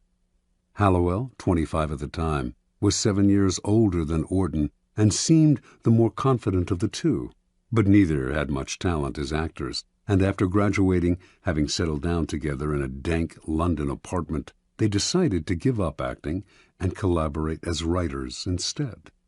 Hallowell's inheritance was enough to keep them from having to find work for a few years, and in the beginning he was also the driving force behind the stories and novels they wrote. He would dictate to Orton, who would type the manuscripts, occasionally interjecting his own lines and ideas. Their first efforts attracted some interest from literary agents, but it sputtered. The promise they had shown was leading nowhere. Eventually, the inheritance money ran out, and the pair had to look for work. Their collaborations were less enthusiastic and less frequent. The future looked bleak. In 1957, Orton began to write on his own, but it wasn't until 5 years later, when the lovers were jailed for 6 months for defacing dozens of library books, that he began to find his voice, perhaps not by chance. This was the first time he and Hallowell had been separated in 9 years. He came out of prison determined to express his contempt for English society in the form of theatrical farces. He and Hallowell moved back in together, but now the roles were reversed. Orton did the writing, while Hallowell put in comments and ideas. In 1964, Joe Orton completed his first full-length play, Entertaining Mr. Sloane. The play made it to London's West End, where it received brilliant reviews. A great new writer had emerged from nowhere. Now success followed success at a dizzying pace. In 1966, Auden had a hit with his play Loot, and his popularity soared. Soon commissions came in from all sides, including from the Beatles, who paid Auden handsomely to write them a film script. Everything was pointing upwards, everything except Auden's relationship with Kenneth Hallowell.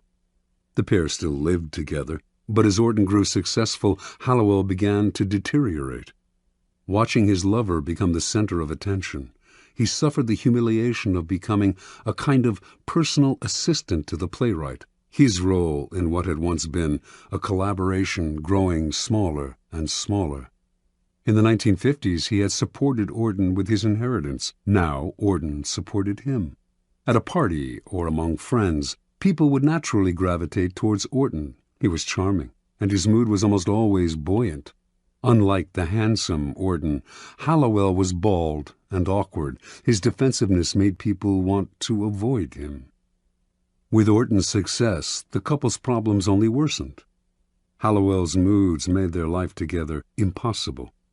Auden claimed to want to leave him and had numerous affairs, but would always end up returning to his old friend and lover. He tried to help Hallowell launch a career as an artist, even arranging for a gallery to show his work, but the show was a flop, and this only heightened Hallowell's sense of inferiority. In May of 1967, the pair went on a brief holiday together in Tangiers, Morocco. During the trip, Auden wrote in his diary, "We sat talking of how happy we felt, and how it couldn't surely last. We'd have to pay for it, or we'd be struck down from afar by disaster because we were, perhaps, too happy. To be young, good-looking, healthy, famous, comparatively rich and happy is surely going against nature." Hallowell outwardly seemed as happy as Auden. Inwardly, though, he was seething. And 2 months later, in the early morning of August 10th, 1967, just days after helping Auden put the finishing touches to the wicked farce What the Butler Saw, undoubtedly his masterpiece, Kenneth Hallowell bludgeoned Joe Auden to death with repeated blows of a hammer to the head. He then took 21 sleeping pills and died himself, leaving behind a note that read, "If you read Auden's diary, all will be explained." Interpretation. Kenneth Hallowell had tried to cast his deterioration as mental illness, but what Joe Auden's diaries revealed to him was the truth. It was envy, pure and simple, that lay at the heart of his sickness. The diaries, which Hallowell read on the sly, recounted the couple's days as equals and their struggle for recognition. After Auden found success, the diaries began to describe Hallowell's brooding, his rude comments at parties, his growing sense of inferiority. All of this Auden narrated with a distance that bordered on contempt. The diaries made clear Hallowell's bitterness over Auden's success. Eventually, the only thing that would have satisfied him would have been for Auden to have a failure of his own, an unsuccessful play perhaps, so that they could have commiserated in their failure as they had done years before. When the opposite happened, as Auden grew only more successful and popular, Hallowell did the only thing that would make them equals again. He made them equals in death. With Auden's murder, he became almost as famous as his friend, posthumously. Joe Auden only partly understood his lover's deterioration. His attempt to help Hallowell launch a career in art registered for what it was, charity and guilt. Auden basically had two possible solutions to the problem. He could have downplayed his own success, displaying some faults, deflecting Hallowell's envy, or, once he realized the nature of the problem, he could have fled as if Hallowell were a viper, as in fact he was, a viper of envy. Once envy eats away at someone, everything you do only makes it grow, and day by day it festers inside them. Eventually they will attack. Only a minority can succeed at the game of life, and that minority inevitably arouses the envy of those around them. Once success happens your way, however, the people to fear the most are those in your own circle, the friends and acquaintances you have left behind.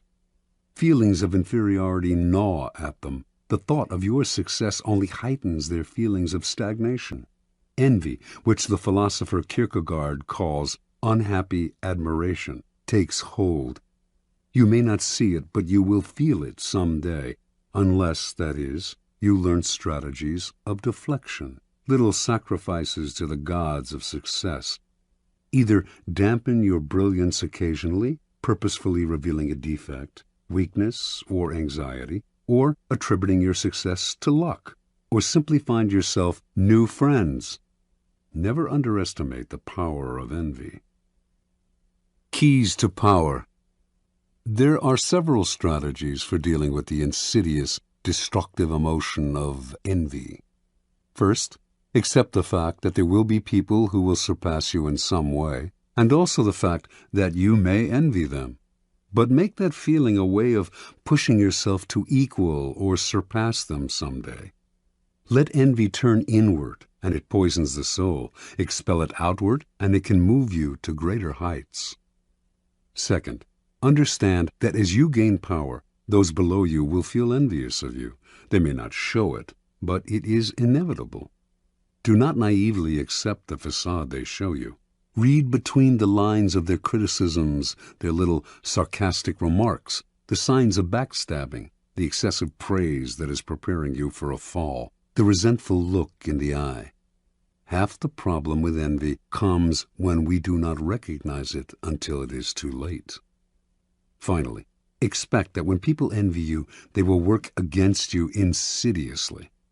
They will put obstacles in your path that you will not foresee or that you cannot trace to their source. It is hard to defend yourself against this kind of attack, and by the time you realize that envy is at the root of a person's feelings about you, it is often too late.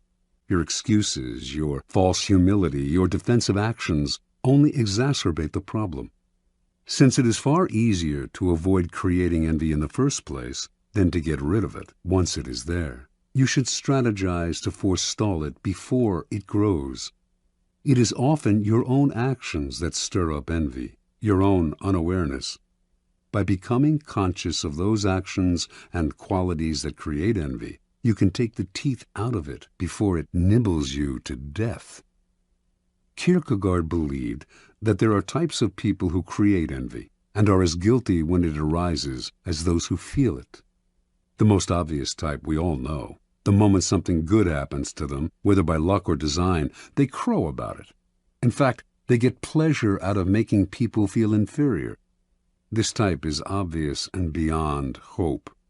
There are others, however, who stir up envy in more subtle and unconscious ways, and are partly to blame for their troubles.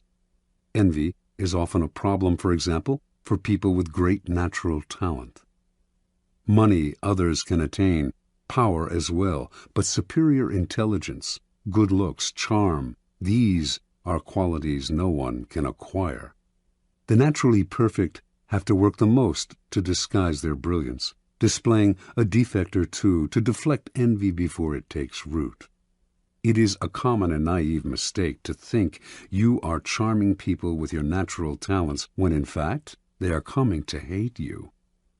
A great danger in the realm of power is the sudden improvement in fortune, an unexpected promotion, a victory or success that seems to come out of nowhere. This is sure to stir up envy among your former peers.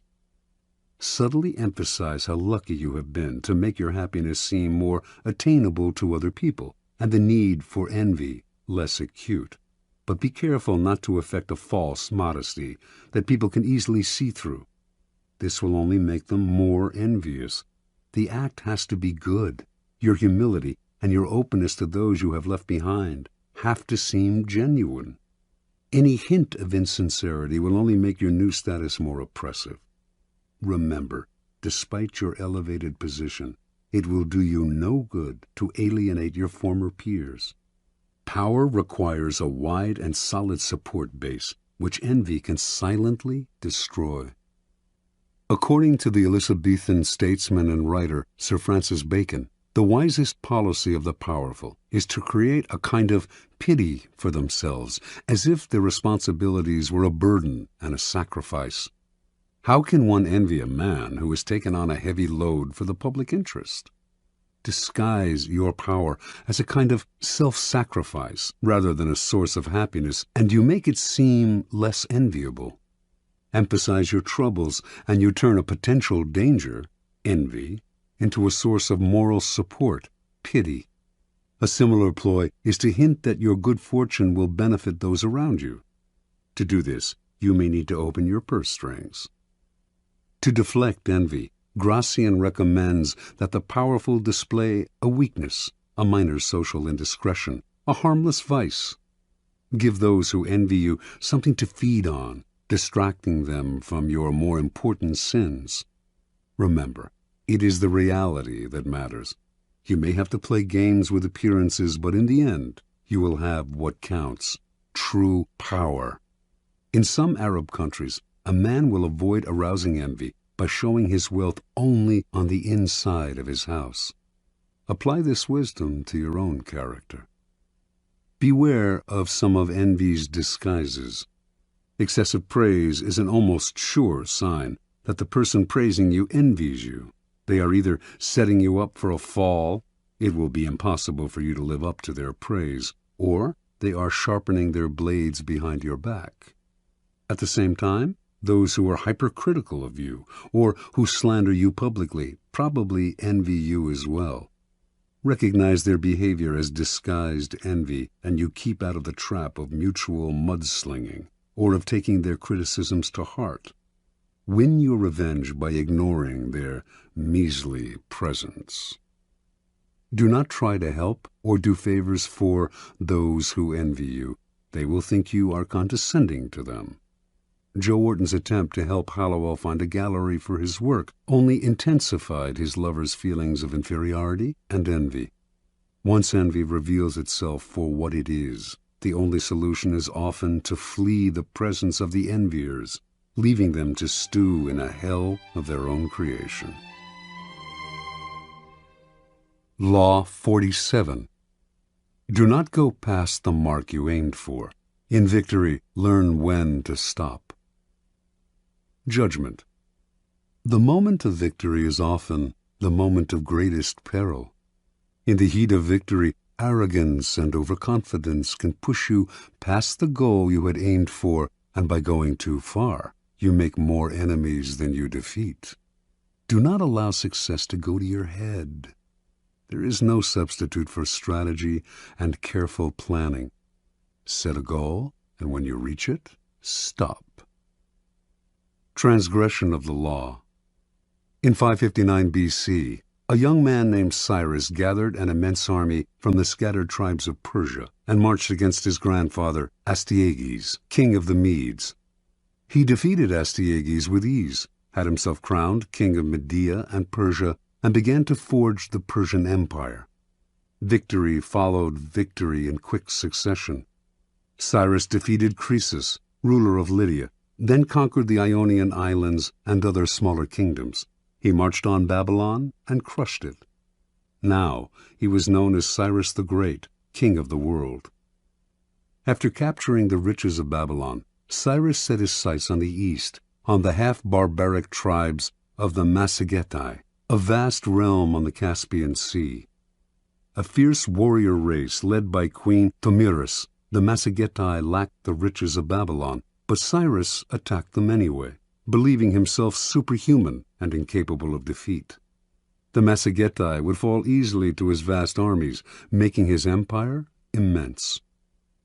In 529 BC, then, Cyrus marched to the wide river Araxes, gateway to the kingdom of the Massigetai. As he set up camp on the western bank, he received a message from Queen Tomyris, king of the Medes. She told him, "I advise you to abandon this enterprise, for you cannot know if in the end it will do you any good. Rule your own people and try to bear the sight of me ruling mine. But of course you will refuse my advice, as the last thing you wish for is to live in peace." Tomyris, confident of her army's strength and not wishing to delay the inevitable battle, offered to withdraw the troops on her side of the river, allowing Cyrus to cross its waters safely and fight her army on the eastern side, if that was his desire. Cyrus agreed, but instead of engaging the enemy directly, he decided to play a trick. The Machiavelli knew few luxuries. Once Cyrus had crossed the river and made his camp on the eastern side, he set the table for an elaborate banquet full of meat, delicacies, and strong wine. Then he left his weakest troops in the camp and withdrew the rest of the army to the river. A large Machiavelli detachment soon attacked the camp and killed all of the Persian soldiers in a fierce battle. Then, overwhelmed by the fabulous feast that had been left behind, they ate and drank to their heart's content. Later, inevitably, they fell asleep. The Persian army returned to the camp that night, killing many of the sleeping soldiers and capturing the rest. Among the prisoners was their general, a youth named Spargapises, son of Queen Tamiris. When the queen learned what had happened, she sent a message to Cyrus, chiding him for using tricks to defeat her army. "Now listen to me," she wrote, "and I will advise you for your own good. Give me back my son, and leave my country with your forces intact, and be content with your triumph over a third part of the Machiavelli. If you refuse, I swear by the sun, our master, to give you more blood than you can drink, for all your gluttony." Cyrus scoffed at her. He would not release her son. He would crush these barbarians. The queen's son, seeing he would not be released, could not stand the humiliation, and so he killed himself. The news of her son's death overwhelmed Tamiris.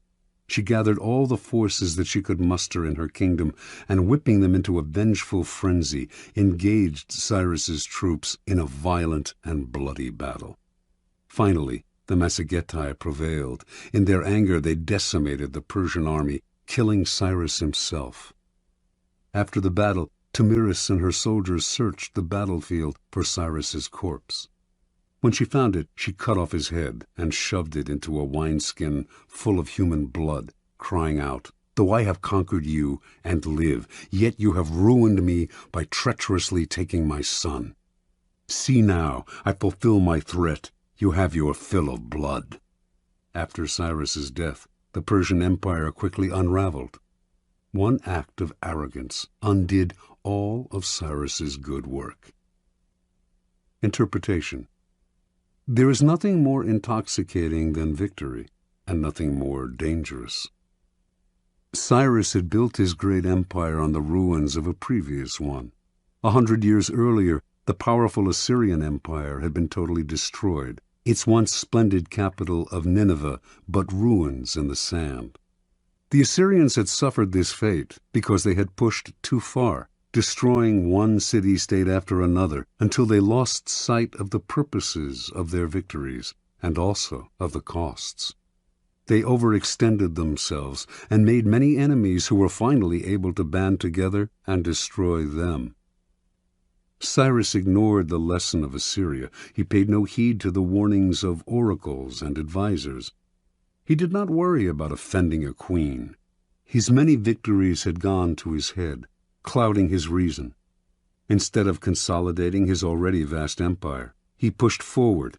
Instead of recognizing each situation as different, he thought each new war would bring the same result as the one before, as long as he used the methods he knew: ruthless force and cunning.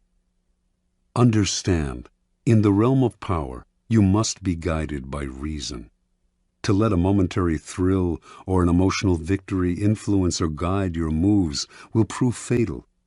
When you attain success, step back. Be cautious. When you gain victory, understand the part played by the particular circumstances of a situation, and never simply repeat the same actions again and again. History is littered with the ruins of victorious empires and the corpses of leaders who could not learn to stop and consolidate their gains. Keys to power.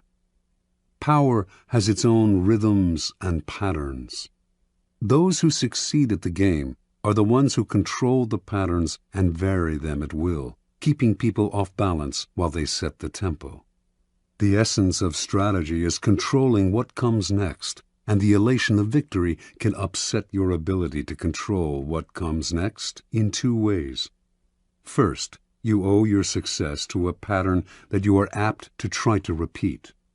You will try to keep moving in the same direction without stopping to see whether this is still the direction that is best for you. Second, success tends to go to your head and make you emotional. Feeling invulnerable, you make aggressive moves that ultimately undo the victory you have gained. The lesson is simple. The powerful vary their rhythms and patterns, change course, adapt to circumstance, and learn to improvise.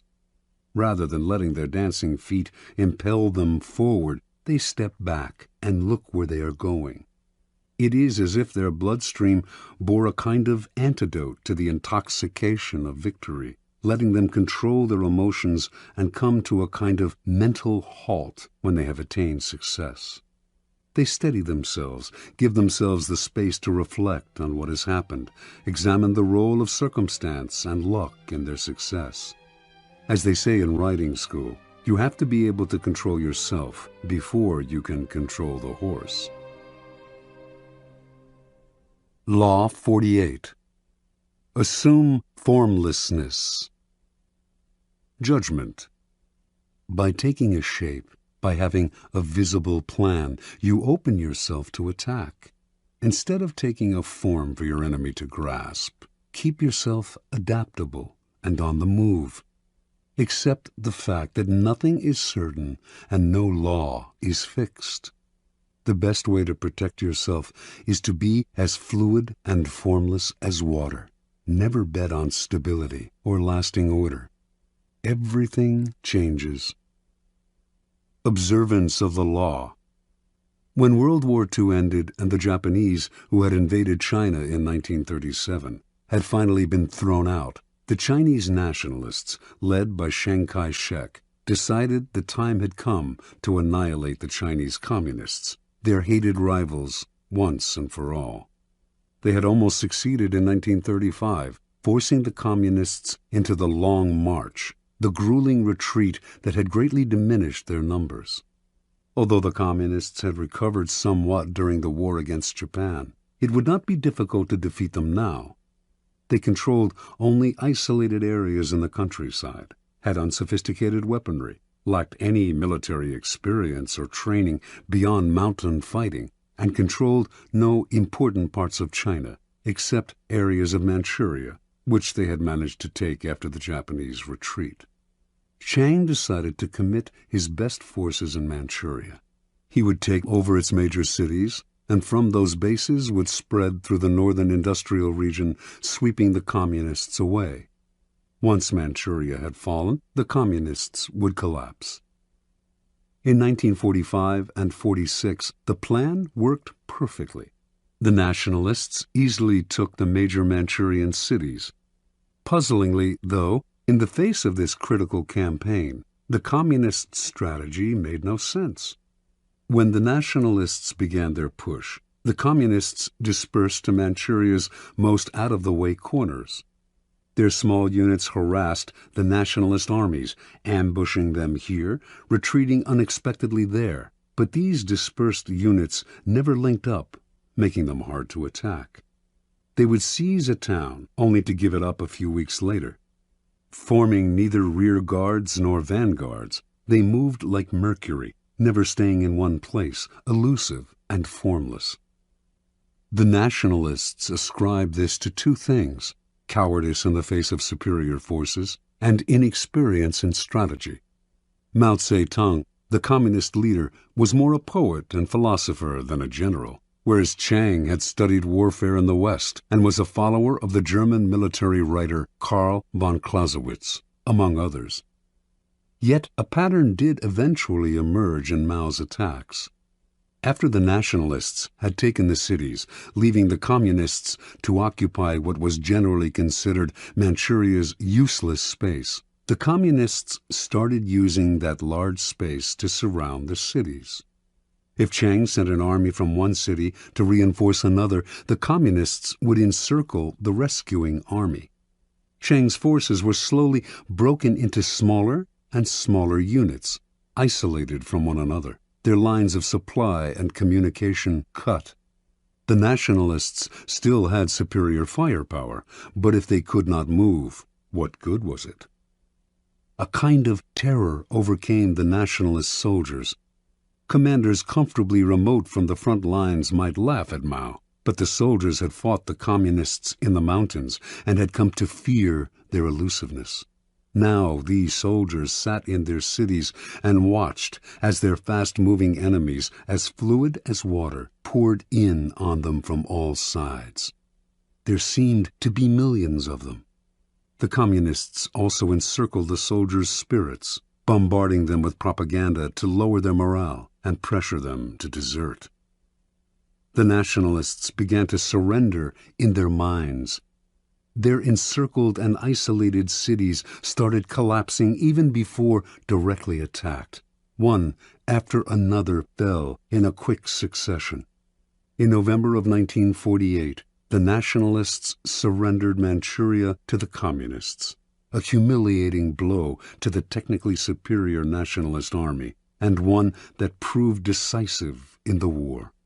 By the following year, the communists controlled all of China. Interpretation. The two board games that best approximate the strategies of war are chess and the Asian game of Go. In chess, the board is small. In comparison to Go, the attack comes relatively quickly, forcing a decisive battle. It rarely pays to withdraw or to sacrifice your pieces, which must be concentrated at key areas. Go is much less formal. It is played on a large grid with 361 intersections, nearly 6 times as many positions as in chess. Black and white stones, one color for each side, are placed on the board's intersections, one at a time, wherever you like. Once all your stones, 52 for each side, are on the board, the object is to isolate the stones of your opponent by encircling them. A game of Go, called Wei Qi in China, can last up to 300 moves. The strategy is more subtle and fluid than chess, developing slowly. The more complex the pattern your stones initially create on the board, the harder it is for your opponent to understand your strategy. Fighting to control a particular area is not worth the trouble. You have to think in larger terms, to be prepared to sacrifice an area in order eventually to dominate the board. What you are after is not an entrenched position, but mobility. With mobility, you can isolate the opponent in small areas and then encircle them. The aim is not to kill off the opponent's pieces directly, as in chess, but to induce a kind of paralysis and collapse. Chess is linear, position-oriented, and aggressive.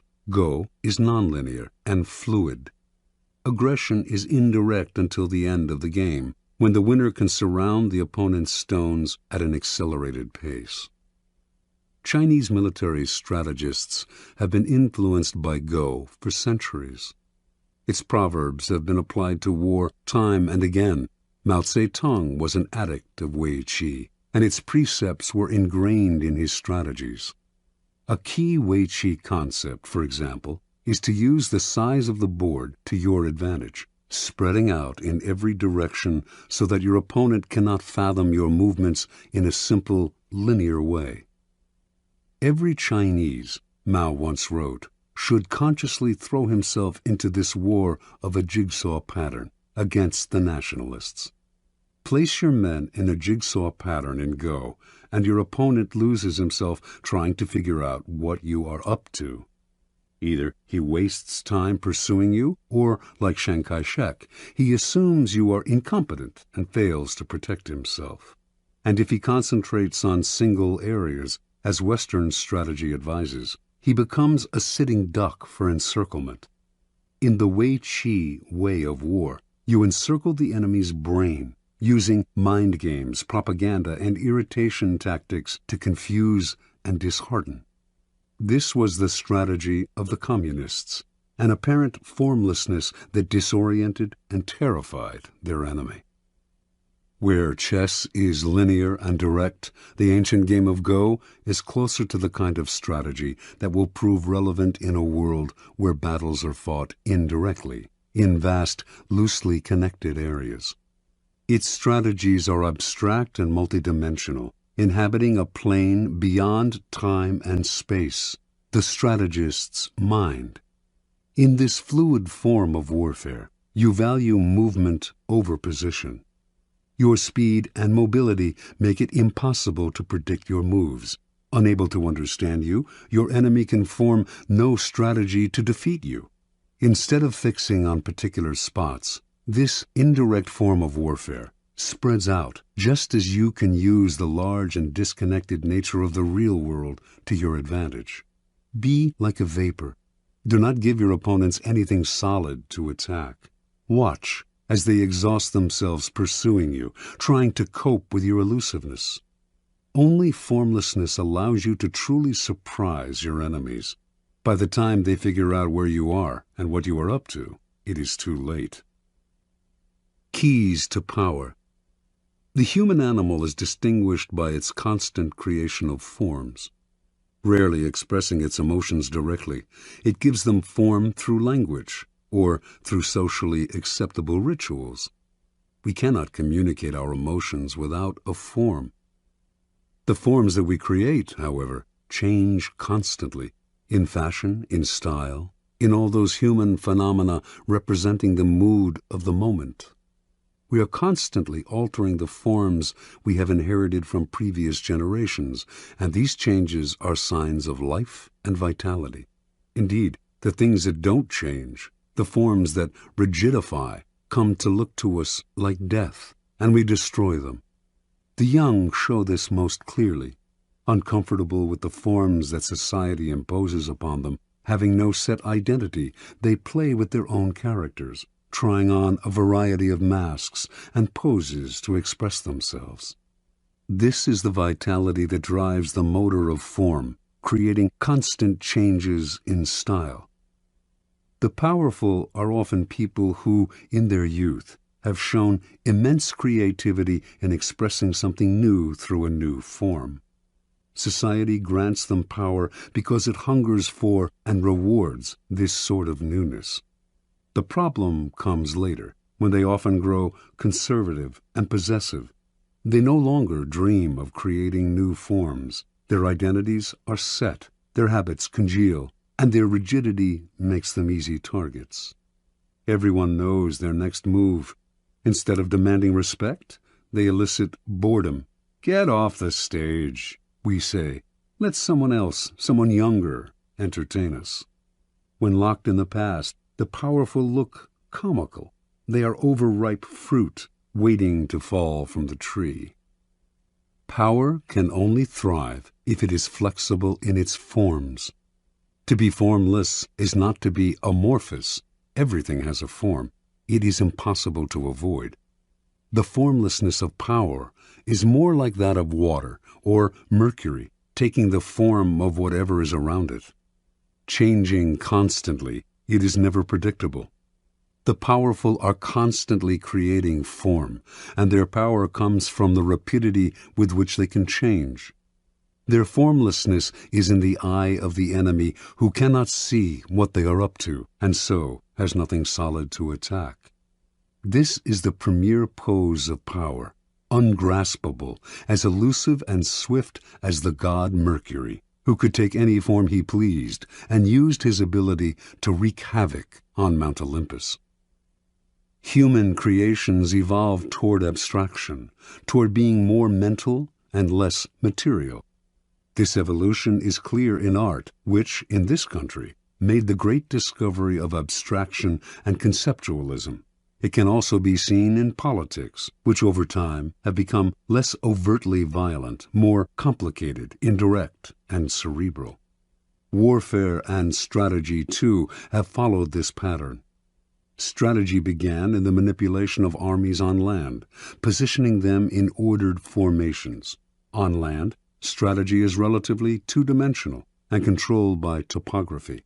but all the great powers have eventually taken to the sea for commerce and colonization. And to protect their trading lanes, they have had to learn how to fight at sea. Maritime warfare requires tremendous creativity and abstract thinking, since the lines are constantly shifting. Naval captains distinguish themselves by their ability to adapt to the literal fluidity of the terrain and to confuse the enemy with an abstract, hard-to-anticipate form. They are operating in a third dimension, the mind. Back on land, guerrilla warfare too demonstrates this evolution toward abstraction. T.E. Lawrence was perhaps the first modern strategist to develop the theory behind this kind of warfare and to put it into practice. His ideas influenced Mao, who found in his writings an uncanny Western equivalent to Wei Qi. Lawrence was working with Arabs, fighting for their territory against the Turks. His idea was to make the Arabs blend into the vast desert, never providing a target, never collecting together in one place. As the Turks scrambled to fight this vaporous army, they spread themselves thin, wasting energy in moving from place to place. They had the superior firepower, but the Arabs kept the initiative by playing cat and mouse, giving the Turks nothing to hold on to, destroying their morale. Most wars were wars of contact. Ours should be a war of detachment, Lawrence wrote. We were to contain the enemy by the silent threat of a vast, unknown desert, not disclosing ourselves till we attacked. This is the ultimate form of strategy. The war of engagement has become far too dangerous and costly. Indirection and elusiveness yield far better results at a much lower cost. The main cost, in fact, is mental, the thinking it takes to align your forces in scattered patterns and to undermine the minds and psychology of your opponents. And nothing will infuriate and disorient them more than formlessness. In a world where wars of detachment are the order of the day, formlessness is crucial. The first psychological requirement of formlessness is to train yourself to take nothing personally. Never show any defensiveness. When you act defensive, you show your emotions, revealing a clear form. Your opponents will realize they have hit a nerve, an Achilles heel, and they will hit it again and again. So train yourself to take nothing personally. Never let anyone get your back up. Be like a slippery ball that cannot be held. Let no one know what gets you or where your weaknesses lie. Make your face a formless mask, and you will infuriate and disorient your scheming colleagues and opponents. One man who used this technique was Baron James Rothschild. A German Jew in Paris, in a culture decidedly unfriendly to foreigners, Rothschild never took any attack on him personally or showed he had been hurt in any way. He furthermore adapted himself to the political climate, whatever it was. The stiffly formal Restoration monarchy of Louis XVIII, the bourgeois reign of Louis Philippe, the Democratic Revolution of 1848, the upstart Louis Napoleon crowned emperor in 1852. Rothschild accepted them one and all and blended in. He could afford to appear hypocritical or opportunistic because he was valued for his money, not his politics. His money was the currency of power. While he adapted and thrived, never showing a form, all the other great families that had begun the century immensely wealthy were ruined in the period's complicated shifts and turns of fortune. Attaching themselves to the past, they revealed their embrace of a form. Throughout history, the formless style of ruling has been most adeptly practiced by the queen who reigns alone. A queen is in a radically different position from a king. Because she is a woman, her subjects and courtiers are likely to doubt her ability to rule, her strength of character. If she favors one side in some ideological struggle, she is said to be acting out of emotional attachment. Yet, if she represses her emotions and plays the authoritarian in the male fashion, she arouses worse criticism still. Either by nature or by experience, then, queens tend to adopt a flexible style of governing that in the end often proves more powerful than the more direct male form. This feminine, formless style of ruling may have emerged as a way of prospering under difficult circumstances, but it has proved immensely seductive to those who have served under it. Being fluid, it is relatively easy for its subjects to obey, for they feel less coerced, less bent to their ruler's ideology. It also opens up options where an adherence to a doctrine closes them off. Without committing to one side, it allows the ruler to play one enemy off another. Rigid rulers may seem strong, but with time, their inflexibility wears on the nerves, and their subjects find ways to push them from the stage.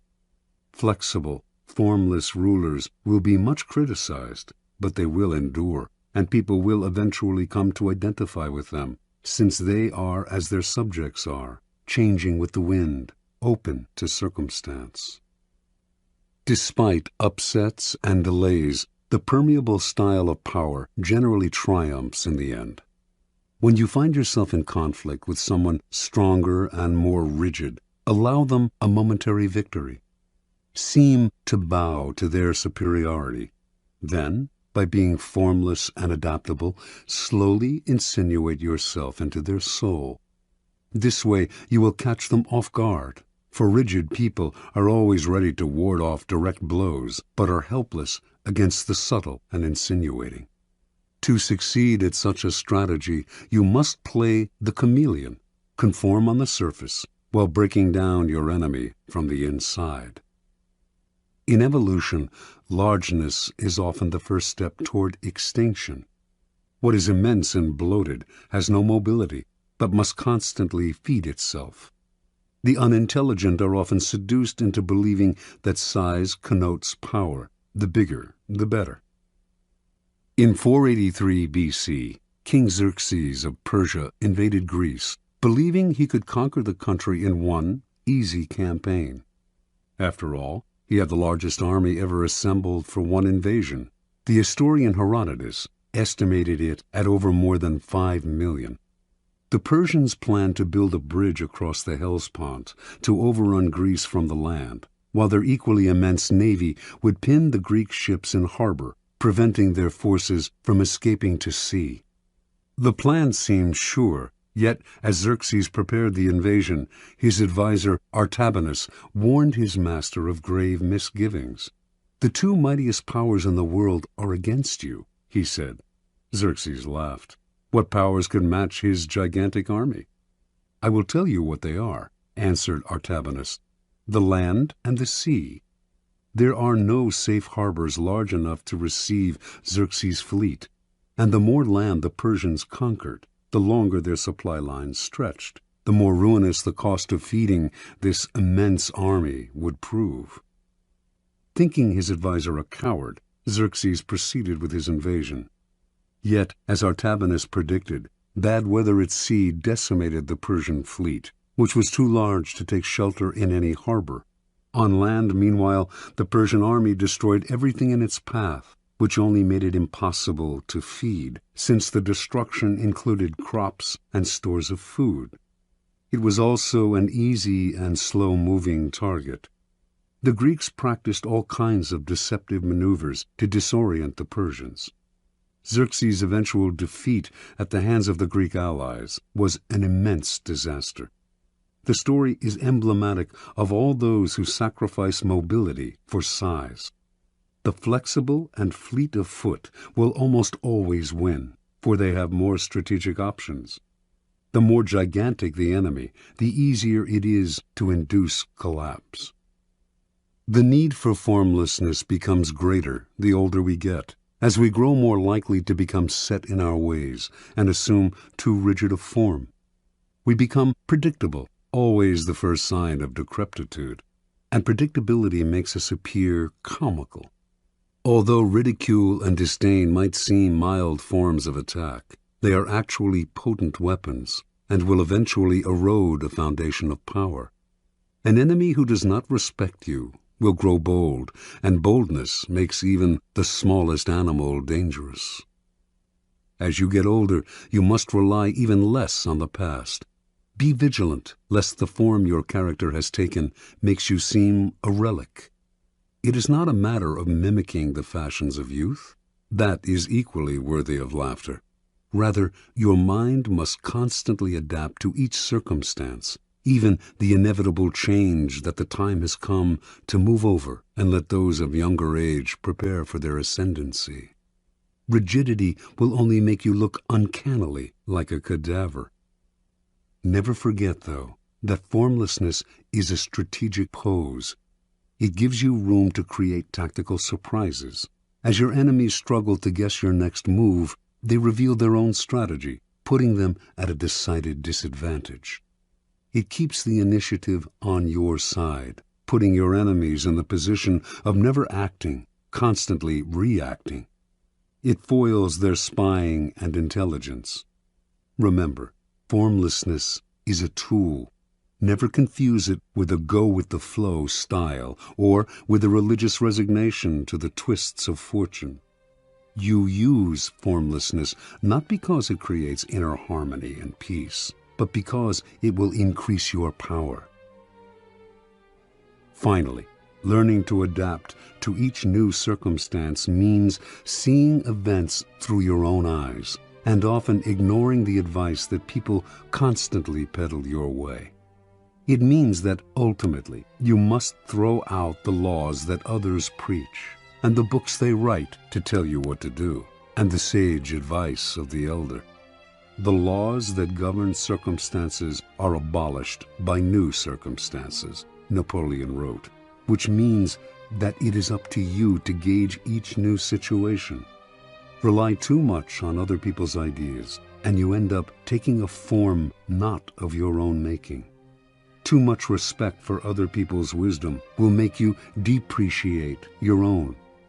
Be brutal with the past, especially your own, and have no respect for the philosophies that are foisted on you from outside.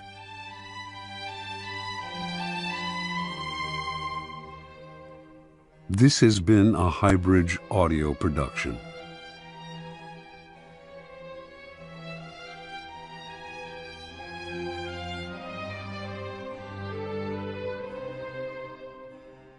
Also available from Robert Greene, The Art of Seduction and 33 Strategies of War. On the web at www.highbridgeaudio.com. Here is an excerpt from Greene's ruthless guide to psychological warfare, The 33 Strategies of War.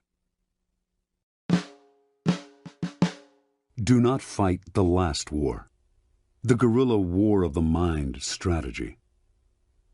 What most often weighs you down and brings you misery is the past, in the form of unnecessary attachments, repetitions of tired formulas, and the memory of old victories and defeats. You must consciously wage war against the past and force yourself to react to the present moment. Be ruthless on yourself. Do not repeat the same tired methods.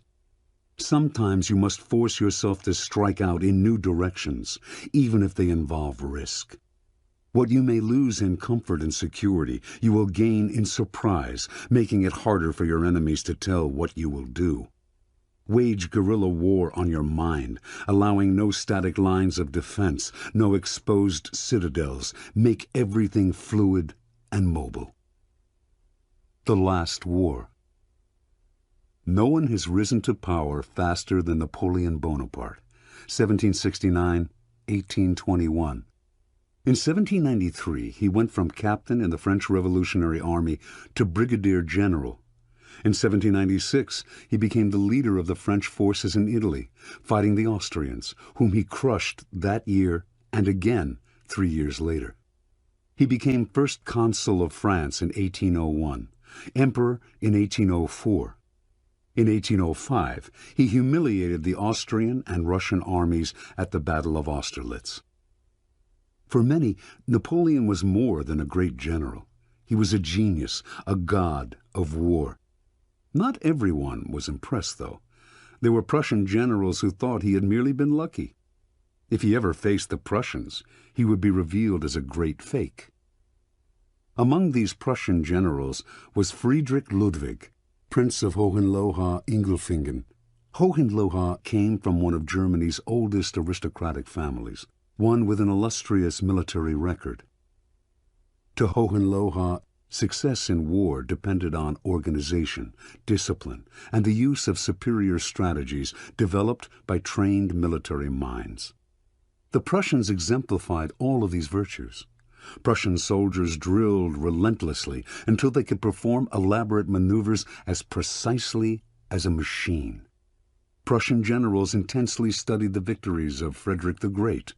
War for them was a mathematical affair, the application of timeless principles. To the generals, Napoleon was a Corsican hothead, leading an unruly citizens' army. Superior in knowledge and skill, they would out-strategize him. The Napoleonic myth would lie in ruins, and Europe could return to its old ways. In August 1806, Hohenlohe and his fellow generals finally got what they wanted.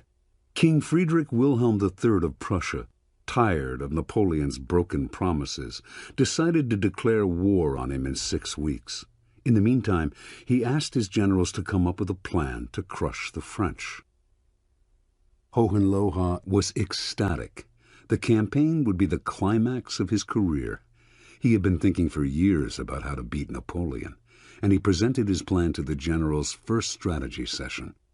Precise marches would place the army at the perfect angle from which to attack the French as they advanced through southern Prussia. An attack in oblique formation, Frederick the Great's favorite tactic, would deliver a devastating blow. The other generals, all in their 60s and 70s, presented their own plans, but these too were merely variants on the tactics of Frederick the Great. Discussion turned into argument. Several weeks went by. Finally, the king had to step in and create a compromise strategy that would satisfy all of his generals. A feeling of exuberance swept the country, which would soon relive the glory years of Frederick the Great.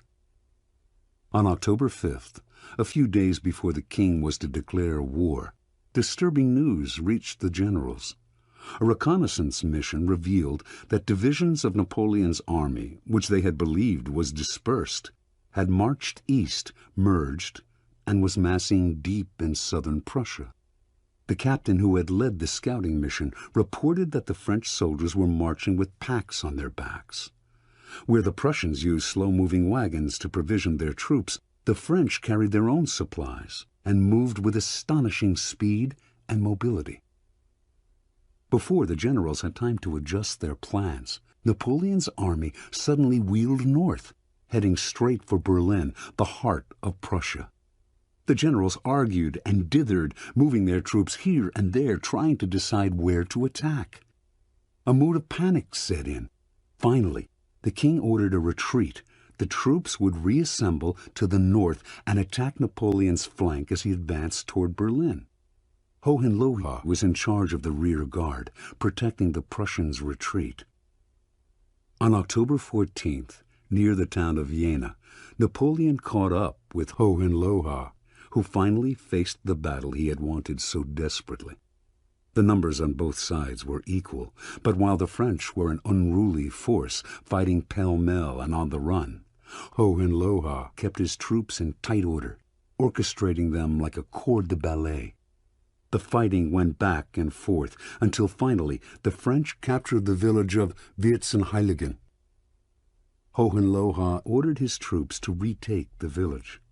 In a ritual dating back to Frederick the Great, a drum major beat out a cadence, and the Prussian soldiers, their colors flying, reformed their positions in perfect parade order, preparing to advance.